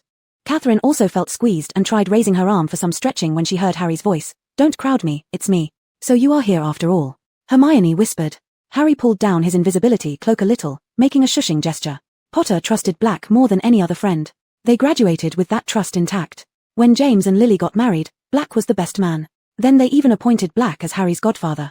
Of course, Harry didn't know any of it. You can imagine how much knowing this torments him. The speaker was someone Catherine had met before, Minister of Magic Fudge. Wasn't it because Black later joined forces with the Dark Lord? A strange woman asked softly. She was the tavern owner. It was worse than that. Fudge lowered his voice and continued in a somber tone. Many people didn't know the Potters knew the Dark Lord was after them. Dumbledore, naturally, opposed the Dark Lord all along and had many capable spies. One such spy informed Dumbledore, who immediately told James and Lily. He advised them to go into hiding. Dumbledore told them their best chance was the Fidelius charm. What is that charm? Madame Rosmerta asked. Chapter 77, Black's Past. An extremely complex spell, Professor Flitwick replied. Hiding a secret within the soul of a living person ensures that the secret can never be discovered unless, of course, the keeper of the secret intentionally reveals it. As long as the keeper refuses to tell the truth, even if Voldemort searched the place where the Potters lived for years, he would never find them. So, Black was the Potters' secret keeper? The innkeeper's eyes widened. Indeed, Professor McGonagall said. James Potter told Dumbledore that Black would rather die than reveal their location and planned to hide himself. Nevertheless, Dumbledore was still worried. I remember him suggesting that he himself should be the Potters' secret keeper. Did he not trust Black? Ms. Rosmerta asked. He was certain that someone close to the Potters had been informing Voldemort of their whereabouts, Professor McGonagall said grimly. But James insisted on having Black as the secret keeper, right? Yes, Fudge said heavily. However, less than a week after the Fidelius charm was cast, Black betrayed them. Rosmerta's voice trembled slightly. He did betray them. But we all know that the Dark Lord met his downfall at Little Harry's hands. He lost his powers and could only flee. This left Black in quite a dilemma. Black had just exposed himself as a traitor when his master fell. He had no choice but to run for his life. Dirty, stinking traitor, Hagrid roared, so loud that the entire bar went silent. Catherine could feel Harry's breathing become heavy behind her. Ron struggled to move closer to Harry, preventing him from suddenly rushing out without thinking. Harry had finally uncovered the truth about Black, as well as the truth about his parents' death. Catherine pondered. Thus, Remus Lupin must have helped Black come inside, intending to kill the young Harry who had managed to survive and caused Voldemort's escape, forcing Black to hide in Azkaban for over a decade. I saw him. Hagrid shouted. Before he killed many others, I was probably the last person to see him. It was me who saved Harry from James and Lily's house. It was me who pulled him out of the rubble. Poor little thing, with a long cut on his forehead. At this moment, Sirius Black appeared, riding his usual flying motorcycle. I couldn't figure out what he was doing there. I didn't know he was the secret keeper for James and Lily, but he was shaking all over. Do you know what I did? I consoled the murderous traitor. Hagrid roared. Hagrid, stop. Professor McGonagall said. Lower your voice. I heard the next day, the Ministry of Magic caught him. It would have been better if we'd captured him. Fudge groaned painfully. But it wasn't us. It was Peter Pettigrew, another friend of Potter's. He probably went insane with grief. Knowing Black had been the Potter's secret keeper, he chased after him. Later, witnesses, muggles, told us how Black blew Peter Pettigrew into pieces. Most of the conversation afterward was filled with descriptions of how bloody and terrible the situation had been at the time, and how Sirius had remained normal through all these years despite being under constant scrutiny by Dementors. But Harry couldn't hear any of that anymore. After those teachers left the pub, Catherine and the others walked out. Catherine couldn't help but think, how could someone so wicked, betraying his best friends and killing so many people, remain unscathed even under the watchful gaze of Dementors? What kind of person is he? Harry. Hermione whispered softly. Give him some time. Let's go back to school. Ron held back Hermione. Catherine guessed Fred and George must have given Harry the map, otherwise, there's no way he could have gotten out of school. If Sirius knows about passages unknown to others, then he could also hide in places unknown to everyone else, endangering Harry. Professor McGonagall and the others chose not to tell Harry the truth, fearing that he wouldn't be able to handle it and might do something reckless. When Catherine returned to the dormitory, Ella was already lying in bed, lost in thought. She walked quietly to Ella's bedside. Cat Candy lifted her head and meowed softly at Catherine.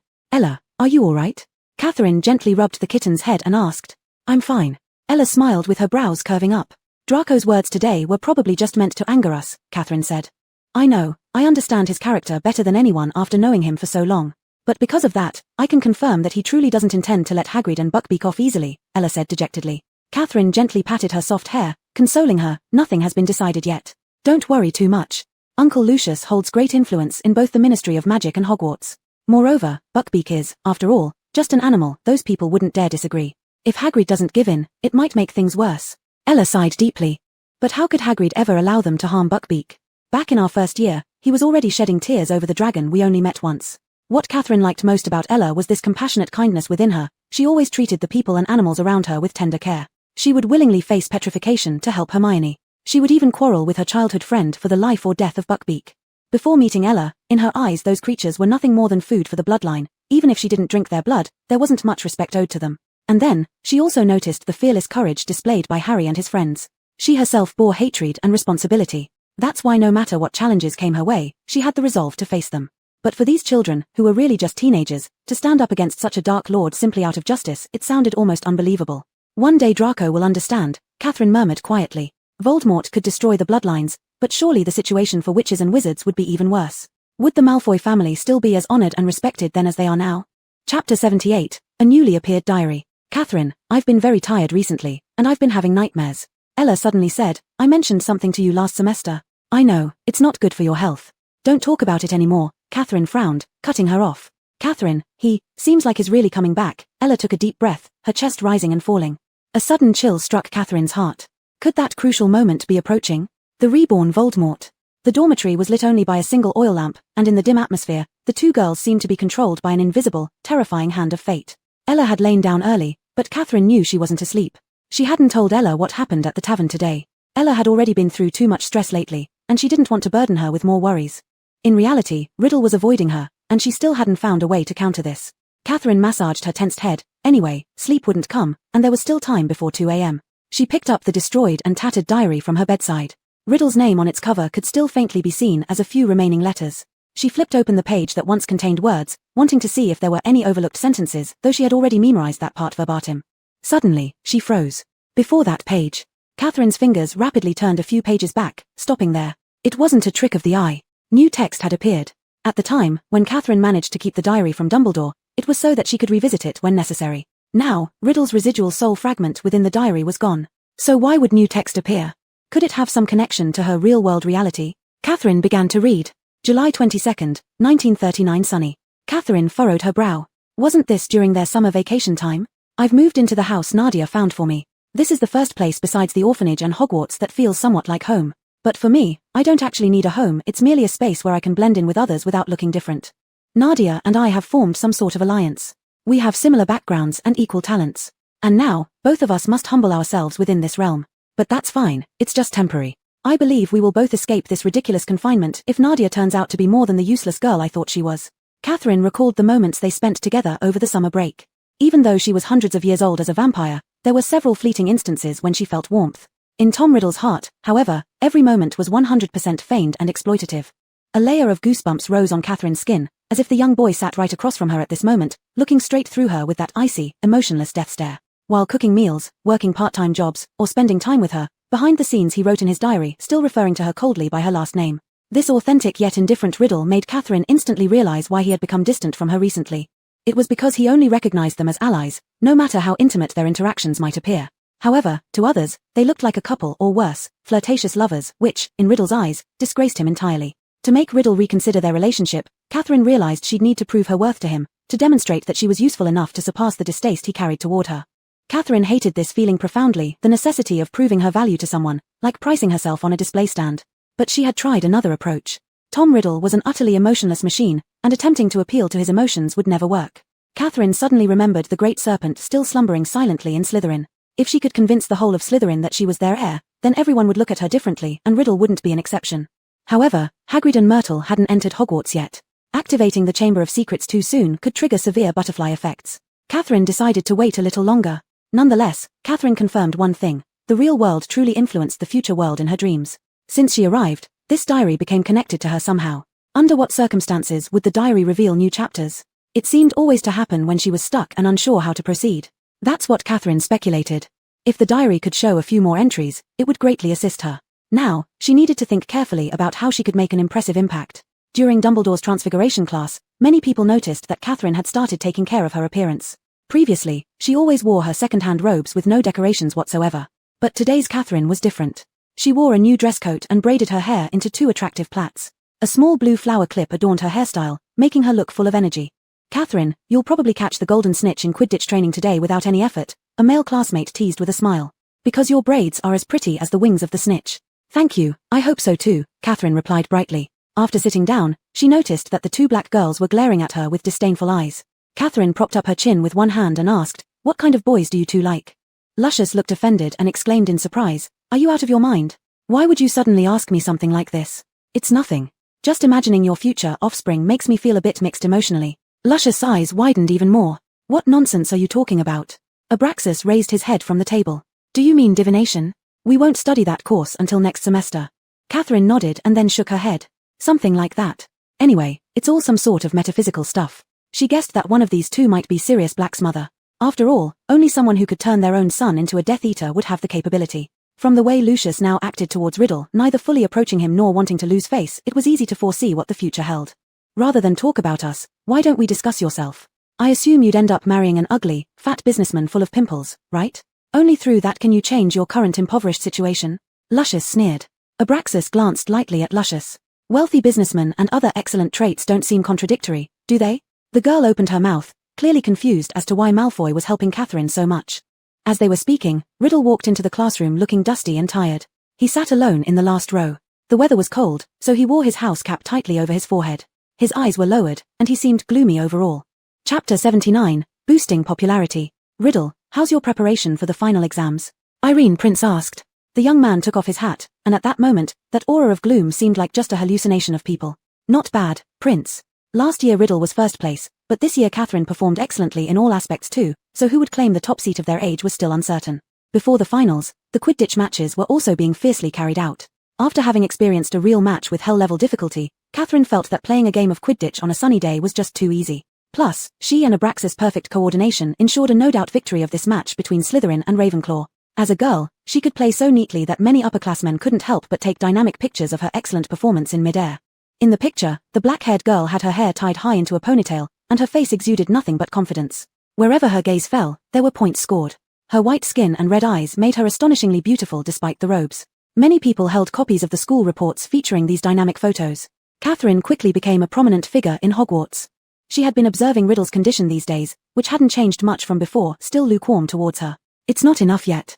The next day, Catherine was woken up by the screams outside her dormitory. The chatter of the girls sounded as if amplified and drilled through the door cracks, and Catherine flipped herself up, her hair looking tousled, and walked out of the dormitory. The people in the common room immediately turned to look at her. Catherine's blurred vision instantly cleared. No matter whether standing or sitting, all the girls in the common room were dressed up meticulously. Catherine rubbed her eye corner, wondering if she had overslept. She remembered that the first class of the day was with her own head of house, and Catherine immediately glanced at the huge clock in the common room, confirming it was indeed morning. Those gazes soon moved away, and the voices of the girls grew noisy again. "Oh my God, Lysias, can you tell me what happened? Catherine asked while yawning. Lizia's was wearing a light pink little dress with a matching lace hat, making her look like a strawberry cake. Lizia's exaggeratedly made an expression and said, "You wouldn't know what today is, right?" Catherine looked blankly at her, not knowing what special day it was. "I am going to anonymously send my love letter to him today." Catherine heard one of the girls ahead saying, starry-eyed. Catherine only then realized that the common room table was piled high with gifts and letters. "Today is. It's Christmas." Lizia's shrugged. "You're now such a busy person that even this has slipped your mind." Although Catherine's appearance should have attracted quite a few boys, during the first academic year, Catherine almost behaved like a muggle, and the Slytherin boys were unwilling to associate much with someone from such a background. And students from other houses, except for class time, couldn't see Catherine. She spent most of her time studying in the library or her dorm. But this year, it was different. "The person who doesn't seem to remember the holiday has actually received quite a lot of things," Lizia's remarked, her tone slightly sour. Early in the morning, small house elves kept circling around the entrance to the Slytherin dormitory, asking multiple times who these gifts were for, and the names mentioned were all Catherine Nadia. Abraxas sat in the center of the sofa, surrounded by others, with an air of authority that looked exactly like his grandson, only his expression was somewhat different. He appeared much more composed than Draco. Not sure if it was Catherine's illusion, but she felt Abraxas' gaze falling on her occasionally. Hogwarts always served desserts with every meal, and today, those desserts filled the entire dining table. To enhance the Christmas atmosphere, various Christmas elements were added to those pastries. Catherine picked up a cup of milk, and suddenly a bubble-shaped Santa Claus popped up inside. The magical ceiling turned into white fluff, sparkling with beautiful lights, resembling snow ice chips under the sunlight, making it seem as if shiny fragments would fall when stared at long enough. There will be a ball tonight. Though voluntary, no one would miss such a good opportunity, right? As they ate, the students discussed the theme party of the evening. Christmas is a romantic holiday. Catherine recalled last year when she gave Riddle gloves and a coat. "Hey." A girl approached behind Riddle, wearing Ravenclaw robes with braids hanging in front of her body. "You're Riddle, right? The first place in Slytherin." He slowly and carefully wiped his mouth with a handkerchief, then gently raised his eyes. "Hello, it's me. I've heard a lot about you. You know, there's a ball tonight, and I'd like to invite you." The girl came straight to the point, showing no sign of shyness but only admiration. Catherine was biting on a puff pastry, thinking that it was no surprise this girl was from Ravenclaw, level-headed and drawn towards strength. Riddle's face showed he was pondering, then said, "I would love to accept your invitation, but unfortunately, I don't know how to dance." The girl didn't show any regret at this apology. She nodded understandingly. "It's fine, let's just consider it as an opportunity to be friends." A few girls' expressions instantly turned disappointed. Riddle was someone many people wanted to invite. Catherine knew that he probably didn't even own a decent suit. Just then, a gulp of creamy milk reached her throat, causing Catherine to start coughing. Someone in front of her promptly pushed over a glass of orange juice. "Here, have some. Today's desserts are indeed a bit too sweet," Abraxas said. Catherine looked at him gratefully and gulped down more than half of the orange juice. "Do you have any plans for the evening, Catherine?" Abraxas asked casually. Catherine shook her head, the cloying sensation in her throat finally subsiding. "In that case, would you like to come to the ball with us?" Abraxas said. The juice that Catherine had just swallowed almost caused her to choke again. This reaction couldn't help but draw the attention of the two boys. Riddle's gaze briefly glanced over here. Abraxas patted her back, smiling amusedly. How does Catherine manage to choke on orange juice? Chapter 80, Malfoy's Invitation. "Abraxas, when did you get so close with Nadia?" Lucius asked bewilderedly. She had been meaning to ask for a few days now. Even being on the same team shouldn't result in this level of closeness. "Is that strange?" Abraxas responded nonchalantly. Seeing her reaction, he didn't press further. "Just let me know whenever you've decided. You know, an invitation from the Malfoys is rare, and I won't extend it to anyone else." His striking blue eyes gazed at her, his words carrying a serious undertone. Classes continued as normal during Christmas, but many people's minds were no longer on their textbooks and quills. In this Transfiguration class, Dumbledore seemed to have seen through the children's daydreaming and didn't teach any new content, letting them practice on their own. Riddle turned the needle in front of him into various strange objects, seemingly distracted. Catherine was thinking about the ball tonight. She originally hadn't wanted to participate in such events, but rejecting Malfoy wouldn't be wise. All the way until class ended, Riddle kept working with the needle. After this class, everyone would go back to prepare, whether for the ball or for other engagements. After some thought, Catherine didn't think this was a big deal. They were only in second year, dancing together wouldn't hold the same significance as it would for older students. However, becoming Malfoy's dance partner could enhance her reputation. She rummaged through her wardrobe in the dormitory, luckily not having thrown away all her old clothes before shrinking. Now she just needed to resize them slightly. Catherine picked out a red dress. She used to love wearing red. After alterations, the original long red gown was shortened to knee length, exposing her pale, slender calves. The dress had a small V-neckline, showcasing the young girl's graceful collarbone. The fabric tightly hugged her waist, emphasizing her slim figure and adding a touch of budding feminine charm. Although Catherine's body was only 13 years old, she already had the makings of a beauty. Catherine tied her curly hair to one side, looked herself up and down in the mirror, and smiled approvingly at the corner of her lips. She left the dormitory, the common room being quite cold, so she draped a white fur shawl over her shoulders, adding an extra touch of elegance. When she pushed open the stone door, there were several people chatting in the hallway who immediately quieted when they caught sight of her. In the moment their gazes met the young lady, their voices subsided, and the stillness seemed to echo with the breaths of those awestruck by her beauty. Under the dim lights of Slytherin, nothing usually seemed to gleam with radiance. Yet Catherine's face, like a rose, shone extraordinarily captivating under such light, as if this splash of red was destined to bloom under moonlit nights. Her unparalleled beauty instantly captivated everyone's attention. Many girls who reacted first stared enviously at their male companions. Ignoring the looks around her as if they didn't exist, Catherine, having lived for hundreds of years, knew that humans would always be amazed by the allure of a higher vampire. As she walked in her shoes, she paused slightly at the end of the corridor.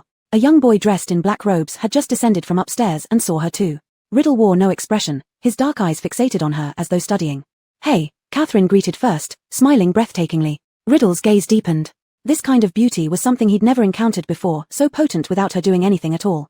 Catherine's attractiveness was different from his own. His appearance easily inspired compassion and trust, drawing people to lower their guard and indulge, akin to some form of poison. But Catherine's beauty was bold and undeniable, making her so conspicuous that it even irked him. "Miss Catherine is going to the ball." He moved his lips, his eyes still lingering on her face. For some reason, Catherine actually felt a bit strange, as if she'd been caught doing something inappropriate. "Yes, Abraxas invited me," Catherine replied. He nodded, his voice consistently gentle. "The Malfoys are prestigious. Choosing friends like them is wise." Catherine frowned slightly at his words. "Having friends like these benefits us both. We need the approval of Slytherin," Catherine said. Riddle slowly nodded and stepped beside her, raising his eyes slightly. "It's what you need, Catherine." Catherine looked at him. Today's Tom was indeed strange. Though his tone remained steady, he was different from any other time. She could sense the impatience and sharpness emanating from him. "Riddle, what those people say is just gossip. We've always been friends, haven't we?" Catherine said while looking at him. He lowered his eyes. He was already much taller than Catherine, so she couldn't see his expression. He said nothing and walked towards the depth of the corridor. Catherine watched as Tom's back was gradually covered by a halo of light, and suddenly she felt a doubt about the future. During his time at Hogwarts, Voldemort was dedicated to making everyone recognize him, even becoming followers of his charm. But why was Riddle now so aloof? Despite some people liking him, he always maintained an inscrutable distance. "It's what you need, Catherine." His words were carefully dissected in her mind. She needed it because she thought Tom Riddle needed it. Recently, she had been working hard to enhance her own reputation, but Riddle didn't seem appreciative. Catherine stood there, lost in thought, and then heard several footsteps behind her. She turned around and saw the pureblood children from Slytherin. As expected, Catherine once again noticed the undeniable admiration in their eyes. Abraxas had excellent manners.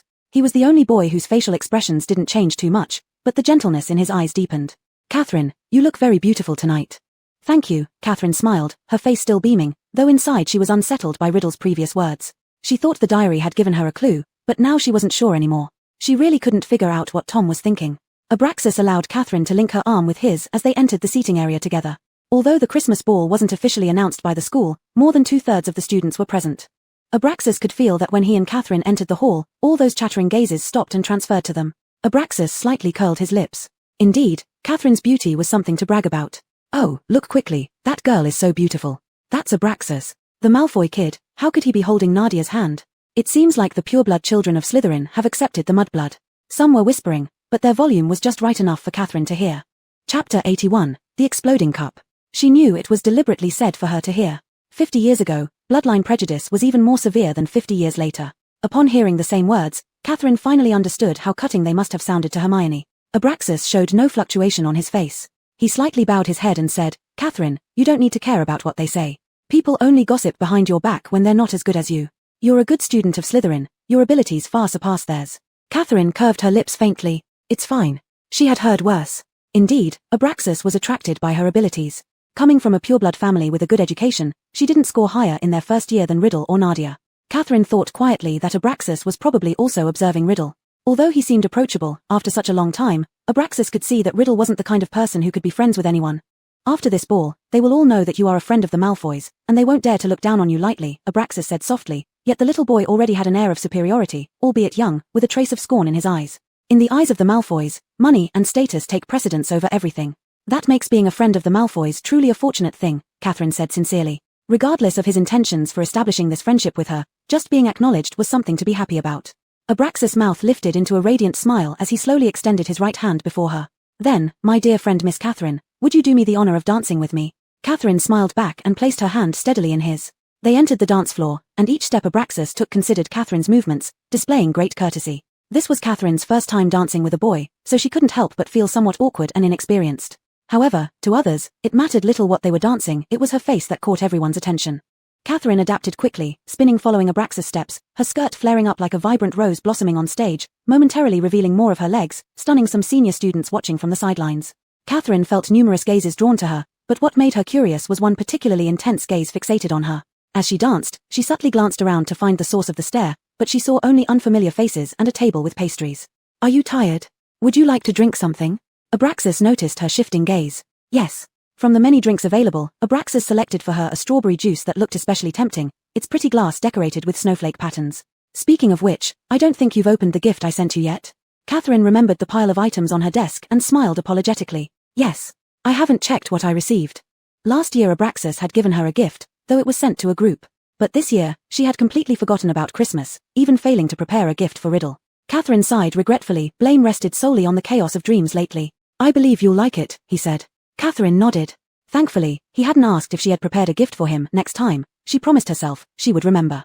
Lifting the charming strawberry juice to take a sip, suddenly, the cup violently shattered, as though struck by something heavy, exploding into various-sized shards flying everywhere. The juice immediately splashed onto Catherine's skirt. How did this happen? Abraxas instantly handed her a handkerchief. Several surrounding students were greatly startled. His sharp eyes scanned the area. Using magic arbitrarily was forbidden at school, especially in incidents involving injury. But what just happened? It couldn't have been natural. Who intended to harm Catherine? Catherine flicked her wet skirt. "It's fine as long as the fragments didn't cut my hand and no one else got hurt. This dress can't be worn anymore, I might need to go home early." "Unfortunately, we haven't learned spells to dry clothes yet," Abraxas lamented. "Anyway, since we've finished dancing, you can go back and check your present." Catherine put down the handkerchief in her hand. "Then I'll go back first. Shall I accompany you?" Catherine shook her head. She wouldn't be foolish enough to take polite words seriously. If Abraxas really wanted to escort her, he wouldn't have asked. "Then, take care of yourself, Catherine," Abraxas advised. Catherine knew what he meant. They both had sensed it, someone had deliberately smashed her cup. For Abraxas, this wasn't surprising. After all, there were quite a few people who disliked and envied Catherine. Catherine left the ball alone. On her way out, two older boys even chased her to start a conversation. Who could it be? Her first thought was Riddle. But he had no reason to do so. She was the one in this school who understood him best and wouldn't fear him over such childish actions. If not him, had she offended anyone else? Lucrota and her group usually acted arrogantly but wouldn't resort to sneaky tricks like this. Catherine made her way back to the common room. Due to most students being at the ball, there were hardly any people on this route. Surprisingly, Catherine ran into Dumbledore. Dumbledore was wearing an unconventional long robe, looking rather dignified, much like some foreign cultivators she had seen during her travels before. The professor waved to her first. "Miss Catherine, you're back so early." "Yes, Professor, my dress got wet accidentally." "If that's the case, could you help me with a small favor?" Dumbledore handed her a box. "I just wanted to go to Slytherin and give Riddle a Christmas present." But it seems he wasn't in the common room. Catherine's eyes flickered. If he wasn't in the common room, where could he be? On the surface, Catherine naturally took the gift box. "Thank you, Professor. I know you actually care about him a lot." Catherine. Riddle is different from you. You should understand. After all, I personally brought him to this school. How could we not give him a present during such holidays? As Dumbledore walked away, she tightly gripped the box in her hand, pondering as she entered the common room. Sure enough, there was no sign of the young man on the sofa. Could it really have been him? Just as Catherine was thinking, Riddle peeked out half his face from behind the curtain of the common room.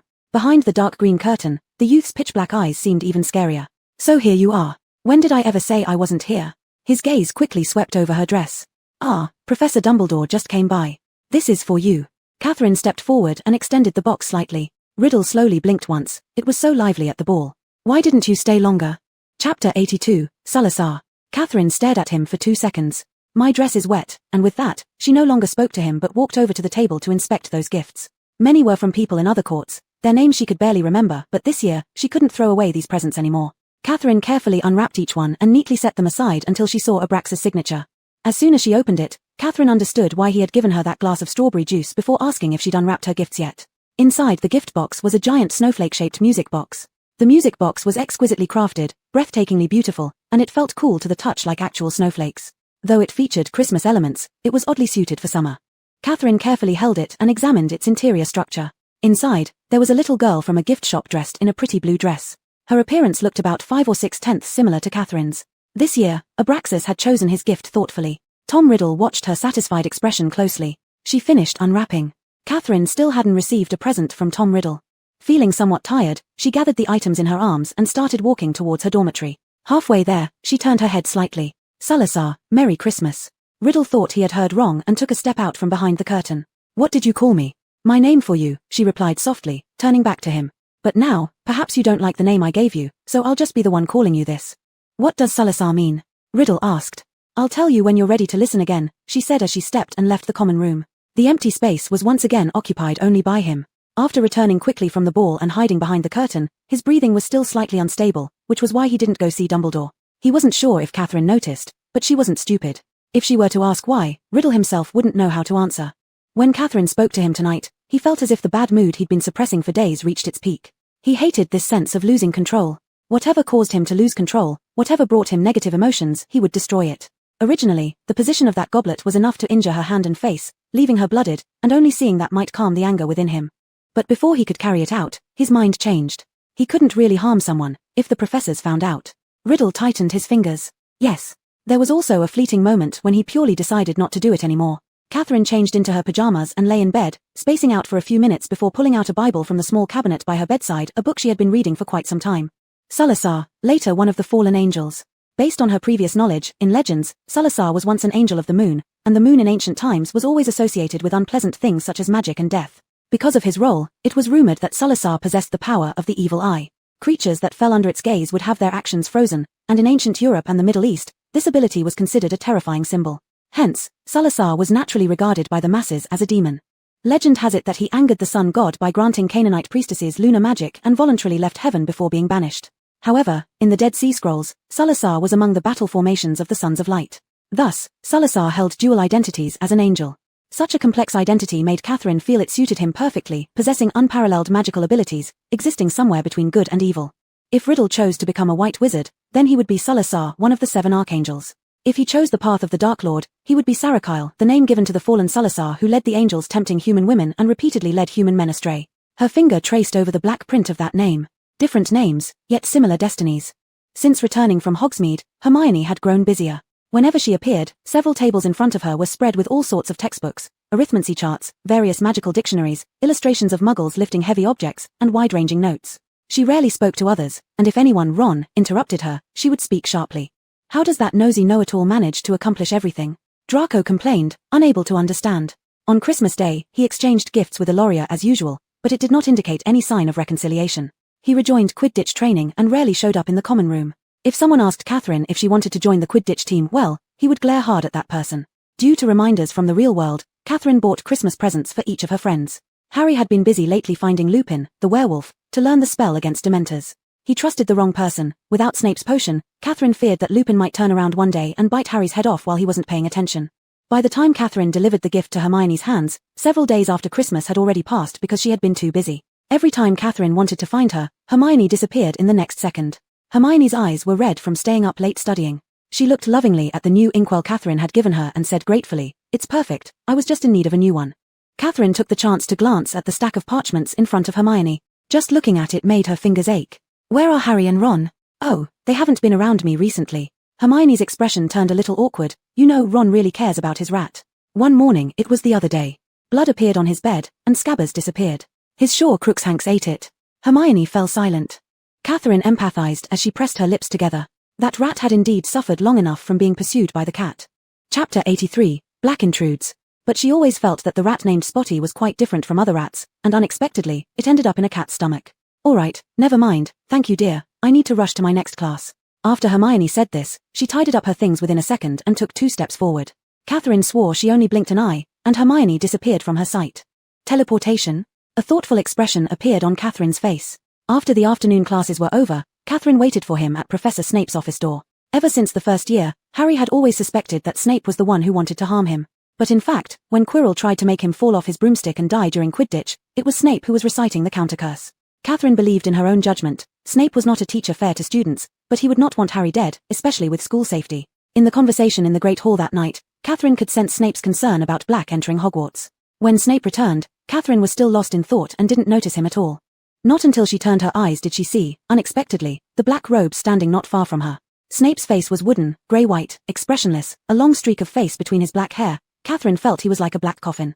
"Professor, why do you walk without a sound?" The corner of Snape's mouth twitched slightly. Miss Nadia, what are you doing blocking the entrance to my office? Catherine bit her lower lip and deliberated. I think I've found something, or perhaps I've picked up your hints. Snape looked at her askance, reaching out to twist the door handle. This Nadia reminded him somewhat of Granger from Gryffindor. Granger was always energized about studying every moment, whereas Nadia always sought perfection. In every homework assignment he handed out, Nadia was the only one in the entire class who corrected her work 3 times, until he could no longer find anything wrong. Such a terrifying drive for learning made the pureblood children like Malfoy seem dull by comparison. Catherine followed Snape into his office, and the door tightly closed behind them. I'll give you 2 minutes, Snape said. Professor, Lupin, he's a werewolf, isn't he? As soon as he finished speaking, Catherine blurted out eagerly. Snape raised his left eyebrow and gazed deeply at Catherine. How did you figure it out? As long as one is careful enough and observes, they can tell, she said, and I suspect. She lowered her voice. He helped Black enter the castle to kill Harry. Snape's expression became darker than when outside. He raised his hand, the black robe making a rustling sound. Nadia, you seem very focused on Harry Potter. The chosen one, who wouldn't be interested? Catherine said semi-seriously. Besides, we're friends. So, what do you intend to do? Snape countered her. You must have guessed the same thing, Professor, which is why you moved the werewolf lessons ahead so we'd know how to protect ourselves in front of werewolves. Catherine squinted. You don't want Harry killed by them. Snape snorted coldly. Potter is a student of Hogwarts. Ensuring his life safety is a responsibility each faculty member shares. Well then, Professor, I think I can protect Harry, but I may need your help at a crucial time. Catherine crossed her arms. Snape fell silent for a few seconds. This girl was truly too mature enough to arouse suspicion. Snape observed her inconspicuously. Concealing his emotions was something he did best and most skillfully. I will do my utmost to protect the school. But you, as a student, you just need to focus on your studies. Snape said. Then I can certainly inform you whenever I get any news, right? Snape neither refused nor nodded. Your 2 minutes are up, Miss Nadia. Catherine pouted. All right, then I'll go first, Professor. No refusal was tacit agreement, and Catherine usually interpreted it this way. On that day in Hogsmeade, Catherine used an ability exclusive to high-level vampires on Harry, tracking. For the coming period, as long as Catherine wished, she could sense his position at any time, and reach his side quickly, finding him even if he was anywhere across the world. Originally, this was a skill the Blood Clan used for hunting. However, now, after using this ability, the half-human Catherine might fall into a brief sleep. Fortunately, it was almost the end of the term. Even if she had to pay a price, she must act this way. It would be irresponsible to gamble with the life of the savior. Catherine. Catherine. In her sleep, Ella's voice echoed in her ears. Catherine abruptly opened her eyes. Her blurry vision showed the clock displaying 3 a.m., surprisingly early to wake up from the dream world, especially in the middle of the night. She had only returned at 2 a.m. Catherine didn't have time to think it through because Ella was already gripping her hand. What is it, Ella? Ella's expression was serious. It's Black. He broke into the Gryffindor common room. What? Catherine immediately became fully awake. In the middle of the night, nearly all the students were already gone from the common room, having fled to the Gryffindor corridor. Rumors spread like wildfire along the way. This was the first time everyone ran out in their pajamas, some even hugging pillows, without being caught by Filch. The boy from the Weasleys saw it with his own eyes. He saw Black standing over his bed with a large knife. Weasley was terrified. Professor McGonagall was called before she even finished putting on her robes. You would be scared too if it happened to you. They say Black slashed the curtains around his bed. But didn't they change the portrait and password? That night. How did Black manage to get in? Catherine asked, confused. Her classmate nearby immediately responded, because someone accidentally dropped the note with the password written on it. Black might have just picked it up. You see, how stupid that is. How about Harry? Is he all right? Catherine grabbed that classmate by the arm anxiously. According to her tracking charm, Harry should still be in the common room, but she couldn't help feeling uneasy. Chapter 84. A friend like him? I don't know. Theodore stood not far away, hearing the anxious voice of the young girl asking questions, his fingers tightening slightly by his side. So, who wrote down the password and then left it lying around everywhere? Professor McGonagall scanned her students, asking with a shaky voice. A silence reigned for a moment, then an extremely small, frightened voice broke through.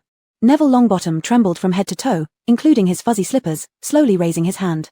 Catherine noticed only now that behind a few Gryffindors, Harry was comforting Ron, who had been terrified, but luckily, Black hadn't harmed him. Slytherin students watching the commotion covered their mouths to suppress their laughter. They didn't dare make a sound, as this might have cost them 50 points from Professor McGonagall at such a time. Professor McGonagall stood there glaring, seeming to take nearly a minute to accept this absurd truth. She quickly instructed each house prefect to bring everyone back to bed. But who could still sleep? The murderer had attacked again, this time wielding a knife. After laughing at Neville, others started to feel fear as well. All night long, some people dozed off in the dormitories, while others waited in the common rooms, waiting for news of Black being captured. Except for a few pureblood Slytherins who were certain Black wasn't after them. At dawn, the school announced that Black had escaped again. Catherine pinched her arm lightly. This was the first time she'd stayed so long in her dreams, which made her very uneasy. Had the time-space continuum become distorted? Or was something happening that she didn't know about, altering things? The next day, security measures at the castle were strengthened.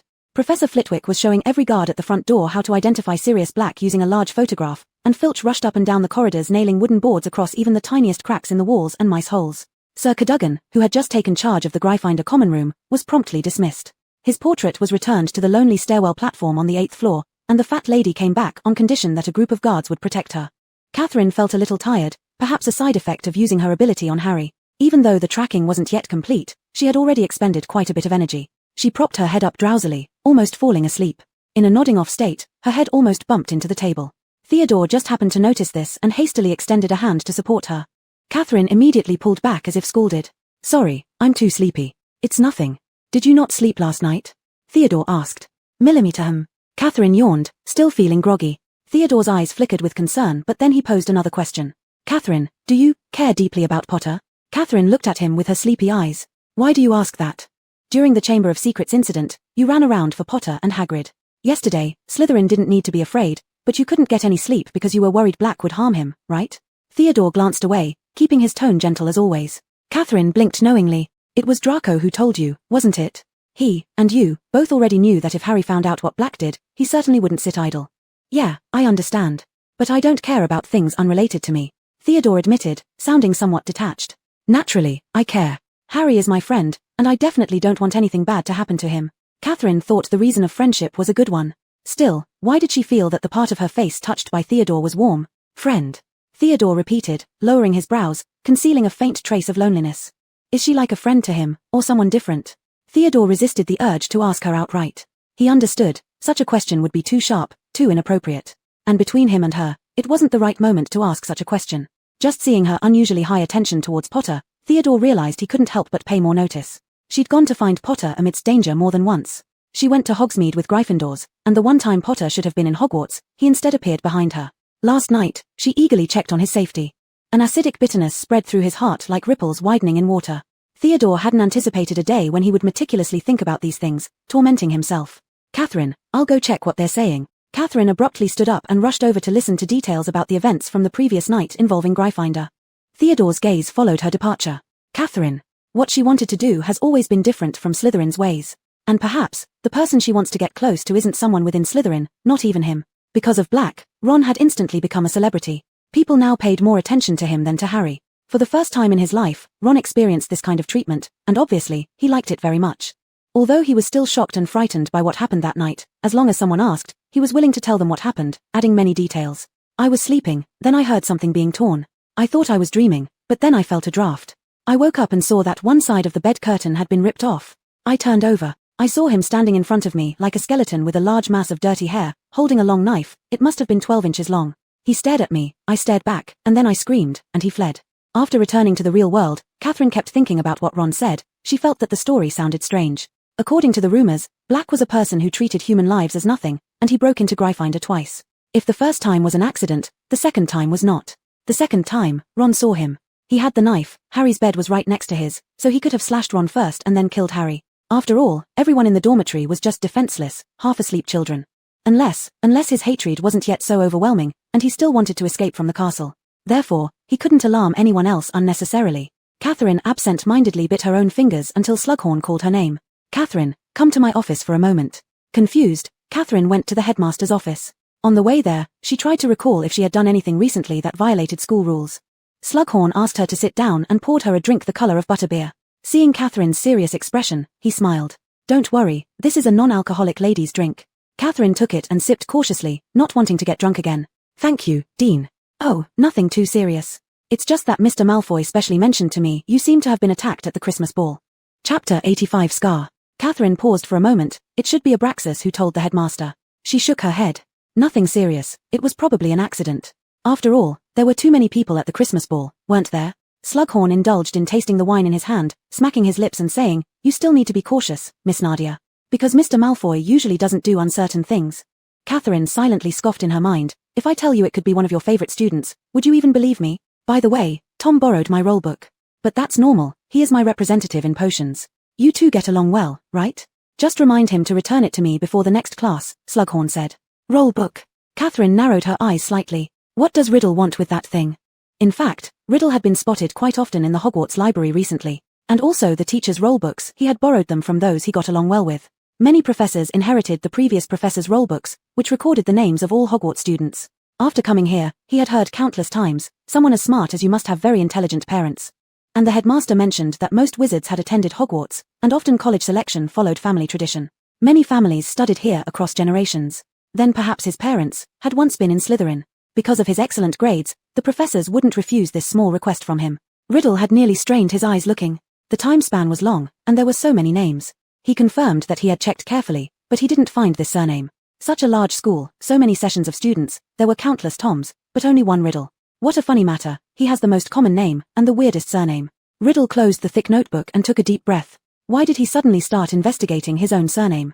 That night, she called him a strange name. Serial. His action always had strong determination, so the next day he found relevant information. It turned out to be an angel. Riddle looked at this explanation mockingly. He never agreed with any religion. Wasn't faith something left for those incapable losers to believe in? Reliance on some god or deities whose existence isn't even sure to protect oneself, how ignorant. If they really existed, why did these highly respected gods not come to save their followers when they fell into hunger, poverty, or even death? But when he accidentally scanned a few lines down, he noticed that the definition of this angel was different from others.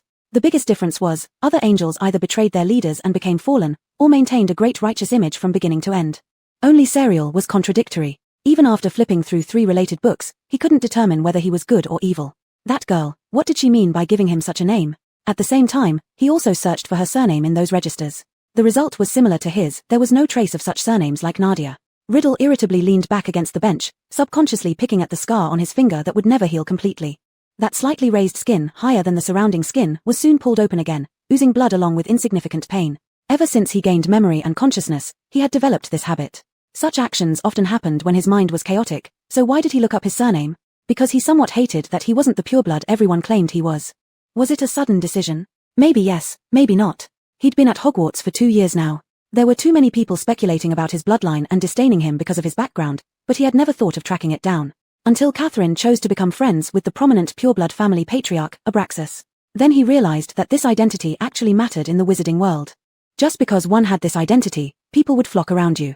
Riddle recalled the illustration of Serial from the reference materials again, half fallen, half enlightened. Ultimately, whether it was an angel or a demon depended on Serial himself. Likewise, if he wanted to see himself as a pureblood, then he could be. Riddle could hear the restlessness of his blood moving in his veins. It was the inherent violence and hatred he had towards this world. He wanted revenge. He wanted those blood traitors, who had underestimated him, to bow and call him master under his deception.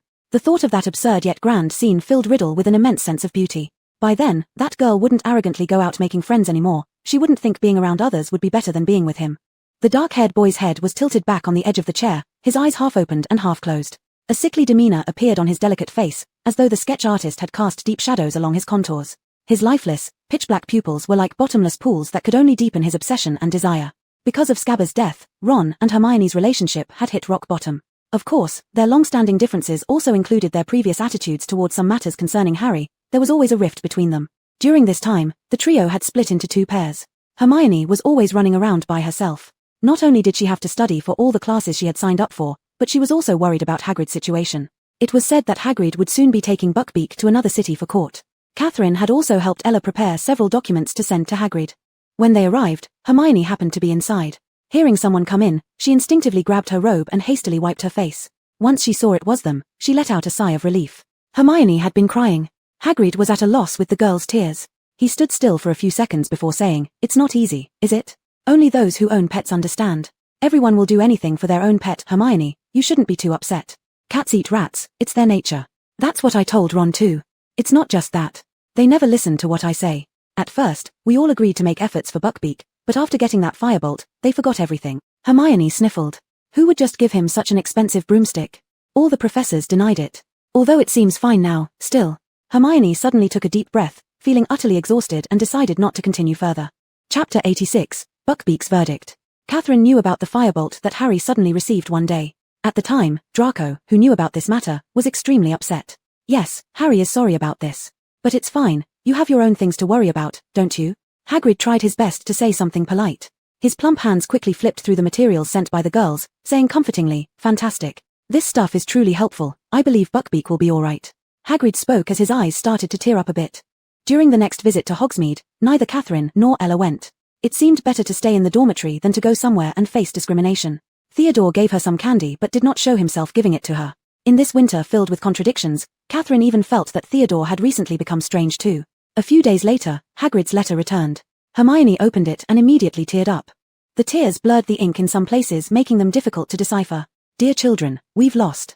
They allowed me to bring him back to Hogwarts. The date for the execution has yet to be decided. Buckbeak liked London. I will never forget all of your help. Because of Buckbeak's situation, Ron and Hermione had to temporarily set aside their unpleasantness between each other. They can't do this, Harry said.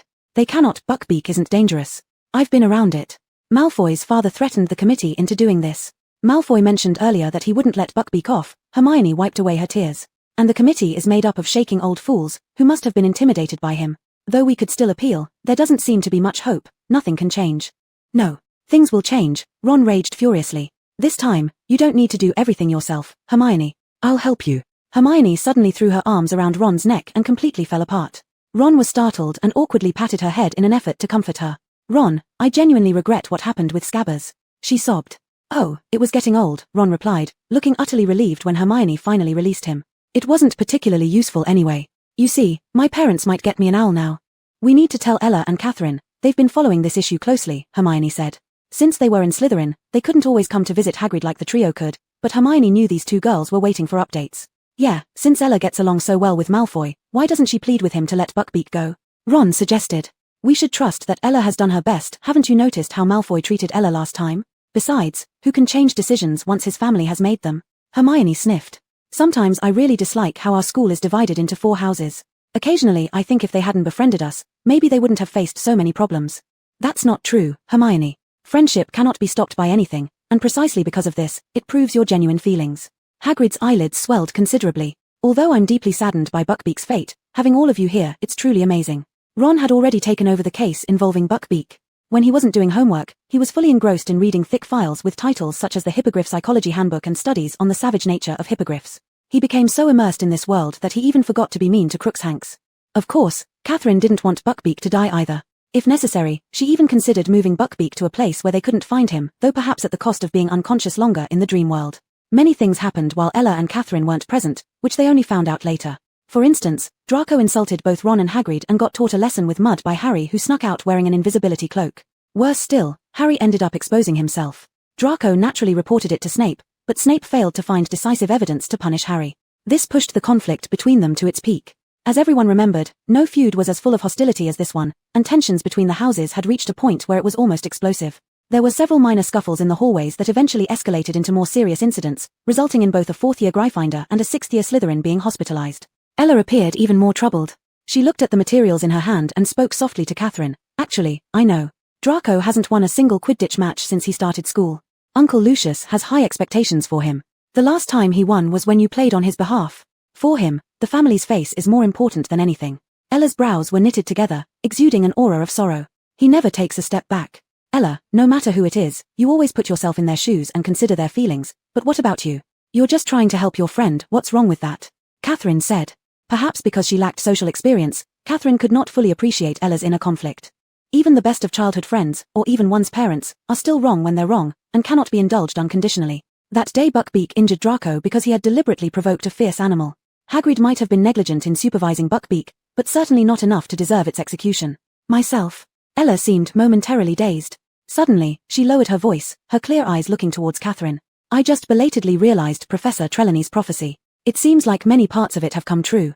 Really? She predicted that a student would leave us forever, but none of us has died. Catherine paused abruptly as she spoke. She locked eyes with Ella, and Catherine could tell they were both thinking of the same thing. Nobody had died, but someone did leave class just last week. Hermione had a quarrel with Professor Trelawney during divination class. Then, in anger, she hurled the crystal ball from the table to the floor. She stormed out of divination class without looking back and declared that she would never return to this lesson again. In another sense, a permanent loss. Chapter 87, The Deadly Green Light. So, that omen of death. Catherine's eyes brimmed with the alertness that precedes an impending storm. The dreaded exam week arrived, and the year-end exams for third years were crucial for students. An unusual stillness filled the castle. Transfiguration was the first class, and almost everyone emerged looking disheveled because Professor McGonagall had them turn teapots into turtles. Catherine walked slowly behind others, lost in thought. Her transformation had gone quite well after all. Her transfiguration teacher was not only McGonagall but also Dumbledore. She recalled how, during her first year, Riddle had transformed a snake with near-perfect results. A terrifying gift indeed. In the afternoon, they successfully passed the charms exam. But on the next day, Hagrid presided over the care of magical creatures test. Though his mind wasn't really on the exam, it was occupied by Buckbeak's fate. For the following astronomy, potions, and defense against the dark arts exams, Catherine maintained her usual performance levels, earning praise from all the teachers except Snape. However, she consciously kept her distance from Lupin. She disliked the nauseating smell emanating from the violent werewolf. The final subject for the exams was divination, which worried Catherine the most because she had never seen anything extraordinary inside the crystal ball. But most of the students were like her, so she didn't fear being the last place. Draco and his group stood at the front. The verdict for Buckbeak was practically decided, yet Draco still looked troubled. Theodore gazed downward on the side as if entranced by his own shoes. He was always like this, standing among people without much to say. Catherine thought perhaps Draco's recent conflicts with Ella and the tensions between Slytherin and Gryffindor made Theodore more reluctant to approach her. Catherine strived for excellence in everything. Someone like her naturally understood Theodore's difficulties. But somehow, when she thought about those boys who had comforted her during her moments of exhaustion toward her goals, possibly distancing themselves from her due to their self-interests, a faint feeling of melancholy rose in her heart. However, it only lasted for an instant. Catherine realized she couldn't let any emotion affect her. After all, even with wonderful memories at Hogwarts, she would eventually return to her clan. Wizards and vampires could not coexist peacefully. The longer she stayed in human society, the clearer it became they studied werewolves just as they would study vampires. By the time she lifted her head again, the fleeting hint of sadness in her eyes had disappeared. Not long after, she heard Professor Trelawney calling her name. Catherine entered the classroom. The room was as stiflingly hot as usual. She rolled up her sleeves and sat across from Trelawney. "Dear child, don't be nervous. You just need to carefully observe the crystal ball and tell me what you see." Catherine nodded. She focused her attention on the crystal ball in front of her. The clear orb appeared lifeless before her. After dozens of seconds passed, nothing special appeared within it. At this point, Catherine began to drift off mentally, starting to think about the unanswered questions in her mind. Trelawney suddenly gasped, "My goodness." Catherine abruptly snapped back to reality and found the scene in front of her had turned into the dense fog she feared. This time it was different. Among the low-visibility white haze, she saw strange rays of light. They were malicious green lights. That's why, when Catherine witnessed those glimmers, feelings of apprehension and hatred surged within her. Those green lights pierced through layer upon layer of mist, causing the agonizing screams around her to stop suddenly, leaving behind only the icy silence of death brushing against her skin. Catherine smelled the overwhelming scent of death spreading outwards. She didn't see anything specific, but she knew many people had died, deaths caused by that green light. Breathing heavily, Catherine felt as if she were gasping for air. Trelawney's wrinkled hands covered the crystal ball, her eyes widened behind thick glasses. "You saw it, didn't you?" Catherine quickly calmed her breathing and asked, "What was that?" "Those green lights." "Green lights? If I'm correct, they're the unforgivable curses used by dark wizards." Trelawney stammered slightly. "These curses are not something you've been exposed to yet. They are vile, horrifying. Defense against the dark arts ultimately revolves around resisting these kinds of things. Things that bring immense suffering and can even cost lives," she muttered. Catherine's expression grew complicated, flashes of the death green light she'd just witnessed passing through her crimson eyes. Thus, her fear wasn't about the fog itself, but rather what lay within the fog. A powerful dark wizard was killing. Who else could it be? The only one who inspired such dread in her, Catherine, was Voldemort, that boy known as Riddle. "Oh, child, I don't know whether I should congratulate you or not. You will have excellent scores, but such a premonition is hardly good news. To be precise, I cannot determine if it's from the past or the future," Professor Trelawney said while adjusting her glasses, a hint of indiscernible pain in her tone. Catherine looked perplexed at Professor Trelawney. "Isn't divination always about the future?" "Not necessarily, child. It could also symbolize your past and present. A seer can predict the future because they understand you as a whole, don't they?" Trelawney shook her head and said, All right. Catherine felt somewhat disordered in her mind. As she was about to rise, Trelawney pointed toward the screen in the corner of her room. "Sit there for a moment, Miss Catherine. After a few more students finish their exams, I still have some things to tell you," Professor Trelawney said seriously. The next one to come in was Harry. The screen only showed shadows. She recognized him by his voice. "Hello, dear. Look at the crystal ball, and tell me what you see inside." "A black object, What shape is that object?" Professor Trelawney softly asked. "A hippogriff. Is it?" "My child, perhaps you're seeing the consequences of Hagrid's trouble with the Ministry of Magic. Look closely. Does this hippogriff have a head?" "It does," Harry said firmly. "Are you sure? Did you see it struggling on the ground, with a shadow behind it raising an axe?" "No," Harry replied. "No blood? No weeping Hagrid?" "No. It seems fine, it flew away." Catherine wasn't sure if Harry truly saw those things, but if the executioner from the ministry came, Buckbeak couldn't possibly fly away. She heard Professor Trelawney sigh. "All right, dear, I think we'll end it here. Slightly disappointing, but I know you've done your best. Catherine heard Harry stand up. She also wanted to go out because it was unbearably hot inside. She was drenched in sweat and decided to wait outside. But just then, Trelawney's voice rang out again. This will happen tonight. Chapter 88, The Returning Servant. Harry swiftly turned around. Catherine also stopped her motion, peeping with one eye, and saw Professor Trelawney frozen in her armchair. Trelawney, Professor? Harry said. But Professor Trelawney seemed not to hear. Her large eyes began to rotate. Harry anxiously stood there. She looked like some sort of illness had struck her. Harry hesitated, considering whether to rush to the school hospital or not. Catherine quickly walked out, giving Harry a subtle glance. Harry was surprised at Catherine's sudden appearance from somewhere but understood her meaning. Both of them stayed rooted to their spots, staring at Professor Trelawney. Then Professor Trelawney spoke again, still in that hoarse voice. The Dark Lord has been alone for a long time. He had no friends, abandoned by his companions. For 12 years, his servant has suffered imprisonment. However, before midnight tonight, this servant will break free of its chains and begin seeking its master. With the servant's help, the Dark Lord will rise again, stronger and more terrifying than ever before. Tonight, before midnight, the servant will start reconnecting with its master. Her vocal cords sounded strained as if overworked, rasping out words. Then suddenly Professor Trelawney's head dropped to her chest, motionless. Then, her head snapped up again. Oh, you two are still here. Sorry, dear children. She said dreamily, it was too hot during the day. I got a bit confused. Yes, I dozed off for a while. Harry remained standing there, speechless and wide-eyed. Is anything wrong? She asked, glancing at the two students. You just said that the Dark Lord will rise again, that his servant will return to him. At hearing Harry's words, Professor Trelawney seemed utterly panic-stricken. Dark Lord? The one whose name cannot be spoken? My dear child, this is certainly no joking matter, rise again. But you just said it, Professor, you said the Dark Lord.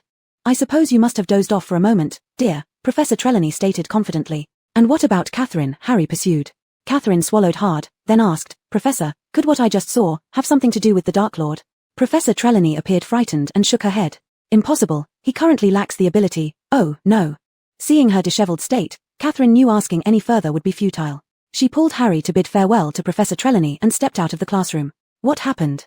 Catherine, what did you see in the crystal ball? Harry couldn't wait to ask. Catherine glanced back at the gloomy room and said, I saw many green lights. Green lights? Harry repeated, then touched his forehead scar which made him wince due to the sudden pain. Yes, when I saw the Dementors, I heard my mother's scream. I once saw the green light. It was the killing curse. Catherine listened silently to Harry's words, and soon they bumped into Ron and the others. As Harry was about to speak, he noticed Ron's eyes filled with sadness. Buckbeak lost the appeal. Hagrid just sent this. The text was difficult to read because the writer's hand was trembling. Appeal lost. Execution will take place at sunset. There is nothing you can do to help. Do not come. I don't want you to witness the execution. We must go. Harry immediately said, we can't leave him sitting there by himself. Harry decided to look for the invisibility cloak, and Catherine ran back to Slytherin to find Ella. The moment she saw Ella, Catherine knew she already knew about it. Draco cast a sidelong glance at her, and Theodore, who sat nearby, fixed his gaze on her. It seems you've known, Ella. For the first time during this period, Draco didn't make various strange sounds upon hearing Catherine speak. He gazed at the drowsy black lake water, his tone mysteriously weakened somewhat as he said, there's nothing we can do. My father informed those committees a long time ago. Decisions that have been made can't be revoked. Doing so would damage the Malfoy family's dignity. What do you mean? Catherine stared at him. At first, Draco went to Uncle Lucius in anger, and later when he wanted to let Buckbeak go, it was already too late, Theodore said. Indeed. Even after Draco came to terms with wanting to leave it alone, how could Mr. Malfoy let go of the opportunity to hurt Hagrid and boastfully execute the sentence in Hogwarts? Catherine was quickly thinking of a way to save Buckbeak, but Draco had read her mind. Catherine, you'd better not think about saving that Buckbeak. Why can't I? Catherine asked back. Theodore's thin lips were pressed together. They had just been discussing how to stop Catherine. But it was hard for him to say these words himself. The executioner will come, along with the Minister of Magic, and Uncle Lucius will be there in person. Potter has an invisibility cloak. Draco uncovered Potter's trick last time. They might not be caught, but you, if you try to stop it, they'll target you later. They had all concluded after their discussion that as Slytherins, neither Ella nor Catherine would benefit from getting further involved in this matter. Ella seemed to have accepted this outcome, not because she was afraid of offending anyone, but because none of them could change Buckbeak's fate. Yet Theodore had a vague feeling that Catherine wouldn't listen to them. She always did what she thought was right. And he didn't want to decide for her what she should choose. But surprisingly, Catherine nodded this time, because she guessed that Buckbeak wouldn't die at all. Chapter 89, Tree Hollow. But this would require some time to verify, and at the same time, Buckbeak's life had to be wagered. Nevertheless, in order to obtain that result, Catherine had to proceed. She had to make a choice, though she was reluctant to do so. It was almost the end of twilight outside the window when Theodore softly asked, Catherine, perhaps you'd like to go for a walk? Catherine nodded slightly. By now, Buckbeak's execution should have been finished. Since Black had not yet been captured, the castle was heavily guarded. There were few places where the two could go, and there weren't many students loitering outside either. Everyone was looking forward to finishing their exams and getting some rest. In the quiet corridor, their footsteps could be heard, when suddenly something darted past them. Before Catherine could see clearly, Crookshanks came running with a serious expression on its face. If it chased so desperately, it must be after a rat. No, more accurately, it must be Ron Scabbers. But didn't Crookshanks eat Scabbers? Before Catherine could think through it, Theodore nudged her hand. She instinctively looked toward him. In the shadow cast by the staircase corner, a black dog sat there, staring intently at Catherine. Then it leapt over the stairs and followed Crookshanks. That dog. Theodore's eyelid twitched. That was the black dog foretelling death. Let's follow it. Catherine took a step forward, but Theodore glanced at the senior student who just walked by after his patrol, whispering, "But we can't leave." Catherine quickly turned back and glanced at Theodore. She had a way, but this way would definitely lead Theodore to question how she did it. But now, asking him to return was impossible. She had no time for explanations. Fine. It could only be risky. Decisively, she directly grabbed Theodore's hand, unaware of his fleeting stiffness, then continued seriously, "I thought that rat was eaten by Crookshanks, but it's still alive. And that black dog has been following behind." Theodore's gaze shifted from the hand tightly held by her. "Do you find it strange?" "Exactly. If Scabbers wasn't killed by Crookshanks, why doesn't it return to Ron and instead choose to wander outside? Besides, if it roams in the school, it will face not only one cat, Crookshanks." Catherine spoke rapidly. "Moreover, that black dog has been watching Harry from the shadows all along. How did it show up here? That does provoke deep thoughts indeed. Hey, those two Slytherin classmates. You cannot walk any further." At this moment, a patrolling older student approached, shaking his badge of discipline in his hand. Upon hearing this, Catherine stopped and turned her head to look at the person. Strangely, just as he was about to come within 5 steps of her, that individual froze suddenly, his irritated eyes becoming somewhat vacant. Then Theodore watched helplessly as the person spun around and left the way they came. He gazed at Catherine, whose crimson eyes seemed to glow under the faint light in the castle, appearing quite eerie. He did not know how Catherine did it, similar to the last time in the Forbidden Forest, when he distinctly saw her wounds on her hands, but they instantly healed perfectly in the next second. If the last time was an illusion, then what about this time? But he knew he couldn't ask, at least not now. Otherwise, the trust built between him and Catherine would crumble. Theodore said nothing, continuing to let Catherine drag him toward the school's exit. Along the way, she used the same method to make everyone they encountered ignore them. Still, this cost them a little time. No matter, Catherine could smell the trail left by Crookshanks. Suddenly, she remembered something, activating the tracking charm she placed on Harry. Soon, Catherine sensed Harry's position. He hadn't returned to the castle, but was in. Catherine sharply directed her gaze toward the Whomping Willow on campus, crouching down low and speaking to Theodore, "Here." Sure enough, when they reached the Whomping Willow, there were signs of struggle on the ground before their eyes. Next to the tree trunk, there was a cave entrance, and the cave entrance bore crooked footprints along with a long dragging mark. They went in. Catherine pointed at the cave opening. "Are you going to go in too?" Theodore asked. "Yes, I must," Catherine answered without hesitation. She couldn't allow that dog to bring the omen of death to Harry Potter. At the same time, she began to suspect that rat named Scabbers.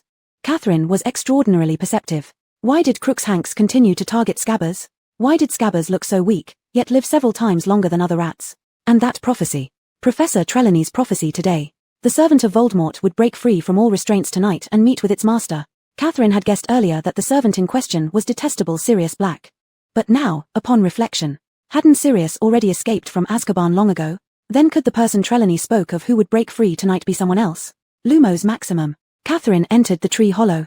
Just as she was about to move forward, she suddenly thought of the person behind her. She turned her head and looked at Theodore, who hadn't entered yet, saying, "I'm sorry, Theodore. I always drag you into dangerous situations. I have my own goals, ones that you might not understand right now. But you can choose to return to school. Those people won't discover you, don't worry." She had previously assumed that Theodore felt conflicted due to Buckbeak's situation, and the current scenario was even worse, which made her reluctant to involve him further. The moonlight was full, casting mottled shadows through the dense branches of the Whomping Willow but couldn't hide the boy's clean face beneath it. He lowered his gaze slightly, his lips curling up faintly as he said, "Since I've come this far with you, there's no way I'd turn back halfway." Without hesitation, he lowered his head and followed her inside, noticing that this place contained a tunnel. Catherine stopped trying to dissuade him further, and the two bent over, moving somewhat awkwardly through the narrow passageway. After walking for a few minutes, Catherine felt the path beneath her feet starting to twist and wind. Soon after, light began to filter through ahead. But Catherine didn't stride confidently forward because she faintly heard voices speaking. She cautiously turned back, making a shushing gesture to Theodore before pulling his hand again. Both of their palms were sweating slightly after the prolonged journey through the tunnel, feeling damp and slippery against each other. Theodore could hear the thunderous beating of his own heart and couldn't decide whether it was from exhaustion or something else entirely. Catherine could sense Harry nearby, as well as the scent of Crookshanks lingering in this vicinity. They were definitely here. Chapter 90, Inside the shrieking shack. Fate was about to arrive. Tonight would confirm Trelawney's prophecy, and the conjecture about Buckbeak would soon have an answer. Catherine felt a bit dizzy, her human body drained of energy. She realized she had grown somewhat weak because she had used too much power all night, but now she had no choice but to use the invisibility spell. Theodore could still see Catherine, but when he saw Catherine pulling him into the doorway, and the people inside still hadn't stopped talking, he realized they were invisible. Who exactly is Catherine? Why can she perform such advanced magic without incantations or a wand? What kind of secrets does she hide? Catherine quickly surveyed the room, recognizing it as the Shrieking Shack in Hogsmeade, the legendary haunted house, though they had never been inside before. There were 4 people in the room, the trio and another man. He had a dirty, tangled mass of hair that fell to his elbows, waxen skin stretched tightly over the skull-like structure of his face, making him look like a skull. Moreover, he didn't seem to be in good shape, with bloodstains on his face. However, Hermione and Harry's clothes also appeared disheveled and dirty, clearly showing they had already fought. Ron seemed to have a broken leg and lay pale, breathing heavily, off to one side. The person dragged in was Ron. Judging by the current situation, apart from Harry holding his wand, it was unclear who else had a wand. If Sirius wanted to kill these 3 children, it was not impossible.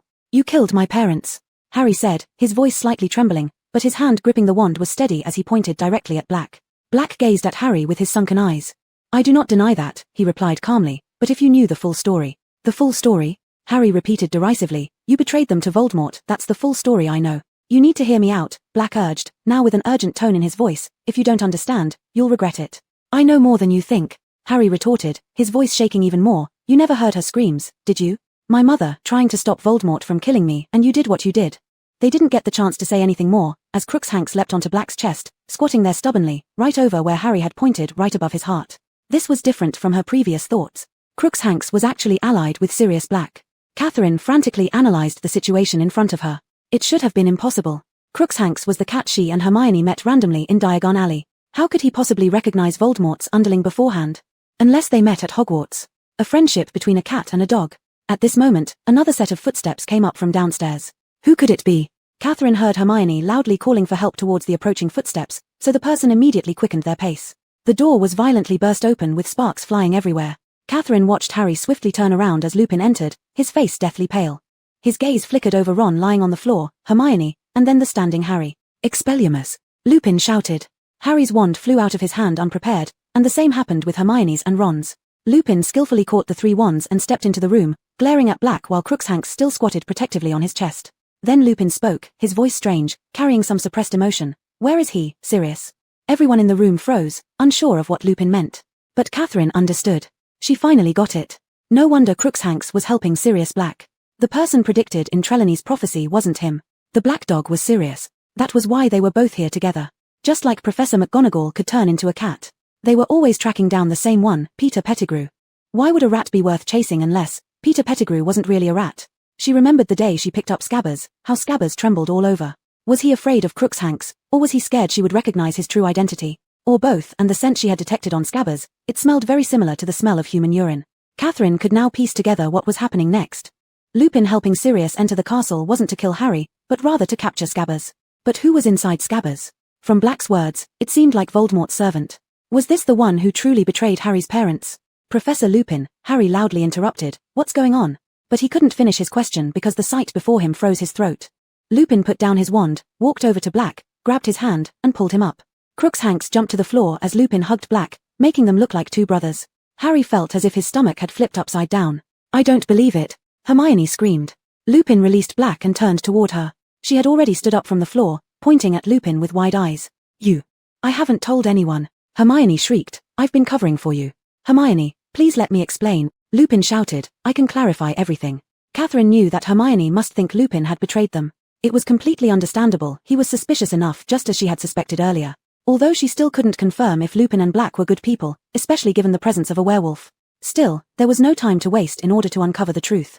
Without delay, Catherine immediately cancelled the invisibility spell on herself, keeping Theodore hidden under its protection. The 5 of them stared in shock at Catherine suddenly appearing in front of them. "Hermione, calm down. I know you want to say Lupin is a werewolf. I figured this out a long time ago too." Lupin looked at Catherine in surprise.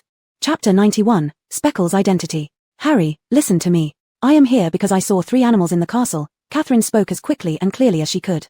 "Ron's rat, Crookshanks behind it, and a big black dog. You guys being here probably already makes sense to you. The rat and the cat are both here, so what about the dog? That black dog is Black's transformed form. They were tracking that rat." What did you say? Tracking. Speckles. Ron gasped. Hermione, upon hearing Catherine's words, felt her nearly overheated brain cool down suddenly. No wonder that big black dog went crazy biting Ron when it saw him, dragging him into the cave. Was it because of that rat in Ron's arms? Catherine noticed their brief silence after her revelation, and immediately turned to Lupin and Black. Now, I'll give you some time to explain your plan. If I'm not satisfied, I will notify Professor Snape immediately. Catherine's eyes glimmered with a threat as she stared at Lupin. Don't try to deceive us. When I realized you're a werewolf, I had already spoken to Professor Snape. Lupin's eyes widened slightly, apparently taking several seconds to accept the current sudden situation. When did you find out? Catherine and Hermione exchanged a glance, then Hermione said, from the moment Professor Snape assigned our essays. She was similar to Hermione, but what solidified her certainty was detecting the scent of a werewolf. Well, if she knows, I imagine he'd be pleased. Lupin sighed. Rather than have me tell you something, why don't you ask me what you want to know? Harry panted for a few seconds while thinking. If Catherine hadn't shown up just now, he would never have wanted to hear anything from either of them. He had resolved to avenge his parents. But Catherine had saved him once in the Chamber of Secrets. Maybe this time, she knew something that he didn't. Catherine may be willing to give you a chance, but I won't trust. Well, how do you explain knowing that Black was here? Harry fixed his gaze sharply on Lupin. The map. Lupin said. The Marauder's map.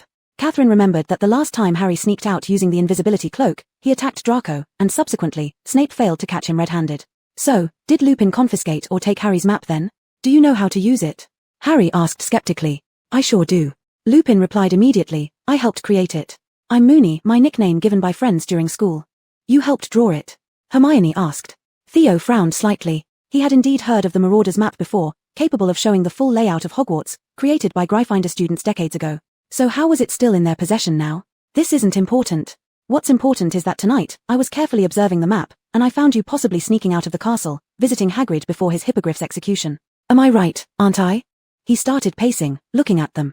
Dust swirled around his feet. You might have been wearing your father's invisibility cloak, Harry, Lupin added, briefly glancing over at Catherine. Ever since the first Boggart incident, Lupin felt there was something extraordinary about this girl. It was especially evident today. He hadn't noticed Catherine's approach, yet she appeared here as if she had materialized out of thin air. How did you know I had an invisibility cloak? Harry asked. How many times have I seen your father James disappear under that cloak? Lupin responded. The issue lies in the fact that, even when you wear the cloak, you're visible on the map. I saw all of you cross the field into Hagrid's hut. 10 minutes later, you left and headed back towards the castle. But then you had other companions. What? Harry furrowed his brows impatiently. No, we didn't. Of course, at first, I didn't believe my own eyes. Lupin continued pacing without addressing Harry's interruption. I thought the map must have malfunctioned. How could he be with you? No one was with us, Harry said again. Lupin kept talking to himself. Then I saw another little dot moving rapidly toward you, marked as Sirius Black. I saw him colliding with you, pulling two of you into that Whomping Willow. One of us. Ron snapped angrily. No, Ron, Lupin said, two. He stopped and stood still, his eyes fixed on Ron. Finally, we're getting somewhere, just as Miss Catherine said. She saw three animals heading this way, both the cat and the black dog were after the rat. Now, can you show me your rat? Is my rat really involved in all of this? Ron asked somewhat reluctantly and unbelieving. Everything has to do with him. Ron hesitated, but he still reached into his robes. Scabbers appeared, desperately shaking. Ron had to grab its long, bald tail to stop it from escaping. At the sight of Scabbers, Crookshanks stood up on Black's knee and let out a low growl. Lupin moved closer to Ron. He stared at Scabbers intently, seemingly holding his breath. That's not a rat, Black croaked suddenly. What do you mean? Of course it is. No, it isn't, Lupin said calmly. He's a wizard. He's an animagus, Black said. His name is Peter Pettigrew. Catherine took a deep breath. Her suspicions were right. Scabbers was actually a person in disguise. As the conversation delved deeper, Catherine felt herself becoming increasingly drained, so she had to lean against the wall to relieve her exhaustion. Theodore noticed the subtle changes in the girl and gently supported her. He mouthed a question to Catherine, are you okay? Catherine blinked hard, signaling that she was still all right. Seeing the unmasked concern in the boy's eyes, Catherine couldn't help but wonder, would someone who accompanied her through danger twice truly distance himself from her for the sake of family interests? And Theodore wouldn't know that his slight irritation, caused by Catherine being overly concerned about Potter, was being misinterpreted by her as deliberate distance. But Catherine no longer intended to dwell on past matters. In the crucial moments, the one always by her side was Theodore, and this certainty was enough to ward off other doubts. Peter Pettigrew is dead, Harry said. 12 years ago, he killed him. He pointed at Black. Chapter 92, Animagus. Black's face contorted spasmodically. I wanted to kill him, he roared, but back then, little Peter had the upper hand. But that can't happen this time. Black lunged fiercely at Scabbers, and Crookshanks meowed and jumped down. Sirius, no. Lupin shouted, rushing forward as well, dragging Black back. Wait. You can't do this. We need to explain. We'll explain afterward. Black roared, struggling to push Lupin off while one hand still reached for Scabbers in midair. Scabbers let out a long, high-pitched scream, wildly clawing at Ron's face and neck in an attempt to escape. Catherine didn't hesitate any longer. She strode forward and forcefully grabbed Scabbers by the tail, wresting him from Ron's grasp, her eyes glaring at it with intense focus. Once out of Ron's protective grip, the rat called Peter Pettigrew began trembling uncontrollably. Its sharp claws continued to scratch wildly, trying to repeat its old tricks on her, but Catherine tightened her grip even more, almost squishing it into two halves. Catherine squeezed out through gritted teeth, "One more struggle, and I'll kill you right now. You should know I don't joke around." The body of the rat twitched a couple more times before its struggle slowed, its beady eyes fixated warily on Catherine. "They have a right to know everything," Lupin panted, working hard to restrain Black. "Ron treats it as a pet. And Harry does too. You must tell Harry the truth, Sirius." Compared to Ron's blooded hands and face, Peter Pettigrew was much more subdued in Catherine's firm grip. Seeing this, Black stopped attempting to lunge again. "Well then," said Black, "let's get it over with quickly. They've accused me of murder and locked me up for it. Now I'm about to commit that very crime." Ron glanced between them, his gaze shifting to Scabbers held firmly by Catherine. His leg was severely injured, but he sat down stiffly, keeping a close eye on the rat. "Catherine, please keep a good hold on this rat while we talk, make sure it doesn't run away," Lupin advised finally. "All right, then let's continue where we left off. Everyone thinks that Sirius killed Peter." Lupin nodded. "I myself believed it until I saw that map tonight. Since the Marauder's map never lies. Peter is alive. Catherine is holding on to him now. Harry." Harry glanced at the rat in Catherine's hand, his first thought being that both Black and Lupin must be insane. How could Scabbers possibly be Peter Pettigrew? Hermione spoke up. "But Professor Lupin, Scabbers couldn't possibly be Peter Pettigrew. Why wouldn't it be true?" Lupin asked calmly, as if addressing a classroom discussion. "If Peter Pettigrew were an animagus, people would know about it. We learned that in Professor McGonagall's class. The Ministry keeps track of witches and wizards who can transform into animals, recording what they turn into. I checked Professor McGonagall's records. There are only 7 registered animagi this century, and Peter Pettigrew's name isn't on that list." "You're right, Hermione," Lupin replied, "but the Ministry never knew about 3 unregistered animagi at Hogwarts." Hermione's expression turned somewhat shocked. Then Lupin's expression took on a reflective tone. "What I'm about to say might seem irrelevant to you, but you need to hear it out." At that moment, the door outside of the shrieking shack seemed to shake slightly. Ron was startled, and Catherine looked out cautiously. "It's normal to hear strange noises here, it's haunted," Harry said. "No, this place has never been haunted. Those screams came from me," Lupin explained. But Catherine didn't think so. It really felt like someone had just passed by outside, though she wasn't certain. Her perception abilities had weakened. Theodore quickly moved to the door, using his back to gently press it tighter against the frame, to prevent anyone from suddenly barging in when they weren't prepared. The room fell silent once again, and Lupin spoke again. "I was bitten when I was very young. My parents tried every method available, but there was no cure back then. Professor Snape's potion was a recent discovery. You need to understand, this potion makes me safe. As long as I take it a week before the full moon, I stay sane during my transformation.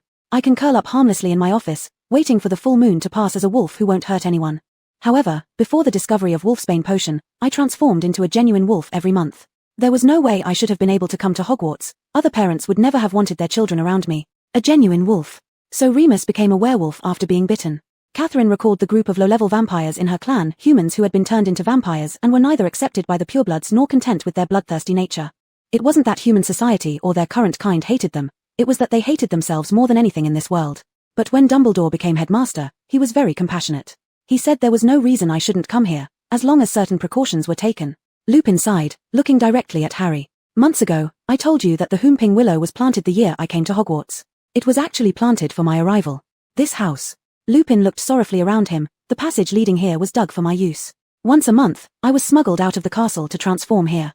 The tree was placed at the entrance of the tunnel to prevent anyone from encountering me during my dangerous phases. In those days, my transformations were horrifying. Becoming a werewolf is extremely painful. I needed to be away from others, so I would end up biting and clawing at myself. The villagers heard noises and screams, thinking they heard particularly ferocious ghosts. Dumbledore encouraged such rumors. Even now, despite this house having been silent for years, the villagers still dare not approach it." Catherine noticed the wistful tone in Lupin's voice. The children listened intently, seemingly forgetting their earlier tense confrontation. "But back then, aside from transforming, I was happier than ever. I made friends for the first time, 3 good ones. Sirius Black, Peter Pettigrew, and of course, your father, Harry James Potter." Chapter 93, Bigfoot, Wormtail, and Prongs. This way, my 3 friends couldn't possibly fail to notice my monthly disappearance. I fabricated all sorts of excuses. I told them my family members were sick. I was especially worried that once they discovered I'm a werewolf, they would ignore me. But you know what? They, like Hermione and Catherine, found out about my identity. Lupin raised an eyebrow at the two girls. I never expected that not only did they not shun me, but they also did a lot for me. They worked hard to become animagi. Did my dad do it too? Harry asked in surprise. Yes, Lupin said. It took them nearly 3 years to succeed. Your father and Sirius were the smartest students in the entire school. They were also lucky because transformation magic can easily go wrong, which is why the Ministry of Magic closely monitors those who try this. Peter needed Sirius and James's help. Finally, during our 5th year, they all learned how to transform. Each of them could freely change into different animals. But how did that help you? Hermione asked, seemingly confused. They couldn't accompany me as humans, so they accompanied me as animals. Lupin said, a werewolf is only dangerous to humans. They slipped out of the castle under James's invisibility cloak every month to find me. With their influence, I wasn't as dangerous. My body was still a wolf, but when I was with them, my mind didn't feel as much like a wolf. Upon hearing this, a strange feeling welled up inside Catherine. One of the vampire's commandments was to remain reclusive. One reason was because they were too dangerous, posing a threat to humans, and indiscriminate killing was strictly forbidden. Another reason, if they exposed their identities, aside from making humans feel fear, it would only cause trouble for their own race. They would try every possible way to kill vampires. Even forming friendships or falling in love with humans, or even having brief marriages, must not expose one's true self. But Lupin was a werewolf. His friends knew he was no longer like them, that each month he turned into a bloodthirsty monster. Yet they willingly spent so much effort transforming into animals just to be by his side. Could human friendship really be so pure and intense? Was it solely because they were friends? Catherine lowered her eyebrows, her expression complicated. When she thought her friends weren't paying attention, she looked at each of their profiles. If one day they knew she was a vampire, hiding among them, willing to do anything to change her race's fate, would they feel afraid or repulsed upon learning she drank human blood? Probably, it was normal for people to fear and beware of species different from themselves. She knew such a day would eventually come. Professor Lupin, hurry up, Black roared again. He kept watching Scabbers intently, revealing a terrible desire for killing on his face. It's coming. Sirius. Later, we quickly left the Shrieking Shack and wandered around the school grounds and the village at night. I think no student in Hogwarts knows the grounds and Hogsmeade as well as we did. Therefore, we created the Marauders map and signed our nicknames. Sirius was Padfoot, Peter was Wormtail, and James was Prongs. But that was still very dangerous. Roaming around at night with a werewolf, what if someone got bitten accidentally? Hermione complained unhappily. Yes, this idea still haunts me, even now, Lupin said gravely, and there were indeed several times when we almost bit someone. We joked about these kinds of incidents afterward. We were young back then, reckless, only boasting about our cleverness. Of course, sometimes I still felt guilty, feeling I had betrayed Dumbledore's trust. No other headmaster would have accepted me when Dumbledore did, and he didn't know at all that I violated the rules made for my safety and others. He never knew that I led 3 classmates to illegally learn Animagus transformation. Every time we sat down to plan our next adventure, I tried to forget this sense of guilt. Lupin's face grew stern, and his voice carried a note of self-loathing. This whole year, I've been struggling with myself, uncertain whether or not to tell Dumbledore that Sirius was an Animagus, but I didn't. Why? Because I was too cowardly. Telling him meant confessing that I had broken his trust during my school days, meaning admitting that I had also led others along with me. He took a deep breath before continuing, and for me, Dumbledore's trust was of the utmost importance. As a child, he allowed me to attend Hogwarts, and as an adult, when I hit wall after wall due to being a werewolf and couldn't find paid work, it was he who gave me this job. In this way, I convinced myself that Sirius had somehow infiltrated the school using dark magic learned from Voldemort. It had nothing to do with him becoming an Animagus. So in a sense, Snape's suspicions about me were always correct. Harry stared at him. Snape. What does Snape have to do with any of this? Snape strongly opposed my appointment as the defense against the dark arts teacher. He continuously told Dumbledore that I was not trustworthy. And he had his reasons. Sirius once played a dangerous prank on him which almost cost him his life, and I had a part in that. A mocking sound came from Sirius. Serves him right. Always sneaking around trying to spy on us, hoping we'd get expelled. Severus was particularly interested in where I went every month. Lupin explained to them. We were in the same year, let's say, we weren't exactly fond of each other. He especially disliked James. Jealousy, I think, over James's talent in Quidditch. Anyway, Snape saw me one evening crossing the grounds with Madame Pomfrey. She was leading me to the Whomping Willow so I could transform there. Sirius told Severus that if he prodded the knot on the tree trunk with a long stick, he could follow me down into the tunnel. Sirius thought it was amusing. Of course, Snape tried. Had he reached the house, he would have encountered a fully transformed werewolf, but your father heard what Sirius had done and followed Snape, pulling him back just in time, putting both their lives at risk. However, even though Snape didn't end up being harmed, he still saw me in the end of the tunnel. Dumbledore forbade him from telling anyone, but from that moment on, he knew what I truly was. Lupin squinted as if transported back to that night. Jealousy, Catherine said with a trace of bitterness. Maybe, but wasn't the real issue that you were the ones breaking rules first? Putting others' lives in danger for a joke. If only he hadn't tried to be nosy, Sirius began, but Catherine cut him off. So heroic, risking everything for a friend, but what about the others, like Snape? Were the villagers also targets because they envied James? Chapter 94, Nature. Hermione turned around, her eyes sparkling as she looked at Catherine. She had always known that Catherine had a straightforward and cheerful personality, yet today she found herself more than once thinking how incredibly cool Catherine was. Friendship cannot be an excuse for escaping from other irresponsible acts. Sirius Black seemed to have been silenced by Catherine, his lips moving a few times but failing to utter a word. Miss Catherine, excellent. No wonder you're a Slytherin student. Your students seem to always keep their sharp minds, Lupin said somewhat awkwardly. Professor Snape indeed suspected someone in this castle was Sirius Black's inside accomplice, Catherine said coldly. But I heard Dumbledore deny him outright. He completely trusts all the faculty members here, including you. At these words, the falsely easygoing expression on Lupin's face vanished entirely, replaced by genuine guilt. Catherine's intent wasn't to accuse Lupin, it was just that she couldn't comprehend Dumbledore's actions either. How could someone trust another so completely, giving them any assistance, without fear? What if one day that person proves unworthy of such trust? It would be a truly terrifying thing. Fortunately, Lupin was only cowardly and hadn't committed major offenses. Well, it was merely luck on his side. All right, I think it's time we talk about this rat.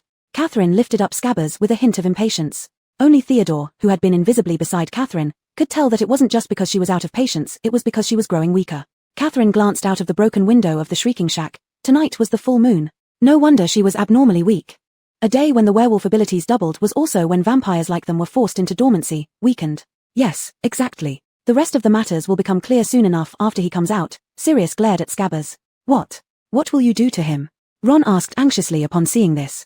Regardless of anything, it was still a pet they'd lived with for years. On this point, Catherine respected Ron's hesitation. We'll force him to take his original form, Lupin said. If it's really a rat, it won't harm him. Ron hesitated and then finally nodded to Catherine. Catherine extended her arm forward, and Lupin took Scabbers over. Scabbers started screaming continuously again, twisting incessantly, with its tiny black eyes bulging out. Ready, Sirius? Lupin asked. Black approached Lupin and the struggling rat.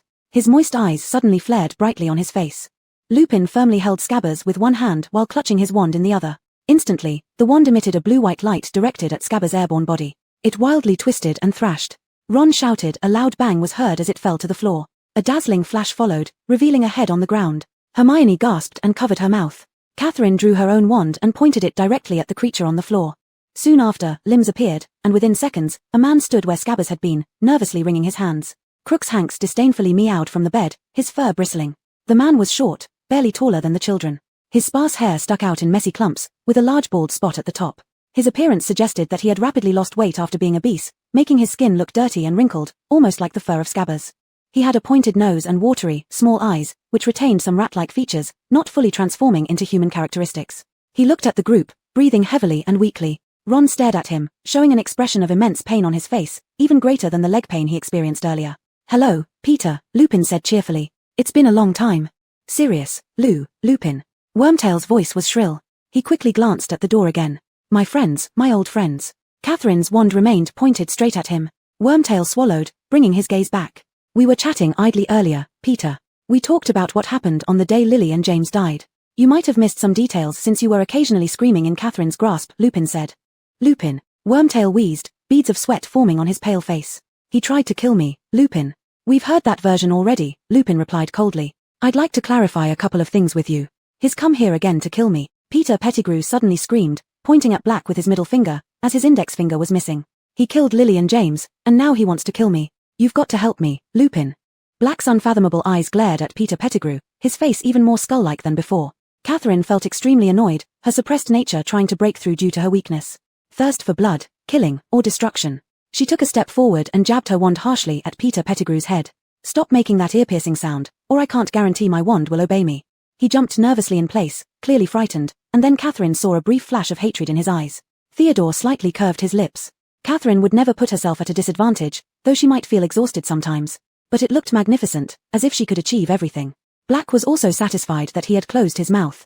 Peter Pettigrew, you've been hiding from Voldemort's former followers, haven't you? I heard some things in Azkaban, Peter. They all think you're dead, otherwise you'd have to give them an explanation. I overheard their screams in dreams, saying various things. It seems they think the liar deceived them. Voldemort came to the Potter family based on your information. Chapter 95, 12 years. Sirius snarled a smile, but Voldemort failed there. Not all of Voldemort's followers ended up in Azkaban, did they? Many are still waiting for their chance. If they get wind that you're still alive, Peter. I don't know what you're talking about. Peter Pettigrew cried again, struggling to keep from screaming. You can't trust this lunatic, Lupin. I must say, I cannot comprehend why an innocent man would spend 12 years living as a rat, Lupin said calmly. I am innocent, but I was terrified. Peter Pettigrew couldn't help but scream again. If Voldemort's followers were chasing me, it's because I sent one of their best to Azkaban, that traitor, Sirius Black. Black's face contorted. How dare you say that, he roared, sounding like a dog the size of a bear. Catherine suspected he had once transformed into such a big dog. The next second, Peter Pettigrew's hair was set ablaze by Catherine. He frantically patted his head with his hands where his sparse hair had been. The smell of burnt hair rose from his scalp. How dare this unknown girl attack him? Professors, this isn't Hogwarts, and none of you here are muggles. If I accidentally leave him disabled. Catherine frowned and pointed her wand somewhere else, seemingly contemplating where she should burn next. No, Peter Pettigrew took 2 steps back, his beady rat eyes darting around. If you scream again, I guarantee your clothes will be burned along with your skin, Catherine said. Hermione stood with her arms crossed, muttering to herself as if deep in thought. I've read many spells outside the textbooks, but I haven't had a chance to try them. I think using a rat man for experimentation shouldn't cause any trouble. Peter clenched his mouth shut tightly. Hermione's face lit up with satisfaction as she looked at Catherine. Both girls exchanged glances and smiled slightly. They weren't entirely inclined to help Lupin and Sirius, merely to stop Peter, who kept shrieking and evading questions which only delayed the truth coming out, especially since Peter had sown discord between Ron and Harry when they were classmates. Lupin watched the 2 young women converse briefly and nodded approvingly. Sirius smirked coldly, seeing Peter's ridiculous cowardice. Bald monstrosity, so who is the real traitor to Voldemort? When have I ever flitted around someone more powerful or influential than me? But you, Peter, you always liked being friends with those stronger than you so they could take care of you. Once, it was us, me, Lupin, and James. Peter wiped the sweat from his face and said nothing. It was my idea that Lily and James made you their secret keeper, Black growled through clenched teeth. I thought it was the perfect plan. Voldemort would definitely go after me. I never imagined he would use you, such a weak and foolish creature. Telling Voldemort you'd deliver the Potters to him must have been the proudest moment of your pathetic life. Sirius Black gritted his teeth audibly. In his mind, declaring himself as the Potter's secret keeper would prompt Voldemort to seek him out by any means necessary, trying to extract the truth from him. That indeed would be the safest method. They had failed because they underestimated both their cowardly friend and Voldemort. Riddle excelled at reading people. In his 2 years at Hogwarts, he could charm every teacher except for the crazed woman brainwashed by pureblood ideals. During this time apart from them, many continued to admire and revere him. Asking a few students to assist him now wouldn't be hard at all. I have a question, Hermione suddenly said. Of course, Hermione, go ahead, Lupin nodded encouragingly. If he spent 3 years sleeping in Harry's dormitory and worked for you-know-who, how come he never tried to hurt Harry before? Hermione asked. You're right. Peter Pettigrew immediately chimed in. Lupin, I never harmed a single hair on Harry's head, why would I hurt him? Let me tell you why, Black said. Because you wouldn't do anything for anyone without a benefit in return. Voldemort has been hiding for 12 years, and it's uncertain whether he is dead or alive. You were unwilling to act on behalf of someone who had lost everything within Dumbledore's reach. You'd only go back when you hear that he's returned and has a chance to become as powerful a Dark Lord as before. Otherwise, why would you seek out the Weasleys? Wizarding families have their ears to the ground. So you must understand, I had to take action. I am the only one who knows Peter is still alive. Black became agitated again while Peter Pettigrew seemed to have completely lost the strength to rebut. How did you avoid those Dementors? Catherine asked. Those filthy, hideous creatures were impossible to evade even for her. I don't know how I managed it, he said slowly after a deep breath. I think the sole reason I didn't lose my mind was because I knew I was innocent. When it got too unbearable, I could transform in my cell into a dog Dementors can't see. And he swallowed. It's a kind of obsession, do you understand? That thought gave me strength and kept my mind clear. One night when they opened my door to bring food, I transformed into a dog and slipped past them. They barely detect animal emotions, and at that time, I was so thin I could slip through the bars. As a dog, I swam back to land and headed north, still as a dog, until I reached Hogwarts. Since I arrived at Hogwarts, I've been staying in the Forbidden Forest. Of course, except when I watched Quidditch matches. You fly just as well as your father, Harry. His astonishingly bright eyes were a little moist. Catherine could scarcely imagine Sirius becoming any thinner. Now, he was essentially skin and bones. And yet, he had travelled all the way from Azkaban to Hogwarts. Subjected to wind, sun, and hunger. That black dog she saw in the stands watching Harry's match, it was Sirius. What kind of emotion could drive a man to maintain his sense of justice and friendship through 12 years of being misunderstood and humiliated in Azkaban, finding ways to keep sane and escape? And never stopping, walking endlessly, until finally reaching the side of his friend's child to cast a glance from afar. Catherine's eyelashes fluttered as she glanced at Theodore beside her. He also appeared moved by Sirius' words, his head bowed, lost in thought, no one knowing what was going through his mind. Chapter 96, Brainwashing. As a vampire, she had never seen such sincere and pure feelings that could be called an obsession. So at first, she unhesitatingly suspected that Sirius and Lupin were conspiring to kill Harry, and this misunderstanding wasn't just her thought alone. Black had carried the burden for 12 whole years. How many 12-year periods does a human life have? He looked at Harry, and this time Harry's eyes did not avoid his.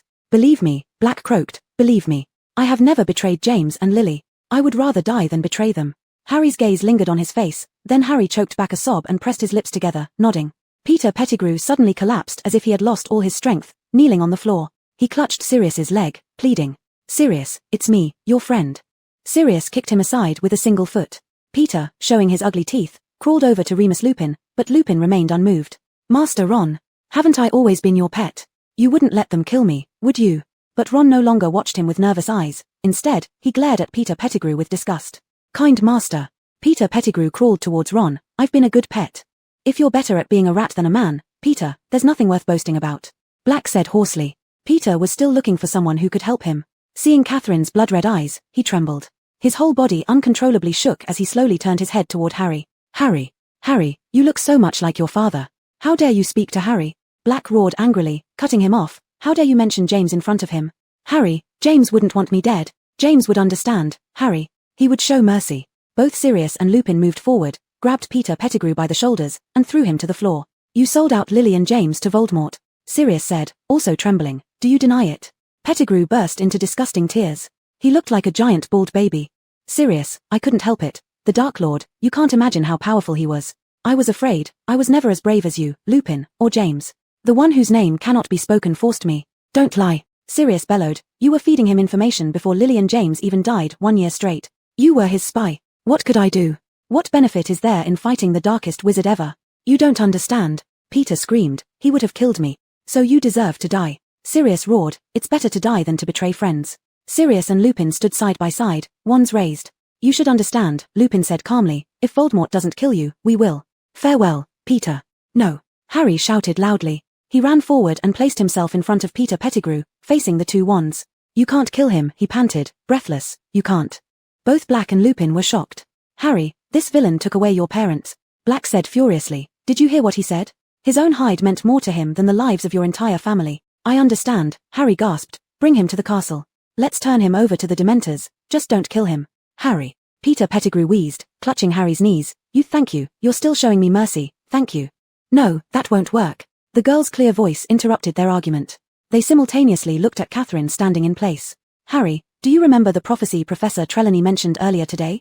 Catherine sharply eyed the bald rat.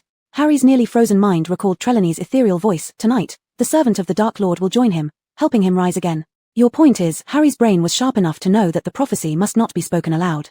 Catherine nodded firmly. Exactly. That's why only his death will be safe. Harry's eyes flickered with hesitation. The prophecy was terrifying indeed. His two confrontations with Voldemort, under different circumstances, were harrowing. He had never truly considered what would happen if Voldemort really returned to power. I think, my father wouldn't want his best friend to kill, especially someone like Peter Pettigrew, Harry muttered. Killing, no matter what the reason, would change a person once it happened. Harry had always believed this. Unless absolutely necessary, never. We can hand him over to Dumbledore. Then send him to Azkaban, Catherine, Harry said. He didn't know if his decision was right, but he could only trust his heart. To be honest, from a rational perspective, Catherine would never agree to such a solution. His sins were unforgivable, and there was an immense risk involved. She was certain that Professor Trelawney's prophecy was true because she possessed the divine perspective of her mother's world-ending prophecy. But on this matter, only Harry had the authority to decide how to deal with the murderer of his parents. Lupin could sense that there was something between Harry and Catherine that they did not know. Catherine exhaled a breath, stepping back slightly in the end. She walked to Peter Pettigrew's side and stared into his eyes. Peter Pettigrew's trembling pupils immediately became vacant. In just those few short seconds, Catherine had successfully brainwashed him. Even the people around them hadn't noticed anything unusual. She had reserved one last contingency, precisely speaking. She ensured that Peter Pettigrew would never go to Azkaban unless the future had already been altered. So the sentence she left him with was, when you return to Voldemort's side, you will tell him that your current master's name is Catherine Nadia. Chapter 97, What Matters is the Heart. This way, when he flees to Voldemort's side, it will ensure that the reborn Dark Lord remembers her name. Catherine wasn't without considering whether ruthlessly killing Peter Pettigrew outright would prevent the fate of Voldemort's resurrection. But even with a brief thought, she understood that this was impossible. Voldemort had many followers and he was not one to give up easily. Even if it weren't Peter Pettigrew, there would be someone else. This small setback wouldn't alter his eventual return. She was already looking forward to Riddle's reaction when he heard her name. Perhaps because she had spent over 2 years in close contact with Riddle in the real world, hearing Voldemort's name didn't make her feel anger or fear like others did. Instead, it added a strange feeling. There was no time to lose. Lupin and Sirius tied him up. 2 of us should stay with this thing, Black said, nudging Peter Pettigrew with his big toe. Just in case. I'll do it, said Lupin. So will I, Ron said furiously, limping forward. Ron, your foot is injured. I'll take care of it, Catherine said. Ron hesitated for a moment and then nodded. Black summoned heavy handcuffs from thin air and locked her, Peter Pettigrew, and Lupin together. The group set off again on the narrow, dim path, but each of them had a different mindset compared to when they came. To avoid anyone discovering Theodore, Catherine let him walk at the back. Theodore could see the faint light coming through the tree hole, illuminating Lupin's straight back, serious gaunt profile, and Ron being supported by Hermione on one arm. Harry and Sirius were whispering to each other. It was a bit unclear, but occasionally a sentence would come through. I don't know if anyone has told you I am your godfather. Yes, I know. If you'd like a different home, to live with you, to leave the Dursleys. Of course, I understand if you don't want to. I just wanted to say, I absolutely want to leave the Dursleys. Catherine suddenly turned around and flashed Theodore a bright smile unnoticed by others, as if saying with her eyes, look, Harry has a new home. A pure joy welled up in the girl's eyes, free of any impurity. Theodore seemed infected and also smiled. As a child raised under the influence of pureblood teachings, his father always instilled prejudices into his childhood. However, Theodore felt lucky that most of the time, he was with his mother and was not tainted by his father's self-serving coldness. When he arrived at Hogwarts, he became what his father expected, a Slytherin. Most of his friends and classmates shared the same beliefs as his family. This was an unspoken understanding. But only Catherine and Illa were different. He had known Illa since he was little. She always went against Draco, kind, warm, and gentle. Sometimes, Theodore even thought she wasn't suitable for Slytherin. And although Catherine appeared to be doing things counter to her house, today he realized that for those she cared about, sometimes you have to risk everything. Isn't that right? It wasn't because she liked Harry that she acted that way. His father had everything, fame, status, money. Yet, toward those closest to him, he maintained a cold demeanor. But Black, rather than betray his friends, would prefer death. As far as he knew, the Black family was also a traditional pureblood family, even having Death Eaters among them. Thus, where you are isn't important. What matters is.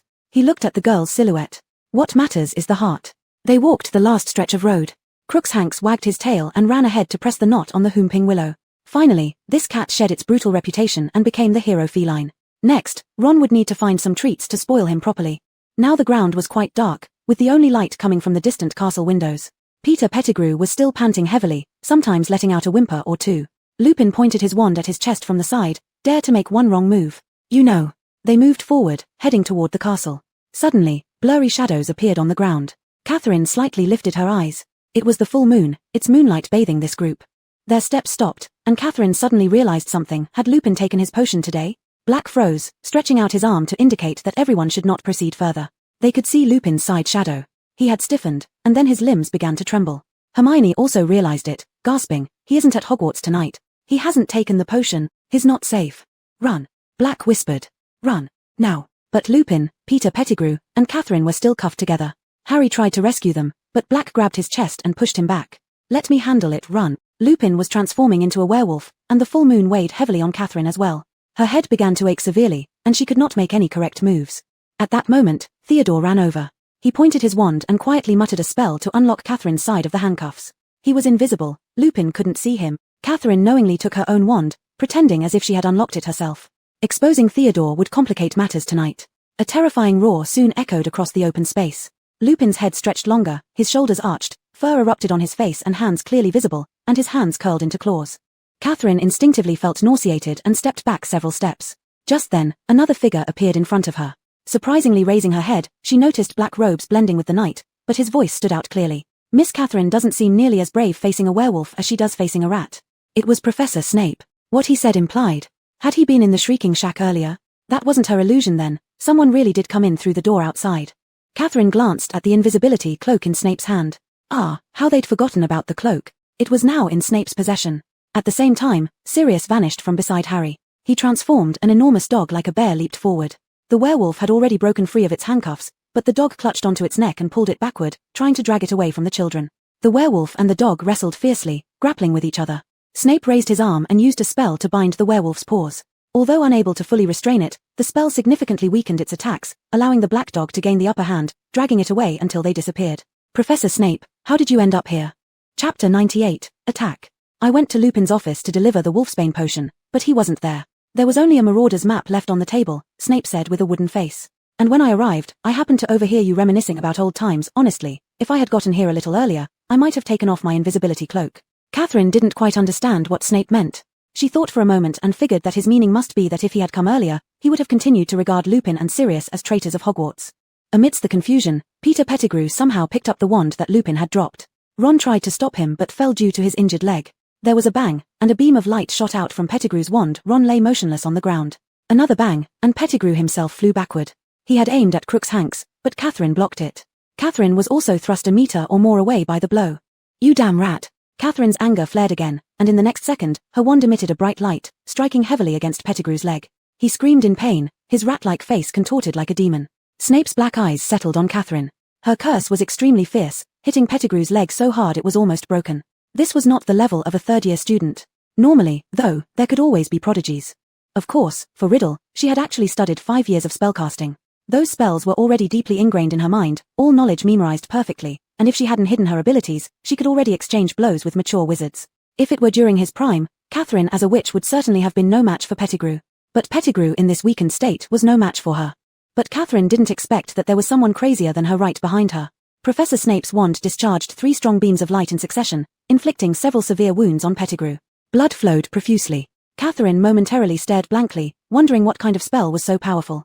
"Damn, traitor, while inside, I tried to find an opportunity to complete this action, but I couldn't, but now you deserve it." Snape's soft voice carried a trace of excitement that Catherine thought she had misheard, the joy of revenge finally achieved. Pettigrew was almost half dead from Snape's attacks, yet Snape showed no intention of stopping. Harry was shocked speechless by the scene. Knowing he would die if things continued, Pettigrew's face quickly changed. He was transforming. "No good, grab him," Harry shouted. But it was too late. Pettigrew's transformation was faster than anyone's, maybe because the rat form was small, or perhaps because he was adept at it. It limped, using its last strength to dart into the grass and disappear. Even Snape couldn't possibly catch a rat in a field full of grass. But Snape still chased after him with his wand raised. It seemed the hatred between him and Pettigrew ran just as deep as Harry's. Catherine had long guessed he would escape. It was expected. A lame rat who was already wasted after 12 years living uselessly in someone else's house. Someone who even referred to others as his master. How could Riddle possibly tolerate him? Perhaps, escaping was merely the start of his downfall. Catherine coldly smiled, her gorgeous face showing some excitement from the earlier attack, her black hair like the night, giving her an oddly eerie beauty. On the night of the full moon, with the overuse of her own energy, her consciousness became increasingly uncontrollable. Although she appeared as though her stamina was boundless, she was actually barely holding on. "Catherine, something is wrong with your condition," Theodore whispered in her ear.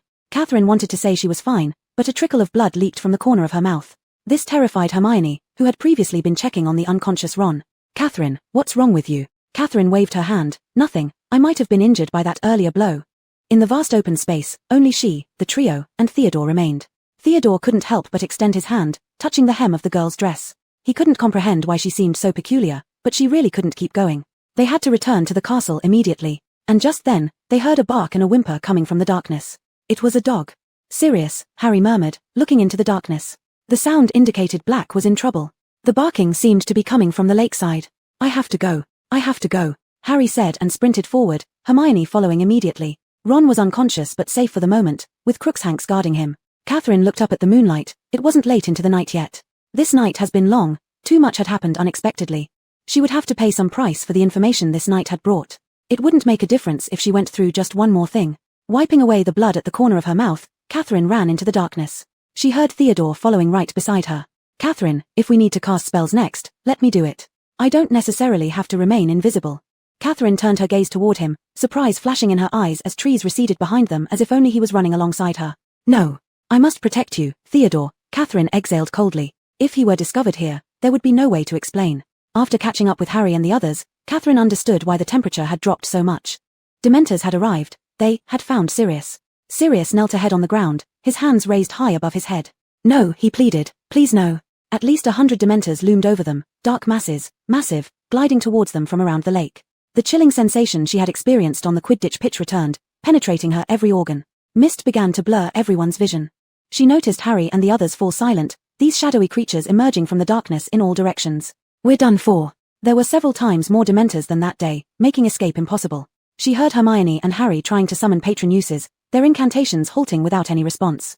Gradually, she could no longer see them.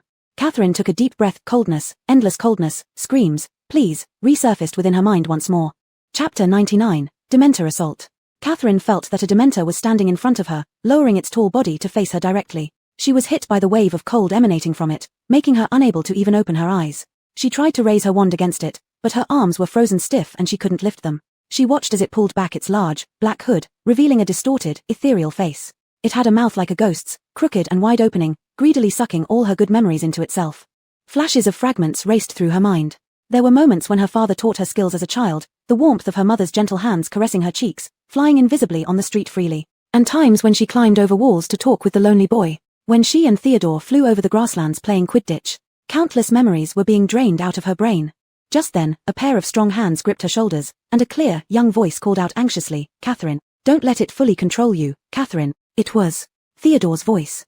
Catherine's consciousness still struggled, and with great difficulty, she moved her gaze away from the Dementor's eyes toward Theodore. Compared to herself, Theodore's eyes were much clearer, showing that despite also being attacked by the swarm of Dementors, his influence was lighter. "Theodore, go now. While you're still awake, return to the castle." Catherine tried hard to push him away. But Theodore stood firm without budging, keeping his eyes fixed on her. How could I leave alone at such a moment? Theodore looked up at the sky, completely surrounded by Dementors, leaving no trace of moonlight, and even Harry's group was nowhere to be seen. Patronus charm, yes, Patronus charm. Theodore took his wand out of his pocket and whispered quietly. The tip of his wand emitted faint white light, spreading a mild warmth. Though weak, it gave Catherine the feeling that her frozen heart might have some hope of reviving, but this was nothing more than throwing eggs against a rock for hundreds or even thousands of Dementors. Theodore, she unconsciously muttered his name, crouching down and curling into a ball. Catherine's head almost felt like it was splitting open, and once again before her eyes appeared a misty scene, those green lights cutting through the fog like nightmares, continuing to slaughter. But this time, the vision did not abruptly end here. Catherine seemed to hear familiar voices like her mother's, or like her friends, pleading with that cold-blooded Dark Lord. Catherine swore she had never been so dominated by emotions. In an instant, besides losing joy, hatred filled her heart. She hated the man named Tom Riddle, the one standing at the center of the chaos, slaughtering her loved ones. Reason had completely left her body. In Theodore's eyes, Catherine was clutching her head, crying in pain, nearly breaking down. This would not end well if it continued. Theodore struggled to maintain his grip on the wand despite the assault, expanding the light from its tip to keep the girl from being completely consumed. Being less affected by the Dementors was rooted in Theodore's childhood. For him, such darkness meant nothing much. He wasn't always someone who loved studying and aimed for perfection, it was because his father demanded he do so. From childhood onwards, anything the elder not asked, Theodore had to complete meticulously. If he didn't meet his father's expectations within the given time frame, the old man would remain expressionless. Before his mother fell ill, Theodore just needed to watch his father's mood carefully. Later, after his mother became bedridden, his father's obsession grew worse, frequently locking Theodore in the chilly basement at home until he came up with the right answer, during which he was forbidden to eat or sleep. The basement had no light, black as a tomb, where he was often cold and hungry. If you've experienced being forced and abandoned by family members, perhaps facing external cold won't seem as sensitive. How can outsiders hurt you? They surely wouldn't hurt you in the name of love. Theodore was such a person. Some people grow more fragile after suffering injuries, while others grow stronger. It was merely darkness, and it was simply unhappiness. Why should they allow such ugly creatures to manipulate them? Even if he had only a little bit of warmth left in his heart, it was enough to resist. What he cared about in the past was his mother's safety. And now, he cares for the girl in front of him. If you ask why, even he doesn't know the exact answer. Sometimes, you favor someone not because of what they've done or who they are, but because when they appear, standing there, your gaze lingers more often on them. Catherine, wake up. They shouldn't take away your happiness. Theodore held the girl's arm and whispered softly in her ear, careful not to startle her. The two were enveloped by a faint white light. Dementors kept trying to breach it, yet always remained at a hair's breadth away. Catherine heard two voices constantly overlapping in her ears, one filled with pain and another voice belonging to a boy. He was calling for her. Catherine's eyes opened and closed slowly. During one fleeting moment of clarity, she bit her tongue hard. The metallic smell of blood instantly flooded her nasal passages, waking something primal within her. Catherine snapped back to consciousness, breaking free from that boundless chill. Theodore, she quietly called his name, raising her eyes toward the halo of light above. You've persisted this long. Theodore gave a slightly weak smile. You're the one who's persisted this long, Catherine. I'm sorry. Catherine murmured as she gazed at his pale face, their bodies pressed close together. She could smell the cold but calm scent emanating from the young man, a different kind of chill. This odor offset the stimulating smell of blood, calming her somewhat. She looked around. Though they had temporarily escaped the immediate danger of control, they still couldn't leave. Chapter 100, Awakening. I don't know the Patronus charm, what should I do? Catherine bit her lips. Why? All my happy memories are useless. Perhaps it's because you haven't found the most important one, the happiest moment in your heart, Theodore said. Catherine was just about to say something when the boy's body suddenly fell into her arms, and the person who had just cast a spell on her collapsed right in front of her eyes. Catherine's face instantly became paler. She helplessly hugged Theodore's body and realized how frighteningly cold his skin was. Even the strongest-willed person would be injured after standing up to so many Dementors, let alone a third-year student. Theodore was truly foolish, persisting until he passed out at the very last moment. These dirty creatures. After Theodore fell, the only beam of white light disappeared, and they attacked both of them again. But this time, Catherine would no longer be suppressed by them. A blood-red light burst forth from the center, sending the surrounding dementors flying away. Tonight, no matter what, she couldn't let Theodore get hurt anymore. And almost at the same moment, an extremely strong warm light radiated from another direction, knocking more dementors back. This was the true power of the Patronus charm, and such an incredibly powerful force of protection. Who? Is it Harry? Before Catherine could finish her thought, she collapsed to her knees from exhaustion. In her peripheral vision, the dementors dispersed. She took one last look at Theodore beside her before falling completely unconscious. Catherine must have been too tired from practicing Quidditch. She might have some hidden ailment. That's enough, let's go now. In a daze, Catherine heard many familiar voices chattering around her, all belonging to her classmates, but they gradually faded away as the surroundings grew quiet again. Catherine slowly opened her eyes and realized she was in the hospital wing. Just as she was trying to recall what happened, a lukewarm voice broke the silence. Finally awake. Catherine turned her head and saw Riddle sitting on the neighboring bed. He stood up, leaving a deep indentation on the bed, showing that he had been there for a long time. The headmaster arranged for all your classmates to visit you. They've each come once, but you didn't wake up, Riddle said, with a hint of inquiry in his eyes. You don't seem like someone with a weak body. Catherine understood what had happened. After returning from the dream world, she inherited the dizzy state and had been unconscious ever since. The people in the real world thought she fainted due to overexertion. It wasn't wrong, she had indeed overexerted herself. What day is it today? Catherine asked, feeling a lingering pain in the back of her head when she spoke. Ah, you've been unconscious for 2 days and nights. Have you been here with me all this time? Catherine asked cautiously. The headmaster required a student to stay here for nursing care. Apparently, besides me, no one else was willing to come. There was a trace of pride or boasting in his tone. Looking at Riddle, Catherine was reminded of Peter Pettigrew's hateful face. In the future world, he met his ugly servant again. You can go now, I've woken up. The girl's tone sounded somewhat indifferent, almost as if she were driving him away. His index finger twitched slightly, and his eyes narrowed. Is this how you treat someone who has taken care of you? Thank you, but I know it was the headmaster who forced you to come. I don't want to make it harder for you. After knowing the sufferings endured by Harry's parents and Sirius Black, and experiencing firsthand the pain brought by the Dementors, upon seeing him again, Catherine felt her mindset had changed. From initially having no concept of the Dark Lord's name and only seeing him as a child, then adding a few sincere emotions and regarding him as a friend, and finally becoming cautious of him. And now, she felt some sort of repulsion. Catherine didn't think there was anything inappropriate. The young man in front of her didn't have even a bit of genuine feelings towards her, nor did he care about what she thought. She was too exhausted. At least today, she no longer wanted to flatter him. Fine. He didn't say anything else, turned around, and left. The door slammed hard behind him. She had already prepared herself to be unconscious for a few days. Now that her body had recovered, Catherine eagerly awaited the evening when she could return to the dream world and find answers to questions she hadn't solved before. Buckbeak's fate. At the time, Professor Trelawney, upon hearing the content of Harry's exam, did not say that Harry's prediction was wrong. This meant there was a certain probability that Buckbeak would not die.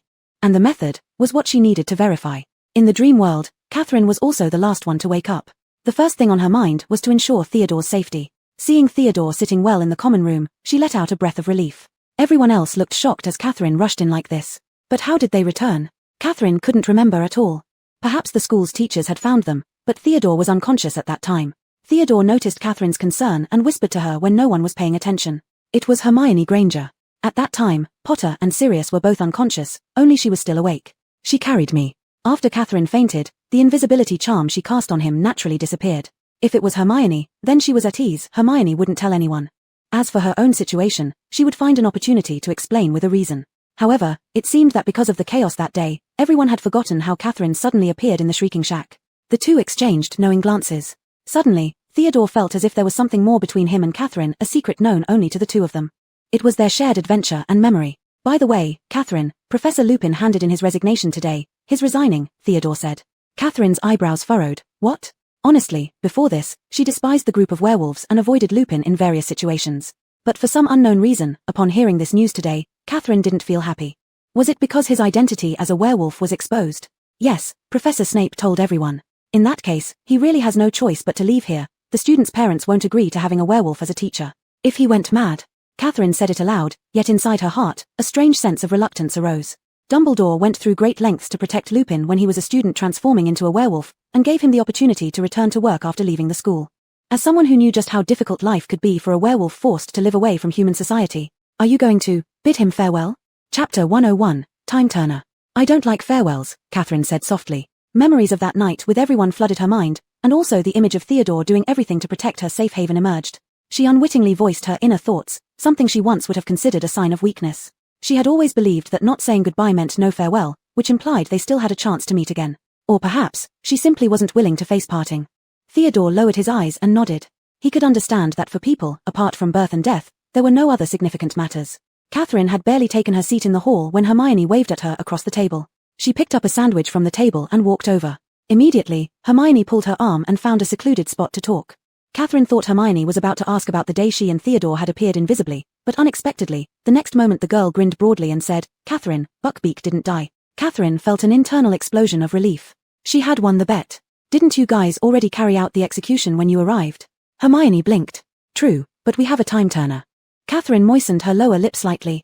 Her previous bold guess, besides Professor Trelawney's prophecy, stemmed from Hermione's mysterious appearances and disappearances. Catherine suspected she possessed some kind of magical artifact or knew a spell that allowed her to travel through different times. "That one McGonagall gave me this semester, it was originally for me to take extra classes and balance all the things I wanted to learn." Hermione sighed, "But it was exhausting. By the end, I was almost crazy. However, we did indeed return 3 hours earlier to save Buckbeak." Then Hermione lowered her voice even more, cautiously looked around every corner before relaxing and saying, "Sirius was also saved by Buckbeak." "That's great," Catherine said with relief. "This was unexpected. Peter Pettigrew escaped, Dementors discovered him, his innocence can't be cleared, maybe he will still be captured back to Azkaban."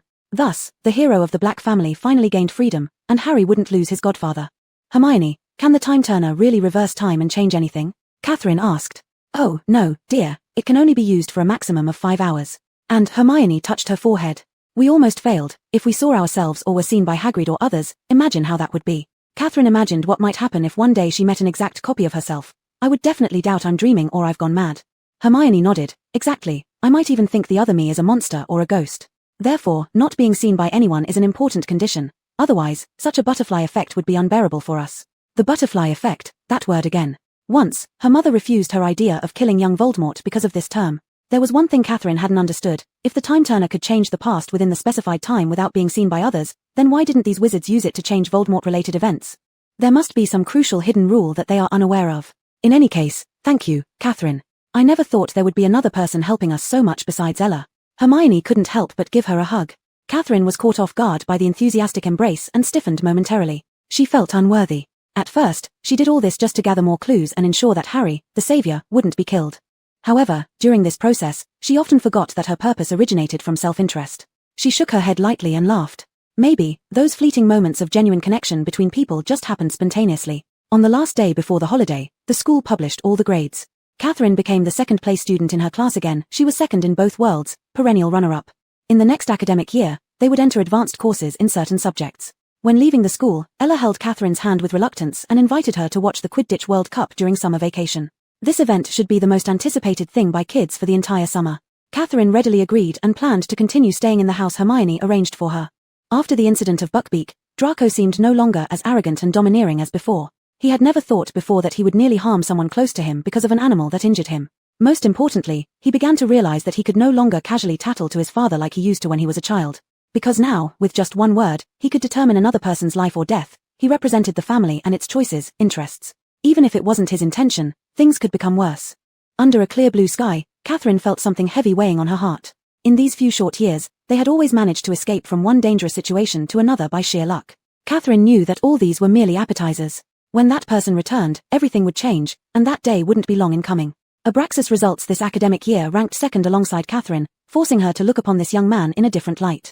He remained quiet on the surface, but inside, one could only guess how much effort he had put forth. "I heard you and Riddle have nowhere to go during the holiday, so you'll temporarily stay in a house in the suburbs. If you need it, I can provide you with a place to stay," Abraxas said. "It's fine. The owner of that house is a good person. However, I also need to see whether they have returned to that house this year." Catherine was worried that after a year had passed, the owner might already be back.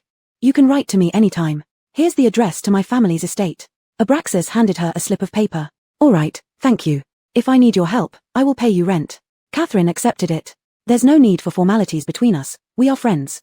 Catherine looked intently at the address on the tag as the boy opposite her suddenly said, "Actually, Riddle does care about you. After you fell into a coma, he spent all his time outside class taking care of you. I know it was the headmaster who assigned him to do so." Abraxas hesitated for a moment and then smiled faintly. "Is that what he told you?" Catherine was slightly puzzled. Wasn't that the case? The headmaster only asked him to notify classmates to visit you when they had the time, not to stay there with you continuously. This time it was Catherine's turn to be stunned. That meant, he stayed there out of his own volition. Chapter 102, Unexpected. But what was he trying to gain? Hadn't he despised being associated with her all semester? Could it be that now, with the vacation here, he was trying to curry favor with her? It didn't make sense. After a year, Riddle had more and more friends, surely he could find somewhere else to stay. Things will go better once everything is out in the open between friends, Abraxas said before returning to his dormitory to pack. Why did he tell me this? Is he trying to get closer to Riddle? Still, Catherine couldn't figure out why Riddle had turned like this after a year had passed. Unlike last year, she boarded the train alone, lifting her luggage by herself, and settled into an empty compartment. Although her relationship with Abraxas was currently good, she knew there were still other pureblood children who disliked her. Catherine saw no need to create unpleasantness for herself at such a time when she was finally going home. After a long while, the door suddenly opened, and the black-haired youth sat down opposite her. He spread out a book and read it silently, not speaking to Catherine. Catherine also remained quiet, occasionally shifting her gaze from outside the window to the book in front of him. After repeated glances, she noticed the signature on the cover wasn't Tom Riddle's but Solius. The name she gave him. Catherine raised her eyes and looked at his deceivingly handsome face. It was impeccable no matter when you looked at it. Do you like this name? Catherine ventured to ask. Have you asked if Shushu liked the name you gave it? Catherine froze for a second. If he hadn't mentioned it, she almost forgot about the pitiful little spider since spiders didn't require much emotional company and could catch their own bugs to eat. Well, obviously I haven't, it wouldn't have any way to answer me. The Bible is an excellent book, he unexpectedly commented. Could it be that you also have faith? Catherine blurted out. This brought an unwelcome glance from the young man, his eyes flickering with a trace of sarcasm. Am I capable of having faith? Am I so different from everyone else? Catherine realized belatedly that she had said the wrong thing. She pursed her lips, thinking deeply. What I mean is, I thought you were an atheist. I am indeed an atheist. But faith is another matter. In any case, I'm glad that the name has your approval. It was unexpected for her. He extended his hand and pushed a bag across the table toward her. This is for rent during the holidays. Catherine stared at the bag. Inside were golden galleons. Where did you earn money from? Many students need answers to some questions from me, so I charge them for tutoring lessons only. A private tutor? Catherine arched an eyebrow. I'm not the landlord, so what's the point of giving me money? You're the one who found the place, after all. I thought you'd choose to live by yourself this holiday, Catherine said. It costs too much to live alone. Renting with others can reduce costs. And if it's someone else, it might as well be you. He said quickly. Catherine didn't know how to respond. Though they had kept their distance for a long time, he even seemed to suspect her drink, yet the person staying beside her, voluntarily spending the holidays together, was still him. Perhaps only after getting his next diary would she understand why. In a distant place. Outside a dimly lit house, a man hid, listening in secret. There should be 2 people inside this room. Master, may I ask how long we'll stay here? A week, the other voice, cold and chilling, replied, maybe longer. The place is relatively comfortable, and our plan can't be implemented yet. Acting rashly before the Quidditch World Cup ends would be unwise. Quidditch World Cup, Master? Wormtail asked. Forgive me, but I don't understand, why must we wait until the Quidditch World Cup is over? Fool, at this time, wizards from all over the world are entering this country, and those busybody members of the Ministry of Magic are fully mobilized. They guard and watch out for unusual activities, repeatedly checking everyone's identities. All they think about is safety, fearing that muggles might notice something. So we must wait. Frank, the eavesdropping man, he unmistakably heard the terms Ministry of Magic, Wizard, and Muggle. Apparently, these words carried mysterious meanings, he had never heard them before. As far as Frank knew, only 2 types of people used coded language, spies and criminals. So, the Master's resolution remains unchanged? Wormtail softly asked. Certainly, Wormtail, the icy voice now carried a threatening tone. There was a moment of silence, then Wormtail's words came tumbling out like a rush of water, as if he were forcing himself to finish speaking before he lost his courage. It can be done without Harry Potter, Master. Another silence followed, longer than the first, then. Without Harry Potter? The second voice asked lightly. Master, it is not concern for the boy that I speak. Wormtail said, his voice suddenly rising, sharp and harsh. I don't care about the boy at all. It's just I think if we use another wizard, male or female, it would expedite things greatly. If you allow me to leave your side briefly, I can disguise myself easily, and return here within 2 days with someone suitable. I may consider using another wizard, the cold voice spoke softly, not bad an idea. My lord, Wormtail said, much relieved, going after Harry Potter is far too difficult, he is under heavy protection now. So you want to find me a replacement instead? I wonder, perhaps serving me has tired you out, hasn't it, Wormtail? Do you suggest abandoning the original plan merely because you wish to desert me? Master, I never did I mean to leave you. Do not lie to me. The second voice hissed, I know everything, Wormtail. You have regretted coming back to me. I disgust you. I see how you shrink from looking at me. I feel your trembling every time you touch me. Have you forgotten what you told me upon returning? Wormtail began to tremble, and he certainly hadn't forgotten. That impulsive confession of loyalty when he blurted out, my master now is Catherine Nadia. It was that girl who cursed me, Master. Chapter 103, Murder Plot. An unforgivable curse. Do you expect me to believe that a third-year student from Hogwarts could control you with a spell, Wormtail? The voice sounded as if it were laughing. Master, you must believe me. Every word I've said is true, and I am loyal to you. What kind of loyalty? You're just a coward. If you had another place to go, you'd never come here. And me, I need you to feed me every few hours. How could I survive without you? Who would feed Nagini milk? But you look much stronger already, Master. Lies. The second voice whispered softly, I haven't grown stronger. Your careless care has drained what little strength I regained in just a few days. Be silent. Wormtail, who was stammering and babbling nonsense, immediately fell silent. For a few seconds, Frank could only hear the crackling of the fire. Then the second voice spoke again, very quietly, like a hissing sound from deep within the throat. I have my reasons for using that boy, as I've told you before. There's no one else suitable for this purpose. I've waited 13 years, waiting a few more months won't hurt. As for the tight protection around him, I trust my plan will work. All I need from you now, Wormtail, is a little courage if you don't want to experience the wrath of Lord Voldemort. Master, please let me speak, Wormtail said, panic evident in his voice. As we moved forward, I've repeatedly reconsidered this plan in my mind, Master. People will soon notice Bertha Jorkins' disappearance, and if we continue this way, if I kill someone. If. The second voice hissed, if? If you follow my plan, Wormtail, the Ministry of Magic will never find out about any other deaths. Just act quietly and stealthily without drawing attention. I wish I could do it myself, but alas, given my current state. Wormtail, once one more person dies, there will be no obstacles left on our path to Harry Potter. And I haven't asked you to act alone. By then, my faithful servant will join us. I'm a faithful servant too, Wormtail said, with a hint of annoyance in his tone. Wormtail, I need someone smart, someone absolutely loyal to me, unwavering in devotion. Unfortunately, you fail on both counts. It was me who found you, Wormtail replied, irritation clear in his voice. It was me who brought Bertha Jorkins to you when I arrived, even though I was crippled at the time. True enough, the second man said in a teasing tone. So you mean, that girl named Catherine Nadia injured you so badly? Wormtail hesitated for a moment before responding bitterly. Yes, she started assaulting me as soon as they began questioning me. But she wasn't skilled enough to hurt me that much. The final serious blows came from Snape. The man paused thoughtfully for a while, breathing slowly. To be honest, since Wormtail mentioned that name, he felt an odd familiarity, a vague sense of dislike or some indescribable emotion. If possible, he wanted to meet this girl. In the corridor outside, Frank suddenly realized his hand gripping the cane was soaked with sweat. This man with the cold voice had killed someone. He talked about it without a single trace of remorse, almost jokingly. This man was dangerous, a ruthless killer. And he was still planning to murder more people, including that boy named Harry Potter. Frank knew he needed to contact the police right away. But the icy voice spoke again, and Frank remained rooted to the spot, frozen stiff, straining to listen. One more death, and Harry Potter's fate is sealed, Wormtail. That's all there is to it. Wait, did I just hear Nagini's voice?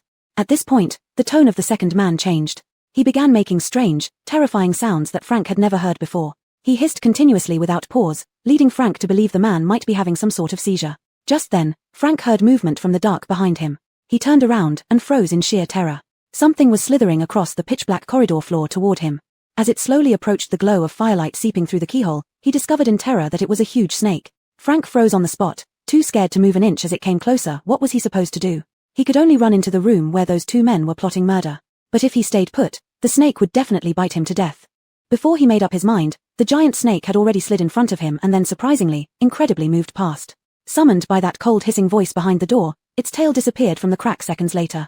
Frank's forehead was already beaded with sweat, and the hand gripping his cane trembled uncontrollably. Inside the room, the icy voice continued hissing. Frank suddenly had a strange, absurd thought. This person could talk to snakes. Frank regretted stepping out now. All he longed for at the moment was hugging a hot water bag and going back to bed. But his legs wouldn't obey him. He stood there shivering uncontrollably. Nagini has brought an interesting piece of news, Wormtail, the cold voice said abruptly. Is it so, Master? Wormtail asked. Of course, the voice replied. According to Nagini, there is an old muggle standing outside this room, listening carefully to everything we say.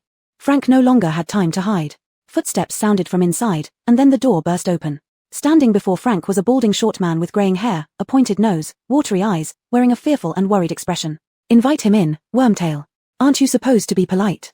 That cold voice emanated from the ancient armchair in front of the fireplace, though Frank couldn't see the speaker.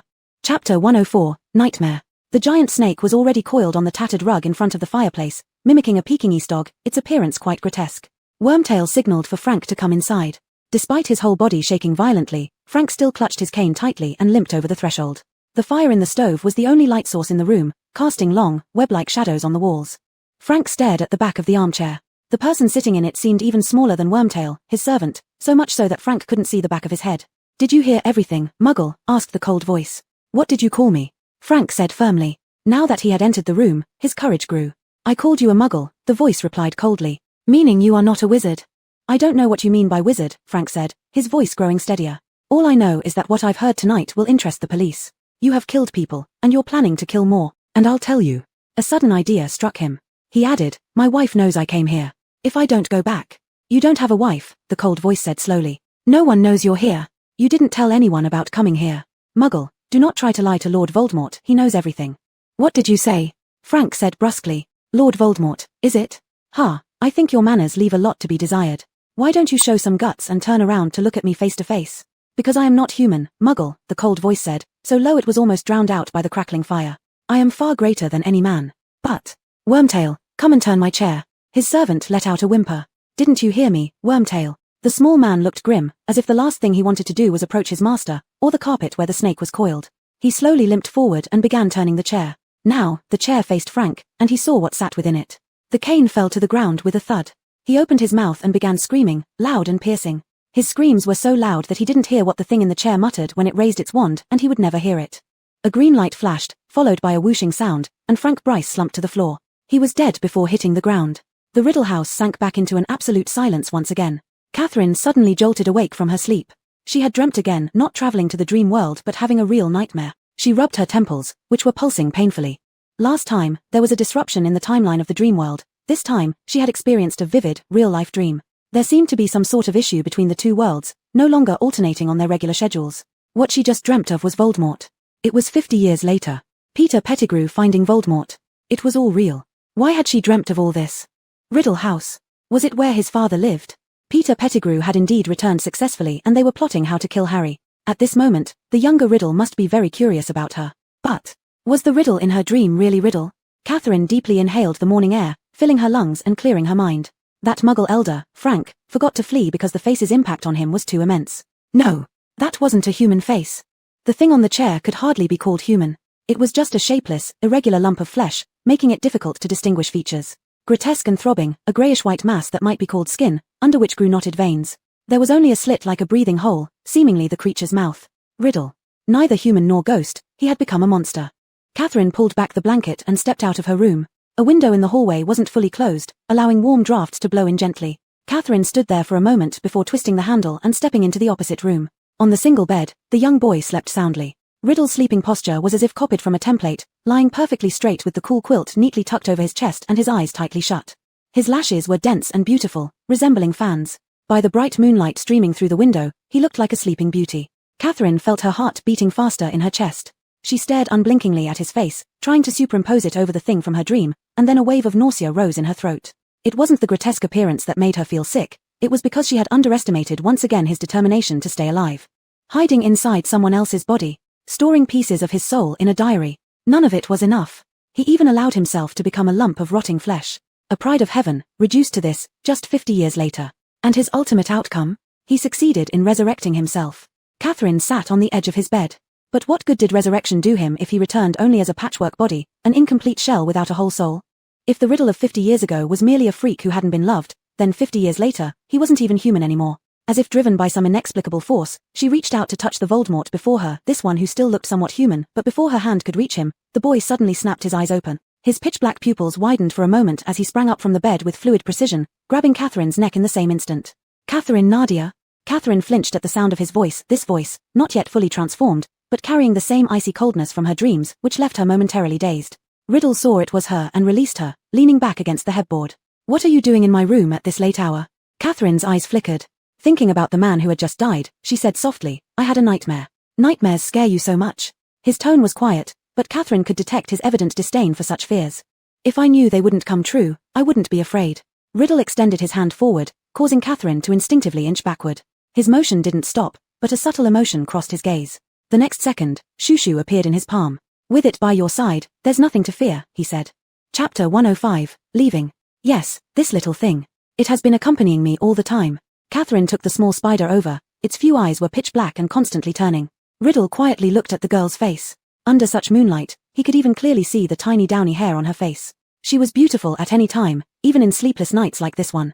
But apart from the perfect image she always projected at school, Catherine, wearing her pajamas with messy hair, seemed more real somehow. Late night, insomnia, visiting his room, these elements combined to form a Catherine that he hadn't seen before, someone who appeared fragile. A strange feeling washed over Riddle's heart. In the past, he wished Catherine would be smart and capable, not dragging him down. But today, the girl in front of him seemed to need him in some way, and instead of disappointment, he found it somewhat pleasing. What were you trying to do just now? He suddenly shot back. Catherine was honest. I wanted to touch your face. The teenager frowned, and a multitude of expressions flashed in his eyes that Catherine couldn't understand. Afraid he would misunderstand her, she quickly explained, there was a person in my nightmare, someone whose face was destroyed, so I acted out of instinct. For girls, appearance seems very important, Riddle said casually, relaxing his brows again after speaking. It's naturally nice to look beautiful, but I believe girls should value their other qualities more. Catherine disagreed with his statement. Still, no matter who it is, we should cherish our own bodies. It's just a skin. As long as it works, it's fine, he thought nothing of it. Indeed, for him, even if he turned into a lump of mud, as long as he possessed power, he would still find servants willing to serve him. But it's because those people feared him, not truly willingly. Take Peter Pettigrew, for instance. If he had a choice, he would certainly not choose to come back. If he didn't return, he could only die or live in Azkaban with Dementors forever. Though it was just a brief glance, Catherine remembered the trembling hands and repulsion in Peter Pettigrew's expression. And before his disfigurement, Riddle had been someone who inspired heartfelt admiration. Unfortunately, human hearts can't withstand tests. She turned her head and gazed at the full moon outside the window. The steadfast friendship facing terrifying werewolves, such unwavering affection, Riddle might never possess in his lifetime. Riddle showed a hint of curiosity, tilting his head slightly like a Maine Coon cat. Tests? Yes, when you no longer possess your good looks and positive traits, what kind of people will remain by your side? He chuckled lightly. Does it matter? Only incapable people would concern themselves with such matters. Catherine looked at him complexly. Do you mean as long as someone stays by your side, their sincerity doesn't matter? Riddle fell silent. His dark eyes stared at the young woman for a long while. Then he finally spoke. Having no alternative is the best choice. No alternative? Such a no alternative. I thought people would love the feeling of overcoming all obstacles and choosing the only right answer in a multiple-choice question, Catherine murmured softly. That's unrealistic, Catherine. A person gives up all other options and chooses just one because it's obviously the best option. If other answers are better and more tempting, then their choices will change. Riddle smiled skeptically. Don't tell me you're willing to take such risks. There is risk in everything in this world, and no one can foresee everything perfectly. Catherine gazed at his eyes. And I believe there must exist people in this world who, despite knowing another path may be better, would still choose this one path. Sorry, I don't understand what you mean. To choose worse when others are better. The boy's tone carried a trace of impatience. To put it another way, there are people who don't have to be perfect, yet I would still choose to treat them kindly, Catherine said, clearly aware that Riddle couldn't grasp her line of thinking. Catherine sighed softly. It's too late. I shouldn't bother you anymore. She had just stood up when Riddle asked, why did you choose to be friends with me after coming to Hogwarts? She stopped in her tracks. Actually, this was a question Catherine had pondered over. If she hadn't come here with a purpose, would she have chosen to stand by Riddle's side? The answer was affirmative because Riddle was exceptional. Although he indeed exuded an incomprehensible sense of danger, there was no fault to find whether academically or in terms of personal charisma. But if asked now, because I think we are both similar and different, she replied without looking at him. So, if you wake up tomorrow and find me transformed into a creature as ugly as a goblin, you would leave me. It wasn't phrased as a question but a statement. His voice betrayed no emotion, as though it were the most ordinary sentence in the world. I thought that after your earlier words, you wouldn't ask me such a question again, because whether I say yes or no, you wouldn't believe me. I can tell when someone is lying or telling the truth, Catherine. He spoke indifferently. This question isn't very important. I was just asking casually. Do not deceive Lord Voldemort. That cold phrase echoed in Catherine's ears once more. Catherine closed her eyes briefly before answering. If your transformation into such a form is due to harm inflicted by others, I will not leave you. But if it happens for other reasons, then even without this change, I still might. Riddle's eyes narrowed slightly, like a snake contemplating its next move. You're acting strange tonight, Catherine. Your words always seem to hide something. Maybe it's because of that nightmare being too frightening. Tomorrow, everything will be fine, she said, thinking the conversation had come to an end. Unexpectedly, the teenager stepped down from his bed and approached her. Riddle was now significantly taller than her, and she could feel an oppressive aura emanating from him. Do you not remember why I didn't like talking to you last semester? His voice was close, his breath near hers. So it seems you want to tell me why. Catherine raised her eyes to look at him. He was dressed in a thin nightgown she had bought for him, silk material, very smooth, exposing his collarbone. His skin was whiter than many girls', and since the fabric was so slippery, his nightgown had slipped somewhat on one side. If one looked carefully, they could see the beginnings of a matured figure in the young man. Had it not been for Catherine, any teenage girl going through puberty would probably have turned red and rushed out of the room. To be honest, I'm not entirely sure myself. He stood there and said so. But I distinctly knew just now I detest hearing you use the word leave. Chapter 106, Quidditch World Cup. Catherine's breath caught for a second. It was the first time she had sensed such an overwhelming emotion from him. She was a bit surprised, and her first reaction was to wonder if she hadn't woken up from a dream yet. Last semester, I got all the attendance rosters from the professors. I spent days and nights flipping through them but never found my father's surname. I was abandoned, and they left no trace for me. Riddle's lips opened and closed, speaking the hardest words any child in the world would face, and it sounded somewhat pitiful. At that time, I didn't know anything, nor could I resist. But things are different now, Catherine. Shouldn't I have the right to decide who holds the power to leave? Catherine looked at the boy's delicate features, which revealed a deep melancholy only visible when he wasn't around teachers or classmates. She had an illusion. This person seemed to be seeking her sympathy. Not everyone in this world is brave, perhaps those who abandoned you were just cowards. Yes, but whose fault is such cowardice? Can I change their cowardice? No, I can only change myself. Riddle said each word deliberately. Catherine thought it absurd, but in that moment, she suddenly understood Riddle's thoughts. To repeat the helplessness of being abandoned by one's parents. If it were her, she wouldn't gamble on human nature either. Rather than pondering whether the people she meets are cowards, she should simply figure out how to control them. So that's the logic. It's better to not seek genuine emotions because sincerity is ultimately useless. Suddenly, she felt her mind becoming confused. It's late, you should go to sleep. I found a part-time job further away, but with higher pay. You don't need to wait for me for dinner recently, Riddle said. Catherine vaguely felt something different about Riddle tonight. Maybe his act of vulnerability in front of her was just pretense, but his words indeed fit Voldemort's logic, so she believed there was some truth in what Riddle said. The next day, when Catherine woke up, she realized she almost forgot that Ella had sent a letter several days ago saying she'd come to pick her up today to watch the Quidditch World Cup. The long-awaited day had finally arrived. This time, Ella came personally, with Draco making small complaints on the side. A big person like her still needs someone else to pick her up. Ella nudged him with her elbow. Even if I don't depart with you and Uncle Lucius, I don't even know where the Quidditch stadium is. Catherine couldn't help but feel embarrassed. Lucius. She could only pray that Lucius didn't know what she did at school. Ella seemed to sense Catherine's nervousness and patted her hand, leaning close to whisper, "Don't worry. Even with all the trouble I've caused, Uncle Lucius can't do anything to me. We're still just kids after all." She smiled sweetly. This time, their means of transportation was the portkey, which felt similar to flu powder, not great experiences. Although it was many times faster than human transport, Catherine really disliked the dizziness and weightlessness. "This time we're setting up our own tents. I prepared 2 huge ones so you can sleep in the tent next to mine," Ella said. Her parents also came along, though they weren't there yet. Catherine nodded, catching sight of a boy following his family as they walked over. Her eyes lit up, and she waved her hand, calling out, "Theodore." The middle-aged man beside him was dressed in a navy blue suit, impeccable from his tie to his leather shoes, and bore a resemblance to Theodore. It must be his father, Mr. Knott Sr. Theodore smiled and nodded at Catherine. Mr. Knott glanced briefly at Catherine's face but didn't linger, instead heading straight to talk with Lucius and Ella's parents. Once they entered the Muggle territory, they couldn't casually use magic. The utensils Muggles used to prepare breakfast were laid out. They had to grill their food themselves, cooking vegetables and meat. Catherine saw many wizards trying to use their wands to ignite wood by friction, and she wished she could walk over and tell them it wouldn't work. Without magic, many wizards couldn't even manage daily life. "Oh, is that how it works?" Ella held a long pair of tongs, turning the raw meat on the heated-up grill back and forth. Smoke from the grilling pan sizzled loudly, spitting out many oil droplets. Draco was chatting with others one moment and the next moment seeing this immediately rushed over in alarm. "What are you doing? Afraid of burning yourself?" "It's not that bad." Catherine watched the two exchange playful banter with a slight hint of amusement. It seemed that these two had made rapid progress in their relationship over the holiday. She was very considerate and took the grill to one side to roast food herself. For her, this kind of thing was a piece of cake. The aroma of cooked meat soon wafted around. She specially picked out a plate and walked to Theodore, whose tent was very close to the Malfoys. "Try it. I roasted it myself." "Thank you, Catherine." Theodore smiled and said, today he was wearing sportswear which was quite different from his usual appearance at school. The white sports outfit highlighted the youthfulness of the young man. Catherine suddenly realized that actually Theodore didn't smile often. Just as she approached, he was lost in thought alone, looking somewhat lonely. At school, most of the time he did things on his own, rarely laughing or showing any expression. However, when he was with her, he always had a gentle smile. Her heart softened involuntarily. He took a bite and nodded repeatedly. "It's delicious. I didn't expect you to have such skills." Catherine waved her hand. "It's just about roasting it well." Theodore took another bite and looked at the girl who was smiling gently and said, "My father is just like that, don't be upset." "I know, I won't care about these little things." Catherine had lived for several hundred years, how could she argue with a human over such matters?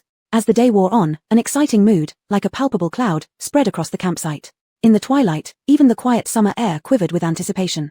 When the night draped itself like a curtain over hundreds and thousands of eager witches and wizards, the last traces of disguise vanished. The Ministry of Magic seemed to yield to the inevitable trend, allowing signs of obvious magic to appear everywhere. Every few steps, there were vendors appearing through apparition, carrying trays or pushing carts filled with strange and curious items. Chapter 107, The Box. There were glowing rose-shaped badges, green ones representing Ireland and red ones representing Bulgaria, they could also scream out the names of team players. There were national flags of both countries, which would play their respective anthems when waved. Additionally, there were little models of flying firebolts.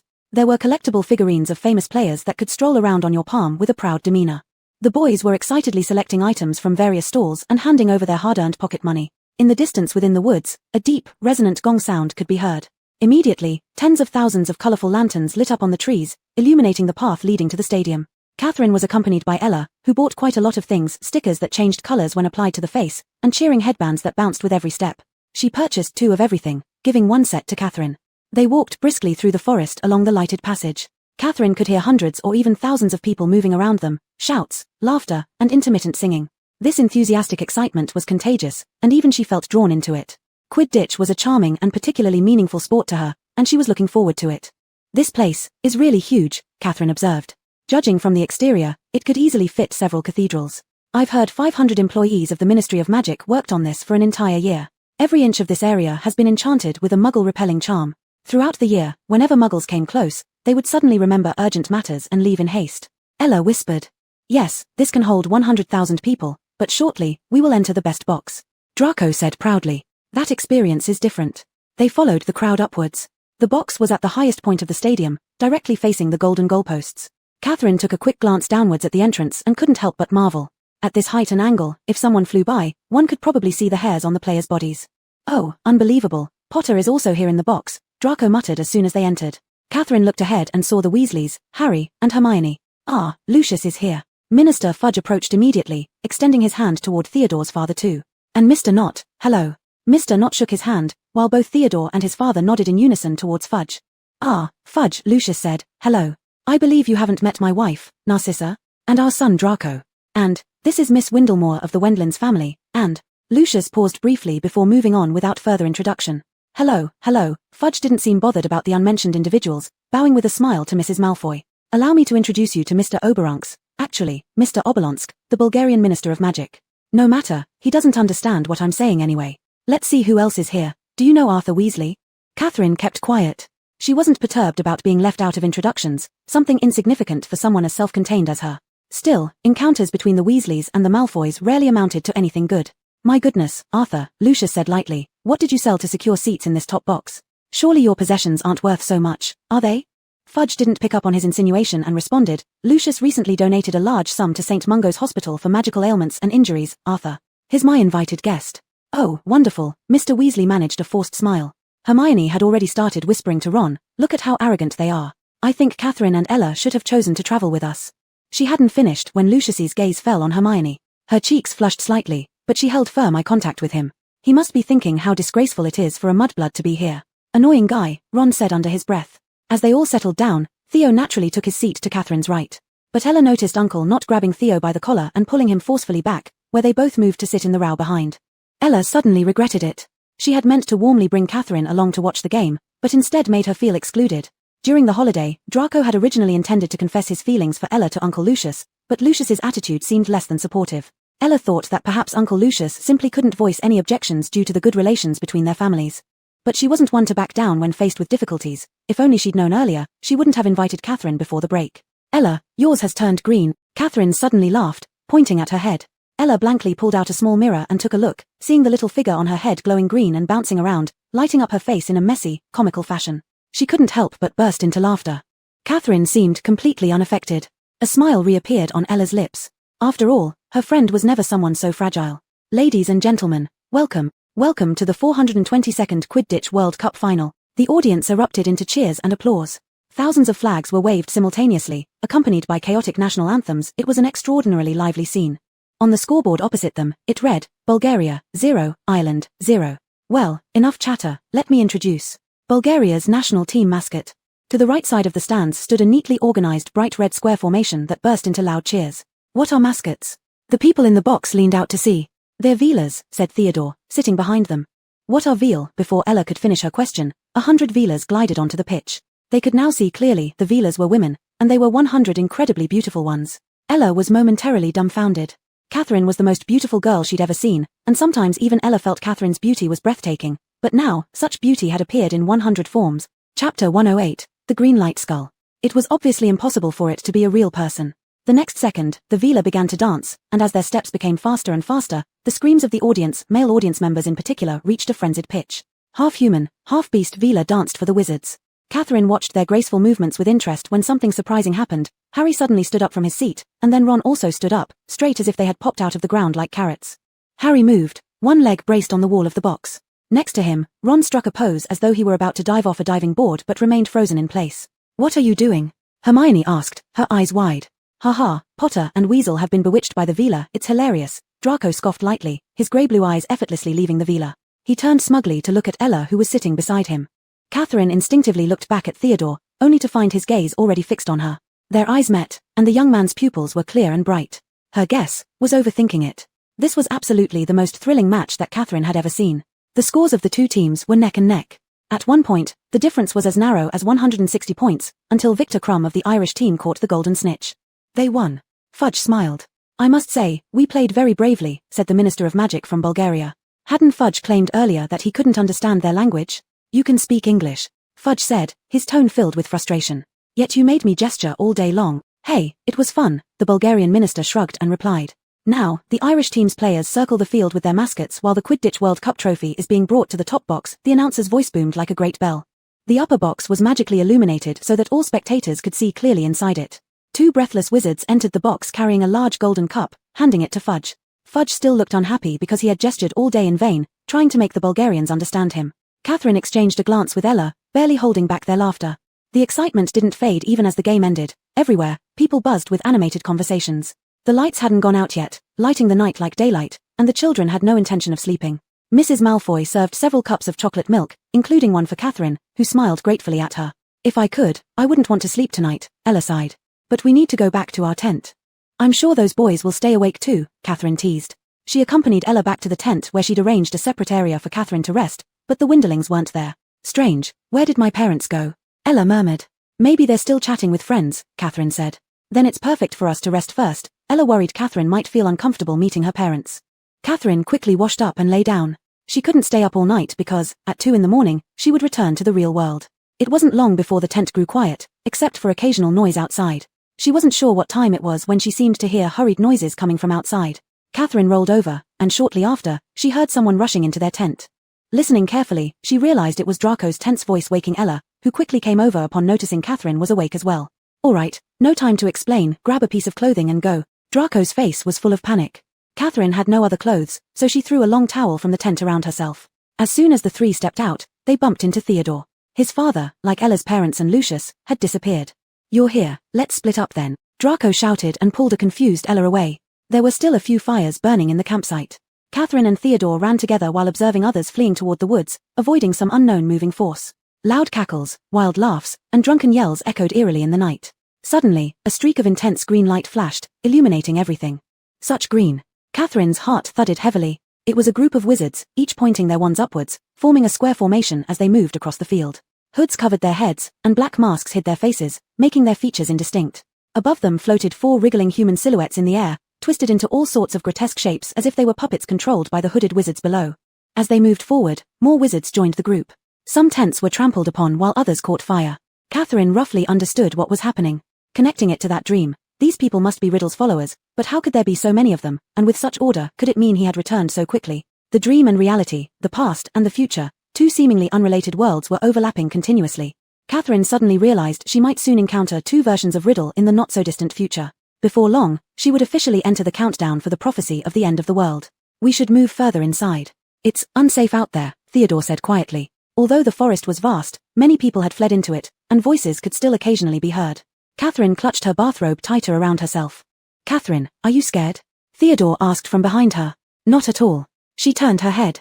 Through the trees, Theodore in his white clothes looked calm as usual, but she thought she could sense an inexplicable sorrow radiating from him. She took a few steps closer to him, and just as she did, an incredibly blinding light exploded above the forest. Catherine tilted her head back. A colossal skull appeared, made up of countless emerald green star-like objects. A huge snake emerged from the mouth of the skull like a tongue. In her sight, the skull ascended higher and higher, shining brilliantly amid a cluster of green mist. Against the pitch-black sky, it resembled a new constellation. Screams erupted all around in the woods because of this pattern. It had risen so high already that it was like a horrifying neon sign lighting up the entire forest. The green light instinctively filled her with fear. It was her natural reaction. Catherine couldn't articulate why, but the cold-induced shivering in her body became uncontrollable now. This is... Catherine murmured. Theodore gazed upward at the enormous skull, his eyes dark. He knew clearly what it was. More so than most others present. Chapter 109, Nocturne Alley. This is the Dark Mark, he said. The symbol of the Death Eaters. This mark indicates that there were Death Eaters here, or at least one person had been. Because once someone bears this mark, it proves they can never escape this identity as long as Voldemort lives. No matter where in the world they are, these people remain his servants. His hand hanging by his side clenched slightly, and his gaze returned. He noticed that the girl in front of him was blankly staring at him. Catherine, he called her name, are you still cold? Catherine shook her head, seemingly lacking energy, with a dazed expression. He observed her for a few seconds on the spot, and a strange feeling emerged from his heart. The girl in front of him seemed like she had lost her soul, and all that was left at a blink was a movable shell. This kind of scene wasn't the first time it had happened during the Chamber of Secrets year. Theodore quickly thought about whether there were any commonalities between these two occurrences. The first time was being surrounded by spiders, and today it was avoiding those Death Eaters. That day she got injured, though it healed, he trusted his own eyes. Today, after carefully observing Catherine, he saw no injury. The only similarity was that both incidents occurred deep into the night. But what could this represent? Nights come every day. Theodore was deep in thought as he spoke. By the way, wasn't the Bulgarian minister amusing today? Kept speaking dialectical English. The girl standing nodded. Yes, he was pretty amusing. Theodore pressed his lips together and took a silent deep breath. He had initially suspected something was wrong with her body, but now he didn't think so anymore. Because the Bulgarian minister hadn't spoken in a dialect, he only spoke English at the last moment of the match. The Catherine standing before him right now was not her. Or rather, Catherine's soul was gone. This was truly incomprehensible. Compared to surprise, Theodore felt more worried. Earlier, he hadn't felt cold in the woods, but now he felt coolness in his palms. If the true soul of Catherine wasn't present in this body, then where had the real Catherine gone? Catherine returned to reality. She didn't know whether to feel relieved or anxious. Both times when she returned, it was with Theodore. She felt relieved because it was fortunate that it was Theodore and not someone else, but she was worried because he might notice something and would definitely be concerned. Besides, she still hadn't figured out who cast the dark mark. The servants chose to humiliate Muggles with a march at the World Cup site, probably because wizarding families from all over would appear here, intending for everyone to see. Such an audacious move without concealment, so typical of him. There came a faint sound outside the door. Catherine snapped back to her senses. This was Riddle getting ready to leave for work. The events of the dream world yesterday reminded her, why would Riddle run so far just because of high wages? Lately, he'd been coming home late and leaving early, surely for another purpose. Catherine listened intently, and shortly after he stepped out the door, she followed, maintaining a distance of several dozen meters. Riddle was very cautious, and she made sure he didn't notice her. After about half an hour, he stopped in front of a wall. Catherine attentively listened for his destination.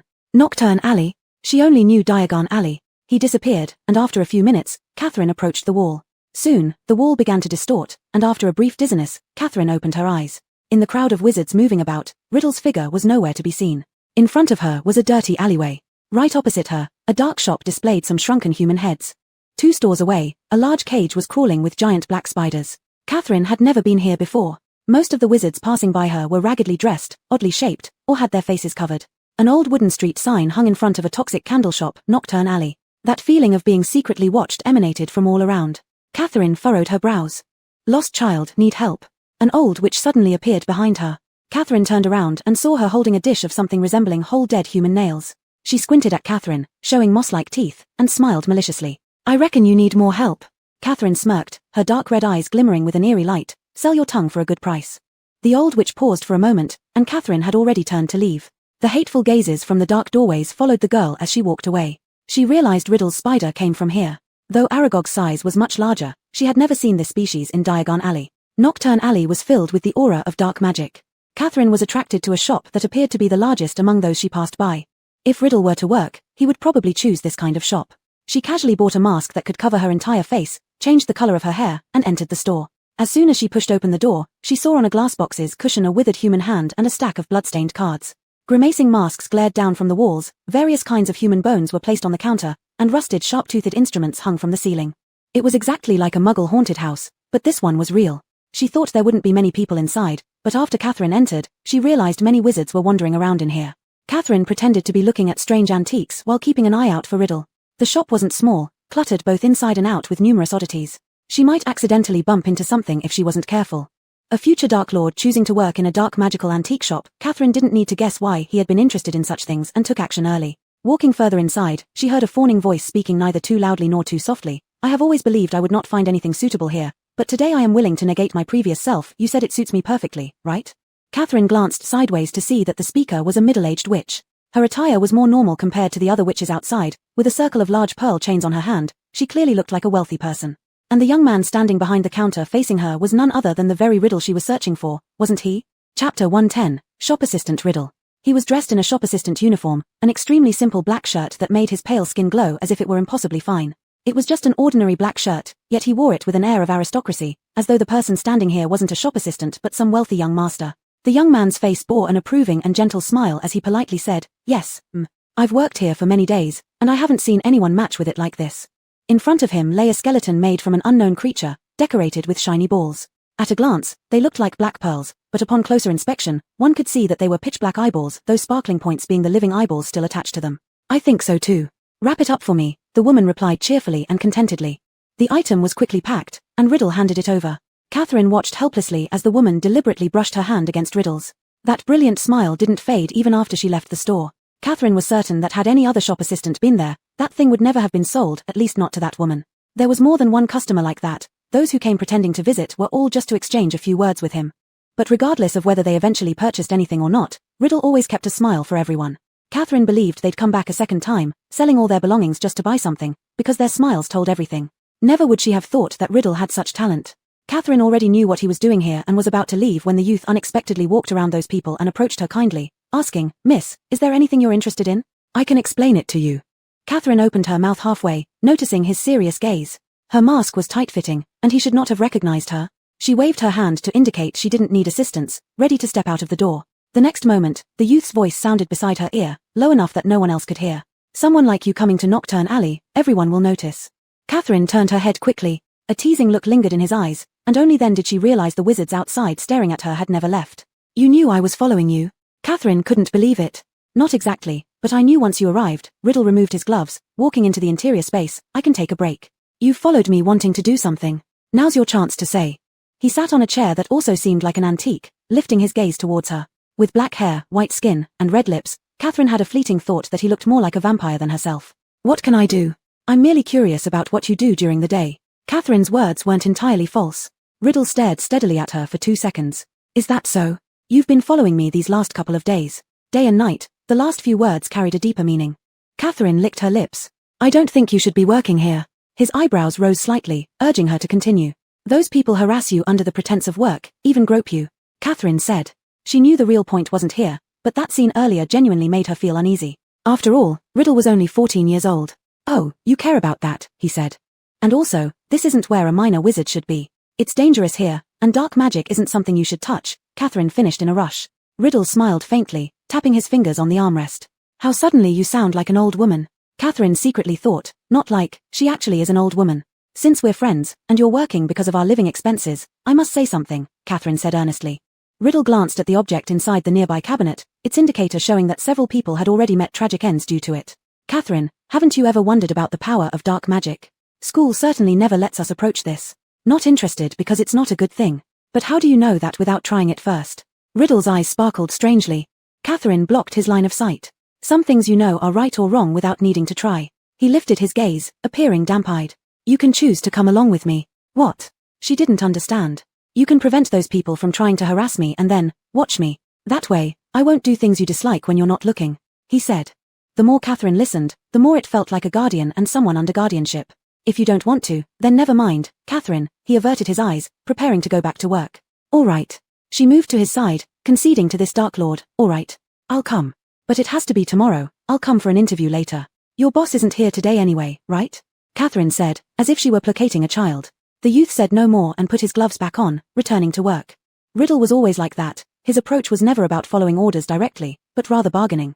Catherine felt an unprecedented sense of anxiety. After the memories from the dream world reloaded, she realized upon waking up that all her responses to Theodore had been full of flaws due to her soulless state. However, nothing else happened that night, and they soon returned to their tent, then went home separately in the early morning.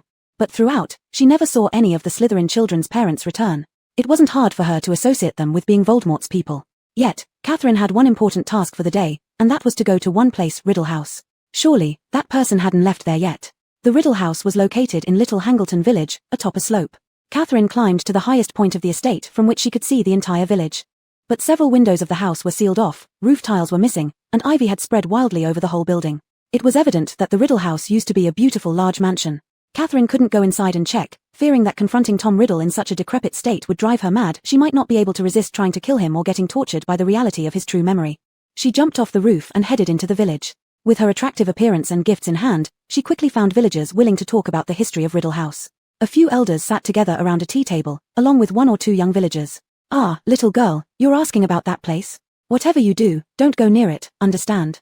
That place, it's very eerie." An elder from the village scrunched up his face and said, "What do you mean eerie?" Catherine asked. There have been deaths inside. Chapter 111, The Riddle House Murder Case. Someone died? Catherine put on a look of surprise. The young man sitting beside the old one chimed in, "Yes, there's no one here who doesn't know about it. But if someone died, didn't the police catch the murderer? That would settle it, wouldn't it?"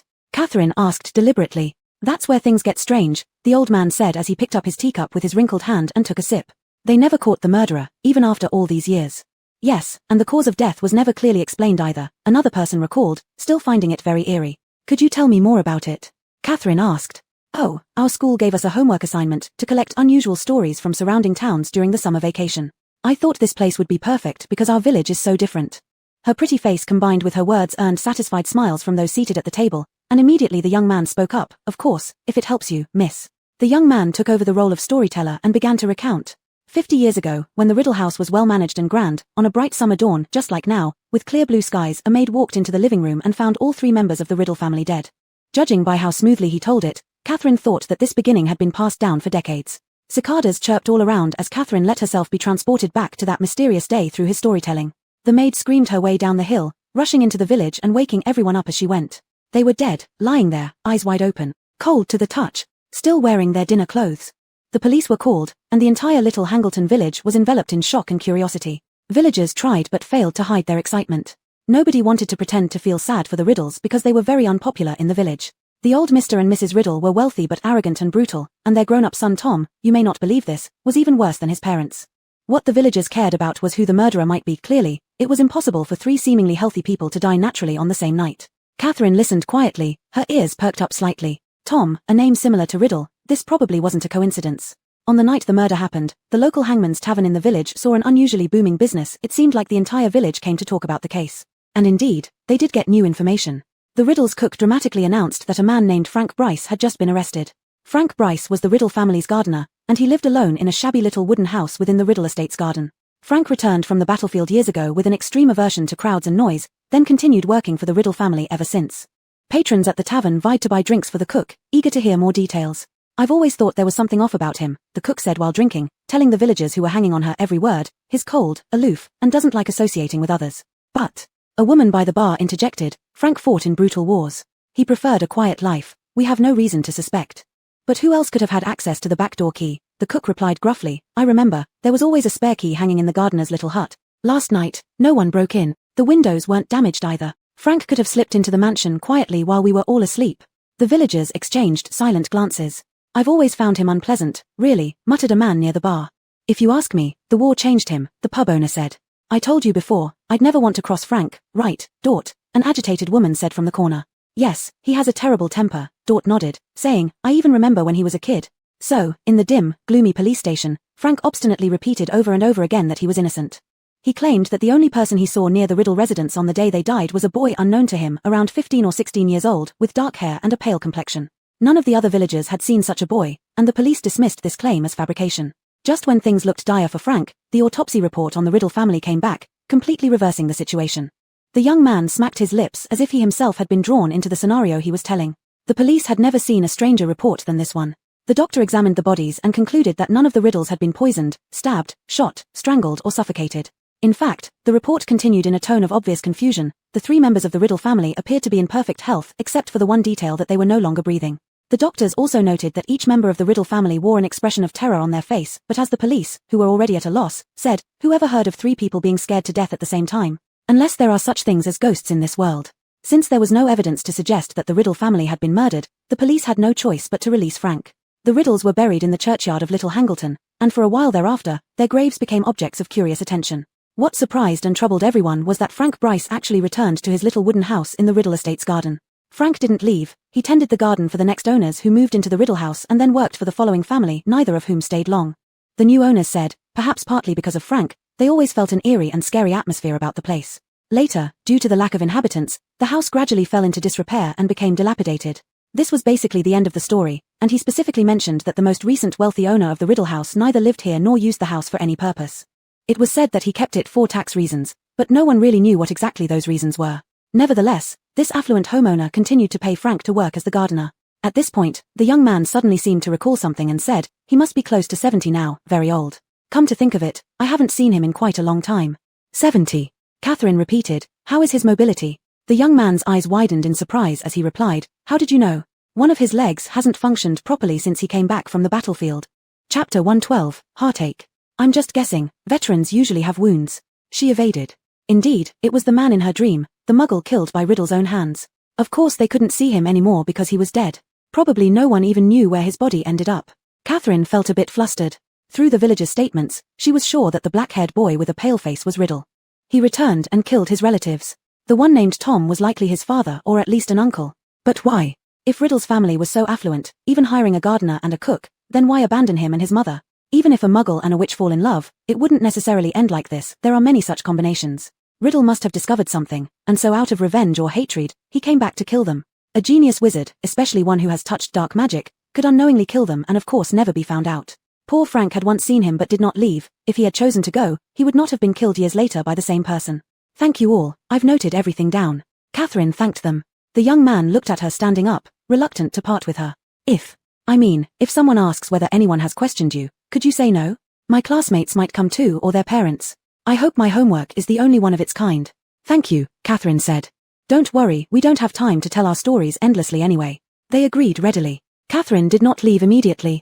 She went back to the gate of Riddle Manor and gazed far away at this eerie building, as if she could still picture its former glory. As if she could see that black-haired youth. With a blank expression, he walked in and slaughtered his own blood relatives. It's no wonder Riddle later on did things that people couldn't understand. If he could kill his own kin without hesitation, what could be left in his heart? But what puzzled her more was the behavior of Riddle's family.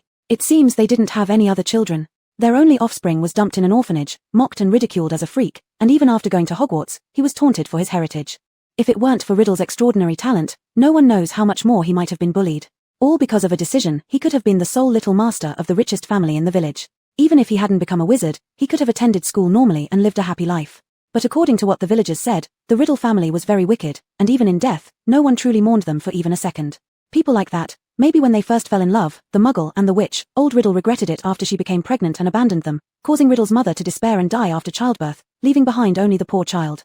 Catherine was deeply preoccupied, her mind filled with these thoughts until the next morning. No matter how bad Riddle's relatives were, killing them was definitely the turning point of his complete downfall. She could not let such a thing happen again. The door was briefly knocked twice. Aren't you getting up yet? She opened the door, and Riddle had already changed into his work clothes, leaning against the edge of her door. He looked at her. For some reason, seeing the youth's dark eyes made a wave of pity well up in Catherine's heart. Back then, the Riddle in the orphanage waited inside the wall for her, probably wanting to prove that in this world, he wasn't the only freak. She had observed the wound on his fingertips, it kept splitting open from time to time. Riddle detested the world. Everyone else and she herself assumed he was confident, which wasn't wrong, but he was also insecure and uneasy. Overconfident people don't fear betrayal or abandonment. Non-inferior individuals don't harm their own bodies. In the past, whenever she saw him standing there, she never felt pity for him. No matter how much she knew about his past experiences, deep down she always thought he was Voldemort, unworthy despite having no prejudice and feeling genuine emotions toward him. A mass murderer didn't deserve empathy. But yesterday, she realized the cruelty fate inflicted upon him. And that cruelty, she may not yet fully understand. Riddle twitched his fingers slightly, sitting upright awkwardly. She simply stared at him, lost in thought. His beautiful eyes carried emotions he had neither seen nor understood before, as if expressing sympathy. He disliked being looked at like that. Just as he was about to ask, she quickly shut the door. Wait a moment, I'll be out soon. Catherine followed him back to Diagon Alley and also changed into her work uniform. Riddle said he had already informed the boss, considering how much profit he had brought to the store. It was no surprise that the boss agreed to let him start working without even an interview. The two of them were together in the shop, and the witches who came to see Riddle were all secretly observing Catherine. The sudden appearance of a female shop assistant forced their thoughts toward the unpleasant.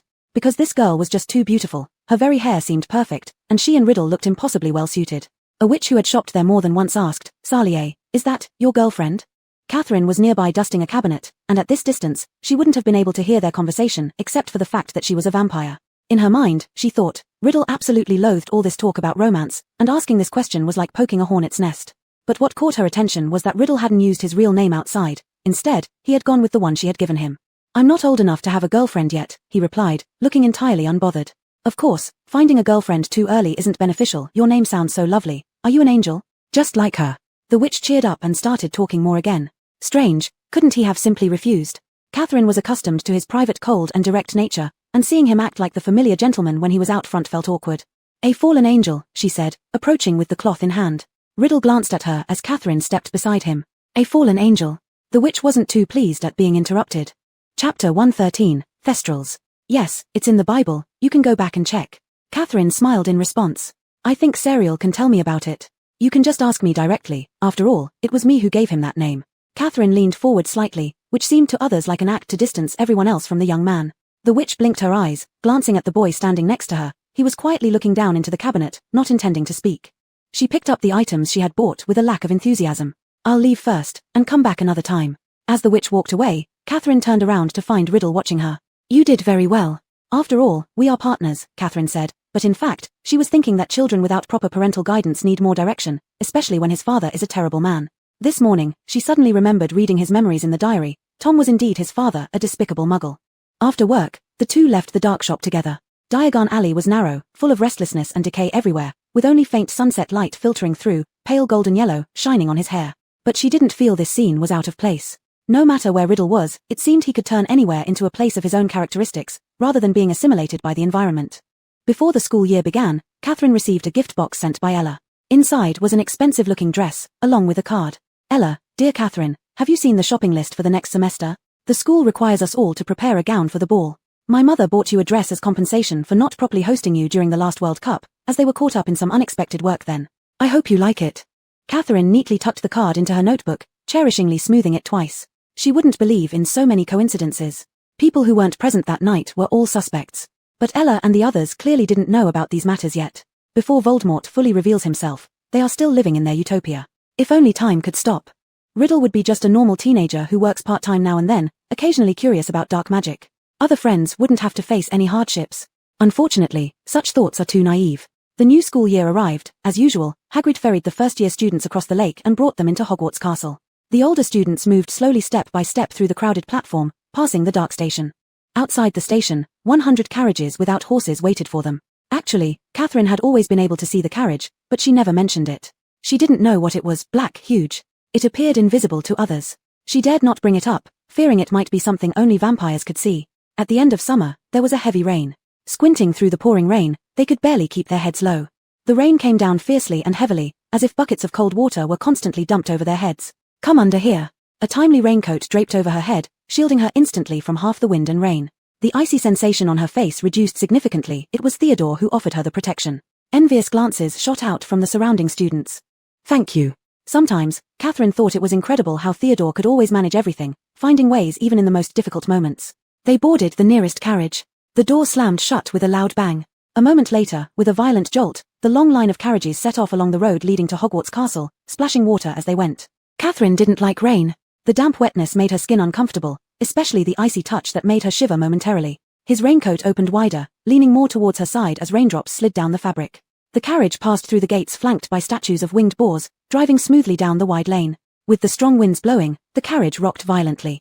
Catherine felt somewhat uneasy because of previous events. She wasn't sure how much Theodore knew or guessed, and worried he might ask her outright before she figured out how to lie convincingly. Can you see Thestrals? Theodore asked quietly beside her as the sound of rolling wheels continued. Catherine paused a moment before understanding what he meant. Thestrals. Theodore reached out, gesturing in front of her vision to the creature before the carriage. It looked thin and skeletal, largely resembling a horse, but with wings like those of a bat, giving it a dark and cold presence. It glanced back after being touched, casting a gentle look at Theodore. Its pitch-black pupils were somewhat different from its appearance. In its gaze, Catherine seemed to glimpse a trace of its innocence. So this is the Thestral. Yes, I guessed as much from your expression. Theodore withdrew his hand. Why can't others see it? Catherine asked. Theodore looked at the Thestral, then paused for a few seconds before answering, because only those who have witnessed death can see the Thestrals. It's difficult for children of this age to have gone through something so heavy. Having witnessed death, Catherine had seen countless deaths. She had even become numb to the birth and passing of life. But now, she had rediscovered her original respect for these two matters because she was half human. Perhaps only under similar circumstances could people understand each other. Theodore must have experienced the parting and loss of his mother.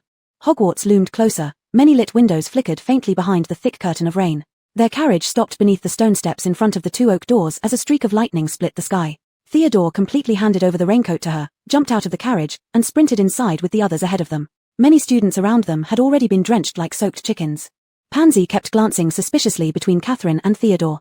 But despite the terrible weather, the great hall remained brilliantly lit, with hundreds of candles floating suspended above the tables, making the golden plates and goblets sparkle brightly. Catherine sat down dry and looked toward the platform where the teachers had taken their seats. Once again, the position for defense against the dark arts was empty. Who would take over after Professor Lupin left? Professor McGonagall placed a 3-legged stool on the ground in front of the first years and put the sorting hat on top. Another year began with the annual sorting ceremony. As the storm raged outside and Catherine started to doze off, the hat suddenly burst into song. It was more than 1,000 years ago when I was newly sown, for renowned wizards met, and their names live on to this day. The brave Gryffindor came from the barren marshes, the beautiful Ravenclaw from the tranquil riverside, the kind Hufflepuff from the open valleys, and the cunning Slytherin from that muddy bog. Chapter 114, The New Professor. They shared a dream, a wish, and devised a bold plan to nurture young wizards into talents, thus founding Hogwarts School. These 4 great wizards each established their own houses, valuing different types of talents in the students they taught. Gryffindor believed that the bravest deserved the highest reward, Ravenclaw thought that the smartest always had the brightest futures, Hufflepuff felt that those who worked hardest were most deserving of a place in the house, while power-hungry Slytherin favored ambitious youths. While the 4 wizards were alive, they personally selected their favored students. But after they passed on, how would the talented students be chosen? It was Gryffindor who came up with the solution. He took me off his head, and the 4 founders infused their thoughts into me. From then on, I would be the one to select and evaluate. Well, put me snugly on your head. That's different from what we've heard before, Catherine muttered under her breath. Suddenly, she realized that this academic year, Hagrid would be starting school. She needed to become friends with Hagrid before Riddle got to know him, in order to prevent the incident of the Chamber of Secrets from happening again. That snake, she had spared its life, so the next time they met, it should at least become her mount across any timeline. After the sorting ceremony, they indulged in all the food on the tables. Due to the sudden cold weather, hot soups became the most popular dishes. Are you all full? Next, I have a few announcements to make, Professor Dumbledore stood up and said.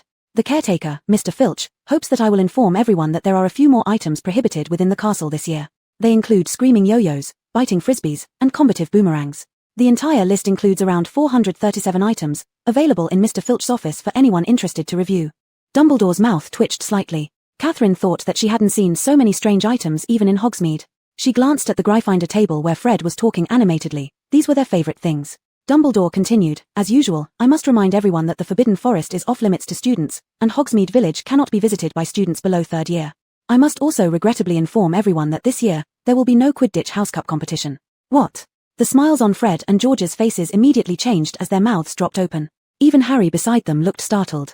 Catherine glanced at her own house table, and Draco, a Quidditch enthusiast, showed no reaction. This is due to a major event starting in October which will last throughout the academic year, occupying much of the teachers' time and energy, but I believe that you'll all find great joy in it. It gives me great pleasure to announce to all of you, this year at Hogwarts. At that moment, an ear-splitting thunder roared, and the door of the great hall slammed open. Catherine looked over and saw a man standing at the entrance, leaning on a long staff, cloaked in a black travel cloak. Suddenly, a fork-shaped lightning streaked across the ceiling, lighting up the man's face vividly. Daphne let out a low gasp. It wasn't surprising that she reacted strongly. The face was indeed terrifying enough. It looked as if it had been carved out of a piece of rotten wood by someone with only a vague concept of how human faces should look. His skin was wrinkled, as if he'd suffered more than one severe injury. His mouth looked like a crooked slit, and his nose caved inward where it should have bulged outward.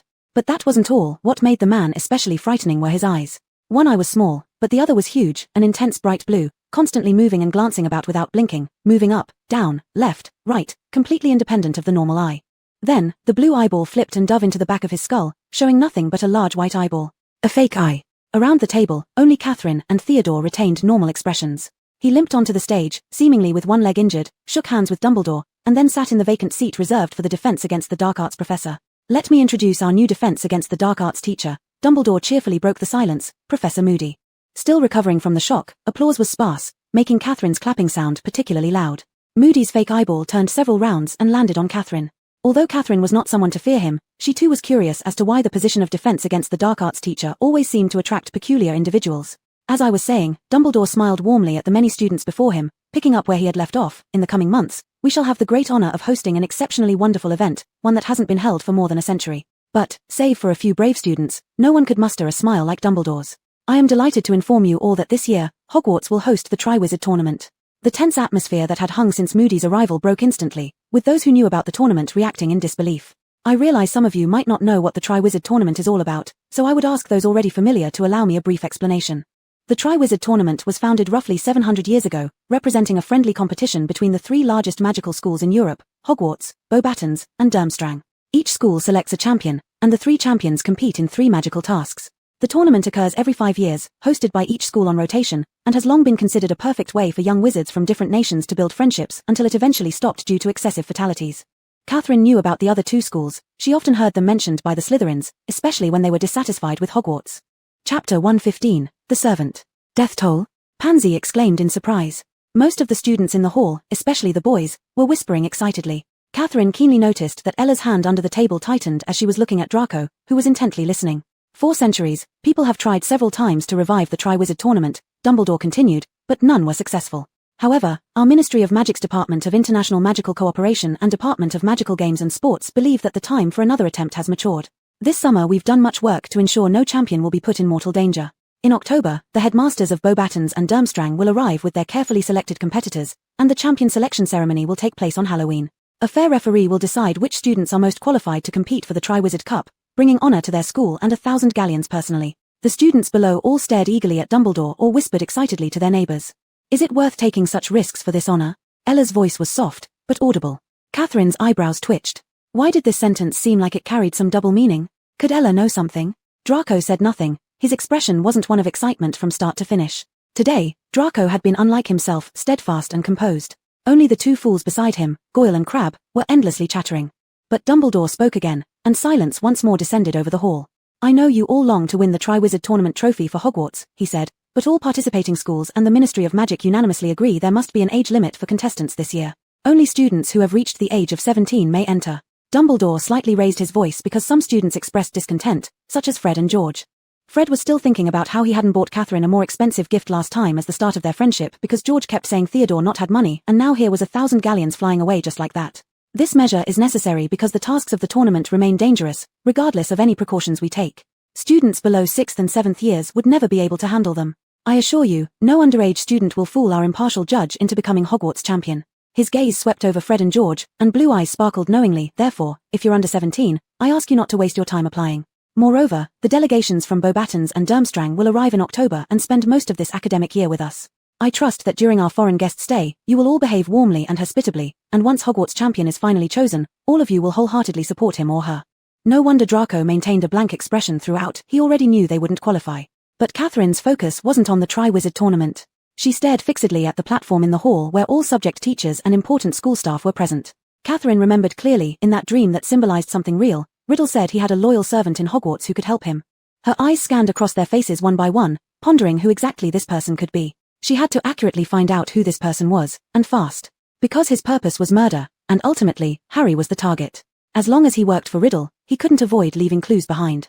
Catherine believed this, especially under the close scrutiny of both Dumbledore and herself. Though Riddle wasn't someone you'd think you truly understood easily, in this world, if Catherine said she didn't understand him, perhaps no one else dared say otherwise. After the opening ceremony ended, they left the Great Hall.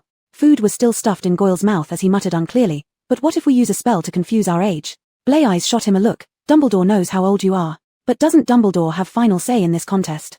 Isn't there supposed to be a fair referee? Asked Crabbe. No matter what, you two don't stand a chance. You probably know less magic than first years. Do you want to go in there waiting to be turned into ashes? Pansy's sharp tongue came out once more. Goyle mumbled a few inaudible sentences in dissatisfaction. Who wouldn't want to fight for their family's honor? Look at the Gryffindor table, every single one of them is itching to try. Draco, why aren't you saying anything now? This kind of competition isn't that easy to fool, Draco said coldly. Buckbeak was fine, and Hagrid's lessons had returned to normal. Catherine couldn't help but recall how he looked during the start-of-term ceremony in the real world when she saw the large man before her now. There were quite a number of new students, and kids of this age all appeared to be around the same height, making it hard to find someone specific. But her efforts were rewarded soon enough. She spotted little Hagrid among the group of children. His size and physique were definitely more robust than those of his peers, yet he looked incredibly adorable, round and cute, with Hagrid's uniquely pure eyes, just as recognizable as they would be decades later. He, like the other children, stared curiously at this magical academy. However, since Hermione mentioned the time turner to her, Catherine began to question altering history. Her name had already appeared in the diary, signifying that the real world existed, and these remnants left by time had successfully persisted into the future, the dream world. Assuming she changed the Chamber of Secrets events so that young Hagrid continued his education at Hogwarts, then many things in the dream would have to change too. The person fetching Harry for school wouldn't be Hagrid, the groundskeeper wouldn't be Hagrid, and the teacher for this class might not be him either. These changes would ripple out and lead to countless more differences. Only then did she truly understand her mother's intentions. Major developments should not be altered lightly unless one can confirm all the consequential changes will be positive. Given the timeline has already unfolded with the chamber being opened, if she changed that, would the future collapse? She didn't know. For the first time, fear crept into her mind, and now she no longer dared to experiment. She could no longer treat the people in this time as mere futures without concern, nor leave only exploitation behind in her relationships with them. Surrounding students murmured complaints, pulling Catherine back from her thoughts. In front of her, the large box contained creatures Catherine had never seen before. What are these? Catherine pointed at them and asked Theodore. Chapter 116, A Strange Planet. Theodore slightly covered his nose and said, blast-ended scroots. Catherine almost forgot that he had a severe case of germophobia. They looked like deformed, shell-less lobsters, greyish-white and slimy, with numerous legs stretched out in all directions, making it impossible to see where their heads were. There were about 100 of these scroots in each box, each around 6 inches long, crawling over each other, bumping aimlessly against the sides of the box. At the same time, they emitted a very strong smell of rotten fish and shrimp. Occasionally, the tail of a blast-ended scroot would shoot out some sparks, followed by a soft pop, after which the scroot would move forward a few inches. Hatched just now, Hagrid said proudly. You can raise them yourselves.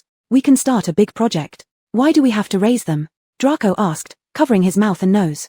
Hagrid seemed stumped by the question. I mean, what do they do? What's their purpose? Hagrid stood with his mouth open, as if struggling to think. That's for the next lesson, Malfoy. For today, you'll just feed them. I haven't raised them before, so I'm not sure what they like to eat. I prepared ant eggs, frog livers, and green snake. Try a little bit of everything to see if they'll eat it. Even these foods scare me. Ron had an expression as though he wanted to vomit. Catherine couldn't help but find amusement. Hagrid was really good at doing things that made people laugh or cry. She inspected and even doubted whether the scroots had mouths at all. She could tell that children who were close to Hagrid, such as Hermione and Ella, only endured the fear and disgust because of their friendship with Hagrid. However, if these animals were properly fed, they might play a significant role in certain racial wars. Their outer skin was covered with spikes, and they occasionally exploded, definitely qualifying as dangerous weapons. Catherine couldn't help but think this.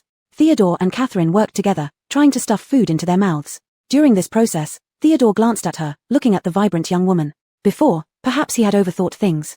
People who could see thestrals not only had to face death but also understand the meaning of it. Those who were indifferent to death wouldn't be able to see them.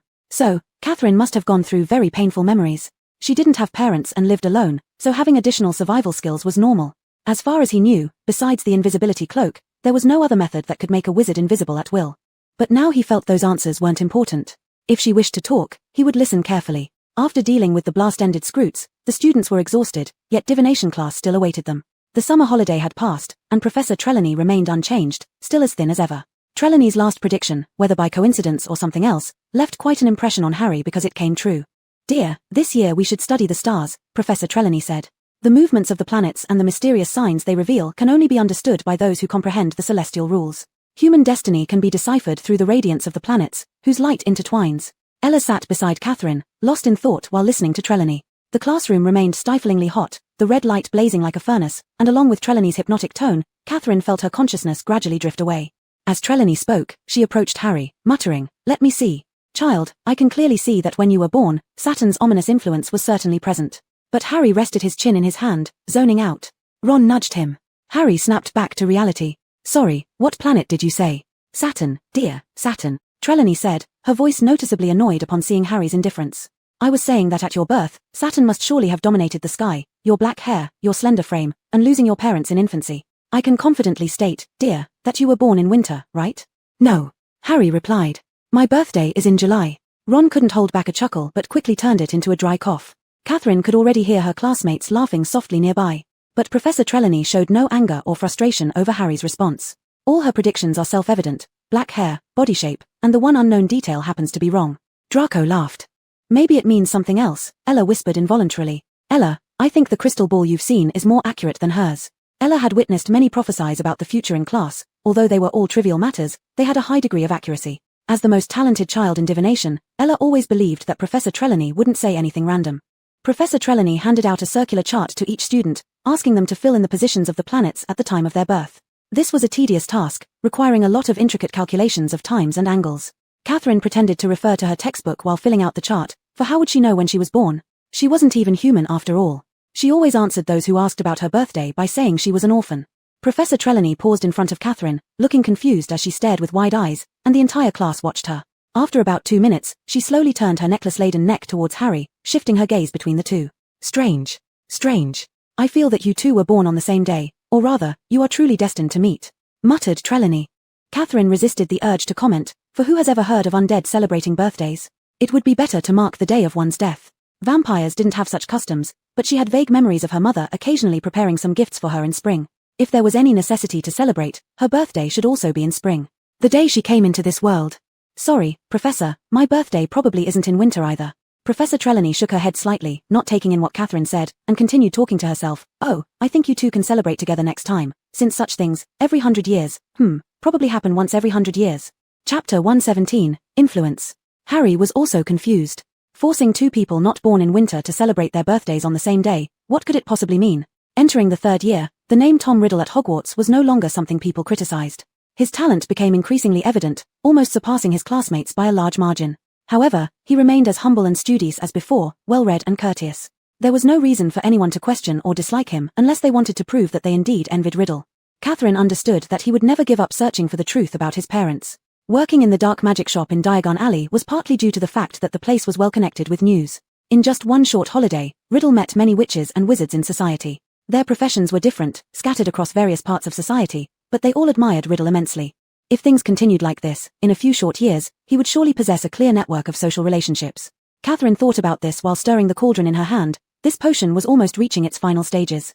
Today's lesson was about Polyjuice Potion, a formula Catherine had used a long time ago, but back then her effects could only last 1 to 2 hours. Now, with her professional skills, this potion could probably last around 6 hours. Seeing Catherine operate skillfully, Slughorn rubbed his hands and approached her, staring at her cauldron and smiling widely. Excellent, Catherine. Such a complex potion, and you've done so well on your first try. I must say, today you've outdone even Tom. As soon as these words were spoken, almost everyone in the class turned to look at her.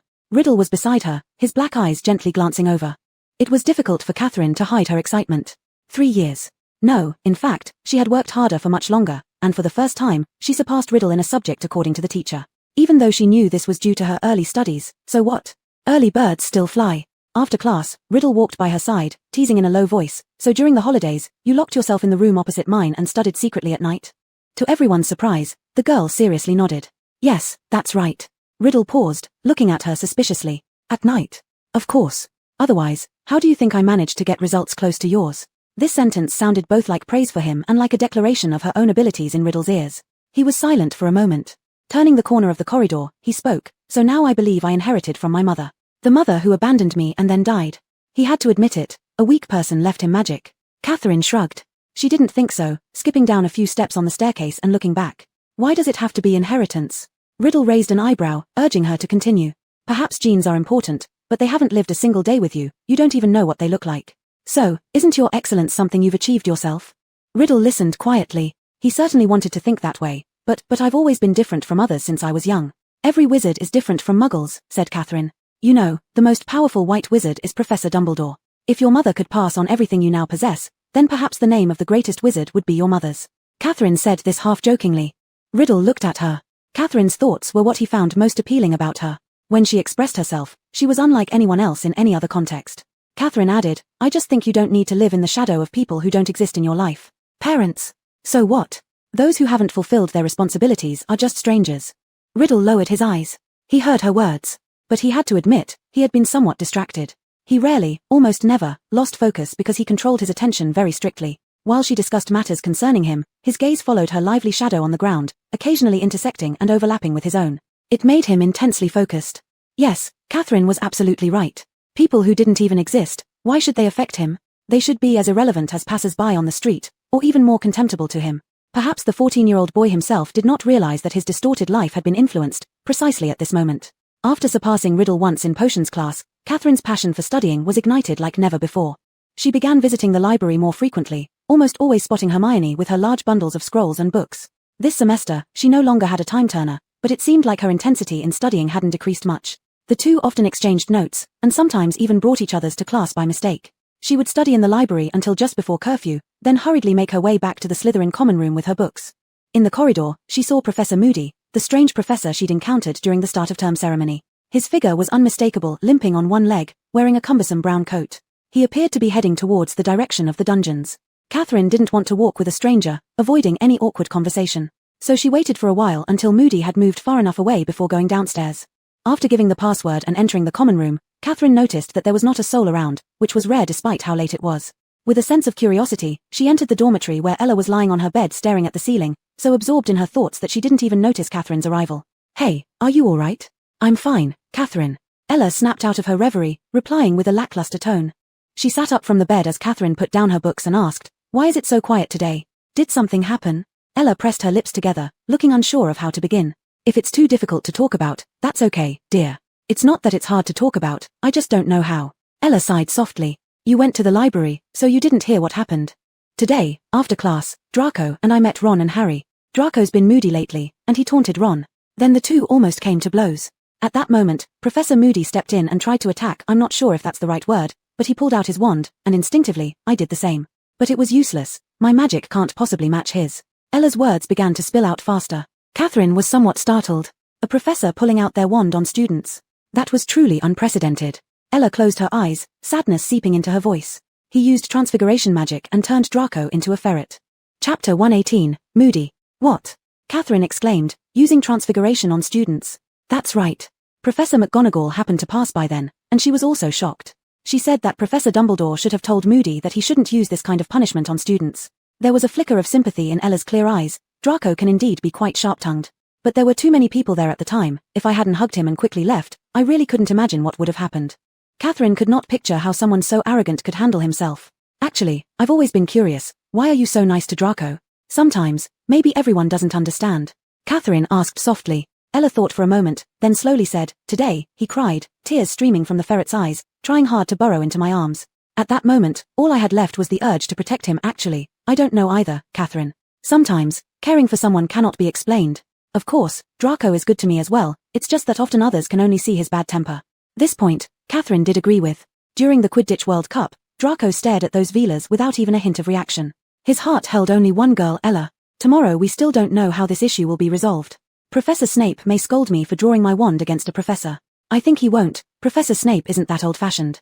Ella smiled faintly, warm light leaving shadows on her face. Catherine always felt she had a kind of gentle radiance. Perhaps this was an innate energy Ella possessed, to love others. Catherine had never thought that she herself would feel such inclusiveness or kindness towards anyone. But in Ella, she saw the true expression of love, which is pity. Suddenly, Ella, remembering something, asked, "Why did Professor Trelawney say those things during that divination class?" "I'm as clueless as you are." She took a deep breath and said firmly, "Catherine, I dreamt that someone would die this semester, but I do not know who that person is." "Someone dies?" Yes, Catherine instantly remembered Harry. Riddle intended to kill him. And why was Draco's mood so twisted? During this holiday, he must have found out about the relationship between Malfoy and Voldemort. The spoiled young master could not bear it all at once, hence his behavior. But this was only the beginning. There was no escaping the connection between his father and the downfall of the vampire race. Through Catherine's observations, Lucius surely had the ability to manipulate the situation. Given his wide range of connections, from the Ministry of Magic to Hogwarts, there were allies everywhere.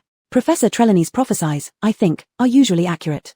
Last year, she foretold Pettigrew's escape and reunion with his master. You know who would rise again. Catherine said. Ella looked at her. "Thank you for believing me, Catherine. After the Chamber of Secrets, many things pointed to you know who. It was Uncle Lucius who slipped that diary into Ginny's bag, and after the Quidditch World Cup game, they both disappeared." Ella let out a wry laugh tinged with helplessness, understanding each other perfectly. That dark mark, it had already hovered over her mind long enough. "Thank you for still being open with me about your thoughts. What's the problem? Many things are choices made by adults, sometimes past choices, unrelated to the present or their children. After all, Catherine had floated through this world for hundreds of years. How could she not understand these simple truths? I do not know the future destiny, but I believe we will all remain safe." Ella covered her hand with both of hers and patted it lightly. Currently, only Catherine alone knew Ella's secret, and she certainly understood how significant this trust was for Ella. Considering Ella's prophetic dreams, changing the current predicament wasn't impossible. However, she had her own reality to deal with. She feared that any action taken might set the fates of these people adrift. The burden of everyone's fate was heavy. The throne she once disregarded with disdain, the things she used to misunderstand, in the actual ebb and flow of destiny, Catherine finally began to see some truths more clearly. Finally, it was Moody's class. The Gryffindors had been eagerly anticipating it for a long time. Meanwhile, the atmosphere among the Slytherins was notably tense. The air was unusually quiet. Very soon, they heard Moody's very distinctive thump-thump footsteps coming down the corridor. He entered the classroom looking as peculiar and terrifying as ever. They could see exactly his claw-like wooden leg poking out from beneath his robes. Put those away, he rasped gruffly while leaning heavily on his cane to struggle over to the desk and sit down. You won't need these textbooks. Moody took out a register, shook his head to toss his grizzled long hair away from his twisted, scarred face, and began calling the roll. His normal eye moved down the list while his magical one kept on swiveling around, staring at every student as they answered.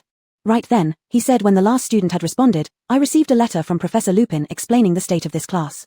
It seems you've already learned quite a bit about the basics of defending against dark creatures. You've dealt with boggarts, redcaps, hinky-punks, and werewolves, haven't you? There was a low murmur of agreement from the students. But on spells, well, your education there has been rather inadequate, very inadequate indeed, Moody continued. So, I'm going to give you a taste of what wizards might do in real duels.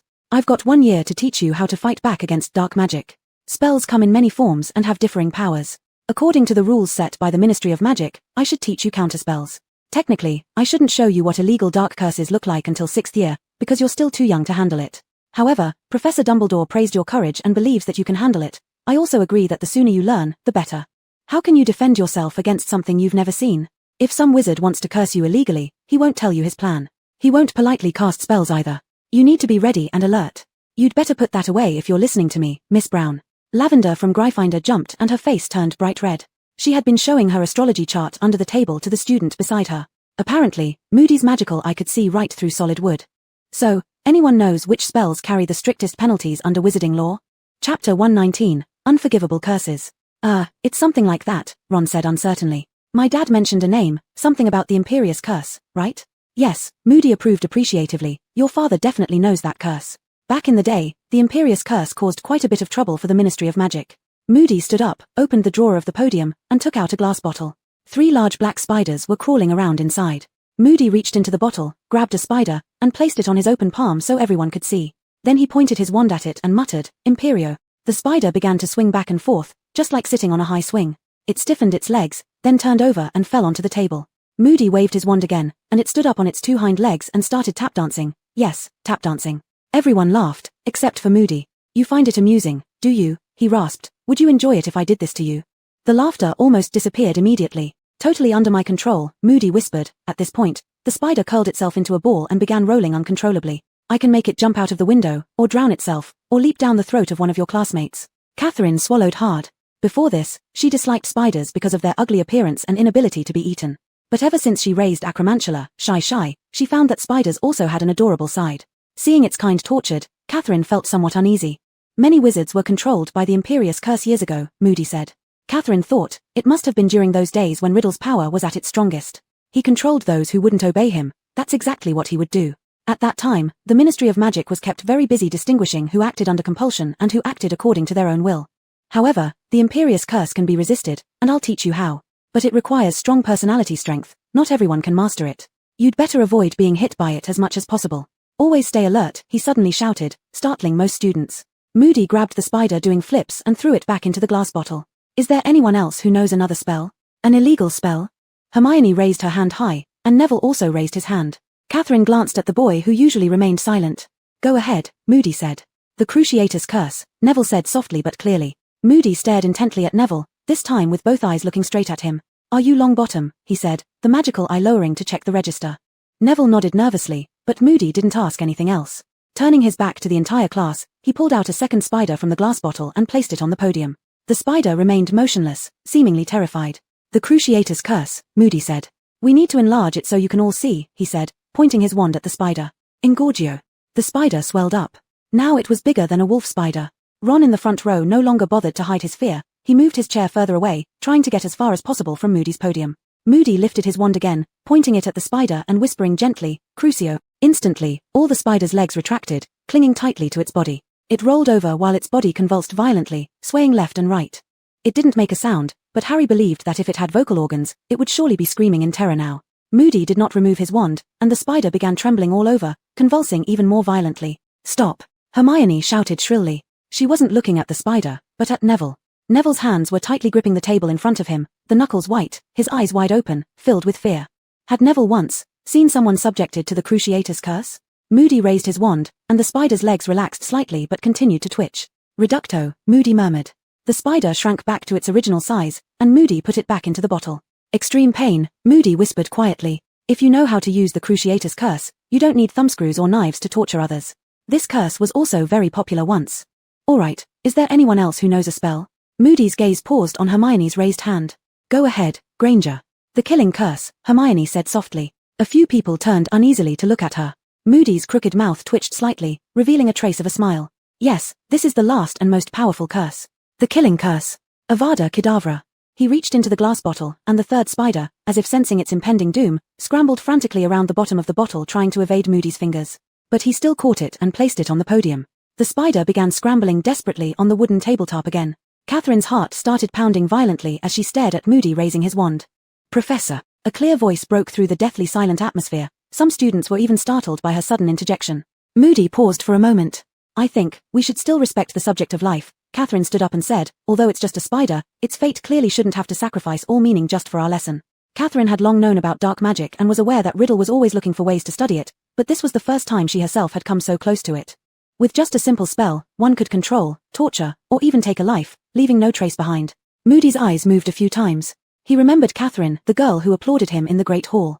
Compassionate, Slytherin. He glanced down at the giant serpent emblem on Catherine's robes. So, you're stopping me for the sake of its meaningful life, correct? Yes, Professor. It doesn't matter. I'll tell you that if Nadia hadn't stopped me earlier, after a flash of green light, it would be lying upside down, as if unconscious, but in reality dead, silent and motionless death. Heeding Catherine's suggestion, Moody threw the spider back. It huddled in the bottom as if saved, curling itself tightly and not daring to move. This is horrifying, he said calmly. There is no counter-curse for it. No one can resist it. To the best of our knowledge, only one person escaped this spell, and he sits before me now. Moody's eyes fixed on Harry. The savior, the only one who could oppose him. Catherine also gazed at Harry's profile. That green light, it was their shared nightmare. Not even vampires could fully resist the power of such deadly magic.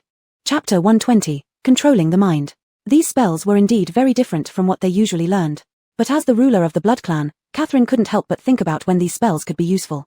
Professor Dumbledore was powerful because his magic was superb. Even without using such cruel spells, he could defeat any opponent. But what about ordinary wizards? Professor, I have a question. Catherine raised her hand again. The students, who thought the class was almost over, all turned to look at Catherine. Moody gave her a glance indicating she could speak freely. When we face enemies, why do we still choose to defend instead of retaliating with the same curses? Her voice was clear in the classroom, startling quite a few students who didn't expect her to so brazenly ask about black magic. But this fit some people's impression of Slytherin better than her earlier plea for mercy on behalf of a spider. Moody's magical eye stopped spinning and stared at Catherine. After a long pause, he said, because aside from magic power, black magic requires mental conditioning. Your heart must become as cruel and ruthless as it is to bring out its full potential. So you're saying if I'm determined that the other person must die, there's a higher chance they'll actually die? Catherine continued asking. Exactly, you can interpret it like that, Moody answered strangely. Such thoughts themselves are not forgivable. I understand, Catherine nodded.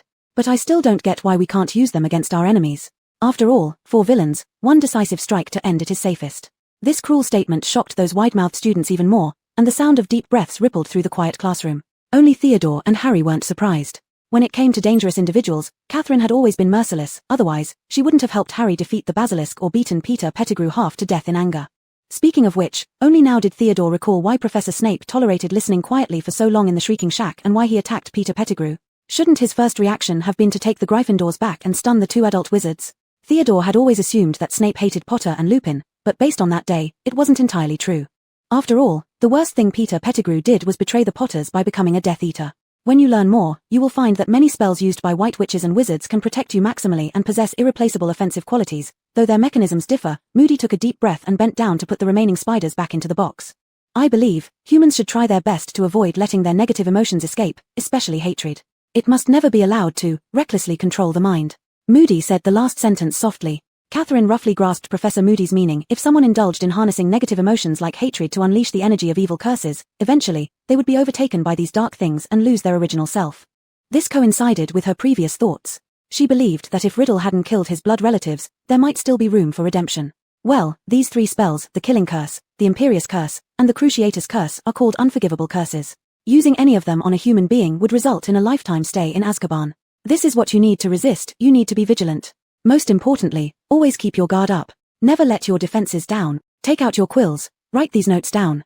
After class, various discussions erupted like a flood breaking its embankments. The majority of the comments expressed admiration for Professor Moody. Did you hear? That Nadia from Slytherin, they're all alike, thinking about black magic every day. Not far from where Catherine stood, someone talked behind her back. Catherine turned around and looked at that person. It was Lavender, criticized by Professor Moody along with her close friend. If you say it in front of me next time, I'd be very happy, young lady. Catherine smiled at her. Lavender froze in place, only finally being dragged away by her friend. They guessed she must have been frightened by Nadia. I really don't get this stuff. Pansy groaned, her head on the table. In the common room, several children huddled together, a rare occurrence since Draco disliked everyone copying his homework, and Theodore had obsessive-compulsive tendencies. But this was divination homework. Aside from Lila, who had something written, everyone else was staring blankly. Ella looked helplessly at her friends. I think we can write about something miserable. Actually, what I've seen are all trivial matters. Like what? Blaze asked with his head propped up, lacking motivation. For instance, this one. I observed that next month I might have some issues with my diet. Normally, it just means the food I like has been taken by others, but that doesn't sound much like divination, does it? So, I wrote that next month I might experience hunger due to emotions. Ella pointed at the textbook, saying each word seriously. Pansy, who was lying down, suddenly sat up. Can it be like that? It can be like that. Ella nodded. Catherine scribbled on the page with the other end of her quill, while Theodore, inspired, soon wrote a lot fluently. She still didn't know what to write and supported her head to look over his shoulder. Theodore's handwriting was neat and beautiful, as if it were printed by a Muggle copy machine. But what he wrote grew increasingly tragic. She believed Professor Trelawney would love it. Got any inspiration yet? Ella came over to ask Catherine. Draco pulled her back roughly, leaving Ella confused as she turned to look at the platinum-blonde boy. He held her firmly and whispered softly, "Don't be a third wheel." Ella's eyes widened. "You mean?" Draco solemnly nodded. He had finished more than half of his homework already. Ella looked at his parchment and said, "Now Professor Trelawney probably isn't the teacher you find hardest to endure." After the events of last semester, Draco had changed a great deal. She thought he would tell Uncle Lucius about such a big grievance. In reality, he just curled up in her arms for a long time and, after a day and night, returned to normal. Chapter 121, Not Resigned to Fate. Draco said nothing. Catherine's hearing was sharp enough for her to catch their conversations, and it sometimes troubled her. It would be fine if it were just gossip, but unfortunately, they were a couple, but in the future, they would have to face problems as big as life and death. At that time, could love still conquer everything? Entering the third year, there were also more courses about the real world.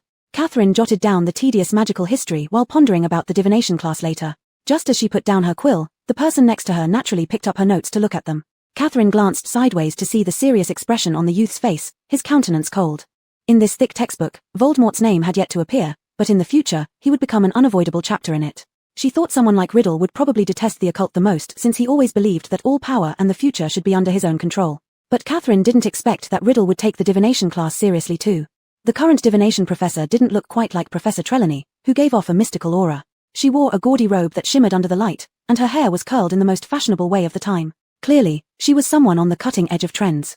But similar to Trelawney, she also wore various kinds of jewelry and crystals, red, yellow, and white, all around both wrists. They made a crisp sound whenever she lifted her arm. She'd heard that those things supposedly had the effect of altering fate, but who knew if it was true? Perhaps many of you do not understand why witches and wizards need to study divination, but I want to tell everyone the importance of fate to us. When you are spiritually attuned, you can catch glimpses within. Someone might ask, what use is seeing only a bit? That is because you don't truly understand life. If you do, you'll know that even catching a glimpse can help you avoid major calamities, the professor said with great conviction. Catherine noticed Riddle almost writing every word of hers into his notebook. Do you believe in the occult? Catherine asked him. Riddle neither confirmed nor denied it. Catherine blinked her eyes. I'm kind of surprised. I just think that if the occult is accurate, then it can foresee the future. Riddle finished writing his last sentence before speaking softly. Would anyone refuse to avoid a bad future? Future. Catherine had never been able to solve this riddle. Over long years, she had thought about this more than once. Who decides the so-called future? And who could be so boring as to write out the fates of all living beings in the world one by one? If everything is destined and cannot be changed, then what are hesitation and pain when making choices? Are they part of the predetermined destiny? But how can you be sure that it's true? Catherine whispered the question. It can be verified using other people's destinies, Riddle said. Catherine contemplated deeply, but ultimately, these remain the lives of others. Suppose fate requires you to be an emotionally detached person, but then you happen to meet someone who gives everything for you. Your instincts make you cherish them, merely because fate has already predetermined you as a detached person. Does that mean you must lose them? However, the actions are your own. How can you blame fate? Is it possible that from birth, humans exist merely as playthings of fate? She wouldn't accept such a concept. I think the purpose of divination is to warn people, Catherine murmured lightly. The whole classroom was tense, flipping through textbooks to find something that could answer the professor's questions. It's not meant to predestine anyone.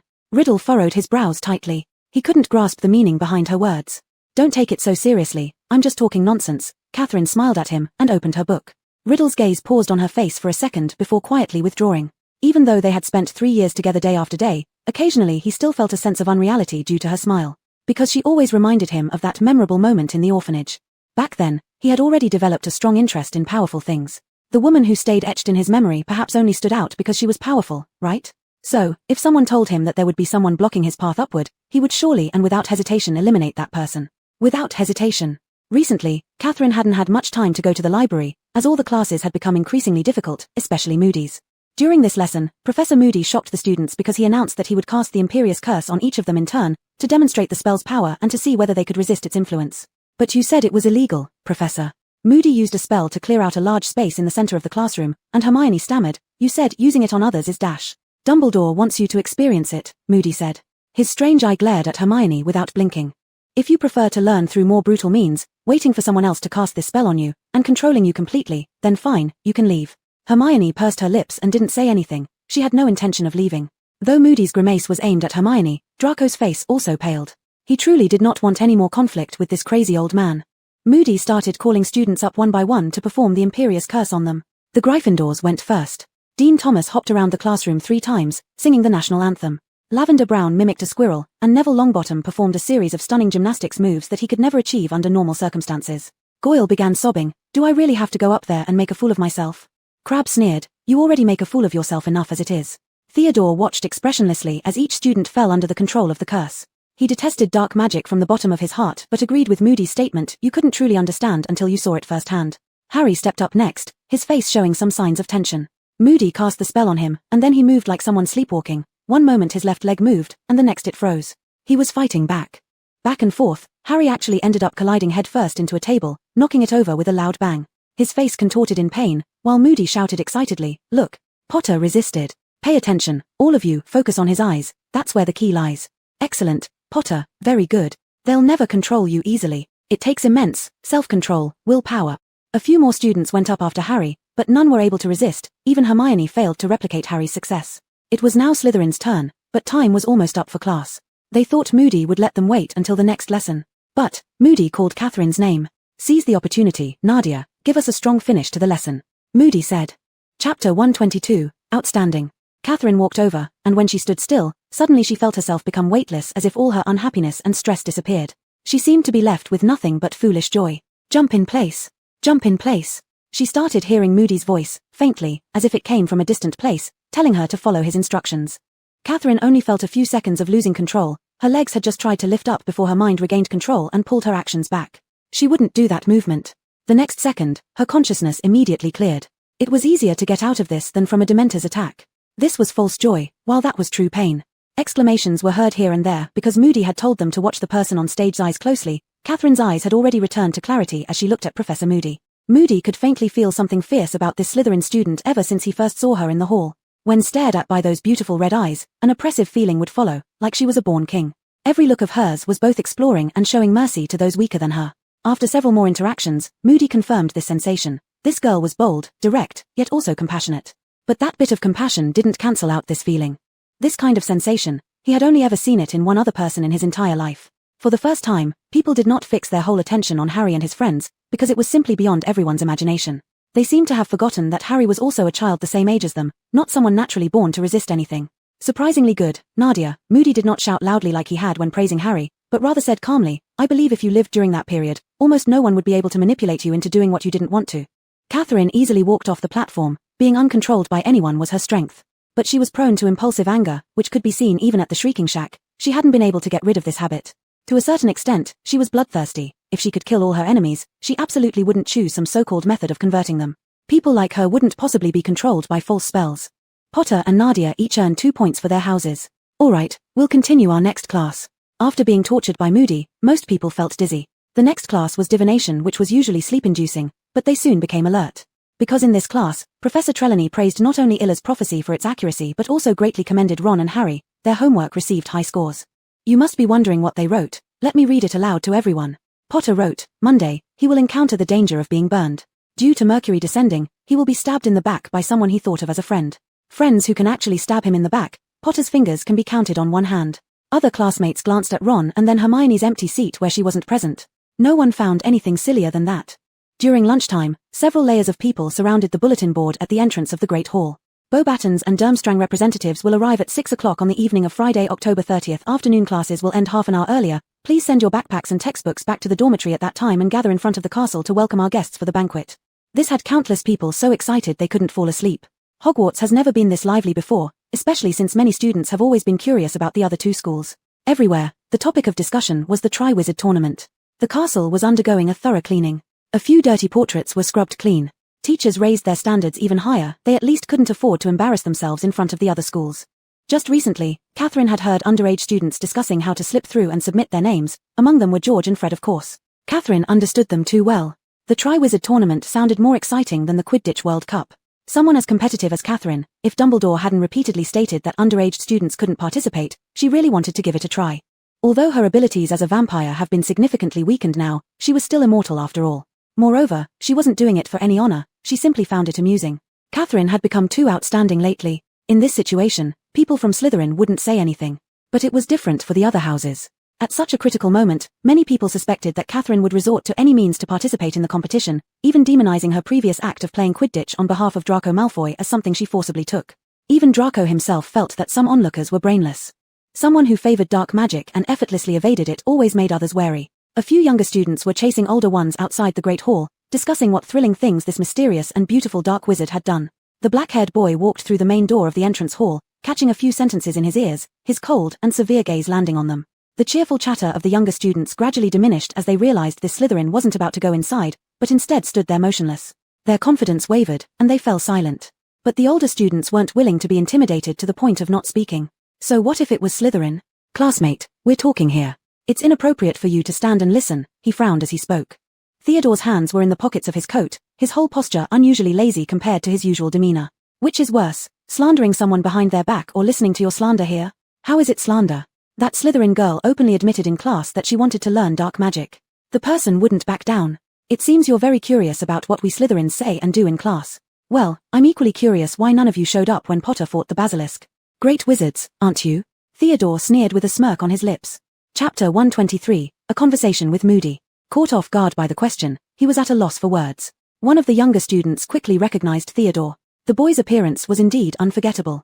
He remembered that Theodore was often seen with the pretty black-haired, red-eyed girl. He leaned closer to the older student and whispered, "This boy seems to be Nadia's boyfriend, from the Knott family." No wonder. The older student snorted coldly. Theodore took a step forward, and they instinctively stepped back 2 paces, assuming he wanted to fight them. He noticed their movements and a flicker of disdain flashed in his dark eyes as he gave a faint laugh. The sorting hat should not just sort people into houses based on good traits, it should also consider one's moral low point. Not everyone is noble, and not all perceptions are free of bias, as shown by these people. I'm not Nadia's boyfriend, but I think anyone with eyes can tell right from wrong.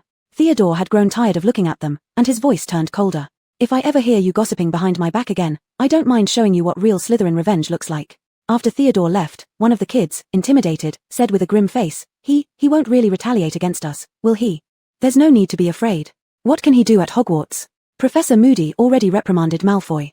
The younger students didn't say anything but thought in their hearts, Malfoy wouldn't dare use dark magic anyway, but Nadia might actually dare, and that boy probably would too. I've heard the Knott boy from Slytherin has a very steady personality. Another person said. But Nadia must be very important to him, the younger student said, looking at Theodore's retreating figure. Amidst this lively prelude, Catherine was neither in the common room nor in the Great Hall because Professor Moody had summoned her alone to his office. Catherine admired this professor greatly, well-versed, decisive, and most importantly, someone who could accept student suggestions rather than stubbornly insist on his own way. Nadia, calling you here before the Triwizard Tournament begins, you probably don't know why. Moody leaned on his cane, struggling slightly to sit down. Catherine naturally supported his arm. Moody's magical eye swiveled, and with Catherine's help, he finally managed to sit down. But I believe whatever it is, it will benefit me greatly, Catherine respectfully replied as she sat on the other side. Moody gazed at her for a couple of seconds before speaking. As far as I know, and I apologize if this makes you uncomfortable, you're an orphan, aren't you? You came to Hogwarts alone. Yes, Professor. No need to apologize. I've accepted this fact long ago. That's commendable. I must tell you, Nadia, parental love is undoubtedly a good thing, but it's not everything. And your current mental strength may make you someone extraordinary, Moody said. Catherine wasn't surprised that he could say such things. After all, a teacher willing to use the Imperious Curse on students probably only exists in Moody. You and Potter have experienced some tough situations, but these experiences have also shaped you both to some extent. Have you ever considered becoming a leader? Working in the ministry or something? Moody spoke with enthusiasm, his distorted face revealing excitement over appreciating his student. I haven't thought about those yet, Professor. Catherine's focus was entirely on studying and Voldemort. You should start considering. Extraordinary people cannot choose ordinary lives, Nadia. Moody said. I will, but, is resisting the imperious curse truly that difficult? Catherine asked. Of course. As I've said before, many wizards were once controlled by this spell, and even now you can't guarantee that some people act willingly and consciously, as long as the curse still exists. So, you did hold back when practicing with us that day, Catherine remarked. Oh, no, both you and Potter succeeded then. But if I catch you off guard without warning, I don't know if you'd succeed again. Moody sipped his old teacup. I know, the one controlling them was Riddle. Catherine casually commented. Moody paused mid-sip, his eyes hidden behind the teacup from Catherine's view. He seemed somewhat surprised. You know? About the Dark Lord's true name. After certain events, yes, Catherine responded, just like me, a powerful Slytherin. Moody didn't know whether to call this young lady arrogant or naive for equating herself with the Dark Lord. We never mention his name, never, he reiterated. I've always called him that. Catherine raised her lips slightly, a mischievous glint flashing in her eyes, as if she were thinking of something amusing. Moody would never know that she had even lived with Riddle, the one who named him. Despite his uncontrollable and dangerous nature, as long as she was around, she wouldn't let him do anything he wanted. Moody suddenly had a fleeting illusion just now. It seemed like this girl was somewhat familiar with the Dark Lord, so much so that mentioning him carried an air of casual acquaintance. If I can resist someone like him, then I would be worthy to be a leader, Catherine said seriously. I will strive for it. Good child, good child. Moody mused for a moment, muttering softly. On the morning of October 30th, the Great Hall was transformed overnight. Gigantic silk banners hung on the walls, each representing one of Hogwarts' 4 houses. Behind the teacher's table hung the largest banner, displaying Hogwarts' crest, a lion, eagle, badger, and snake joined together surrounding a large letter H. I really wonder what methods they used to pick the champions. Blaise looked at those banners and said, if we could represent Slytherin and win, none of these other banners need to exist. If Professor Snape were headmaster, it would probably be much easier, Daphne replied. Chapter 124, Unnatural. In the evening, they finished class half an hour earlier and formed a long queue, with the first-year students leading the way, to go outside and welcome the new friends to the school. How will they get here? It's very far, Crabbe said in his deep voice. His weight had increased again recently. Who knows, they certainly can't come riding on brooms, Draco said. The cold air had already enveloped Hogwarts in late autumn. Standing there, feeling the chill, everyone involuntarily huddled closer to keep warm. Catherine was pushed to the left by the students beside her. She hurriedly looked down at the feet that were likely to step on each other and bumped into someone. Looking up, she began, I'm so. Theodore. Why don't you apologize to Theodore, Catherine? Goyle asked stupidly from behind. I haven't finished yet. I'm sorry, Catherine mumbled. Catherine felt a bit embarrassed and tiptoed to avoid touching Theodore again. But a large carriage-like object flew over like a giant horse-drawn carriage, making almost everyone stretch their necks to see who would be the first to witness it. Catherine was again uncontrollably pushed toward him. Theodore's dark tea-colored coat felt slightly rigid. As she got close, she could almost feel the warmth emanating from his body. Sorry. It's fine, no need to be so polite. He glanced down at her, amused, not entirely understanding why Catherine seemed so easily flustered today. It's too cold, that's why everyone is like this, Catherine explained hastily. During the conversation, the carriage descended rapidly. Theodore pulled Catherine back, then came a thunderous sound. Amidst the commotion, his hand soon let go, leaving only a trace of warmth. Catherine awkwardly gripped the hand he had just held. Yes, it must be because it was so cold here that she felt uneasy. Theodore moved slightly forward, using his body to block most of the wind coming from one side, preventing it from reaching Catherine. A warm drink will make it better soon, he said softly, his hair gently ruffled by the wind. Under the night sky and stars, amidst the autumn breeze and the youth. Catherine thought she heard something click inside her heart, so she shifted her gaze to the oversized carriage in front. The hooves thudded as they hit the ground, each one the size of a dinner plate. In the blink of an eye, the carriage also landed on the ground, shaking on its massive wheels while those horses, golden ones, shook their colossal heads, their fiery red eyes glinting all around. Soon, a person stepped out of the carriage. When Catherine saw her, she understood why those horses had to be so large. This woman was as robust as Hagrid and likely had some giant blood. About 12 or 13 students had already gotten off the carriage, aged roughly 18 or 19 years old, each of them shivering slightly. Their robes appeared to be made of delicate silk, and none wore cloaks. The arrival of another school was even more dramatic. They came from the water. A giant ship emerged, seemingly rising from the depths of the Black Lake. An anchor was thrown into the shallow water, followed by a wooden plank placed on the lake shore. As the people disembarked, it was apparent that they were all quite bulky, each wearing fur capes with messy hair. Oh, am I seeing things? Isn't that Victor Crumb, the winner of the Quidditch World Cup? Pansy had sharp eyes and spotted the boy immediately walking ashore.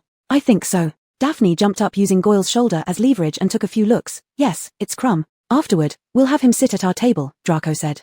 I didn't bring a quill pen or lipstick. I've lost my chance for an autograph. The girls were deeply disappointed. After watching the whole game, Catherine admitted that Crumb's skills were stylish and brave, though not to the exaggerated degree of admiration shown by the other girls. Catherine guessed it was simply because they were still young and adorable. When everyone had gathered, they reassembled to head towards the Great Hall, filling it completely. "Good evening, ladies and gentlemen, ghosts, and especially our distinguished guests," Dumbledore said with a cheerful smile directed at the foreign students. "With immense pleasure, I welcome you to Hogwarts. I hope and believe you will find your stay here comfortable and enjoyable." A Beauxbatons girl still tightly wrapped her scarf around her head and let out an undoubtedly sarcastic snort. "No one forced you to stay," Hermione whispered under her breath, irritated by the girl. "The tournament will officially commence after the feast ends," Dumbledore announced. "I now invite you all to eat and drink freely, as if you are in your own homes." As before, food stacked high on their plates appeared in front of them. Catherine immediately grabbed a cup of hot honey fruit tea and drank it. Theodore's gaze flicked past the girl, and a faint, brief smile touched the corner of his lips. "There's some French dish. Give it a try," Draco said while busily talking to Crumb and also mentioning to Ella. Meanwhile, the Beauxbatons girl who had mocked Hogwarts was eyeing the same dish and asking if they wanted more. Ron's face immediately flushed bright red. He stared at her, his mouth opening as though trying to respond but only producing some strange noises. "You take it," Harry said, pushing the plate toward the girl. Carefully balancing the plate, she walked away, and Ron continued to stare at her with wide eyes. "She's a Veela," he croaked to Harry. "Definitely not," Hermione snapped. "I didn't see anyone else acting like an idiot staring at her." She wasn't entirely correct. As the girl moved through the Great Hall, many boys turned their heads to look at her, behaving exactly like Ron. "So pretty, isn't she?" Ron muttered continuously. Harry nodded but then glanced toward Cho Chang nearby, having seen her again that day at the Quidditch World Cup, where she indeed looked very beautiful. Turning his eyes to Catherine sitting near another table, several boys from the other schools kept glancing at her with lingering gazes. "But our girls from Hogwarts are great too." "Right, Ron, stop it already." Hermione rolled her eyes exasperatedly. As the meal drew to an end, Dumbledore stood up once again to speak. "I would like to explain the procedures for this term's activities. But first, allow me to introduce two guests, since there may be those unfamiliar with them. This is Mr. Bartemius Crouch, head of the Department of International Magical Cooperation at the Ministry of Magic." Applause echoed through the hall, and this is Mr. Ludo Bagman, head of the Department of Magical Games and Sports. The applause following this introduction was somewhat louder, likely because the former seemed rather difficult to approach. Earlier, Crouch hadn't smiled or waved to the students. "Mr. Bagman and Mr. Crouch have worked tirelessly these past few months in preparation for the Triwizard Tournament," Dumbledore continued, "and together with myself, Professor Karkaroff, and Madam Maxim, they will form the judging panel to assess the champions. The tasks the champions will face this year have been reviewed by Mr. Crouch and Mr. Bagman," Dumbledore added, while Filch carefully placed a box on the table before him. Chapter 125, The Dead Man. There will be a total of 3 tasks, each held at different times throughout the school year. They will test the champions in many different ways, their magical prowess, their courage, and their reasoning skills of course, also their ability to overcome danger. At the last sentence, the Great Hall fell silent, as if everyone had stopped breathing. "You already know that there will be 3 champions competing in this tournament," Dumbledore continued calmly, each representing one of the participating schools. "We will score them based on how well they complete each task. After all 3 tasks are over, the champion with the highest score will win the Triwizard Cup. And the impartial selector who chooses the champions is none other than the Goblet of Fire." At this point, Dumbledore drew his wand and tapped the box lid 3 times. The lid opened. Dumbledore reached inside and pulled out a large wooden chalice. The chalice itself was unremarkable, but it was filled with dancing blue-white flames. Dumbledore closed the box and placed the chalice atop it so that everyone in the hall could clearly see it. "Every student wishing to become a champion must write their name and school on a piece of parchment and drop it into this goblet," said Dumbledore. "The submission period lasts for 24 hours. On the evening of tomorrow, which is Halloween, the goblet will select the 3 students it deems most fit to represent the 3 schools. Tonight, the goblet will be placed in the entrance hall where every potential contestant can reach it." Catherine noticed the excitement among the students resurging, and Dumbledore was certainly aware too. To prevent younger students from giving in to temptation, Dumbledore said, "After placing the goblet in the entrance hall, I will draw an age line around it. Anyone under 17 years old will be unable to cross it." Catherine stared at the blue flames, tilting her head and whispering to Theodore, "What if someone over the age limit submits someone else's name?" "It should be permissible," Theodore replied while keeping his eyes on the Goblet of Fire. "After all, it might not be able to distinguish between who is who. It shouldn't be discovered by them then." Catherine found it interesting. Assuming Fred and the others wanted to participate, they just needed an upperclassman to put their names in. "Lastly, I want to remind every student who plans to enter that this competition is no trivial matter. Do not join recklessly. Once a champion is selected by the Goblet of Fire, they must complete the tournament until the end. Submitting your name into the goblet constitutes entering into a binding, magical contract. Thus, please think carefully. Alright, I believe everyone should go to sleep now. Good night." If anyone were to deceive the Goblet of Fire and sign up without meeting the age requirement, Dumbledore would certainly be angry. Though she had noticed this loophole, Catherine didn't intend to exploit it. Everyone was passionately discussing the registration process, and curfew had been extended for the night to allow students time to deliberate and decide. Anyone sneaking out during everyone's sleep to sign up would still be safe since names thrown out by the goblet from disqualified participants would simply be discarded right away, no need for public embarrassment. The sound of discussions from the common room could be heard through Ella's dormitory door, forcing her to wear an eye mask and earplugs to sleep. With an oil lamp lit on the table, Catherine was flipping through books. Outside, the lake water lapped rhythmically against the shore. Beneath the yellow-orange light, Catherine suddenly raised her head and looked toward her bookshelf. As though guided by a sixth sense, she pulled out Riddle's diary, untouched for a long time. From start to finish, nothing new had appeared. Catherine took a silent, deep breath. Perhaps she had been overthinking. The start of the Triwizard Tournament had stirred an underlying unease within her.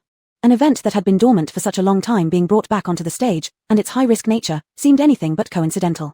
Her experience told her that chaos often led to accidents. Catherine flipped through the diary backward in disorder, planning to put it back, only to find 2 pages had been stuck together. She'd missed a page with extra content. Her sixth sense hadn't deceived her. The 30th of October, 1940 overcast. Catherine's fingers gripping the paper tightened sharply. The same day, in the real world, today was October 30th, 1940. The scar kept hurting repeatedly. With the cold weather, it healed very slowly. I tried to uncover the reason for its existence, but she told me that those people aren't significant enough to affect me. I agree, after all, compared to what I aim to achieve, they're mere ants. But I must know the reason. Reason? Catherine's gaze lingered on those 2 lines. What did he refer to? Catherine could recognize that the she Riddle mentioned was herself. The scar, it was the wound on his finger that kept reopening. Catherine thought, he was looking for the reason why he had such a self-destructive tendency. But why was there such a strong connection between her and Riddle's diary? And why did his diary update in the future at irregular intervals? When she thought about him writing these entries in real time and syncing them to her world, Catherine felt a sense of distortion. See Cedric. A muffled exclamation escaped Ella as she struggled to sit up in bed, tearing off the eye mask from her face, gasping heavily. Catherine quickly put the diary aside and went over, her hand touching Ella's back, finding her nightgown drenched with cold sweat. Did you have another nightmare? Ella's tightly shut eyes opened. I saw. Catherine. The dead man. Catherine held her breath, Harry's name flashing in her mind. The dead man is Cedric. Cedric. Catherine repeated, thinking for a moment, is he the Hufflepuff Quidditch player? A boy with a sunny smile. Yes. Ella sat up, holding her head in pain. He and I are friends. No. I can't let him enter the Triwizard Tournament. She moved to get out of bed and leave the dormitory. But it's already 1 a.m. Even the extended registration time Dumbledore allowed has passed. There's nothing you can do by going out now, Catherine pulled her back. Chapter 126, The Champion List. Ayla glanced at the clock and said absent-mindedly, then what should we do? Once you sign up for the Goblet of Fire, there's no turning back. I saw it. They entered the competition, then someone killed him. As soon as she finished speaking, she began coughing violently. Catherine quickly reached out to comfort her frail back, as if the girl might break apart from the intensity of her coughing. She had always assumed that if someone were to die, it would be Harry, but she never expected it to be this person. However, this incident indirectly confirmed that there was indeed something wrong with the Triwizard Tournament. Riddle was using this event to carry out his conspiracy. But exactly what he planned to do, they still didn't know. You need to stay calm. We'll only know for sure once the list comes out tomorrow if he really becomes Hogwarts champion. And before then, there's still plenty of time to change everything. Catherine's calm voice reassured Ayla, who slowly became composed again. You're right, now is not the time to panic. But who would do such a thing? It has to be him, it has to be them. Ayla mumbled, her voice laced with pain. On the eve of Halloween, while everyone else was celebrating joyfully during the night, these 2 girls stayed awake all night. The next day, the atmosphere of Halloween had spread throughout Hogwarts, more grand than any previous celebration. Those students, elegantly dressed in silk robes, finally revealed their awestruck expressions. Catherine could say with authority that even though their school might have seemed superior in some ways, few places were as full of human warmth as Hogwarts. When they entered the candlelit Great Hall, the Goblet of Fire had already been moved. It now stood in front of Dumbledore's empty chair. Since the list of champions was about to be announced, many were so anxious they couldn't focus on eating. Even Goyle and Crabbe, usually voracious eaters, barely touched their forks. If Gryffinder's choice got picked, they'd surely die of envy, Crabbe said. Theodore glanced several times at Catherine's plate. He was surprised she hadn't eaten much, as typically nothing stopped her from enjoying her food. Finally, the dinner concluded, and Dumbledore stood up. Every face in the hall brimmed with anticipation, except for Mr. Crouch, who looked somewhat annoyed. Catherine thought he seemed odd, but couldn't put her finger on why. Well, the goblet is about to make its decision, Dumbledore said. I estimate it will take 1 more minute. Everyone, when a champion's name is announced, I expect them to walk to the top of the hall, follow the staff table, and enter the adjacent room. He pointed to the door behind the table. They will receive preliminary instructions there. He took out his wand and waved it widely. Instantly, all the candles except those inside the jack-o'-lanterns went out, plunging the hall into semi-darkness. The mysterious atmosphere spread among everyone present. The goblet of fire shone brighter than anything else in the hall, its blue-white flames crackling sparks, almost dazzling to the eyes. All watched anxiously as the flames flickered. Ayla turned around and exchanged a glance with Catherine. If it really was Cedric, then Harry wasn't currently in mortal danger. Or perhaps Ayla's prophetic dreams were incomplete. She could not afford to let down her guard. Still, Catherine looked toward the Hufflepuff long table. She didn't know Cedric very well. Their few exchanges happened back when she replaced Draco in Quidditch matches. But she heard about Cedric. A member of the house deemed ordinary by Slytherin, yet just like Harry, he was an exceptionally rare seeker. Normally, Cedric excelled academically, treated others kindly and warmly, and enjoyed a good reputation. In the past, Catherine might not have thought much of this. But now, Catherine lowered her gaze slightly. It would be truly regrettable if someone like him were to die. The flame inside the goblet suddenly turned red, showering sparks everywhere. Soon after, a tongue of fire shot into the air, releasing a burnt piece of parchment. Dumbledore caught the piece of parchment and read the words clearly illuminated by the flame. The Durmstrang champion, he declared loudly, is Victor Krum. Not surprising at all. Ron shouted from Gryffindor side. Applause and cheers swept through the hall. Krum stood up beside Draco and walked into the chamber reserved for the champions. Great job, Victor. Karkaroff roared like thunder. Catherine noticed Moody at the teacher's table looking at him disdainfully. Did these two have some unresolved grudge? Attention refocused on the goblet of fire, and a few seconds later, another piece of parchment was propelled out of the cup by the flames. The Beauxbatons champion, Dumbledore announced, is Fleur Delacour. The very girl who had been criticized by Hermione stood up gracefully, her beauty captivating everyone present. After Fleur Delacour entered the chamber, silence fell over the hall once more. This time, the anticipation felt different as only Hogwarts was left to be announced. Catherine sincerely hoped that the name would not be Cedric. The fire crackled again, and a tongue of flame shot high into the air. Dumbledore retrieved the third piece of parchment from its tip.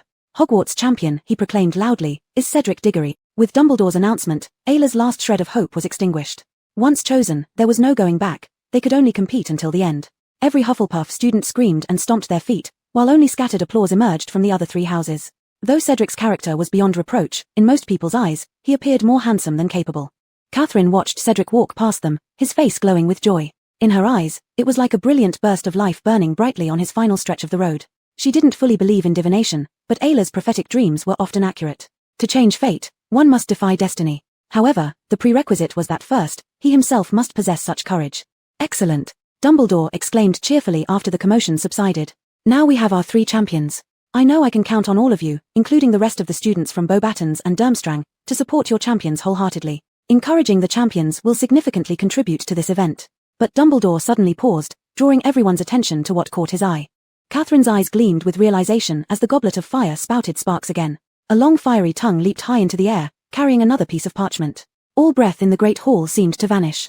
Dumbledore snatched the parchment, holding it far away from him as he stared intently at the name written on it. A sudden sense of foreboding swept over Catherine as she glanced toward Harry, still unaware at Gryffindor's table. Chapter 127, Little Hagrid. Everyone in the hall was also looking at Dumbledore. Then, Dumbledore cleared his throat and loudly announced, Harry Potter. The ominous thought in Catherine's mind hit her like the tolling of a heavy bell. It was him. The target of the Triwizard Tournament was really Harry. Harry sat there, realizing that everyone in the Great Hall had turned to look at him. There was no applause. A buzzing sound began to fill the hall, as if countless angry bees were buzzing. Professor McGonagall hurried over, whispering urgently into Professor Dumbledore's ear. Dumbledore listened intently, frowning slightly. I didn't put my name in. Harry said blankly, you know I didn't. At the head table, Professor Dumbledore straightened up and nodded to Professor McGonagall. Harry Potter, he called out again. Harry, please come up here. Harry stood up, catching his foot on the edge of his robes and stumbling slightly. The murmurs in the hall grew louder. Go through that door, Harry, Dumbledore said, with no trace of a smile on his face. How could Potter put his name in? People under age aren't supposed to be able to register, Blaise exclaimed in dissatisfaction. Who knows, but it's not surprising, is it? From first year onwards, Harry Potter has always had special privileges, and today is clearly no exception. Daphne sneered. Draco watched silently as Harry's figure moved away. Theodore leaned towards Catherine and whispered, do you think it's about that loophole? I think it's possible, Catherine replied stiffly, but it wasn't done by him. I agree, Theodore nodded. Potter isn't someone who would throw everything away for glory. Yes, Catherine said, and whoever did this must be very skillful. I just realized now. The goblet of fire can't be easily deceived, and Dumbledore wouldn't leave such a big gap unattended. Daphne and the others noticed Catherine and Theodore's quiet conversation. Their voices were controlled so well that not a single word could be heard. They spoke back and forth as though only they shared a common language in the whole hall. Thinking of someone sneaking Harry's name into the goblet of fire secretly made Catherine furious. This person must be the loyal servant Riddle mentioned, she was certain. It was far too easy to try to kill Harry during the Triwizard Tournament. The settings of the three tasks were meant for older, capable students. Dying wouldn't be unusual. If some sinister plots were added, it would be incredibly difficult for Harry to survive. After they all entered the room, the hall erupted entirely. Not only were the students from the other two schools angry, but even Hogwarts' own students were upset and confused. Potter acted as if rules didn't exist. Had they known, they would have entered their names regardless of the consequences. Catherine knew no one would believe Harry about this except her and Illa, and perhaps Hermione and Ron as well. They were told to leave the hall and return to sleep, but the situation was even more exaggerated than the previous night. They wouldn't sleep until the champions returned. Slytherin already labeled Harry as despicable. Harry too. Illa sat by the bed, her face gloomy as Candy rubbed against her with her head. Don't you think this is all too coincidental? Harry couldn't have put his own name in, it must have been intentional. In the prophetic dream, Cedric died, but his death might somehow relate to Harry. Catherine said. You mean, Illa's pupils shrank? Yes, their goal is to kill Harry, hasn't it always been this way since first year to third year? Catherine couldn't help but marvel at how lucky Harry was. But we don't have the power to stop the competition. That's true. And considering your condition, I can't let you take risks, Catherine said. I should talk to Dumbledore. Tomorrow. Back in the real world, Catherine was still thinking about the Triwizard tournament. Harry was bound to lose sleep tonight. Former classmates and friends would question him. Catherine thought more than once that if she were Harry, she'd probably already hate the world. At such a young age, having the title of savior thrust upon him without any substantial benefit, constantly escaping death. Catherine strolled through the campus and passed by an area where she caught the sound of several voices talking. They were very familiar, they sounded like Ignatius from her class. This place is Slytherin's. Do us all a favor and take your ugly thing away. Did you hear that? If you don't go now, you'll get a taste of what we can do. But it needs to bask in the sun here. I'll take it away in a bit, came a pitiful voice. Just as Catherine was about to step forward to check, another more familiar voice intruded. I don't know if, aside from needing to inform the headmaster for Quidditch pitch usage, any place outside of the common room belongs exclusively to Slytherin. Riddle. What are you doing here? Of course, it's about the worry that your actions might tarnish the reputation of our house. Riddle replied faintly, with a trace of arrogance upon closer listening. Don't be afraid. You can be wherever you want, Hogwarts has no such rules. He consoled the bullied individual. Catherine approached closer and saw that the child surrounded by some older students was Hagrid. Although he didn't look like someone who could be bullied, he was still a newly enrolled student, with huge eyes filled with fear and unease. And in his arms was an odd-looking bird-like creature which seemed injured, its feathers all drooping over its body. Hagrid was protecting it. Given Riddle's current standing at school, they had no choice but to let go, as escalating the conflict wouldn't benefit them. Only Riddle's version would be believed by the headmaster. Once they left, Catherine stepped out. Riddle glanced at her without surprise. Was squatting there eavesdropping fun? It was quite fun, especially watching them walk away with their tails between their legs. Catherine laughed, her gaze landing on young Hagrid. At school, Riddle always behaved this way, so many students admired him greatly. It was no wonder that Hagrid back then had believed Riddle, not realizing how cunningly he was used. Young Hagrid looked at Catherine, his face reddening slightly as if recognizing her from somewhere. She was a beautiful older student he'd never forgotten. Are you helping it? She asked. Yes, yes. Hagrid hurriedly confirmed. Helping animals is a fine quality, she praised. But remember, there are many people who dislike or fear them. Maintaining some distance between humans and animals is also a way to protect them. I understand, Hagrid said. Then where should I put it? It looks very weak. We need to give it some medicine. After it regains consciousness, the Forbidden Forest will suit it well, Catherine explained. There will be kind centaurs to help care for it. Hagrid nodded naively. May I have your names? Hagrid hesitantly mentioned, introducing himself. My name is Rubeus Hagrid. Chapter 128, Soothe. I am Catherine Nadia. He is Tom Riddle. Catherine introduced. If anyone bullies you again, you can come to us. Okay. The child nodded heavily. Thank you so much. Catherine patted his fluffy hair. After bidding Hagrid farewell, the two of them returned together. You're better at communicating with kids, Riddle said. Like you're not a kid yourself, Catherine shot back, glancing at him. Riddle blinked hard, as if giving her a scornful look. Me? I haven't been a kid for a long time. Catherine smirked. Compared to her age, calling Dumbledore a kid would be reasonable. She grabbed his hand abruptly. Riddle didn't expect it and instinctively tried to pull back, but her grip was firm. Catherine's fingertip brushed over the scar that had just healed on his skin. Not a kid anymore, yet still doing such things. The boy's eyelashes trembled slightly, as if he hadn't expected her to focus on such a small detail. His gaze lingered on her profile. You should cherish yourself more, even a single hair on your head, Catherine said, releasing him. It's only a vessel. A vessel might indeed not be crucial, Catherine interrupted seriously, but it's the difference between beauty and ugliness, not something that deserves preservation or destruction. Your internal organs and blood are all born for you. You should be the one who cares for yourself the most. Sometimes Catherine wondered at the irony. She, a vampire without life, understood the essence of cherishing life through interactions with human friends. Perhaps that was the kindness of someone powerful, family safety and being able to live well were the most fortunate things for her friends, yet many could not hold on to this happiness. Since no one had ever told him, she decided to do it herself. Unknowingly, they had stopped walking, facing each other. He saw her brows furrowed because of him. She often acted like this, worrying about his affairs. Suddenly, as if compelled by some unknown force, The young man lifted his scarred hand to smooth out her frown. When his fingers touched her brow, both Catherine and the boy froze, confused by his own action. "You're too nagging," he muttered quickly, clenching his hand into a fist and walking away. Catherine helplessly watched his retreating figure. For a moment, she almost felt that he cared for her. After all, that gesture, and the look in his eyes at that moment, was truly moving. But that was impossible, she knew it best. She couldn't forget what she had read in that diary. Speculation that they were a couple at school disappeared soon after. People believed Riddle was simply kind-hearted to everyone and closer with Catherine, which no one found odd given his brilliance. They wouldn't think he'd be stuck in teenage romance. Voldemort would never have feelings, she reminded herself constantly. The next day, Harry had never felt lonelier before. Hufflepuffs, who usually got along with their Gryffindor friends, turned cold toward them now. As for Slytherins, it was nothing but sneers and mockery. Worse still, besides Hermione, even Ron refused to believe him. No matter how Harry explained, Ron kept thinking Harry considered him a fool. The two of them suddenly fell silent with each other. "He will check your wands to make sure they are in good condition before the competition." Harry snapped back from Dumbledore's voice. Looking around, he noticed a pale-eyed elderly wizard quietly standing by the window. It was Mr. Ollivander. Harry remembered seeing Mr. Ollivander 3 years ago in Diagon Alley, when he bought his wand from this wandmaker. "Miss Delica, would you go first, please?" Mr. Ollivander asked as he moved to the clear space in the middle of the room. Fleur Delica approached Mr. Ollivander and handed over her wand. He spun it skillfully between his fingers, and it emitted several pink and gold sparks. Then, bringing it close to his face, he scrutinized it carefully. "Excellent," he murmured softly. 9.5 inches, very strong resilience, made of maple wood. "It contains, oh my, a velar hair," Fleur replied, "from my grandmother." "Yes," Mr. Ollivander said, "I myself have never used velar hairs. I consider wands made from velar hairs too sensitive and temperamental. But preferences vary, and since it suits you." Mr. Ollivander ran his finger gently down the wand's surface, checking for any scratches or damages. Then, he mumbled, "Lanterns bloom." A bunch of flowers sprang up at the tip of the wand.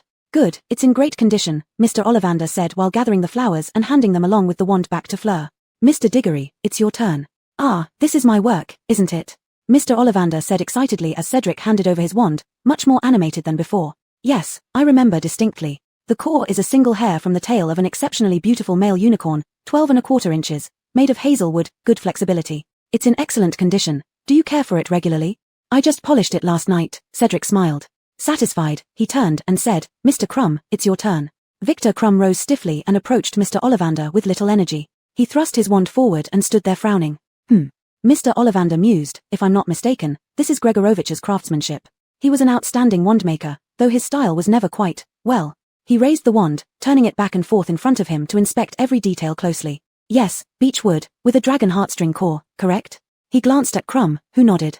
"Much thicker than what people generally see, very rigid indeed, 10.25 inches. "Good," Mr. Ollivander said, handing the wand back to Crumb. "Only one left. Mr. Potter." Harry stood up, brushing past Crumb, and walked towards Mr. Ollivander. He handed over his wand. The pale eyes of Mr. Ollivander suddenly gleamed with excitement. "Yes, I remember vividly. Chapter 129, Don't Tell Anyone." Harry also remembered it vividly, as if everything had happened yesterday. 3 years ago, that summer, on the day of his 11th birthday, he and Hagrid walked into Mr. Ollivander's shop, and the phoenix feather in his wand was from the same bird as the one in Voldemort's wand. He had never mentioned this secret to anyone. "Thank you all," Dumbledore said, standing up near the judge's table. "Now you can return to your classes, or perhaps going straight down to eat is more convenient, since their class will be over soon." As Dumbledore was speaking, a girl walked in, interrupting the photographer who was about to take their picture. "I'm sorry, I know this might be unreasonable, but I need to say a few words to Professor Dumbledore." Professor Dumbledore turned back and saw the black-haired girl standing there. "It's Nadia," Dumbledore said.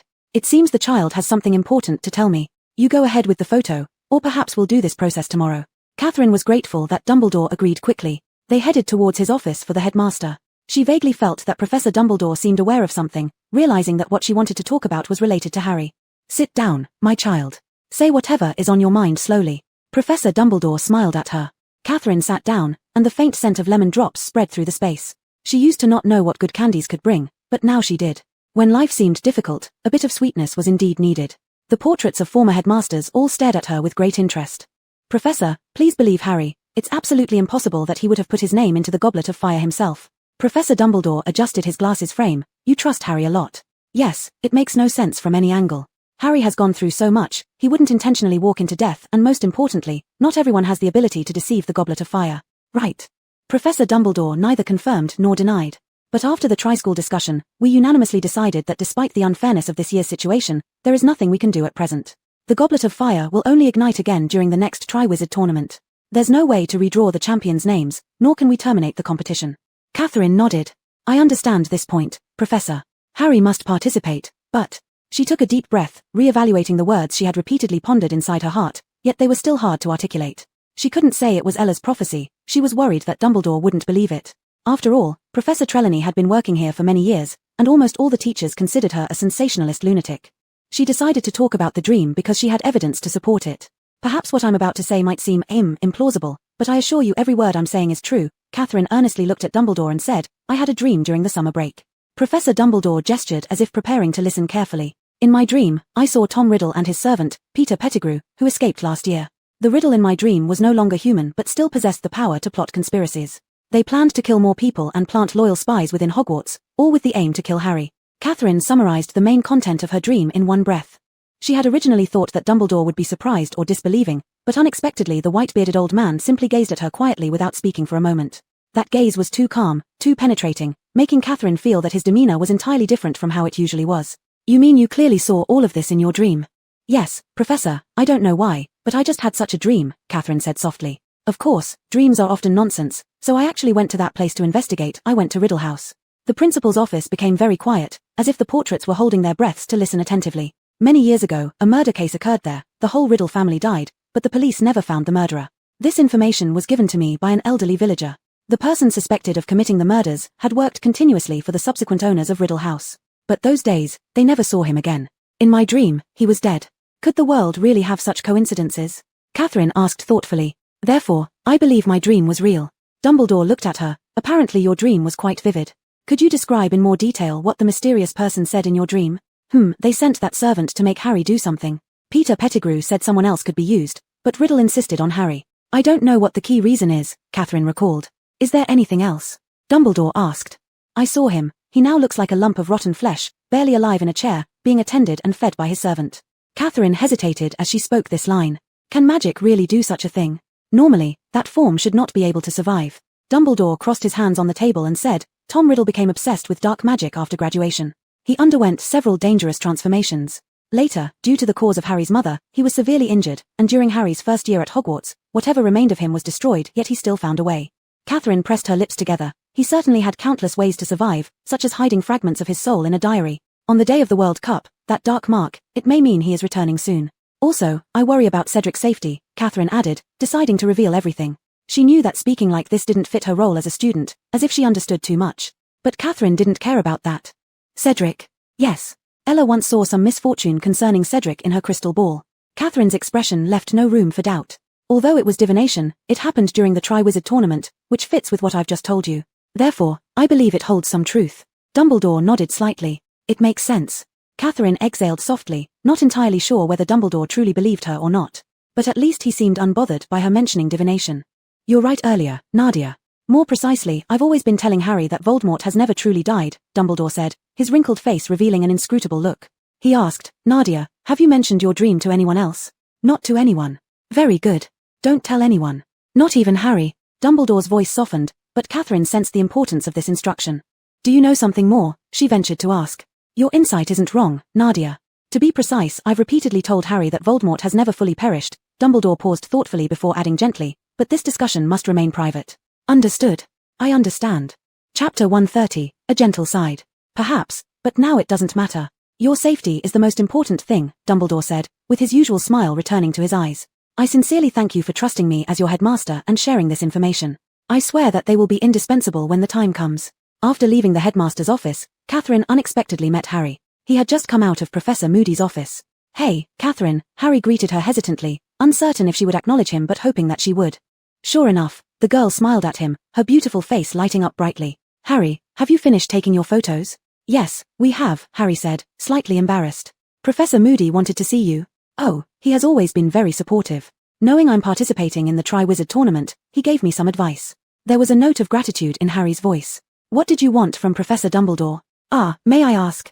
Catherine looked into the clear green eyes of the young boy. If I say it's related to you, would you believe me? Related to me? Harry's eyes widened in surprise. That's right. I told Professor Dumbledore there's absolutely no way you put your name into the Goblet of Fire.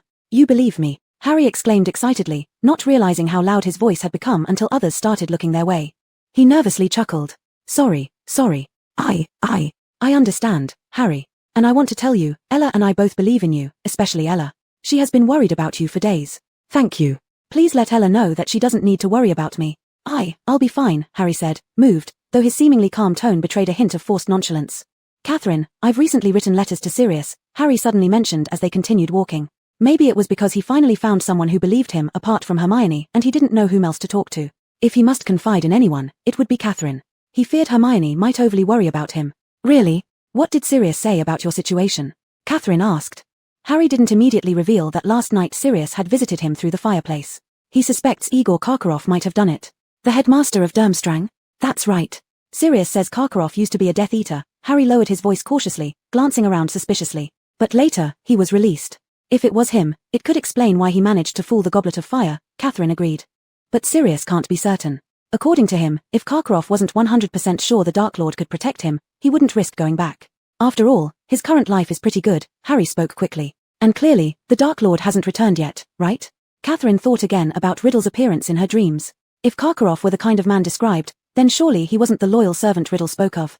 In any case, it's better to stay vigilant, Catherine patted Harry on the shoulder. I think during this period, you should be cautious of everyone. Yeah, like what Professor Moody said. They might actually be trying to kill me, Harry said bitterly, almost laughing. Catherine felt the matter was far more complex than it seemed. If it was merely about killing Harry, why bother with such elaborate plans? Why not send an unforgivable curse through one of Voldemort's minions hiding within Hogwarts? A fully-grown wizard killing a child would be effortless. Such loyalty, assuming it existed, wouldn't concern whether he'd go to Azkaban or not. Could this indicate that, apart from Harry's life, Riddle also desired something else? That something must be the true purpose behind this. When Catherine was in the headmaster's office earlier, she sensed that Dumbledore had realized something. But he didn't speak, and neither did she ask. Catherine returned to the common room, where the excitement about the Triwizard Tournament preparation hadn't abated.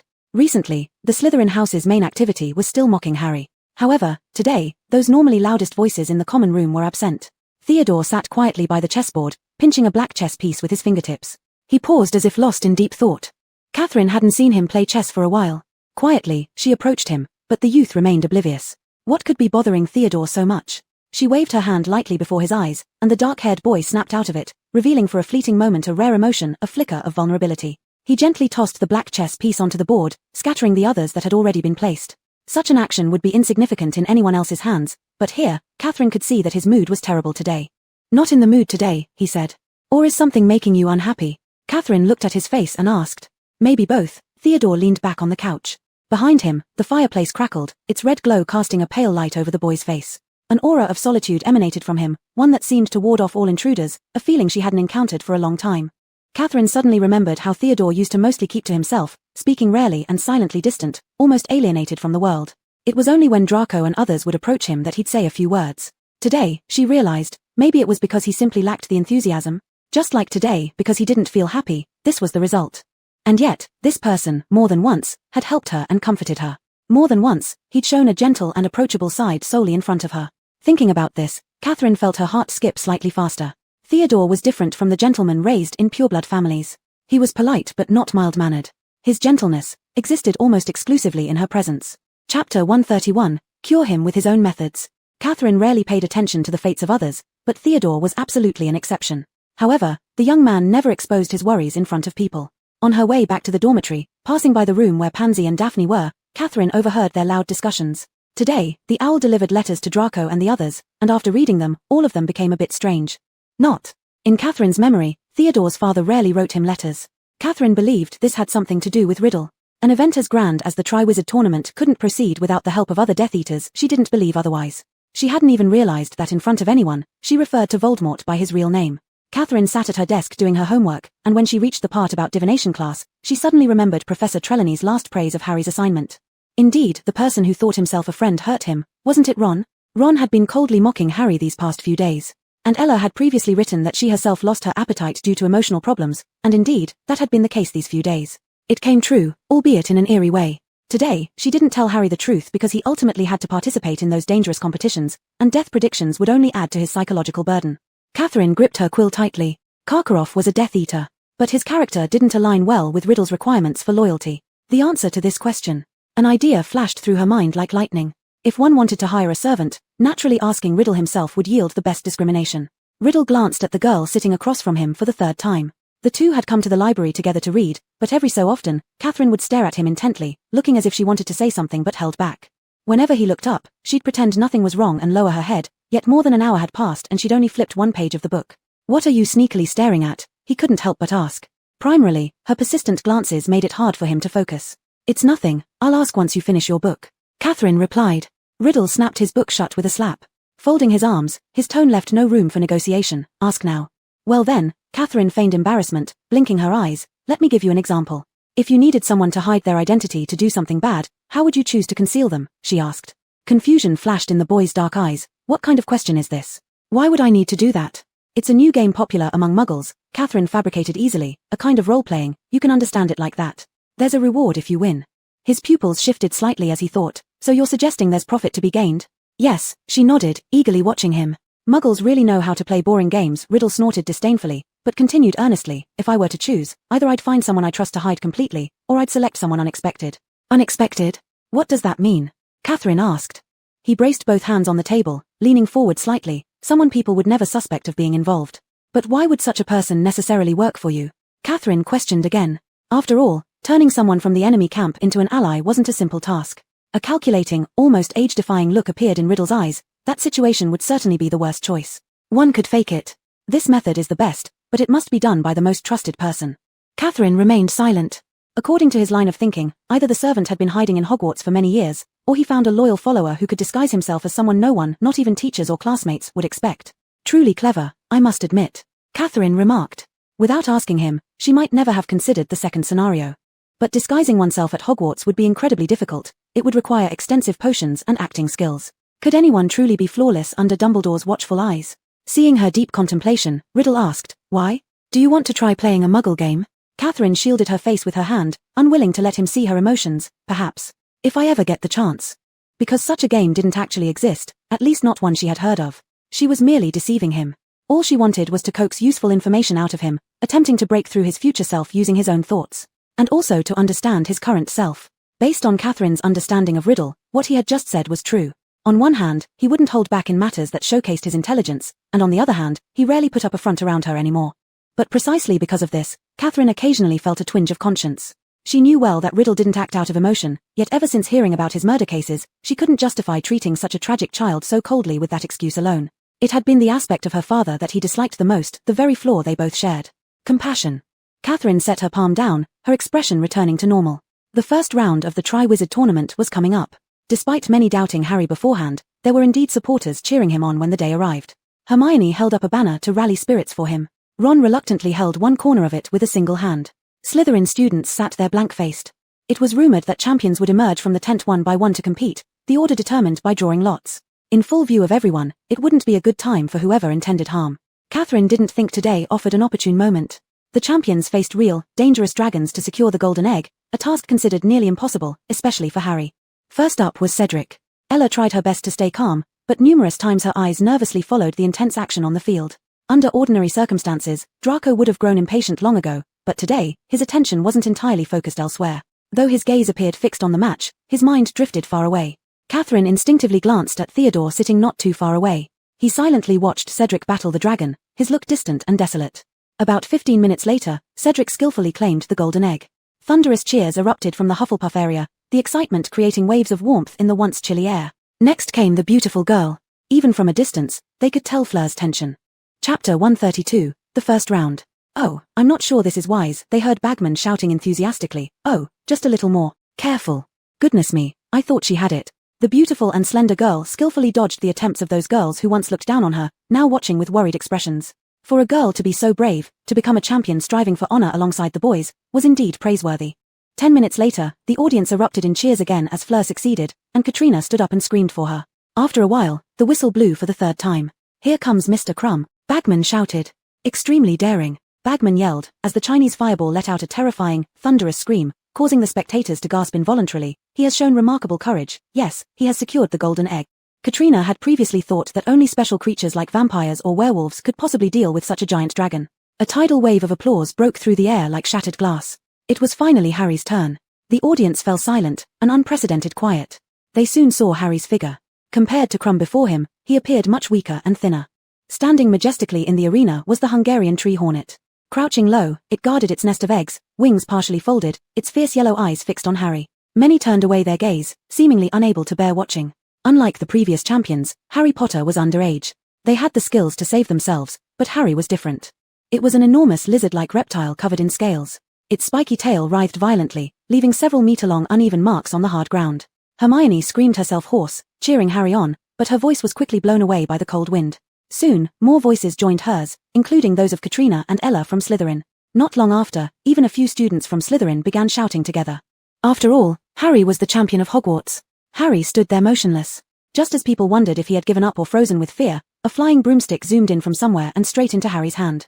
It was his firebolt. He immediately swung his leg over the broomstick, kicked off the ground, and soared into the air. The encouraging shouts instantly grew louder. Harry rapidly spiraled upward, his hair flapping wildly in the wind. Katrina understood. This was Harry's chosen strategy. As a seeker, the broomstick was his domain. He dove down, and the head of the tree hornet followed his movement. Subsequently, a blast of fire shot out, which Harry narrowly avoided. Harry circled higher and higher in the air, the tree hornet's gaze still following his every move, its head swiveling around its long neck again and again. When it fired another burst of flames, Harry evaded them, yet one of the long spikes on its tail pierced his shoulder, tearing his robes. The tree hornet didn't seem willing to leave its nest, too fixated on protecting its eggs. It coiled and twisted continuously, extending and folding its wings back and forth, its frightening yellow eyes glued to Harry. He began darting about here and there, careful not to get too close so it wouldn't breathe flames and hit him, yet remaining close enough to keep its eyes focused on him. Doubtful murmurs arose from those around Katrina, some believing Harry had lost his mind. She leaned forward slightly, able to discern that Harry was trying to provoke it. To anger it, to make it leave the eggs. The fangs inside the tree hornet's mouth were fully exposed.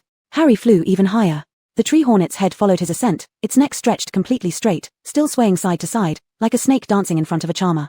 As Harry ascended a few more feet, the tree hornet let out a desperate roar. Harry was like a fly in its eyes, a fly it wanted to crush. Its tail whipped around in frustration again, but Harry flew too high, it couldn't reach him. The tree hornet breathed fire into the sky, and Harry dodged. "Come on," Harry hissed, spinning back and forth above the tree hornet, taunting it, "Come on, come grab me." Finally, the tree hornet rose upright, its massive, rough wings fully extended, wide as a small airplane, and Harry dived immediately. This was the moment. Before the dragon could realize what he had done and where he had gone, Harry dived toward the ground at lightning speed, heading straight for the nest of eggs, which were now unprotected by those clawed forelegs. He let go of his broomstick with one hand and reached out, grasping the golden egg. Then he zoomed back up into the air, flying away from the dragon and circling high above the stands.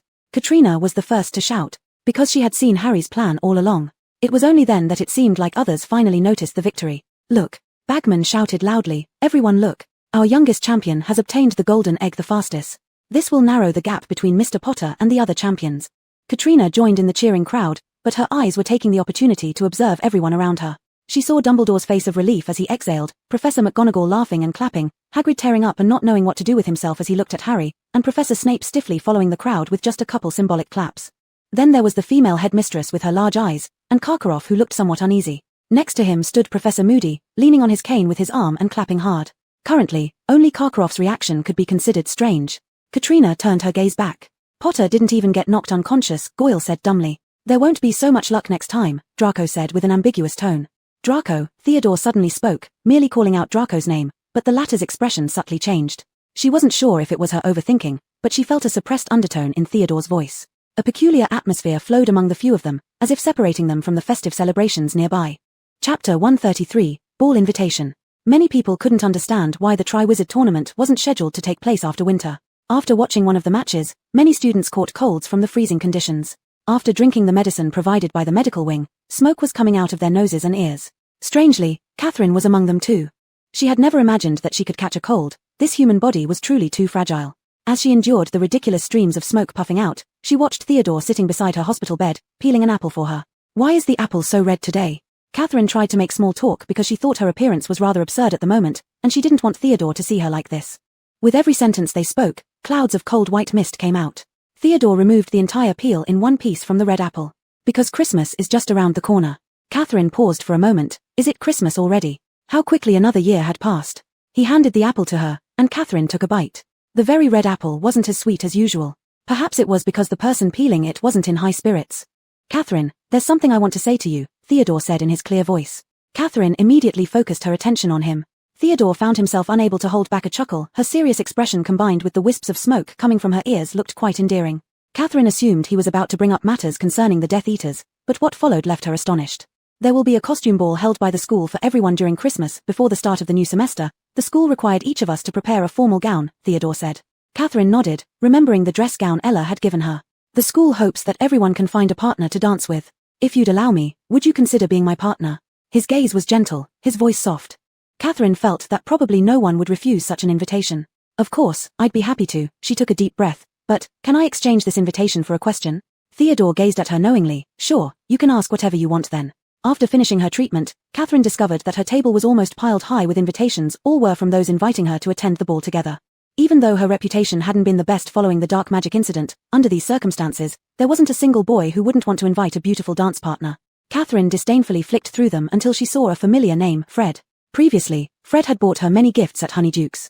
Knowing well the Weasleys' financial situation, the couple had many children, raising a large family was challenging. So this year, she prepared gifts for both Fred and George. Over the years of living as a human, she learned the importance of reciprocity. Most importantly, the Weasleys were good people. She decided to return the invitation personally, saving Fred the wait for her response. As she climbed the steps towards the Gryffindor Tower, she spotted Hermione standing crossly next to Harry from afar. Upon seeing Catherine approach, both of them appeared surprised. Aside from Ella, Slytherins rarely visited them here. Hermione, why do you have that look? Catherine asked with concern. Hermione waved her hand dismissively. It's nothing, it's just that Ron, sigh, never mind. Hermione irritatedly tugged at her curly hair. Harry shrugged helplessly. They're always like this. I'm used to it. Catherine, do you have something on your mind? Oh, I'm looking for Fred. Catherine glanced inside. Is he around? I can call him for you, Harry said while catching sight of the invitation in Catherine's hand. It seemed everyone was running around preparing and worrying for the ball. And he still didn't know who to invite. According to Professor McGonagall, the ball was mainly held for them champions, meaning he definitely needed to invite a girl. A short while later, Fred came out. As soon as he saw the black-haired girl leaning against the wall of the corridor, he approached, noticing her eyes flashing with red as if sparkling on water.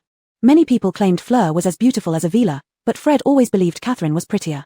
People often overlooked extraordinary beauty just because they grew accustomed to seeing it. However, his father praised his mother almost daily. Real appreciation and affection don't diminish just because it becomes a habit. Noticing the invitation Catherine held, he smiled. Well, will you be attending the ball with me? This was the first time Catherine was speaking face-to-face alone with Fred.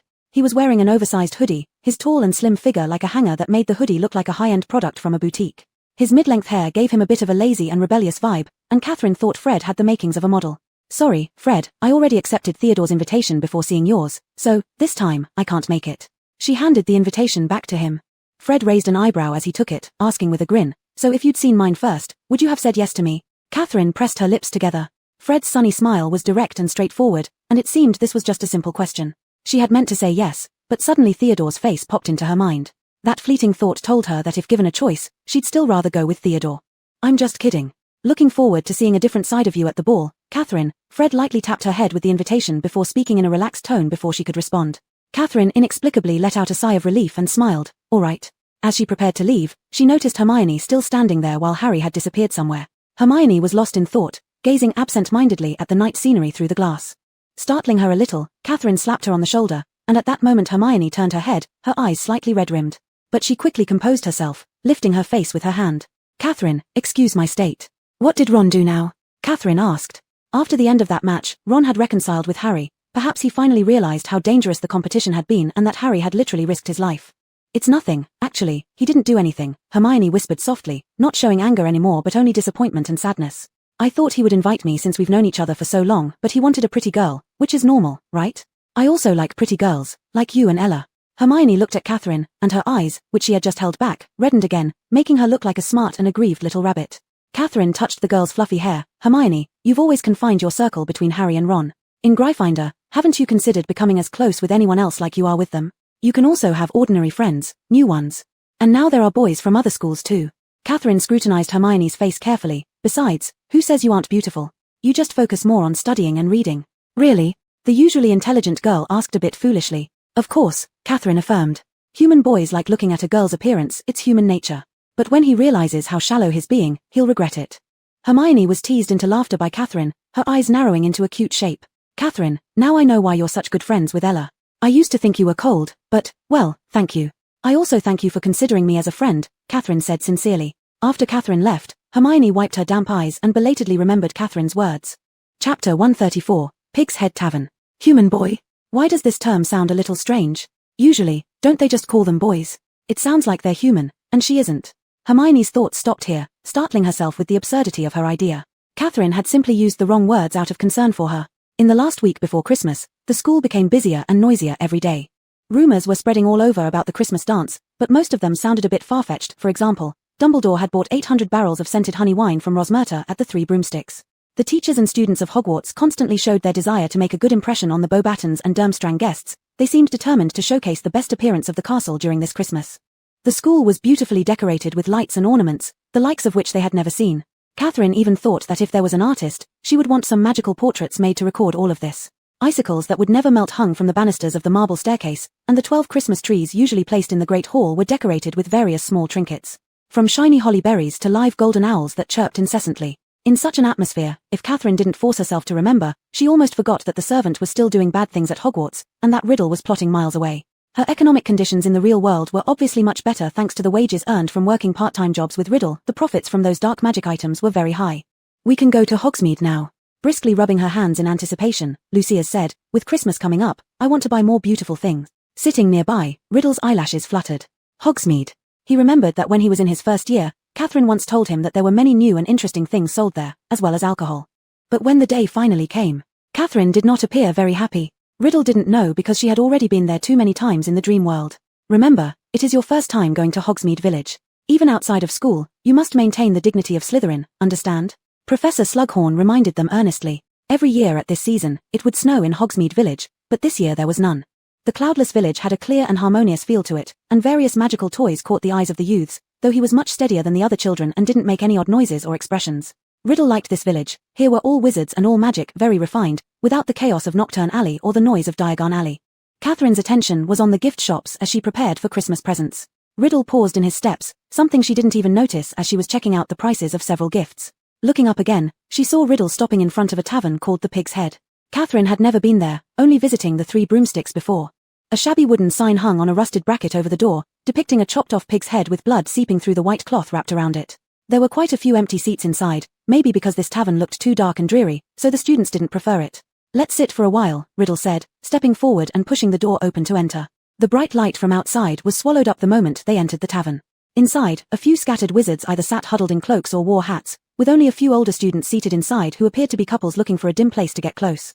Catherine slightly covered her nose. A strong smell of sheep emanated from within. Riddle, however, didn't seem repelled by this dirty and strangely scented place, choosing a spot and sitting down instead. On the rough wooden table in front of them, some candle stubs were lit. The two sat face to face under that faint yellow glow, and Catherine almost thought Riddle looked like a fortune teller. "What kind of alcohol do they have here?" Riddle observed who might be the barkeeper. "Are you really going to drink alcohol?" Catherine asked aloud. He gave her a strange look. "What's wrong? Weren't you looking forward to it?" Catherine blinked her eyes hesitantly. She remembered her drinking experience with Theodore. She'd better not touch alcohol given her low tolerance, especially since speaking freely in front of Riddle wasn't a smart move. "I'm a girl, and it's probably best if I don't." "Aha, I have special drinks made just for ladies, dear miss." A tall, thin middle-aged man with long hair suddenly appeared and extended a long menu in front of Catherine.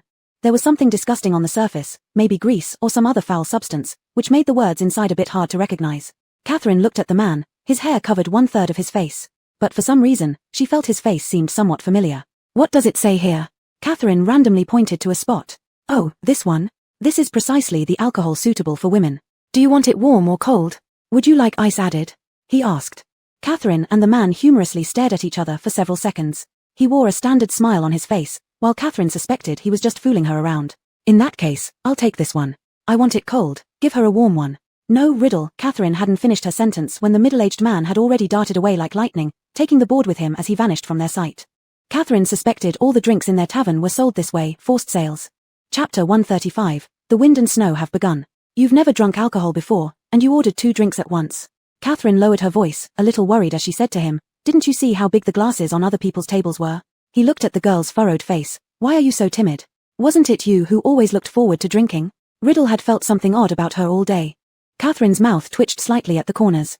Indeed, words spoken rashly in youth would eventually come back as a boomerang, straight back to oneself. She could only sit there, her eyes wandering aimlessly without much confidence. In the darkest corner, a couple was passionately kissing, lost in their own world.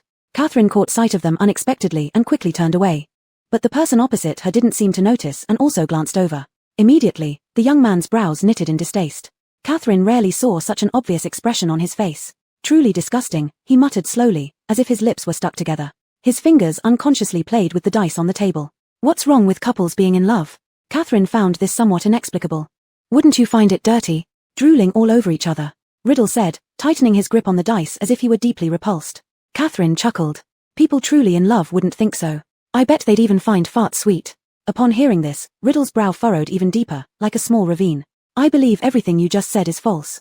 I'm telling the truth. Don't you see how many couples in school behave this way? Riddle's eyelashes drooped, casting shadows in the light that blended seamlessly with the dark store, giving him an aura of inviolability. And you? Do you think the same? Me? I've never been in love, how would I know? Catherine also started playing with the dice, pushing it from one side of the table to the other. But I really can't understand. Why can someone like another person to that extent? Wanting to be together all the time. Miss, sir, here's your drink. Suddenly, the man reappeared, a skeletal figure smiling foolishly, looking somewhat mentally unstable. He placed 2 tall wineglasses on their table. One contained icy transparent ice cubes, while the other bubbled faintly with heat. Catherine sniffed the air. This drink actually smelled a bit sweet. Our shop's prized butterbeer. You must give it a try, the man said. Butterbeer. Catherine took it closer for another whiff. Before she could finish her appraisal, Riddle had already tilted his head back and swallowed a large gulp. He carefully pressed his lips together, savoring the taste of butter and wheat. Catherine watched anxiously as he drank at speed. She picked up the dice. Let's play a game. The loser takes a sip. How do we play? 1 more round of dice remains. We'll compare the rolls. The smaller number drinks, and if it's a tie. In case of a tie, both drink a sip, Riddle said. Catherine smirked bitterly. Why did it feel like he had the makings of a drunkard? They played 3 rounds, but Catherine's glass remained untouched. Catherine couldn't help but cradle her throbbing head, but judging by his appearance, there was no sign of him being drunk. On the contrary, he began studying the little dice, wondering what its secret was. It seemed like he kept losing. Could it be that the alcohol content wasn't as strong? I thought you'd be thrilled to visit Hogsmeade today. He threw the dice again. I am thrilled. I need to pick out gifts for you too. We'll split up later and go our separate ways. Catherine said naturally. But. He stopped halfway through his sentence. But what? It's nothing. Riddle shook his head. But it wasn't as enjoyable as he had imagined. He didn't want to say it out loud. Hey, I've already promised to buy you a gift. You won't leave me empty-handed again this year, right? Catherine stared at him. And now, you do have money in your pocket. There are so many people giving you gifts. It doesn't matter whether I add 1 more. Riddle pointed at the dice in front of Catherine. Drink. Catherine hesitated for a moment and then, as if marching to battle, took a sip. It indeed had a refreshing sweetness, with almost no noticeable alcohol taste. She had worried unnecessarily. How does it not matter? Of course, I look forward to receiving your gift. Catherine said with relief, yet Riddle chose not to follow up on this topic. The two finished their drinks completely. They hadn't expected the pig-headed bar to be so dirty and disordered, yet the drink turned out surprisingly good. Most importantly, Catherine didn't feel the slightest hint of intoxication. Instead, she felt as though the world had become a lot better. Just moments ago, the sky had been clear, but now tiny snowflakes began to drift, landing on their cheeks. Catherine was about to split off from him to buy gifts when Riddle gently tugged at her sleeve. The sudden movement caused Catherine to turn around. The young man looked at her as the snow started to fall more heavily, catching in his hair. During the Christmas break, there's a place I want to go. Where? She stopped in her tracks. I met someone in Knockturn Alley who helped me find information about my surname. Riddle said this with a tone that suggested it didn't concern him personally. A cold chill ran across Catherine's face as another ice flake fell perfectly timed, matching her heart. You mean, you're about to find your real parents? Perhaps. How would we know if we don't go see? Riddle's lips curled slightly, revealing a chilling smile that left a lasting impression. All right. She nodded vaguely, then I'll come with you. You'll come with me? He echoed. Don't you want me to come along? She asked. In reality, Catherine worried that if Riddle found his family and discovered how affluent and happy they were, he might silently kill them without saying a word. But upon reconsidering the timeline, Riddle in 3rd year could not possibly use the killing curse, nor did he kill them. So what was there to fear? While she contemplated, Riddle continued, It's fine, Catherine. He awaited the truth behind the abandonment from years ago, whatever it might be, he needed to know. And he also anticipated Catherine's reaction when she found out, whether she'd feel sorrow, anger, or simply not care at all for him. The wind and snow had begun, no one knew when it would stop. On Christmas Day, Catherine opened the gift box Ella gave to him. It was a pale yellow evening dress, extremely flattering on her complexion, exuding a youthful and lively beauty. Catherine had never worn clothes of such colors before, so she excitedly picked it up and admired herself repeatedly in the mirror. Inside the box was also a matching necklace, featuring a greenish-blue crystal shimmering with soft and mysterious brilliance. Ella, you're too good at picking these things. Catherine spun around contentedly, very pleased. Trying something new was always worthwhile. I've always thought colors like these would complement your eyes wonderfully. Ella laughed, dressed in the gown Draco had sent early in the morning, appearing gentle and composed. We hope the present we prepared will make Hermione shine brightly today. After returning that day, Catherine told Ella about Hermione's concerns. Chapter 136, The Ball. The two of them immediately took Hermione to the medical wing to beautify and make over her face's freckles as well as her somewhat misaligned teeth. They also got her some jewelry. At the time, Hermione gazed at the person in the mirror for a long while in disbelief. She covered her face with joy, and her eyes watered again. "Have you ignored Ron?" Ella asked repeatedly. "No, I swear, he doesn't even know who I've accepted an invitation from." "I'm sure he'll regret it, but his regret won't matter right now," Ella said sharply. "I think so too. Your dance partner is going to be 100 times better than Ron unless he sincerely apologizes to you," Catherine chimed in. Hermione, listening to the chatter between her two friends, felt her mood brighten again. When they arrived, there were already some students by the entrance hall. Fleur Delacour wore a silver-grey satin gown, stunningly beautiful, accompanied by Roger Davies, the captain of the Ravenclaw Quidditch team. Draco had also arrived. He wore a black velvet high-collared dress robe, coming forward to meet Ella. Ella smiled at Catherine before entering with Draco on her arm. After Catherine appeared, those who were staring at Fleur shifted their gaze to her. Different from her usual sharp beauty, today she was as gentle as a daisy blooming on a spring countryside path, dazzling yet charming. She was waiting for Theodore. Not long after, Theodore appeared, wearing a silver-grey suit. His long legs ascended the steps. In his black hair, something glittered faintly like stardust, making the originally aloof boy look like a moon god. Even among the good-looking people, he stood out. His gaze locked onto hers, and he walked slowly toward Catherine, extending his left hand with gentlemanly grace. "You look beautiful, my dance partner." Catherine didn't quite know what to say. She found that when she was in front of Theodore, she sometimes felt speechless. Standing together, the attention of everyone around them seemed glued to them. They entered the hall, and not far away, Ella excitedly waved at Catherine, signaling her to look elsewhere. There stood Hermione and her dance partner Krum. Yes, it was Krum who proactively invited her. Hermione's usually wild hair was sleek and pulled into an elegant chignon at the back. She wore a flowing gown made of soft light blue fabric. She was smiling, looking infinitely gentle. It was wonderful, Catherine thought. Many did not recognize Hermione at first. When they realized this girl was actually Hermione Granger, they all showed expressions of incredulity. Many envied her because she was standing beside Krum. People are always like this, aren't they? When an excellent girl stands beside an excellent boy, people always envy why the girl is so lucky, but no one envies the boy for having such a companion. To Catherine, this was Krum's honor too. After everyone was seated in the hall, Professor McGonagall called the champions and their partners to line up and follow her inside. The walls of the hall were covered with glittering silver frost, the ceiling displayed a starry night sky, with hundreds of mistletoe sprigs and ivy garlands hanging from above. The 4 house tables disappeared, replaced by 100 small lantern-lit tables, each seating about 10 people. Catherine hadn't forgotten to keep observing. All teachers and students were present, but she didn't see Mr. Crouch. Catherine asked Theodore, "Do you know why Mr. Crouch isn't here?" As soon as she finished, Draco jumped in to answer. "He hasn't been in good shape lately. It's not possible for him to come celebrate Christmas." Draco's tone was slightly odd when he said this. They had never seen so much food at any banquet, and Catherine tried hard not to eat too much, otherwise, her formal gown would be stretched. After being full and refreshed, the ball officially began. She walked on stage with Theodore's arm. Although it wasn't her first ball, Catherine couldn't help but feel nervous. She almost stepped on Theodore's feet several times, but he remained patient throughout. Gradually, both of them became more coordinated. Being so close, she could even smell the faint aroma of laundry detergent from his clothes. When the first dance ended, both feeling a little warm, they decided to take a walk outdoors, draping their coats over their shoulders. The moonlight bathed the area, cool and calm, as they wandered down the winding path in front of the entrance hall, continuing through the rose bushes. The large roses protected by magic showed no signs of frostbite, blossoming vividly like drops of blood. She lowered her head to smell them. They truly smelled wonderful. "What kind of flowers do you like?" Theodore, walking behind her, asked. "Me? I don't seem to have a particular favorite," Catherine said. Suddenly, she recalled the small house where she lived in the real world, and the white bouquet that had been left behind by a strange man. "I did see one kind of flower, it was very beautiful, but I didn't know its name." Theodore listened with his head slightly lowered.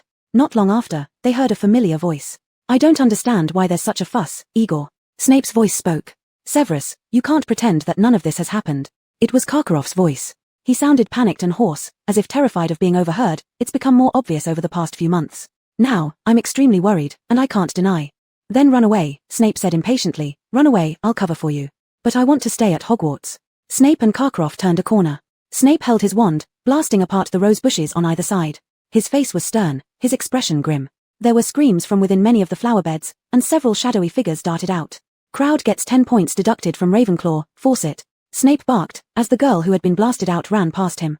"And take 10 points from Hufflepuff too, Stubbles." Another boy chased after the girl. "And what are the two of you doing?" Catherine's heart leaped. She thought they'd been spotted by the headmaster. Chapter 137, What does he want? But the imagined scenario of being dragged out didn't happen. Instead, Harry and Ron appeared. Through the gaps between the rose stems, Catherine saw Karkaroff's expression become very unnatural after seeing Harry. His hand aimlessly swung twice near his trouser leg, then he began twirling his woolen beard, a nervous look as if trying too hard to appear innocent. "We're taking a walk," Ron said rudely to Snape. "Isn't that legal?" "Then keep walking," Snape snapped angrily, then strode past them with long strides, his long black robes billowing behind him. Karkaroff also hurriedly followed Snape. Harry and Ron continued to stroll along the path. "What's worrying Karkaroff so much?" Ron whispered.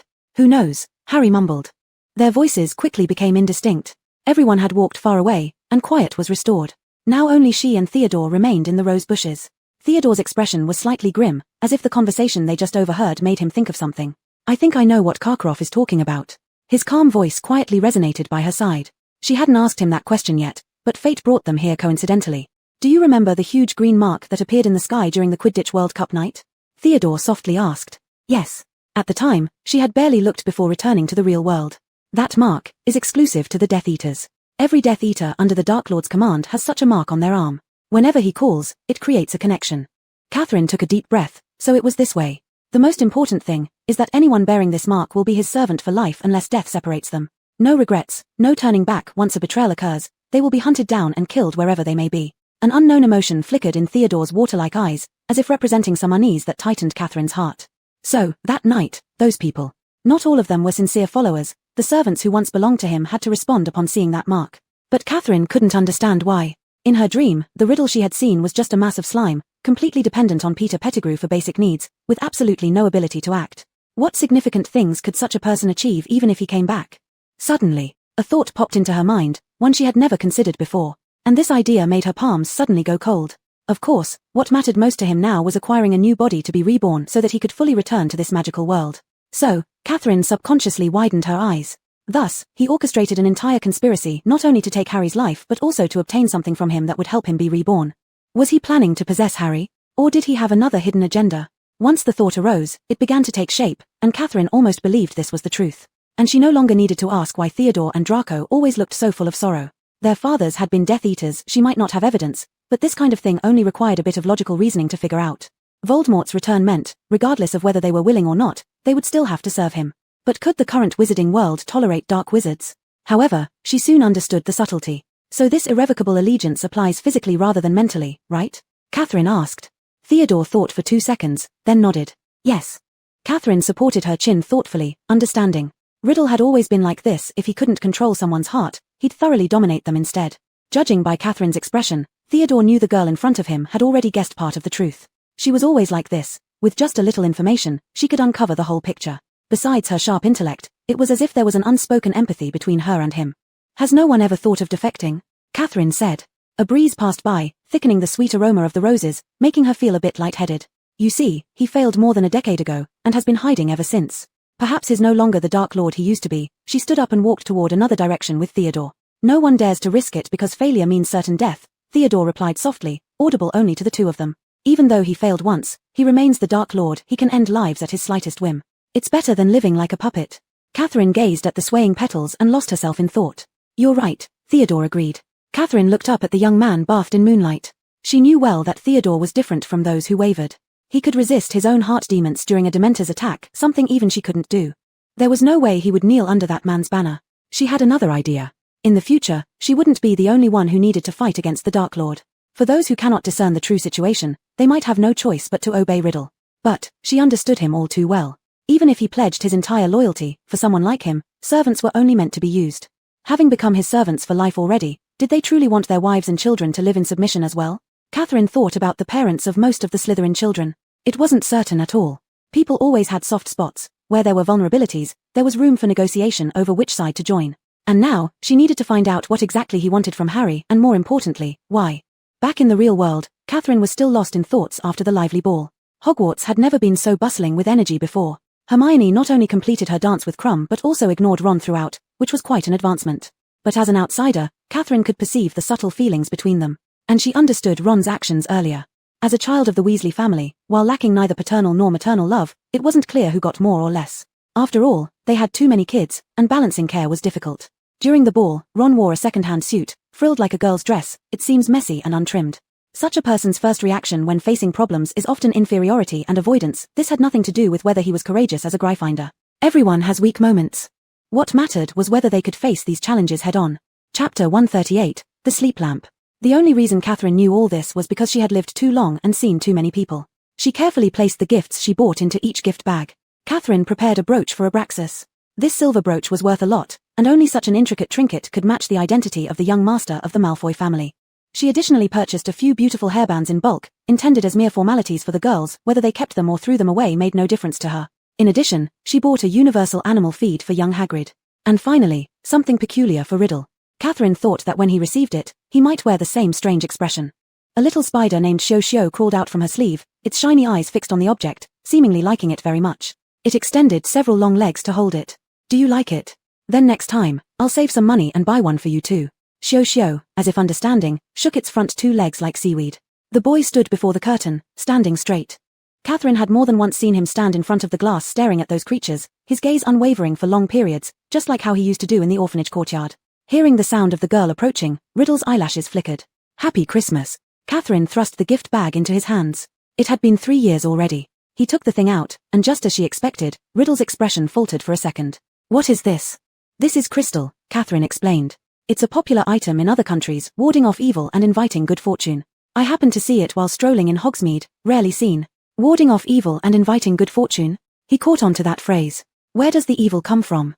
Good question. Catherine thought. She figured there was no one in this world more evil than him. It's just precautionary, Catherine said. Eliminating some negative energy, helping you sleep better. Isn't it great? Without hesitation, she slipped the bracelet onto the boy's pale wrist, her fingertips brushing over his protruding knuckles. I spent a long time choosing this bracelet. It suits you. He stared at it for a few seconds, his tone unclear. I've never seen anything like this. Can it really help one sleep well? Catherine nodded. That's what the merchant said. These smooth black beads are called obsidian. Glancing at it, it resembled Shio's eyes. No wonder it liked it. For some reason, Riddle looked somewhat impatient, turned around, went back to the dormitory, grabbed something, and returned. Upon closer inspection by Catherine, it turned out to be a lamp. Not large in size, perfectly fitting beside the bed. It was creamy white, looking extremely soothing. What about my present? Riddle lifted the lamp. That boss said it's called a sleep lamp. Catherine pointed at the lamp and then at herself. Is it for me? If you said I'm rich, wouldn't it look stingy if I didn't give you anything? Riddle snorted lightly. How come you're always so gentle and patient with your teachers and classmates but speak to me this way? Catherine took the lamp, muttering. I remember when we first met. Do you like that? He suddenly interrupted her. Not necessarily. Authenticity is more important. Catherine's attention was entirely on the lamp. This lamp is exquisitely crafted, must be quite valuable. I'm curious, which works better, the sleep lamp or? Riddle recalled the words she had just said, this string of obsidian. Catherine secretly thought about the time during the holidays when she told him about her nightmare. Could it be that the origin of this gift was due to that? If so, then this person before her wasn't heartless after all. Even if he didn't go the route of feelings, choosing reciprocity through gifts was still commendable. But could his irritable mood earlier have been because he couldn't find any obsidian while searching for gifts? Truly competitive. Isn't it simple? Let's try it tonight, and we'll know everything then. Catherine felt incredibly cheerful. Now I've given you this bracelet, best worn on your hand. If that wound reopens, I'll be able to see it immediately. He idly played with the string in his hand and responded casually. Catherine gazed at the living being in front of her and for the first time, felt grateful that he was an emotionless person. Because if he had emotions, even though he would be a villain to the world and his entire race, in that instant, he would simply be a friend who carefully selected a present for her. Since he was emotionless, she could remain unbothered. Tomorrow, will you have time? He asked. She snapped back to reality, focusing on him. Ah, yes. The matter I mentioned last time. I plan to go tomorrow, he said. All right, she nodded. At night, a lamp appeared on Catherine's bedside table. It emitted a peaceful glow, in stark contrast to the person who had given it as a gift. After staring at it for a long time, Catherine wondered if it was just her imagination or whether it really did have an effect. She began to feel a bit lighter in spirit, less weighed down by psychological tension. In the end, she sighed deeply. Unfortunately, her nightmares would not cease. Because those nightmares were all tied to him. The next day, Riddle dressed early and waited for Catherine, and they left Hogwarts together to search for the address. Catherine glanced at the address on that letter twice. Thankfully, it wasn't Riddle Manor. She guessed it wouldn't come so quickly.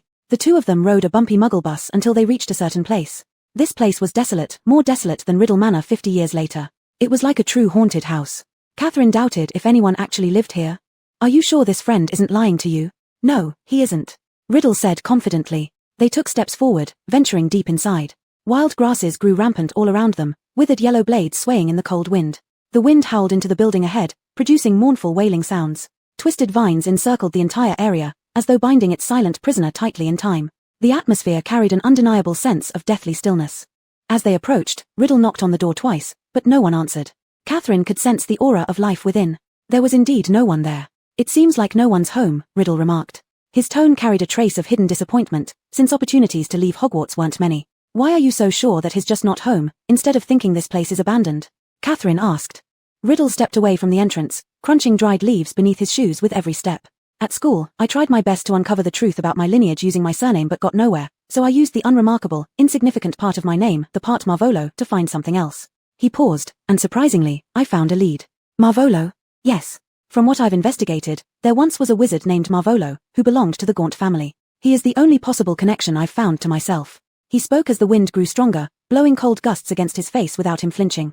Chapter 139, Barty Crouch. Catherine frowned. The Gaunt family. Before she came to Hogwarts, the Elder had given her information about the 28 pureblood families. This surname is one of the pureblood families. It was very likely his mother's family. But, this place certainly didn't seem like somewhere a pureblood would live. Even the Weasleys, who were always mocked by the Malfoys for their poverty, wouldn't possibly live in such a place. There's nothing else I can do for now. He took a step back. I will come again. The cold wind blew desolately. Catherine nodded and secretly memorized this address. After accompanying Riddle on his visit, Catherine's focus returned once more to the conspiracy against Harry. Karkaroff's behavior that night made Catherine completely dismiss any suspicion of him. If Riddle would trust someone like Karkaroff, who always seemed so startled, with such an important task, then he'd be insane.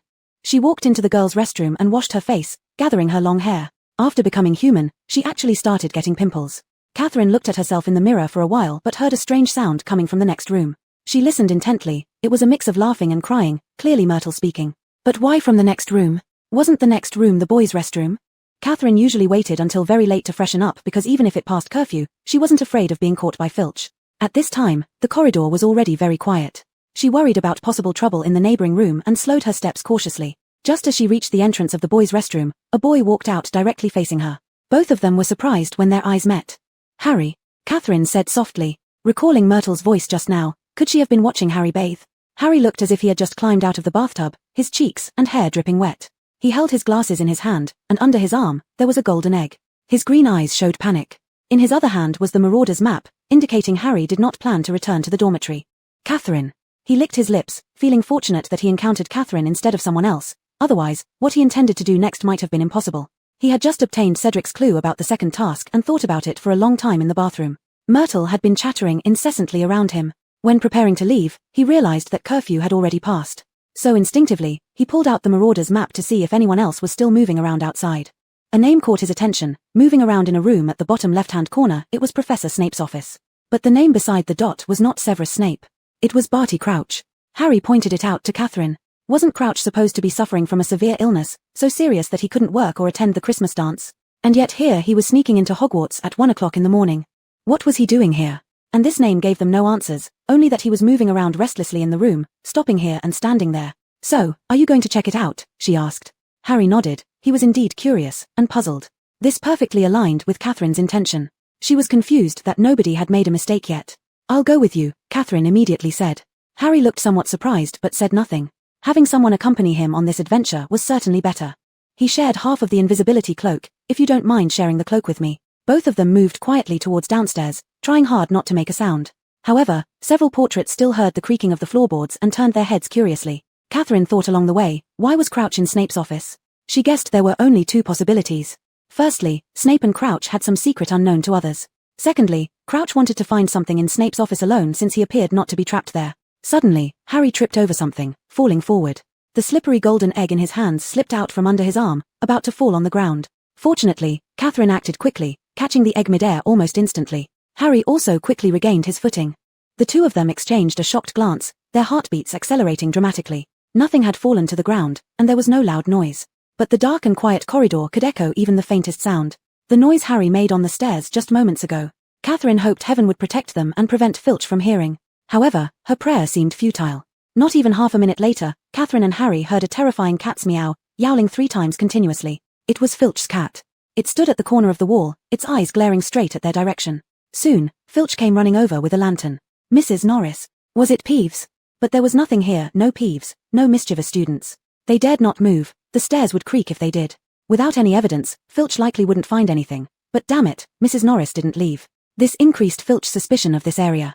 His grotesque, Cloudy eyes searched everywhere, his body hunched forward. Finally, in the dim light of the lamp, he noticed some droplets on the ground. The area around here was usually very dry, and house elves cleaned every night. How could water droplets just appear out of nowhere? Catherine inwardly cursed. It must have been from Harry's wet body, or perhaps from the golden egg dripping water. Even such small clues hadn't escaped Filch's keen observation. As they climbed the staircase, that emaciated, dull grey cat continued to glare at them with bulbous eyes. They stepped higher and higher while Catherine and Harry remained perfectly still. Catherine had already prepared. If Filch approached them, she would use her abilities to immobilize him and then cast an obliviation spell. At this moment, a familiar voice laced with fatigue echoed from down the corridor. Filch! What's happened? It was Snape. He wore a grey long-sleeved sleeping robe, his face pale. Catherine heard Harry draw a sharp breath. He feared Snape much more than Filch. It might be Peeves, Professor, Filch muttered fiercely. He made some strange noises again, and left water stains behind. Snape rushed upstairs and stopped beside Filch. Only a few steps away from them, both boys held their breaths. Peeves, Snape said softly, but Peeves couldn't possibly break into my office. I heard crashing noises earlier. It must have been Peeves, Professor. When I passed by my office, I saw the torch lit up, and one cabinet door slightly ajar. Someone was looking for something inside. But Peeves can't. I know he can't, Filch. Snape's voice grew stern again. I sealed my office with spells. Only a wizard could break in. Snape looked upward toward the staircase, his gaze penetrating through them as if seeing right through their hiding spot. Then he lowered his head, gazing down the corridor below. I need you to help me search for whoever broke in, Filch. Yes, Professor, but... Apparently, Snape had also discovered that someone had broken into his office. If he could see the Marauder's map, he'd realize it was Crouch who had done it. Now, Catherine was almost certain. Crouch intended to steal something from Snape's office. Thud. Thud. Thud. Chapter 140, the name on the map. Snape and Filch both fell silent. Through the gap between their heads, Catherine saw Mad-Eye Moody limping into view. Moody wore his old traveling cloak over his shirt-style pajamas, leaning on his staff as usual. Having a pajama party, he gruffly called up the stairs. Professor Snape and I heard some noise. Professor, Filch immediately replied. It's that prank-loving Peeves. Later, Professor Snape found someone breaking into his office. Be quiet. Snape whispered sharply to Filch. Moody moved closer to the staircase. Harry saw Moody's magical eye scanning over Snape. Then it landed on them. Harry looked at Catherine with fear, the meaning in his eyes being, Moody can see us. I didn't mishear you, did I, Snape? He asked slowly. Someone broke into your office. That's of no consequence, Snape said coldly. On the contrary, Moody growled, that's very important. Who would break into your office? Probably a student, Snape said. Harry could see a vein throbbing dangerously at Snape's temple. This has happened before. The ingredients for potions in my private storage have gone missing. Undoubtedly, students are trying to make banned potions. Do you think they're looking for potion ingredients? Moody asked. There's nothing else hidden in your office, right? The vein at Snape's temple was pulsing faster now. You know I've hidden nothing, Moody, he said in a low, sinister voice. Didn't you search my office thoroughly yourself? Moody's face twisted into a smile. That's an aura's privilege, Snape. Dumbledore told me to closely monitor you. Dumbledore trusts me entirely. Snape gritted his teeth. I don't believe he asked you to search my office. Dumbledore trusts you, all right, Moody shouted. He's too trusting, isn't he? Always thinks people deserve second chances. But me, I think some stains can never be washed away, Snape. Some stains are forever. You get what I mean? Suddenly, Snape did something very strange. He suddenly grabbed his left arm with his right hand, as if it had caused him unbearable pain. Moody laughed loudly. Go back to sleep, Snape. You have no authority to tell me where to go. Snape angrily said, releasing his arm, seemingly annoyed with himself. I have every right to patrol this school at night, just like you do. Then by all means, patrol, said Moody, but his tone was full of menace. Fear was etched on Harry's face, mingled with confusion. Yet Catherine, so sensitive, sensed the implications behind Moody's words and Professor Snape's movement.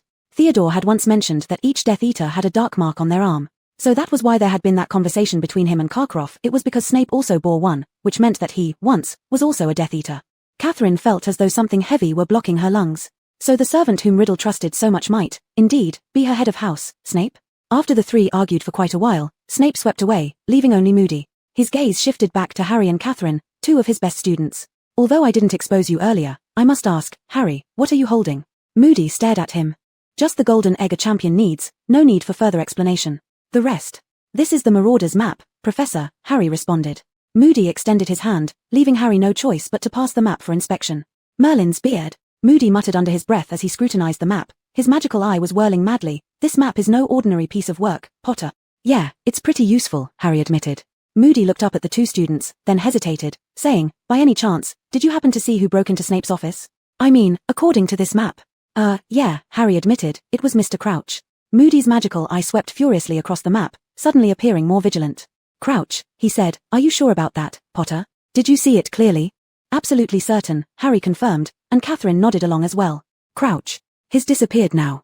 That's really very, very interesting. For about a minute, he remained silent, staring intently at the map.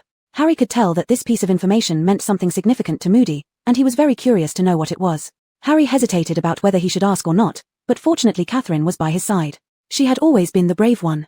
Professor, I'd like to know why Mr. Crouch would go searching Professor Snape's office. Catherine finally broke in, unable to contain her curiosity any longer. Moody's magical eye lifted from the map and fixed intently on her, trembling slightly. It was a piercing gaze.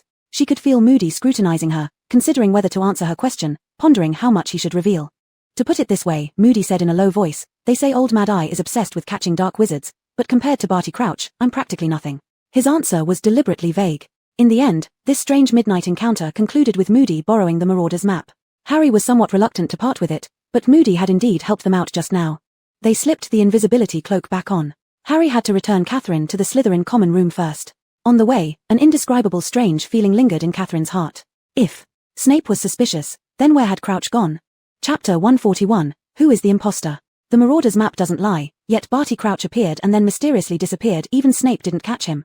So, Catherine's eyes flickered with thought. If Mr. Crouch didn't vanish into thin air in Hogwarts, considering apparition is impossible within the school grounds, he couldn't have flown out of Hogwarts in such a short time. That meant he must have disguised himself as someone else. There was no one on that corridor yesterday except for them. Catherine lay in bed, slightly frustrated, her train of thought hitting a dead end again. Her mind went blank, replaying all the recent suspicious scenes. Suddenly, she seemed to remember something and lifted her head, recalling Riddle's own words from that day. If it were me, I would either find someone I trust and hide completely from start to finish, or I would pick someone completely unexpected. Unexpected? What is unexpected? Someone who people would never, ever suspect. The ones who fit that condition on that day were Filch and Moody. Filch, though the caretaker of the school, was actually just a regular human incapable of magic, a squib, and thus, he had no way of helping Voldemort. That left only Moody. Catherine had never doubted Moody before, due to his remarkable teaching ability and his encouragement of her. Moreover, Moody was an aura, appearing upright and trustworthy in every aspect. But that would only be true if Moody was the real Moody and not an imposter. After all, someone who she hadn't noticed any anomalies from perfectly matched Riddle's plan. She had no concrete evidence to say Moody was definitely an imposter, but now she could try reasoning backward. If he were the imposter, what would be the probability that he exploited and killed Harry? Catherine didn't want to admit it, but the answer was 100%. This thought sent goosebumps down her spine. The next day, Harry found Catherine, and the two, as usual, picked a secluded place to talk. I told Hermione and Ron about last night. They also think it's strange, but we haven't figured anything out so far. Then I wrote a letter to Sirius. Maybe he'll come up with another idea. Harry said. Catherine looked at Harry's face. If she told him right now that Moody might be some Death Eater impersonating someone with the same name as Mr. Crouch, Harry would surely think she'd gone crazy.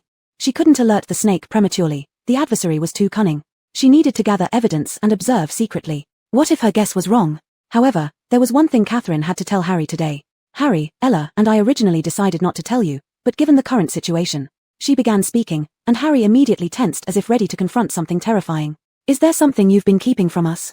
Catherine gave him a glance to ease his tension. Before the champions list of the Triwizard Tournament was announced, Ella foresaw trouble concerning Cedric. She avoided mentioning the sensitive term.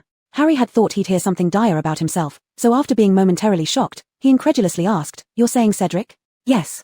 And someone is plotting against him. You already know this, so stay on guard against everyone, Harry. In the next 2 tasks, the fatal danger may come without warning." Catherine chose her words carefully. Be especially cautious about those you think pose no threat, because often the ones who can harm us are those around us. Harry's already tired face now bore an additional hint of confusion. He was more worried about his friends getting caught in dangerous situations than his own peril. Through their exchanges, Harry's impression of Cedric had changed quite a bit. He was a very kind and upright person who shared the golden egg clue with him.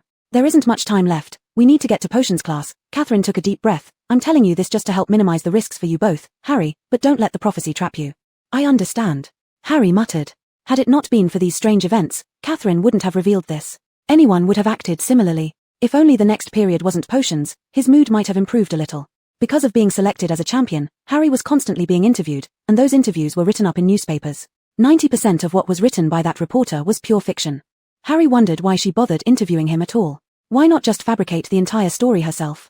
Not only did they misrepresent him entirely, but they also spread false rumors about his friends. This caused people to gossip and joke wherever Harry and his friends went, including Snape, who would never miss such an opportunity. With annoyance building, Harry started pulling items out of his cauldron one by one. You've become the center of media attention, which seems to have inflated your already oversized head even more, Potter. Snape said in front of him. Harry didn't respond. He knew Snape was trying to provoke him. There was no doubt that he was looking for an excuse to deduct 50 points from Gryffindor. He sometimes recalled that the only good thing Snape ever did was attempting to catch Peter Pettigrew. You probably think the entire wizarding world is marveling at you. Snape continued, his voice soft so that the other students couldn't hear, but I don't care how many times your photo appears in the newspaper. In my eyes, you're nothing but an unpleasant boy who believes you can disregard all rules and regulations. Harry poured powdered beetles into the cauldron. Though he tried not to get angry, his hands were still trembling slightly. I'll give you a friendly warning, Potter. Snape glared at him. If I ever find you sneaking into my office again. I've never gone near your office. Harry exclaimed indignantly. Potter, don't lie to me. You weren't in the dormitory that night, and I know it. Snape lowered his voice. Those impenetrable black eyes locked onto Harry's. African tree snake skin, gillyweed. Both are from my private stock, and I know exactly who stole them. Harry hadn't taken anything. He only knew Hermione had used African tree snake skin in their second year when they wanted to use Polyjuice Potion to investigate who the heir of Slytherin was. He only knew that the gillyweed was indeed missing. It had been stolen by Dobby, for Harry's second task as a champion. He now wished he could tell Catherine immediately that their actions that day had been suspected by Snape. He looked up and instinctively glanced toward Catherine's position, just in time to catch her turning her head away. For a fleeting moment, he thought he saw an indescribable expression on Catherine's face. It was as if she suddenly understood something. Chapter 142, Transformation. The African snake tree bark was missing from Snape's office. Why hadn't she thought of it? Polyjuice Potion. Barty Crouch went to Snape's office for the Polyjuice Potion. Because of this transformation magic potion, his name could perfectly disappear from the Marauder's map. If that was the case, then she would have a way to catch that person in the act. Even the most perfect Polyjuice Potion would eventually wear off, and he would sooner or later reveal his true form again. But before that, Catherine needed to investigate something else at the same time. Harry, after the potions class ended, Catherine waited until most of the Slytherin students had left before catching up with the trio. Hermione and Ron turned around simultaneously. Harry, if possible, can you ask Sirius about the matter concerning Barty Crouch? Catherine said. Ron's mouth opened slightly. Tonight Sirius was coming to meet them. All right, I understand, Catherine, I will definitely do it, Harry promised. It wasn't that he didn't trust Catherine, but Sirius had been hiding so painstakingly. He wanted to minimize any risk related to him. Catherine suspected that the name was merely a coincidence because Mr. Crouch had no reason to do such a thing. What remained to be done was to wait patiently near Snape's office. The ingredients required for the Polyjuice Potion include lacewings, leeches, unicorn horns, mugwort, fluxweed, and African snake tree bark. These are not common materials, and if one doesn't leave Hogwarts, some of these would only be found in Snape's possession. That person would need to return to Snape's office if he intended to maintain the disguise indefinitely. The last time Harry showed up there, it caused quite a commotion. Regardless of whether that person was fake moody or not, he likely had to rush away without gathering everything he needed. So, in the next few days, he would probably find an opportunity to come back. At dawn, Catherine quietly slipped out of her dormitory under the invisibility cloak. Unlike Harry, as long as her body could endure it, Hogwarts could not confine her. She sat below the staircase where she had been earlier. The portraits hanging on the wall hadn't noticed her arrival. The dimly lit corridor was quiet, and the faint light seemed to seep in from somewhere, casting an eerie glow through the darkness. Time passed slowly, and nobody came. Catherine leaned against the railing, showing no signs of impatience. This task required patience, and she planned to stay here daily until she saw something with her own eyes. Just as Catherine thought nothing significant would happen before she returned to the real world that night, faint footsteps suddenly echoed from the end of the corridor. The person moved with extreme control over his body. Had it not been for Catherine's heightened senses, hardly anyone would have been able to hear him. She tensed and stood up alertly, focusing her vision on the corner. Yet, no one appeared. She twitched her ears and hurried down the stairs to position herself on the other side. In the moment she turned around there, less than 5 steps behind her, emerged a face she did not recognize. So the other side, it was a diversionary sound made intentionally by him. If anyone noticed the noise, they would assume the issue was there. How meticulous his thoughts were. Borrowing the dim glow of the light source, Catherine watched the man descend the corridor where she had just been sitting. He was slim, wearing a tattered striped shirt, sporting a stubble of green beard sprouting on his chin, and his disheveled hair stuck up haphazardly, looking like it hadn't been cared for in at least half a month. But his features were strikingly delicate, his skin unnaturally pale, and his eyes sharp even in this lighting. It certainly wasn't Barty Crouch. It was a younger man. He cautiously walked past the spot where Catherine was standing, proceeding all the way to Snape's office door, then opening it and walking inside. Catherine slipped in silently before the door closed, entering after him. Snape's office was as dark as a coffin, with no light except for the faint glow emanating from a few jars of specimens. It resembled wisps of white fluff in a deathly silent night. Even in this pitch-black setting, he effortlessly found Snape's cabinet where the ingredients were stored. Apart from Dumbledore, who else was so familiar with Snape's office layout other than Moody, who had presumably searched through every inch of it? Feeling his way in the dark, he skillfully grabbed items and drank an already prepared vial of Polyjuice Potion. Catherine leaned against the doorway. The man's back faced her as he stood in front of Snape's desk. Less than a minute later, his body began to twist grotesquely, as if it were stretching. The potion started working. Catherine watched his clothing strain under the growth of his expanding figure, becoming increasingly distorted. Gradually, his entire form became stooped.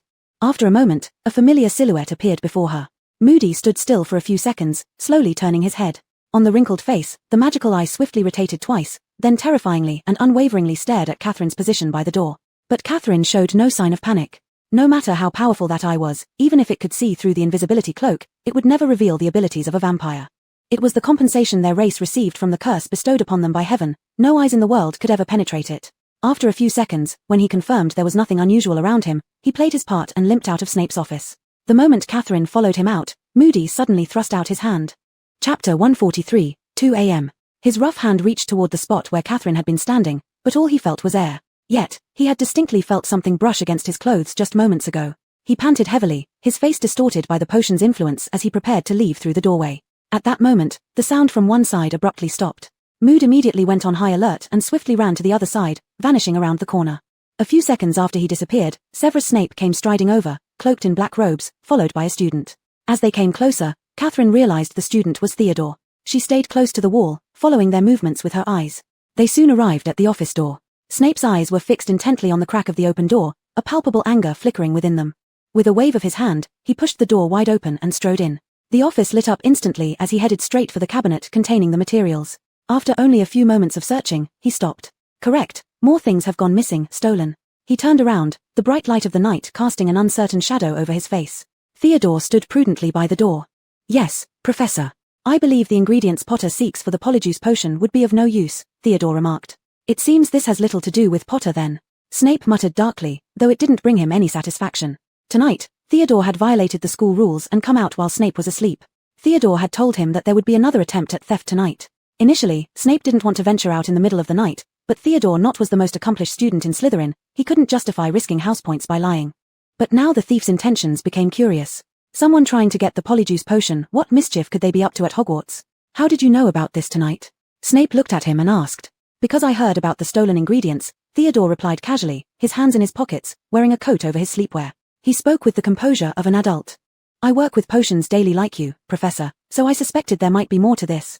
If someone is making the polyjuice potion, there's a good chance they'll come back for more materials. Theodore glanced meaningfully towards Catherine's position, lowering his gaze. So once I saw someone approach, I immediately informed you, Professor. Very well, Theodore. Snape mumbled, his pitch-black pupils examining the room. No one must know what happened tonight. Theodore nodded. Yes, Professor. Just from that glance, Catherine knew Theodore was aware she was there. He was the only one who knew about her invisibility ability. It was because he noticed her leaving the common room that he had tipped off Snape when he discovered fake Moody. That meant Theodore had known all along what she was doing and thinking. She stared at her palm. When fake Moody passed her, she'd managed to grab a strand of hair hanging from his clothes. This strand could verify his identity. Bartemius Crouch, indeed, was someone Voldemort trusted. Even a minor invisible movement hadn't escaped his notice. Catherine had anticipated Crouch's return but hadn't expected Theodore to join her scheme. There was no doubt his actions helped her greatly. Now that Crouch knew he was suspected, many of his actions would become restricted. Of course, Snape wouldn't penalize a student who had warned him, especially not a member of his own house. He reset the spells on the door and locked it tightly. Return to the common room quickly, and don't let anyone find out, Snape whispered before departing from the corridor. Night fell silent again. Theodore looked beside him and softly called out in a voice only the two of them could hear, Catherine, are you there? Catherine hesitated for a brief moment, pondering whether to reveal her invisibility skill to him again. Then, she lightly poked his arm with her finger in response. At the touch, the boy's black eyes softened, speaking into the air, let's head back together. How did you know I would? As they rounded past the portraits, Catherine couldn't help but ask. You know, Theodore said lightly. Yes, she did know. Theodore was unlike his father, but Catherine also knew this night had been perilous for Theodore too. What if Snape had truly caught fake Moody? Where would Snape's loyalties lie? And would fake Moody pin Theodore's betrayal on the Knott family? Theodore. Catherine called out to him. His steps paused at the entrance of the common room. Don't take risks, at least, not in front of me. He listened earnestly, his eyes narrowing slightly into an attractive curve. All right. Do you know that person's identity? Back in the common room, Catherine returned to her normal self, her beautiful face somewhat serious. I've never seen him, but don't you think he looks a bit like Mr. Barty Crouch? Theodore said. On the Marauder's map, his name was displayed as such. Do you mean his Crouch son? At this point, Catherine suddenly felt a strange sensation. Because she thought of Riddle and his Muggle father who shared the same name. In fact, I've heard some old stories. Mr. Crouch has always been an upright man. Many years ago, he personally sent his own son to Azkaban. Theodore sat on the couch, reminiscing as he spoke. What crime did he commit? Loyalty to that person. Theodore lifted his eyes, staring at the candle flame on the table. Different stances left no hesitation for Crouch. In that case, it all makes sense. Catherine muttered. With the strand of hair from Crouch, Catherine had him by the balls, and next she needed to figure out what he was truly planning to do. She wanted to say more, but she suddenly realized it was about to be 2 o'clock in the morning, and she had to stand up hurriedly. See you tomorrow, Theodore, I need to sleep. The girl jogged into the girls' dormitory, and Theodore looked down at his magical wristwatch. There were 2 minutes until 2 o'clock in the morning, the minute hand and second hand intertwining, producing a ticking sound in the silent space. Suddenly, Theodore's head started hurting without warning, and several extremely vague scenes flashed by as if viewed on fast forward, with something buzzing inside his mind. Instinctively, he reached to press the sore spot, and when he recovered, he once again fixed his gaze on the watch. The time pointed exactly to 2 o'clock in the morning. Chapter 144, Priorities. Xiao lay quietly on Catherine's hand, sensing her owner's awakening. It climbed up the girl's slender arm and stopped at her shoulder, its pitch-black eyes fixed on her without blinking, as if observing her sleep condition. Catherine took a deep breath and walked out of the dormitory. The winter sunlight couldn't reach Slytherin, so she wrapped herself in a blanket and sat on the sofa to pour herself a cup of hot tea. It was still early, and there was no one in the common room. Just as she took the first sip, the door of the boys' dormitory opened. It was Riddle. He walked over, slightly shaking the beads on his wrist. Did you sleep well last night? Catherine glanced at the young man, whose hair was neat and face clean, not looking like he had just woken up. How did it seem like he was waiting for her specifically? This thought startled Catherine, and she gulped down a large mouthful of water. I slept fine last night too. Riddle's gaze swept across her, with a hint of inquiry. He leaned back on the sofa and absent-mindedly picked up a notebook on the table to flip through. Catherine noticed that the scar on his finger had healed as if it had never existed. His recovery was surprising, even to her. By the way, this is for you. He raised his eyes, making sure there were no others around before handing over some money to Catherine. Why are you giving me money? She instinctively pushed it back. I'm doing business with an information network. He shoved the money back heavily and paused. Or do you think it's illegitimate and you're afraid to take it? Information network? Yes, otherwise how do you think I managed to get addresses? Riddle pulled his hand back, a flicker of pride crossing his eyes. After all, the information some people need, only I can provide.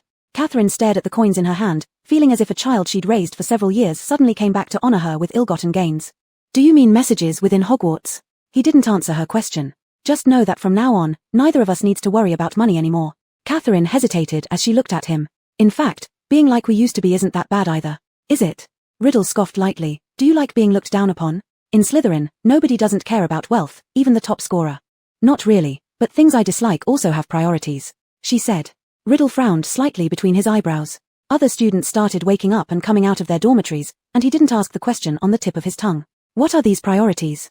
Compared to enduring sneers, I would rather not accept money from an unknown source. The top student at Hogwarts will naturally have many ways to gain power and wealth in the future. Catherine whispered softly. But this time, I'll take it. He looked at her intently for a few seconds. So you think character is more important than results? At least in your case, I don't see any reason to abandon character. Catherine retorted without yielding. This deepened the crease between the young man's brows. Catherine knew he wouldn't understand. From birth to the orphanage and then to Hogwarts, he probably couldn't find much reason to persuade himself to be a kind-hearted person. But after meeting Harry, she understood something. Painful experiences cannot be the sole excuse for someone's descent into darkness. Even though Harry was trapped in a conspiracy's whirlpool of public opinion and could lose his life at any moment, he never lifted his wand to blow up the whole of Hogwarts. A faint sarcasm appeared on Riddle's handsome face, making him look somewhat somber. I believe that refraining from judging others' words and actions is also a quality. After saying this, he stepped away from the common room as if unwilling to exchange another word with her. The implication was that she didn't understand him yet judged recklessly. But Catherine didn't understand where his dissatisfaction was coming from. In her memory, Riddle rarely became emotional due to such trivial comments. He was quite self-assured. Recently, he seemed a bit strange. What exactly was strange? Catherine couldn't quite put her finger on it. She stuffed her hands into the blanket, feeling the still warm coins. The second match arrived soon. On the spectator stands covered in winter caps and long scarves, students were bundled up warmly, while the champions could not compete in cotton jackets. Listen carefully, our champions are all ready. Once I blow my whistle, the second challenge begins. They have an entire hour to retrieve what has been taken from them. I'll count to 3, Bagman loudly announced. Harry was late, and he seemed uncomfortable, bending slightly and supporting his ribs with his hand. They needed to stay underwater for an hour and rescue the hostages. The champions set off, Harry taking off his shoes and socks, the lake water reaching his knees. He kept slipping continuously. Laughter echoed from the stands as Harry's lower body was already submerged in the freezing lake water, and he seemed to be chewing on something. Catherine knew Harry would be fine this time because she had guessed that Riddle's purpose wasn't to kill him during the competition. Otherwise, Harry would have died in the first round. Braving the cutting cold wind, Catherine walked down from the stands and circled around to where the group of teachers were gathered. Dumbledore and the others were there, with Moody sitting in a corner, one leg tapping rhythmically while his magical eye unblinkingly focused on the water's surface. Silently, she took her seat beside him, and Moody quickly noticed her. "Nadia, what brings you here?" "Being concerned about Harry seems somewhat excessive for a Slytherin," Catherine replied. "Oh, maybe so, but you're welcome here." Moody gave her a scary yet kind smile. "And it's far enough from the professors." Catherine's gaze lingered on his face. Although she had never met the real Moody, she had to admire the man in front of her for successfully hiding from all the teachers and students. If not for her advantage of knowing both worlds, she would have had no chance of figuring it out. The water calmed, and they all had dived beneath its surface. "Professor, may I ask you a personal question?" Catherine asked. "Certainly, go ahead." Moody did not refuse. The mist rose to the ground, filling Catherine's nose with dampness, blurring everyone's faces slightly. "I wonder, Professor, how is your relationship with your parents?" Chapter 145, Black and White.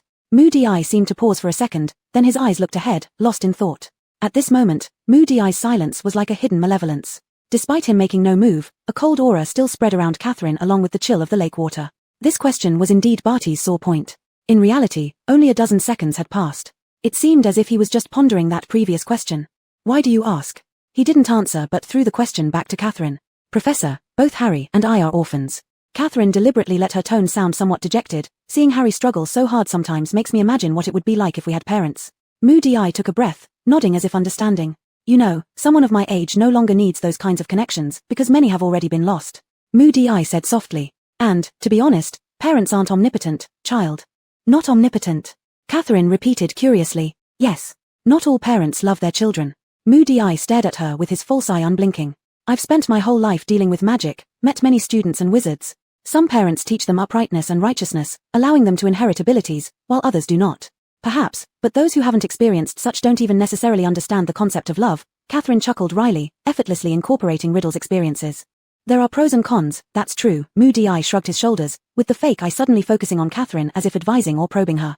"Just don't idealize the road you haven't walked. You might not imagine how even relationships can crumble when faced with interests. Like your father betraying that you're a Death Eater for power? Like his willingness to let you suffer night after night in Azkaban?" Catherine had thought about this question. Amidst black and white, right and wrong, how exactly should people choose? Even without conflicts of interest, some people still opt for justice over family ties. Is love total acceptance, or guiding the loved one towards what's right? Regardless of the outcome, opinions will always vary. "I understand your point, Professor. People must accept both the love and disdain from others, embracing these ever-changing emotions. But at the same time, one must also accept their own selfishness and foolishness." Catherine met his gaze directly. "So many people remain unloved, yet not all choose to deny the existence of love in this world. As for me, I always believe in holding on to the good part. Only by doing so and persevering does humanity distinguish itself from beasts. Don't you agree?" The corner of Moody Eye's mouth twitched slightly. Catherine smiled faintly, concluding the topic. There was no need to say anything more. Just broaching the subject would be enough for Moody Eye to ruminate on for quite some time, once that nightmare buried deep in his heart surfaced again. Attacking emotionally is sometimes the most malicious method. One filled with sincere feelings, the other brimming with falsehoods. Riddle must have won young Barty's loyalty this way, exploiting their similar experiences and pretending to empathize. The champions climbed ashore one by one. They had completed their tasks in relatively short periods. The last to come up was Harry, who still had a few water beetles stuck in his hair. He had gone over the time limit because, besides rescuing his own hostage, he had also saved others. Catherine noticed Harry's pale complexion and labored breathing. He hadn't expected to be the only champion among all who did too much. Perhaps this would be the decision that gave him only 10 points. Dumbledore and the others finished discussing matters regarding scoring. "Ladies and gentlemen, we have finally made a decision. The Merchieftain Moccus told us everything that happened underwater. Based on a full score of 50 points, we decided to award scores to each of the champions accordingly. Fleur Delica has shown excellent use of the Bubblehead charm, but she encountered a Grindylow attack while approaching her goal, failing to rescue her hostage. We give her 25 points. A round of applause came from the stands. Cedric Diggory also used the Bubblehead charm and was the first to return with his hostage, but he exceeded the hour by 1 minute. The Hufflepuff students cheered wildly, the sound deafening. Thus, we award him 47 points. Victor Crumb utilized Transfiguration. Although incomplete, it was still effective, and he returned with his hostage as the second. We give him 40 points. Karkaroff clapped particularly enthusiastically, wearing an arrogant grin. Harry Potter used Gillyweed and achieved a fairly good result. He returned last, far exceeding the 1-hour time limit. However, the Merchieftainess told us that Mr. Potter was the first to find the hostages, but he delayed his return to ensure all of them were safely retrieved, not just his own. Catherine casually glanced at Moody's expression. Most judges believe this fully demonstrates a noble moral character. So, Mr. Potter's score is 45 points. Harry, Ron, and the Gryffindor audience all froze for a few seconds before erupting in cheers. Moody and little Barty clapped their hands enthusiastically, while Catherine burst out laughing loudly, drawing the attention of many people around her. Perhaps this laughter would sound grating to his ears. And she wanted it to be grating to him. In the future, Voldemort would amplify the source of pain, making those already unfortunate abandon ethics and emotion entirely, if only for revenge, however satisfying or hollow it might be. But for so many others, they merely lost any chance at happiness. Yet Harry, the savior pushed by fate, made an entirely different choice from Riddle. He sought the possibility of happiness, even if it was a 10,000 to 1 chance. So if he didn't make this choice, if he didn't prioritize the lives of others over fleeting glory or personal vanity, then he wouldn't be Harry Potter. In Riddle's schemes, she could also see Power's presence, though it wasn't yet enough to unseat him. From some point onward, the thrill of engaging with him in these mind games filled Catherine with an indescribable excitement. Maybe it was because Riddle was truly exceptional. Or maybe it was her deep immersion in this life-and-death struggle. "Professor," she said with a bright smile, her eyes gleaming with a touch of madness, "do you believe a demon can lay down his scythe?" Chapter 146, Eryngium. Before little Barty could react, she raised her head and walked towards the audience. If the devil would lay down his scythe for private affection, then she would surely be the master of the devil. If the devil is never merciful, she would take his knife barehanded and face it straight on. Potion classroom. "Tom, you've done very well. I think next semester, you can directly become my student."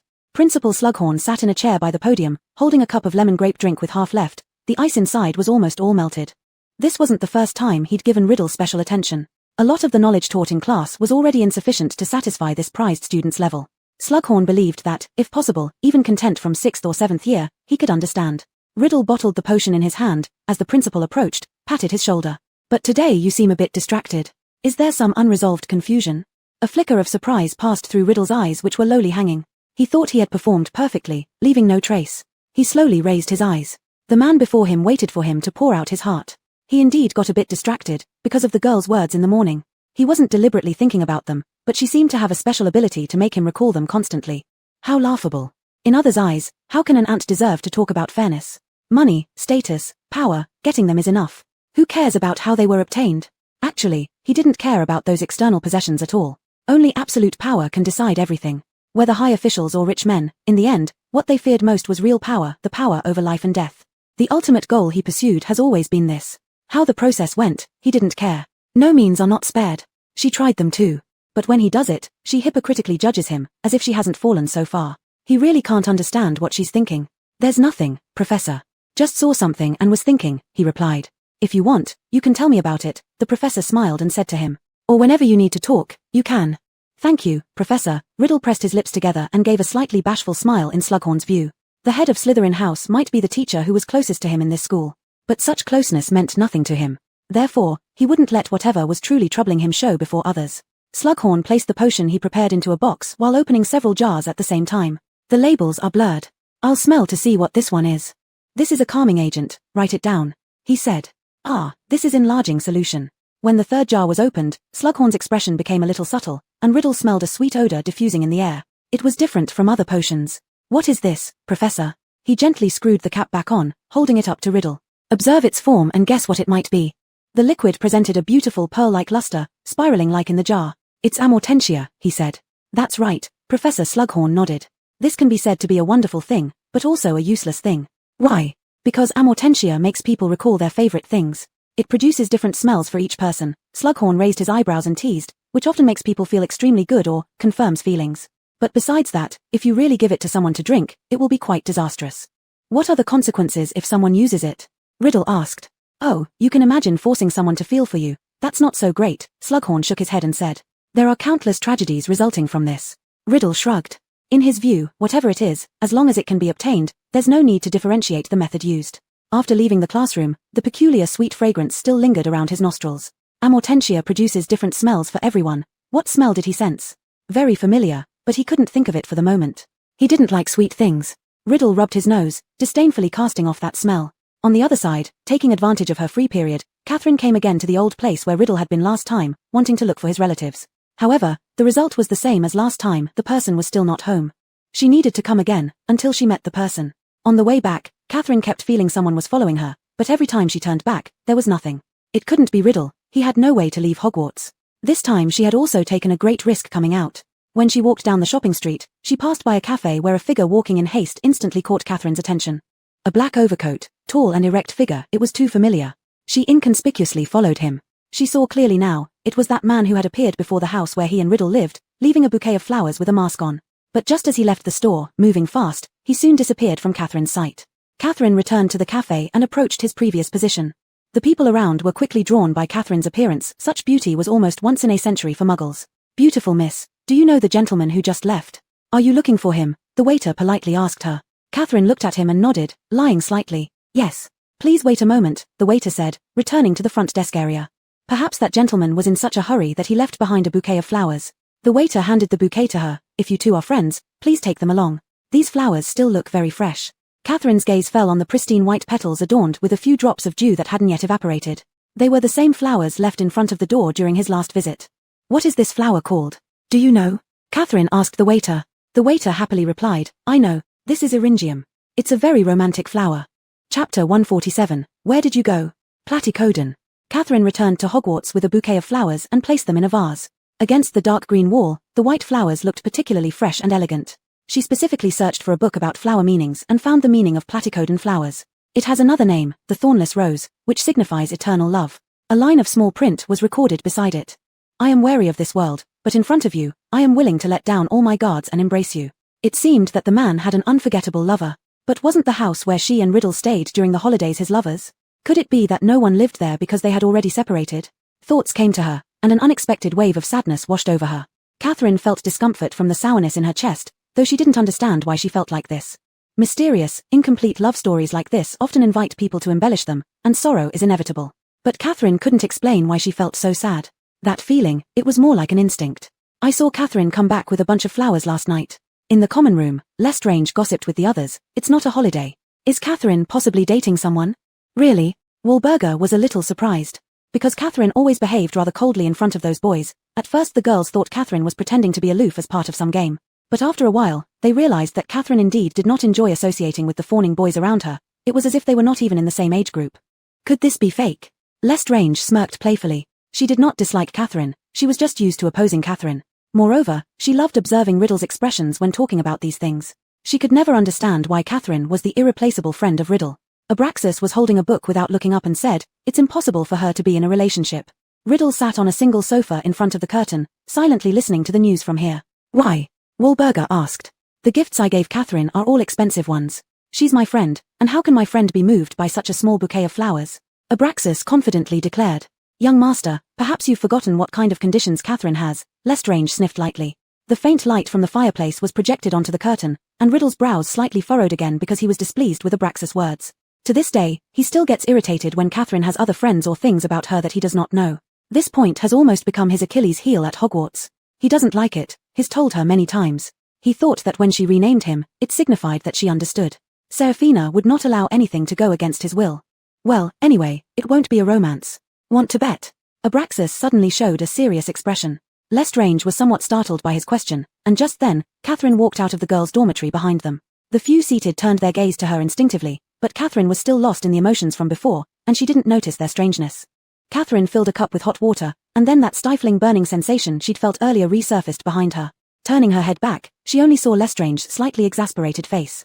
Looking upward, Riddle was sitting right there. Catherine carried the cup of water and sat opposite Riddle. It was winter again, and the Slytherin common room was like a damp cellar, even colder near the glass next to the Black Lake. Catherine subconsciously covered her knees with her robe. She felt more and more human lately. "Where did you go after class ended today afternoon?" Catherine asked the boy across from her who was writing something. The focus of Riddle's eyes paused momentarily on the paper. Instead of asking her where she had been, she actually directed the question to him. "That's a strange question." He looked at her. "Strange?" Catherine didn't care, she was still uneasy about the feeling of being followed when she returned. Riddle slightly curled his lips upward, his eyes hinting a touch of unknown fierceness. "I was practicing potions with the headmaster. So what about you?" Catherine adjusted her hair, her habit of growing her nails long, narrow, and sharp flashed past his eyes quickly, reminding him momentarily of vampires described in textbooks. "Where else could I have gone? Just wandering around school." Catherine lowered her eyes. Her ability to lie wasn't nearly as good as her skills in other areas. "Is there any place in our school where platycodon is grown?" Wahlberger inserted a question at a critical moment, making Catherine's already weak argument even shakier. "Seems like no." Lestrange chimed in timely. Catherine finally realized, these people were all sitting here to gossip about the bunch of flowers she brought back last night. She wasn't sure why, but she instinctively glanced at the boy across from her. He was still writing something, she overthought it, Riddle wouldn't care about such trivial matters. Such an odd misunderstanding would be nothing more than laughable in his eyes. Abraxas turned his head toward her. Just now, I made a bet with Lestrange. She said you're in love, I said it's impossible. Catherine suddenly burst into laughter. You just said Hogwarts doesn't grow platycodon. If someone wanted to give me some, there should be a place to buy them, right? Who can leave the school at this time? Abraxas raised his eyebrows triumphantly. I've been saying that. I never said I want to bet with you. Lestrange muttered discontentedly. Falling in love is only what the bored people do. Riddle said indifferently. His voice was so low that only Catherine across from him could hear clearly. Catherine perked up, narrowing her eyes into a very beautiful curve. So your point is you will never fall in love? His breath paused slightly for a second, then he replied with a muffled cold laugh. I don't need that stuff. All right, I hope you remember what you said today. Catherine shrugged. She had heard too many stories and most importantly knew that their kind was prone to regret. Oaths change as easily as wind. In the original timeline, if it was Voldemort, Catherine would believe that he would remain merciless forever, but since heaven allowed her such an unexpected event, it meant nothing was certain or unchangeable. Even something like Riddle not knowing how to fall in love might one day change. Lost in thought, Catherine couldn't help but laugh a few times. So abruptly that Riddle could tell she was doubting him. Chapter 148, Riddle's Study Group. He immediately picked up what he was writing and left the common room. No one else noticed their movements, but Catherine sensed that he seemed upset. Catherine watched Riddle's retreating back with a hint of interest. After the Transfiguration class ended, Dumbledore awarded 5 points to Slytherin because Riddle once again achieved a Transfiguration breakthrough that no one else in the class could manage. As his time at Hogwarts grew longer, the resources here had nurtured his talents well. He now significantly outpaced students of his year. After class, Catherine saw 2 familiar-looking Ravenclaw girls standing outside the classroom door, holding textbooks, seemingly waiting for someone. Then, Riddle walked past her, nodding to those 2 girls. Only then did Catherine recognize that one of the girls was the one who had tried to invite Riddle to dance at the previous ball on the Slytherin long table. And then they left together from the doorway. This was the first time Catherine had seen him interact so closely with students from other houses. He had a considerable reputation in school, but Slytherins were always special and didn't often mix with others from different houses. While Catherine was pondering his motives, Lucretia read aloud a handwritten invitation in the common room. Tom has decided to start a study group. Any student who wants to improve, regardless of house, can join. Did you receive the invitation? I just noticed. So the invitations on the table earlier were from him. Wahlberger was somewhat surprised. His charging fees. Didn't you see? This is him treating himself like a tutor. Do we really need a teacher among our peers when we're all in 3rd year? Ignatius sneered discontentedly. Lucretia narrowed her eyes at him and replied, we're all in the same year, but I haven't seen you earn any points for Slytherin. Tom is clearly better than all of us. What's the problem with that? There's a problem. If I needed help, I'd find a teacher, not him. And if my parents found out, it would bring shame to the whole family. Ignatius turned away in anger, as though imagining the scenario was enough to irritate him. After these words, many people who had initially shown interest now wore conflicted expressions. Yes, lineage. Tom Riddle's unclear blood status was the cause of their hesitation. Catherine folded up the invitation. So this was what he was writing that day.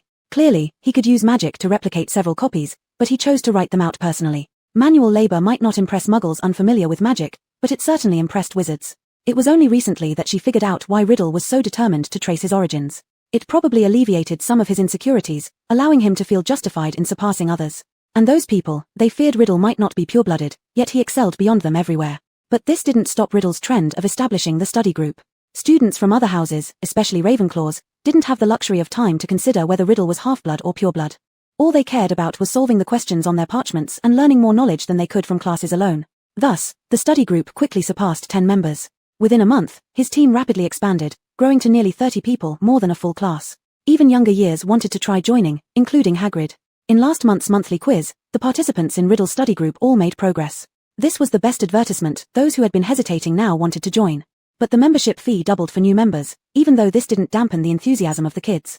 Compared to the famous tutors hired by their parents, joining Riddle's group was practically the price of a single vegetable. Moreover, if another student at the school had started a similar fee-charging team, the deans would definitely intervene. Not so with Riddle. Everyone knew he came from humble beginnings, excelled academically, and brought remarkable educational results to other students while earning just a reasonable amount in return. The professors simply turned a blind eye. Riddle's reputation underwent another qualitative change. He became an idol in the hearts of many. Catherine watched as Riddle was surrounded, answering humbly the earnest faces eager for knowledge. He was gradually becoming the unstoppable dark wizard king fated to dominate his destiny. Catherine suddenly had a feeling. Could it be that the moment when those who never disobeyed his commands began to gather around him had started right here? As the seasons changed and the weather gradually warmed, the third and final task of the Triwizard Tournament was drawing ever closer. Ella's prophetic dreams were increasingly becoming realities on the verge of manifestation. During this time, Catherine had not been idle. She followed up on the lead of young Barty Crouch, uncovering quite a bit about the Crouch's past, and also noticing that he had appeared several times around the Quidditch pitch. The strand of his hair was still in her possession, close to her body at all times. At any moment, she could expose him to Dumbledore if only she chose the right time. There was roughly 2 meters between them. Suddenly, an odd sound flashed from behind, causing Catherine to quickly turn her head back. A creature raised by Hagrid streaked past in Hogwarts. Because of this commotion, young Barty's attention was drawn towards her direction. Catherine pursed her lips and inwardly gasped. She had expended much energy over the past few days. To become invisible now would mean harming herself. Moreover, there were no thick trees here for concealment, and even simple evasion wouldn't fool Barty Crouch Jr. His rotating eye turned toward the left. Catherine predicted that within 5 seconds, as his gaze shifted to the right, it would pierce through the tree directly in front of her. What would a potential Death Eater do upon spotting a student spying? 5, 4, 3. Catherine's expression grew intense, and her sharp nails were about to slice open her palm. There seemed to be no other choice. In the last 2 seconds, the expected situation did not materialize. Instead, a sudden mist arose before her eyes, as though it had wafted out from the forbidden forest.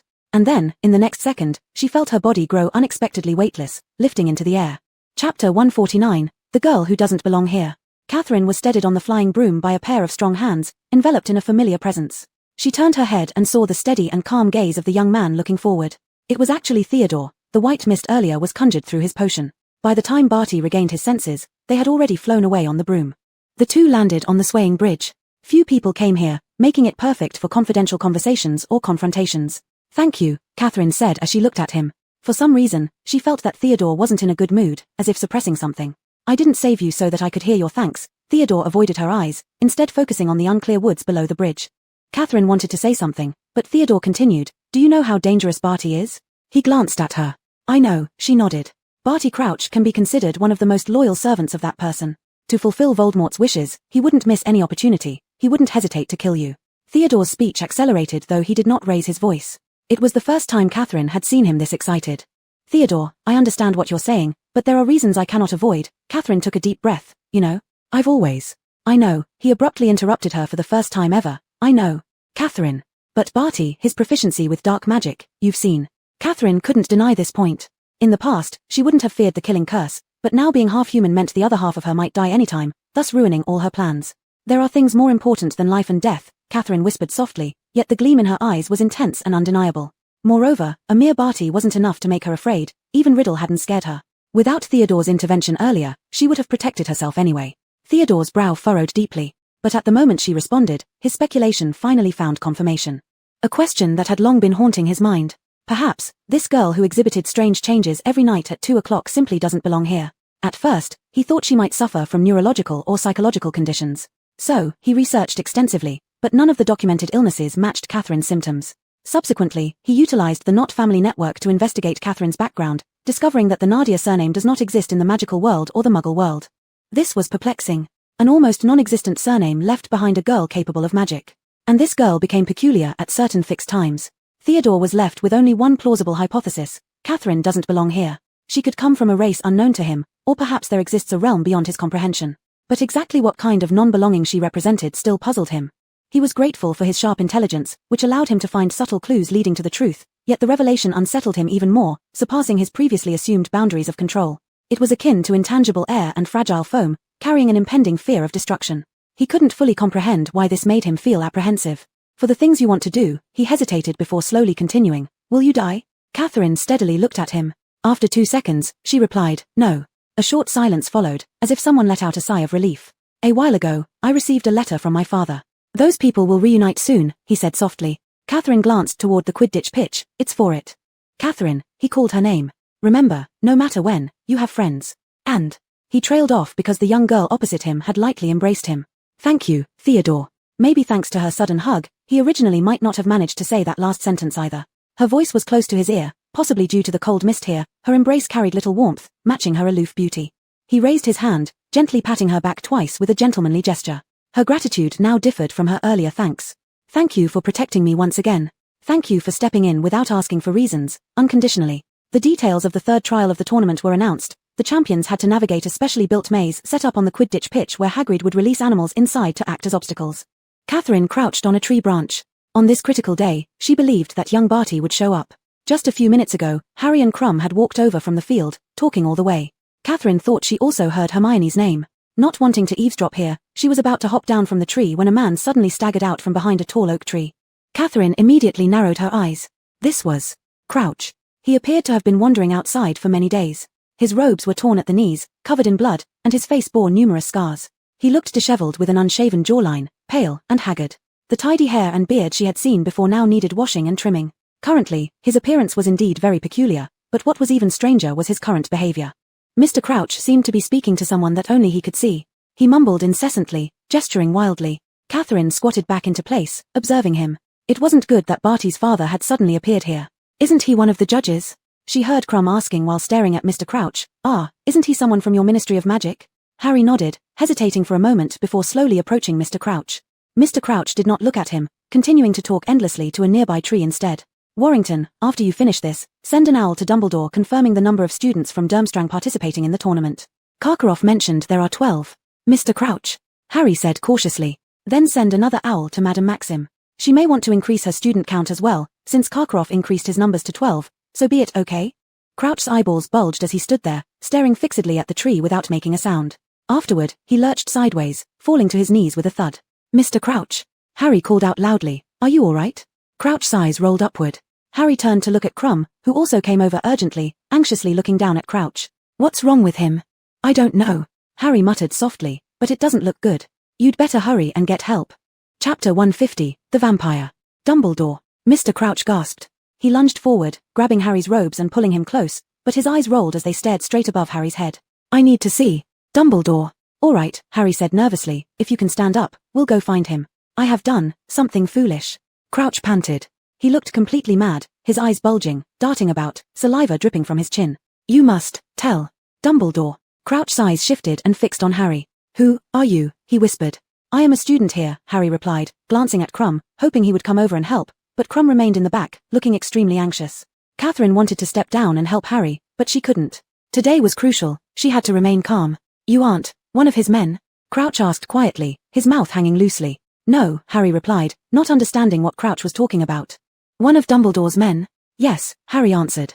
Crouch pulled him closer. Harry tried to break free from Crouch's grip on his robe, but it was too tight. Tell Dumbledore this. If you let me go, I'll fetch Dumbledore, Harry said. Let me go, Mr. Crouch, I'll bring him. Thank you, Weatherby. After you're finished with that task, I'd like a cup of tea. My wife and son will arrive soon. We're going to attend the Fudges concert tonight. Crouch started speaking endlessly to a tree, seeming to have forgotten all about Harry. This left Harry so astonished that he didn't notice Crouch had already released him. Yes, my son recently passed 12 ordinary wizarding level exams with satisfying results. Thank you. Yes, indeed very proud of him. Well, if you could give me the Minister for Magic Andius memorandum, I might be able to draft a reply letter. You stay here with him. Harry quickly told Crumb as he moved away. I'll get Dumbledore, I know where his office is, I can be quick. He's crazy. Crumb hesitated, looking down at Crouch, who continued rambling nonsensically to the tree, thinking it was Percy.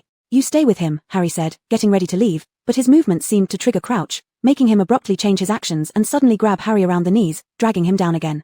Don't leave me, he whispered, his eyes bulging once more. I've escaped. I must warn, must tell I need to see Dumbledore. It's all my fault. Bertha's dead. All my fault. My son, all my fault. Tell Dumbledore. Harry Potter, the Dark Lord. He's growing stronger. Harry Potter. His son, Barty Jr. He knew about his son's escape from Azkaban to serve the Dark Lord. If you let me go, I'll go get Dumbledore, Mr. Crouch, Harry said, glaring at Crumb angrily. Can you help me?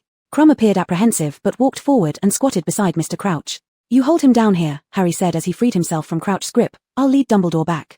You better hurry. Crumb shouted as Harry ran out of the forest and across the dark grounds. It was almost no time at all before Crumb, several steps away from the disoriented Crouch, saw another figure emerge from the shadows of the grass. No one else was around, neither Fleur nor any others were present. Crumb jumped slightly upon seeing the figure but relaxed when he realized who it was. Mr. Moody. Before he could finish, the muscular body collapsed onto the ground with a thud, as if asleep. But Barty Jr. hadn't acted yet. He suddenly raised his head just as he noticed the girl gracefully jump down from a tree, landing soundlessly on her feet. Mr. Crouch fell into confusion once again, mumbling incoherently. When Catherine lifted her hand, Crouch immediately became quiet. If there had been a third person present, they would have seen, like Barty Jr., the girl's blood-red eyes, so intense it seemed they could drip blood, terrifyingly ominous. Barty Jr. was not like those rookies. He instantly recognized Catherine's true identity. Thus, as if finding it amusing and having figured something out, he nodded slightly and said, Catherine Nadia, so that's how it is. A vampire, and apparently, a high-ranking one. Hogwarts has been infiltrated by a vampire. Catherine slightly curved her lips. Yes, Barty Crouch Jr., you do have some insight. You've known all along that I'm not the real Moody, but to be honest, I truly considered you one of my students. He flicked his tongue like a snake. As my student, you should know it's not smart to reveal yourself in front of me. Maybe, but I'm not like your flesh and blood students, so I don't need to be too clever. Catherine tapped her wand casually against her palm. Barty Jr. stared at her intently, then he laughed. Dumbledore isn't a fool. You must have used some dark magic to conceal your true identity, right? He took 2 steps forward. So let me think, how much of your power and your immortality remain?